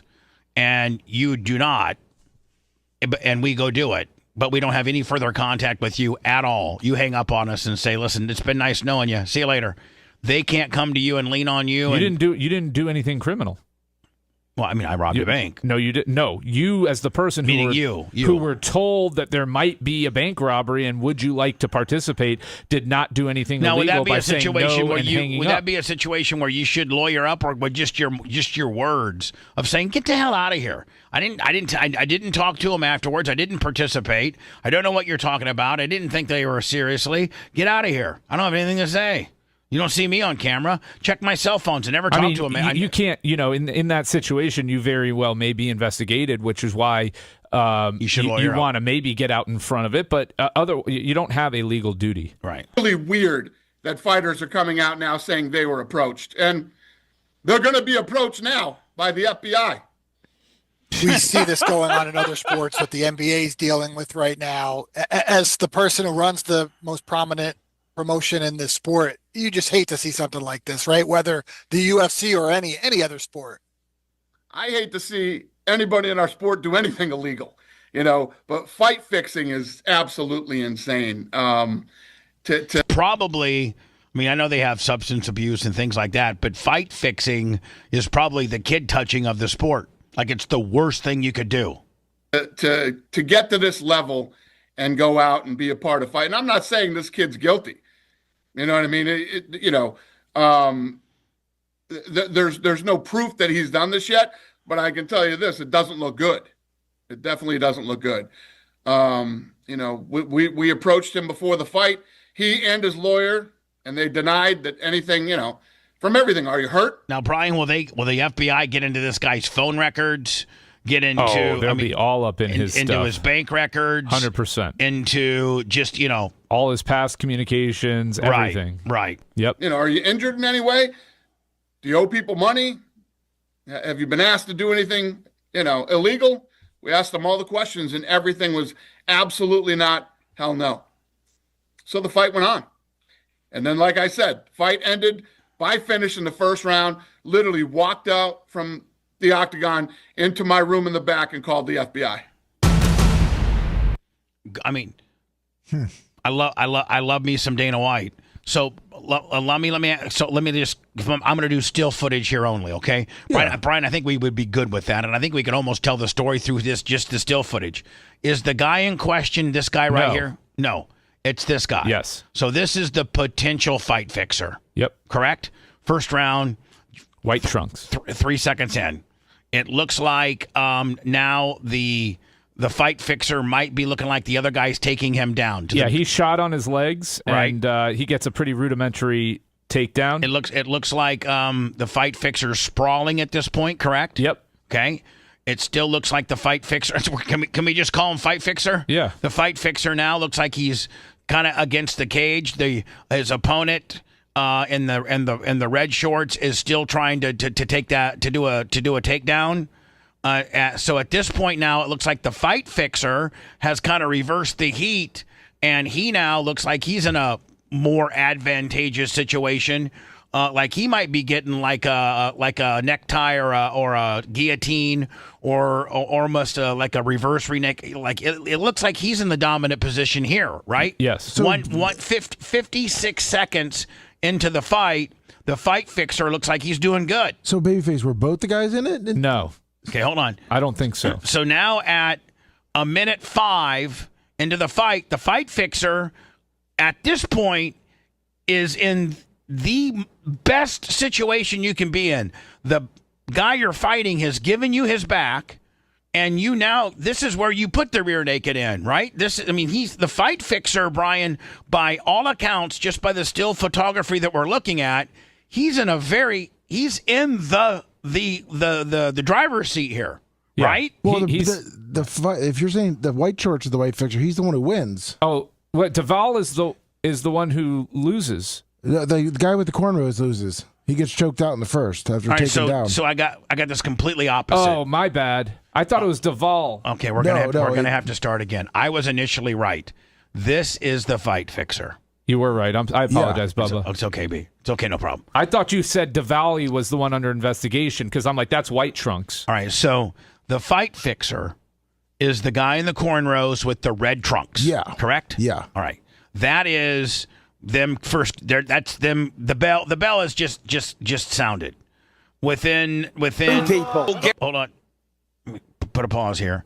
So within 24 seconds, the fight fixer, Brian, is taking looked like a double leg a takedown. He's shooting a double leg, trying to get the guy in the other guy down on the ground.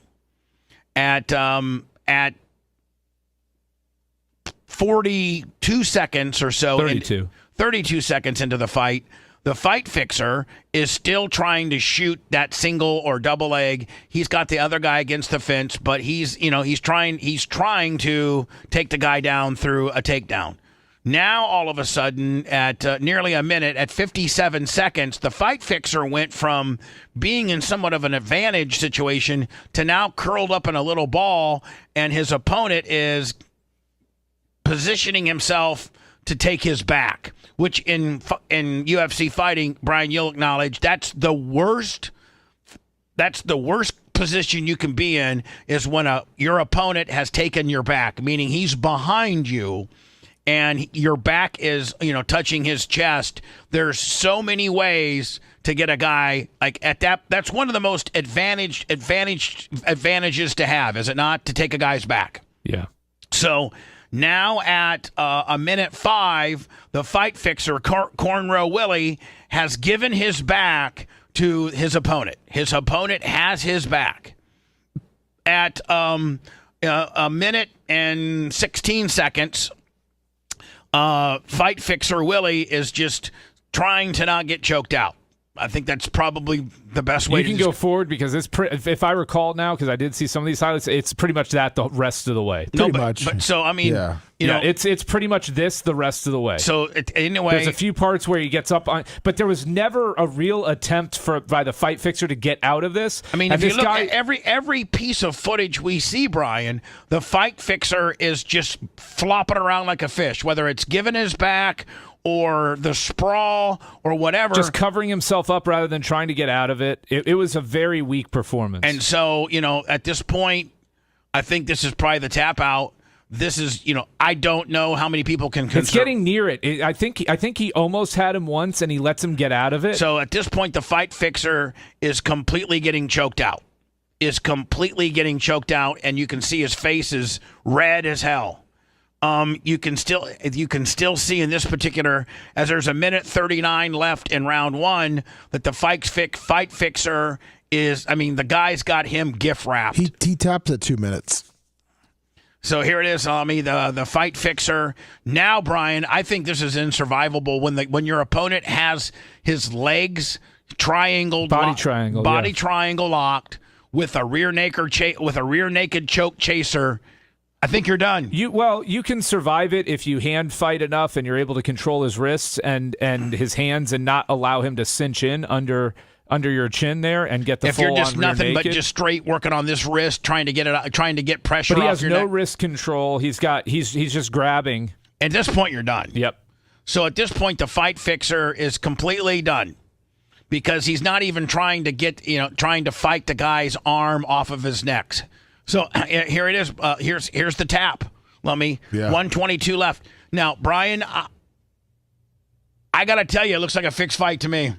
just because the Fight Fixer showed no offense. Did you? Well, it's not just, Did you see any offense? It's not just the no offense. Well, he made a terrible shoot on the legs. He's a very skilled fighter, much better than his opponent. He makes a terrible shoot on the legs, and then he has about 3 or 4 opportunities to get out of it, and he turtles up. He never tries to actually defend and get out of it. It opened up at a minus 285, 240. That's what people really thought was going to happen. And then after the funny business, it closed right before they started fighting at a minus 130 plus 100. So that big of a swing with no injuries or nobody didn't make weight or nobody hurt themselves during training, just for that big of a swing alerts them. Right, Brian? I mean, it can, yeah. At least raises red flags, yeah. It's an alert. When the guy puts the performance on that he did, Well, Dana saw all he needed to see. He immediately went back and called the FBI and said, "This is a problem." Yeah, bro. I mean, Dana White said he had the FBI on the phone after the fight. He walked right back to the dressing room and called them immediately. Seth, is Pat McAfee part of the ESPN host meltdown? I guess ESPN has asked all their hosts to talk smack about DirecTV, or at least get their audience up to speed as to what's going on, or call your local cable provider. Is that what all the hosts have been asked to do? Yes. And Pat McAfee, is he all for it, all against it? No, he told everybody to stop doing it. Oh, he told all the hosts? Yeah. To stop? Yeah. Now, could that... Said, we don't care. It's not our problem. Could that hurt him with inevitably, that certainly doesn't help negotiations for ABC Disney. At that point, are you trying to show your dominance and how much stroke you got? I mean, he's representing. I think he's representing a normal sports fan that these companies get into their fights about whatever, about money, and then they have to sort it out. But now ESPN is telling their personalities to go to this website, sign up, do this, and so people are saying, why is this our responsibility to get this channel? This has nothing to do with us. Could this hurt Pat McAfee? No. He doesn't care. He's bulletproof. He could. I mean, ESPN could get rid of him. He'd still be fine. He could shoot somebody on Fifth Avenue, and he wouldn't even get convicted. Who's more powerful in the ESPN world, Stephen A. Smith or Pat McAfee? Stephen A. Smith's more of a company guy for sure. So within ESPN, I think Stephen A. Smith is more sacred. But just like you said, like when Spotify dropped Rogan didn't care. But who's more powerful in the sports world? I think Pat McAfee is. Right. And pop culturally, Pat McAfee. Like I'm saying, Pat McAfee ESPN could drop in tomorrow. He's going to still make $30-40 million a year, on YouTube and various other all the other things that he does. WWE. So I'll get into that next. The Pat McAfee. Is there language in this? Do we know? There usually is if it's a Pat McAfee video. If you love that segment, then check out BubbaArmyHQ.com and do a deep dive on past shows. The Bubba the Love Sponge Show will be right back.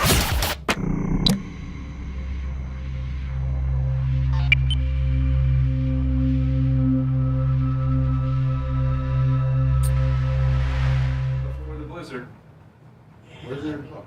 Yep, we love those Blizzard bucks. We'll sing you a song for 20. Whatever the case, for sport, it is really good. So this ESPN YouTube TV thing is like a real. I mean, it is really good. So this, I think it's. Whatever the case, for sport, it is really good. So this ESPN YouTube TV thing is like a real. I mean, this is ESPN. All right, so we could probably pick it up from there, Seth, and just see what he says. Right? Yeah. I mean, we have to go long form on it. We could probably catch. Oh.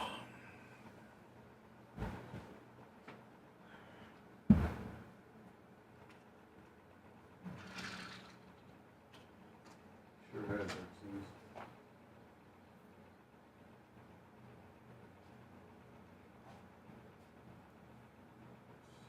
Did you see me? You needed me right after work?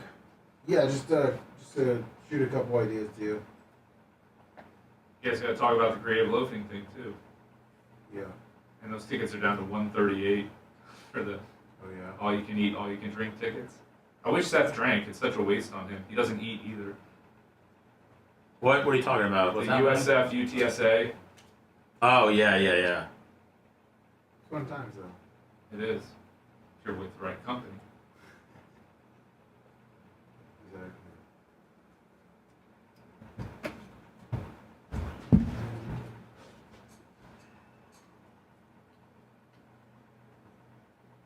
I love Pat McAfee. Good energy. Yeah, he seems very man of the people. Yes, very authentic is what I was going to say. He is always his authentic self, which I can appreciate. That's refreshing in this day and age of worrying about corporatism and your brand. He's a hard worker too, man. Yeah, the guy definitely puts himself out there. I mean, I've seen him go from game day to WWE event, the same day. He's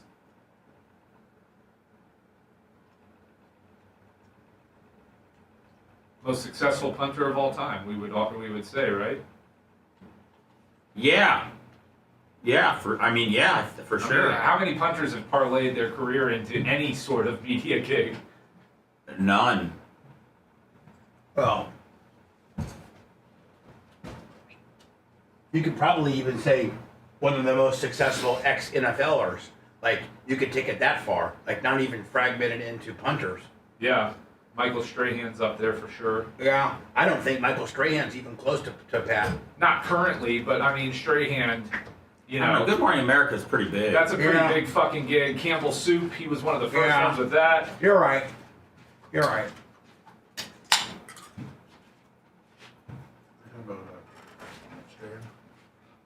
No, we were talking about, Strahan. I thought you said Stringer. I'm like, sorry, Stringer. Fuck Stringer. Brian Stringer. That's actually a real person.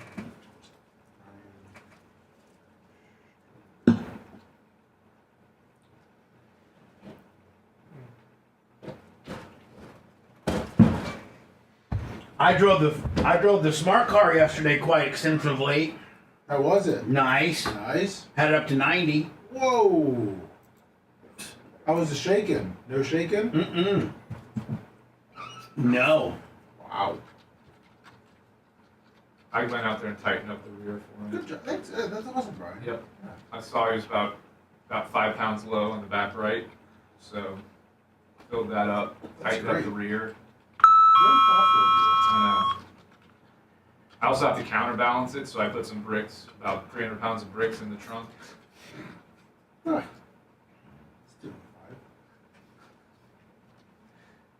I said, 300 pounds of bricks in the trunk. So Brian, text me on my mixtures. Oh, fuck. Yeah.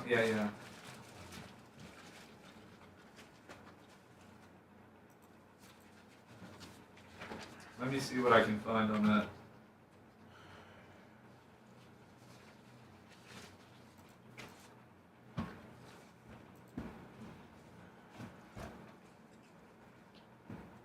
I got most of them, and I'm texting you it right now.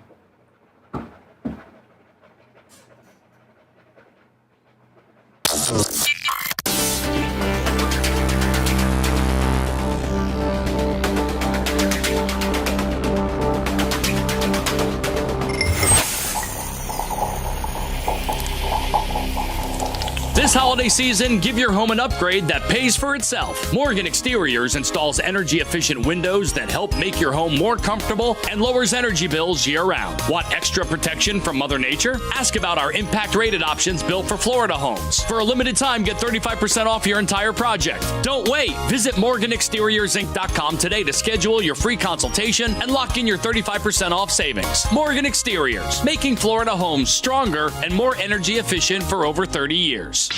The Bubba the Love Sponge Show. Listener supported via PayPal, Venmo, Cash App, all of the Bubba Army. Now returns. I just saw, I was looking at Channel 10 up there, and they were doing a rendering of the new USF studio. Have they started construction on that, or they haven't even they've broken ground. They've got the pilings are going in and everything. It looks like it's going to be Rainey Hall, $50. Yeah. Love her. Sunbelt is pretty much in charge of that whole operation. All their equipment's over there. Sunbelt's the best. They are. I got a piece of equipment from them yesterday. I don't want to really necessarily talk about, but my God, I love Kevin. Kevin's the man. He is the that man. who you deal with? Of course. Of course, Bob's the boss, but Kevin, love him. All the Sunbelt guys will probably be at BARP as they always are. They love it. One of our best, one of our longest running best sponsors ever. But anyway, just from the renderings, it looks like, Brian, it's going to be like super, kind of like small. Like what was it? Is it 35,000? I was going to say 35,000. They'll probably pack it. Is it a lot like the USF? I'm sorry, the UCF facility? Where no, it's going to be. It's going to be much nicer. What's kind of cool about it is the students have their own section and entrance and concessions and everything. That's cool. So they don't have to have the students getting drunk and interacting with the alumni. The rich alumni that are paying lots of money for their seats, or their little luxury box that's close to the student section. The one thing too is they're going to have the longest bar in the state of Florida. Yeah, rooftop bar. Yeah. Really? Now, are they having luxury boxes and things like that? Yeah, but they're going to be much more limited. The problem that they have with Raymond James is that they've got so much product. It's the demand is not quite there for it. So this is actually going to create scarcity because they'll easily pull 35,000 a game there. Well, listen, the program is a healthy program. It's on the uptick. Thank God for Alex Golesh. Yes. Yeah. And we all clowned Alex Golesh and thought Dion. When Dion was, they actually offered the job to Dion. He said no. He follows us on all our social media. He does? Yeah, thank absolutely. You, Alex. But listen, Colorado, you can't replace the money that Dion's brought in. No, with his presence. I mean, he's paid for himself 10 times over. And I think he's unfireable, too. Well, yeah, we'll see. One more season like this, and I don't think that will be the case. Yeah, but then again, he's there. I saw an article where, his best year was $138 million into the community. They're still saying that he's going to bring in over $100 million into the community. Tuition's up. But there's a point at which performance matters, and he's reaching that point. Well, he's got a quarterback situation where he doesn't know which one to start. I think all three of them are true freshmen. I think this was going to be the year. I mean, when you're losing Travis Hunter, the Horn kid, Shador, Shiloh, you lost 3 or 4 guys to the NFL. This is going to be your down year. They're going to win this week. Yeah, I hope. West Virginia's trash. They'll beat West Virginia. If they don't, West Virginia's came off a big win, so we'll see. If they don't, this is what Seth's been talking about, and Pat McAfee it seems to be, he's the only high-profile ESPN host that's not supposedly towed the corporate line. And the problem that ESPN Disney is having right now is that they're having contract negotiations with, I think, YouTube TV and potentially DirecTV. In order to be on these platforms, they have to cut deals. DirecTV, YouTube TV, Spectrum, they have to pay these, ESPN and Paramount and all. They're called carriage fees. Yeah, you got to pay them in order to carry their programming. And sometimes the contracts, expire, and ESPN thinks they're worth, this many millions of dollars, and YouTube TV thinks that they're worth far less than that, and you eventually come to an impasse where they pull the channel off of that platform.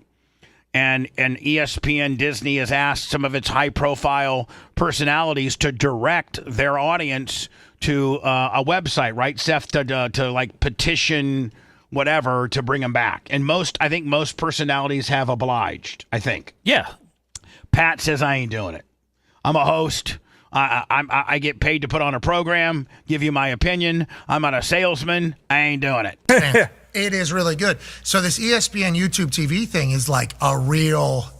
this is a real, hey, you guys need to figure this shit out type situation for sports fans, because it felt like YouTube TV was actually crafted for sports fans. Like, that is like, hey, we're going to try to make this the best viewing experience for sports as you possibly can. And see, he's actually probably, not only is he not towing the corporate line, but he's actually sticking up for the bad guy. Well, he's 100% right. YouTube TV is the best experience for sports fans. They have the multi-view where you can pick your own 4 games. ESPN's app, they're trying to come onto that, but they're preset 4-game multi-views. So Pat really knows what he's talking about here. Absolutely. He's well informed. Quad box created for sports fans. Now, there's people that aren't sports fans that are using that. Have you seen some of the quad box options? Yeah. When it, like, you go into, so I'll go on like somebody's bus or something, and I'll use somebody's bus for a night. So I'm using their YouTube TV. So it's like what channels they're used to, and it's smart informed. And it's like the quad box opportunities are like, okay, got a political show here. We got a little cartoon here. You got this down here. And also you got sports here. Yeah, I didn't even think about the non-sports fans. Yeah,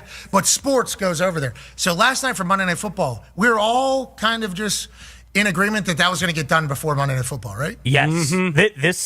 This thing happens every single year with either CBS or NBC or Fox or who have you, and it's always like, at the 20- I think NBC, it just happened. It did, and it's always at the 25th hour. They come. By the way, he moved his facilities from, he was right in the middle of downtown Indianapolis, which is called, there's the Circle. The city's built around a big monumental circle, and that's like the most primest real estate to be. And he had a badass studio there, which I think used to be an old radio station, and he had a pretty badass facility there. And then, Lummy, he bought an old, I think for $3.5 million or $4 million, bought a church. Yeah, an old church. An old church. Yep. And converted his studios from that. I'm in and which is, I think, a little bit northeast of town. Save the day, and we don't miss any. He's not. He's probably 20 minutes from downtown. It seems like it's mostly just posturing. I think most people assumed there was no way we weren't going to be able to watch college football on Saturday. Yeah. And then last night, was kind of like like this actually might go on for a while. And now it's to the point where it's like some of these, missing game day and college football on Saturday, like this isn't week 1 or 2. Like we're getting to the point where it's the most important football of the season. So it seems like, if they didn't get something done before last night, because you would think the NFL is kind of the end-all, be-all. It's like we need to get this done before the Cowboys are playing on Monday Night Football. So I just learned of this because of what happened last night. I think the McAfee, the old antivirus, I think they tell you all the things you're auto-paying and can completely get rid of it. Who knows what I am still auto-paying for right now? I don't even want to know. But the Hulu one, still going. Jumped into a new phone. I had no idea how it got over to this one. I transferred phones. I couldn't even get it working on Hulu. Yeah, I must have a bullshit subscription. Bubba, so Pat's not going Alphabet, the parent company of Google, they bought YouTube for $1.6 billion. It's worth $550 billion now. Hold on. Alphabet, which is the parent company of Google. Yeah. They bought YouTube TV. No, YouTube itself, includes YouTube TV. All right. And who owned YouTube before Google bought it? It was its own thing. Yeah, there was and they sold the it. Founders of PayPal, I believe. Like Peter Thiel and all those guys? Chad Hurley, Jawad Karim, and Steve Owen or something like that. And they sold it for? Steve Chen. They sold it for? They sold it for $1.6 billion. When? I want to say like 8 years ago. Or 1.6 billion, and it's worth half a trillion. It's worth $550 billion. Could be a trillion. It will be a trillion. Don't they say that? No, November of 2006. I'm sorry, it was like 19 years ago. All right. But what I'm saying is isn't there only a couple companies in the world that are worth $1 trillion? No, Nvidia just hit 5 or 6 trillion market value based on their stock. But yeah, you've got like a handful of $1 trillion companies. Tesla's one. Oh, Tesla's one. Now, I wasn't there yesterday, a monumental day for Elon Musk with regards to Tesla. He was either going to be the richest, something like where he could quit Tesla. Wasn't that? I thought I saw that. So here are your $1 trillion companies: Nvidia, Apple, Microsoft. Can you look that up? I'm looking it up. There was some kind of big crossroads in Elon Musk's life yesterday that was going to Tesla shareholders are going to decide the fate of his $1 trillion pay package today, isn't it? Yes. Okay, so it's today. Go ahead, Brian. Nvidia, Apple, Microsoft. Now, who's Nvidia? Nvidia is the AI chips. They're the chip leader in the world. So they're the most valuable company in the world right now. Nvidia. And how much? $5 or $6 trillion. Although they took a dip this last week, but yeah, they're trillions. Okay. Microsoft, Alphabet, which is the parent company of Google, 3. Amazon. No, Microsoft's 4. So I think it's Nvidia, Apple, Microsoft, Alphabet, Amazon, Meta, which is Facebook, Tesla, Berkshire Hathaway, and then Taiwan Semiconductor Manufacturing Company. Boy, it'd be interesting, like, to see how many of those are U.S. based. Almost all of them. Every single one except Taiwan Semiconductor Manufacturing Company. At 9. Oh, ESPN just signed a big deal with DraftKings. What's that mean? Well, they got rid of Penn, so that means DraftKings now is in bed with ESPN, which is ESPN huge. just keeps getting bigger, and that's owned by what? ABC Disney? Yeah. ABC Disney. Yep. Which is also Paramount. No, Plus. CBS. Paramount's its own. Oh, it's That's Paramount CBS? Yeah. Right. They each have their own. Peacock's NBC, Fox is Fox. It's all shrinking. They're all buying each other. Right? Yep. Seth, could you send me that article? There probably isn't an article. It's just that today, Tesla stockholders or the board of directors determine whether Elon Musk is going to get a $1 trillion pay package. Yeah, it says under the pay plan, which was proposed in September, Musk would receive up to 12% of Tesla's stock, which would be subject to restrictions and worth about $1 trillion if Tesla reaches a market capitalization of $8.5 trillion and other operational milestones over a 10-year period. They're currently evaluated at $1.45 trillion. I can't think that you give them nearly $1 trillion worth of salary and stock if your company's only worth $1.4 trillion. You're giving him $1 trillion of it. Well, I don't know. They're saying it'll be worth $8.5 trillion. Over 10 years. I mean, Brian, I almost think that Tesla needs Elon just in branding. I feel like it would almost tank without him. What's your feelings on it? I got to go into words, but what's your feelings on it? Yeah, they're becoming pretty ubiquitous, though. I don't know how much they need him at this point. Could you see him cutting it loose? I mean, like Hunter Law getting rid of you. I don't know if it could work. Yeah, it would be tough, but I think there is a point in the future where he will no longer be involved with that company. I don't know how far off that is, but we'll close out the show and tell you that the blizzard's only about 15 or 20 minutes away. Coming up next. If you want 24/7 on-demand Bubba and the crew, go to BubbaArmyHQ.com right now. The Bubba the Love Sponge Show will be back after this.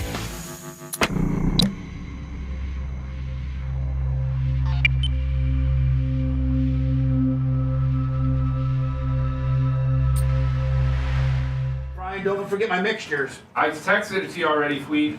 Oh, you did? All but the one that I've never heard of.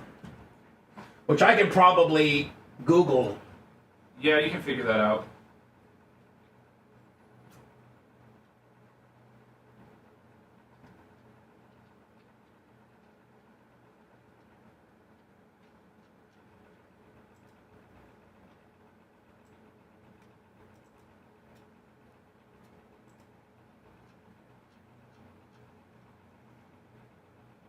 That's the only one I can't really speak to about how it's going to interact with everything else. That's my concern for you, but you'll figure it out. That's it. Pound babyface, that's all.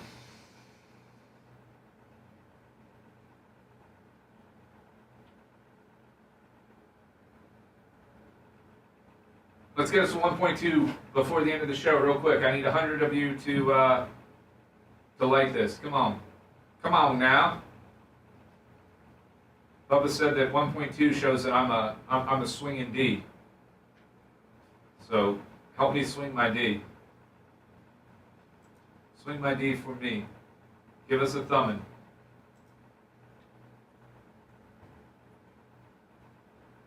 Twice daily, 5 times a week. What? Which one's that? The second one? The IPA? Yeah. Yeah, that one you're so. I would recommend against that. I would just do it once in the morning. Right. What you may experience is like a little bit of like an energy crash around 2 or for you around like noon or 1. No, one of those is 1 ml, right? So, let me see. I think so. Yeah. It's 100 units. Yeah, I think it is. Yeah. Yep. That's 1 ml. Yeah. So if I need 3 of those, get Yeah. 3 of them. Yep.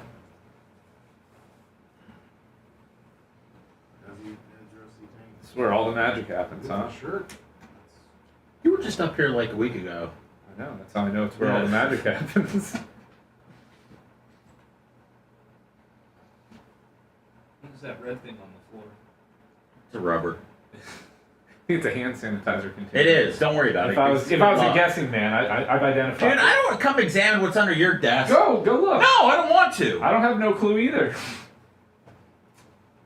Oh wow, what's that? A lot of dried semen. I love jizz jokes, man. I don't know about you guys.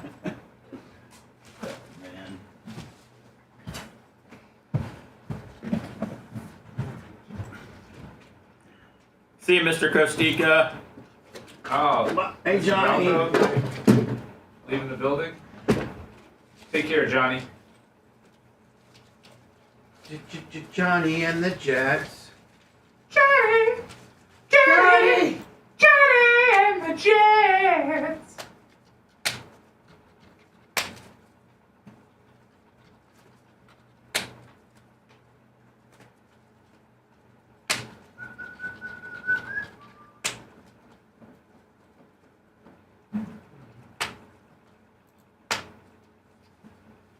Come on, guys, we're so close to 1.2. What are we at? I don't know, 1.1 something. I don't get the exact number, do I?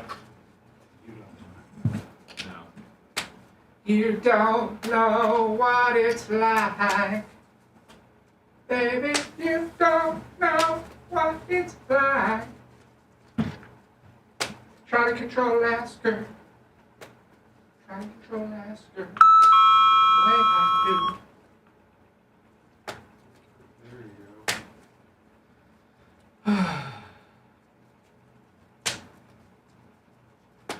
You like hummus, Bubba? No. Why not? I just don't. You like tzatziki? No. You like yogurt? Yeah. Any other Mediterranean stuff you want to try with them? Yeah. Baba ganoush? You like baba ganoush? I don't know what it is. It's like an eggplant-based dish. I don't know.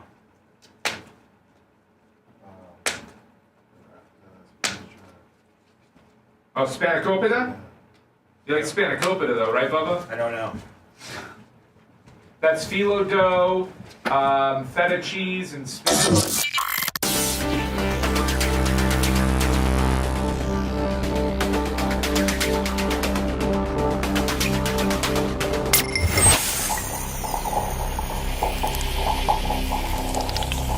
The Bubba the Love Sponge Show, listener supported via PayPal, Venmo, and Cash App, all at the Bubba Army, now returns. Lummy, we never hit 1-2. We got exactly a minute 40 left of the show to see if Brian the Babyface Matroni, who has danced so well with me, I got a whole new way of handling Brian. Bubba said if I can hit 1.2, I take over Tuesdays. That's a special guest, so hurry up and get that thumbing in. Get that thumbing in, my friend. I'd like to be able to hit the outro with as soon as we hit 1-2. Lummy, do you have specifics as to what we are? I just got it rounded to 1-1. We got a minute 15 left before the show ends. Do you know what the actual numbers after the 1-1 is? I'd have to leave me a second to go in the backside. Yeah, take your time, Lummy. It gives us more time to hit 1-2. Sweet Maria. No, you don't have. You have exactly 1 minute. What if we gave some hard-hitting, riveting content the last minute? Oh, Mach says 11:81. We're 19 away. 19 away with exactly 50 seconds. Hey, the break's coming up after the blizzard today. The most anticipated podcast in the history of our platform, The Blizzard, starring Seth Kushner and Brian the Babyface. I've got a mother-in-law story. Oh, there you go. Will be that's always a crowd pleaser. That'll be following the show. They usually are fired up by 15. I'm sure they'll be fired by 15 today so they can get into their break at 11. So Brian's entire life is not controlled by this radio program and or studio facilities. I don't mind giving it a half a day a week. Thank you, my friend. Lummy, we just we hit did it. it. We just we hit did it. it. We just hit it. with 14 seconds to spare, Brian. Babyface Tuesdays coming at you soon. Just so people know, there is no significance to 1.2 thousand. It's very It's just wanted to hit it for some reason. Thanks for letting me finish. You've been listening to the Bubba the Love Sponge Show, starring me, Bubba the Love Sponge, co-host and show historian, Lummit. It's Seth, co-host and president of podcasting. It's Brian Matroni, king of counter programming. Gene Lasker, voice of the people.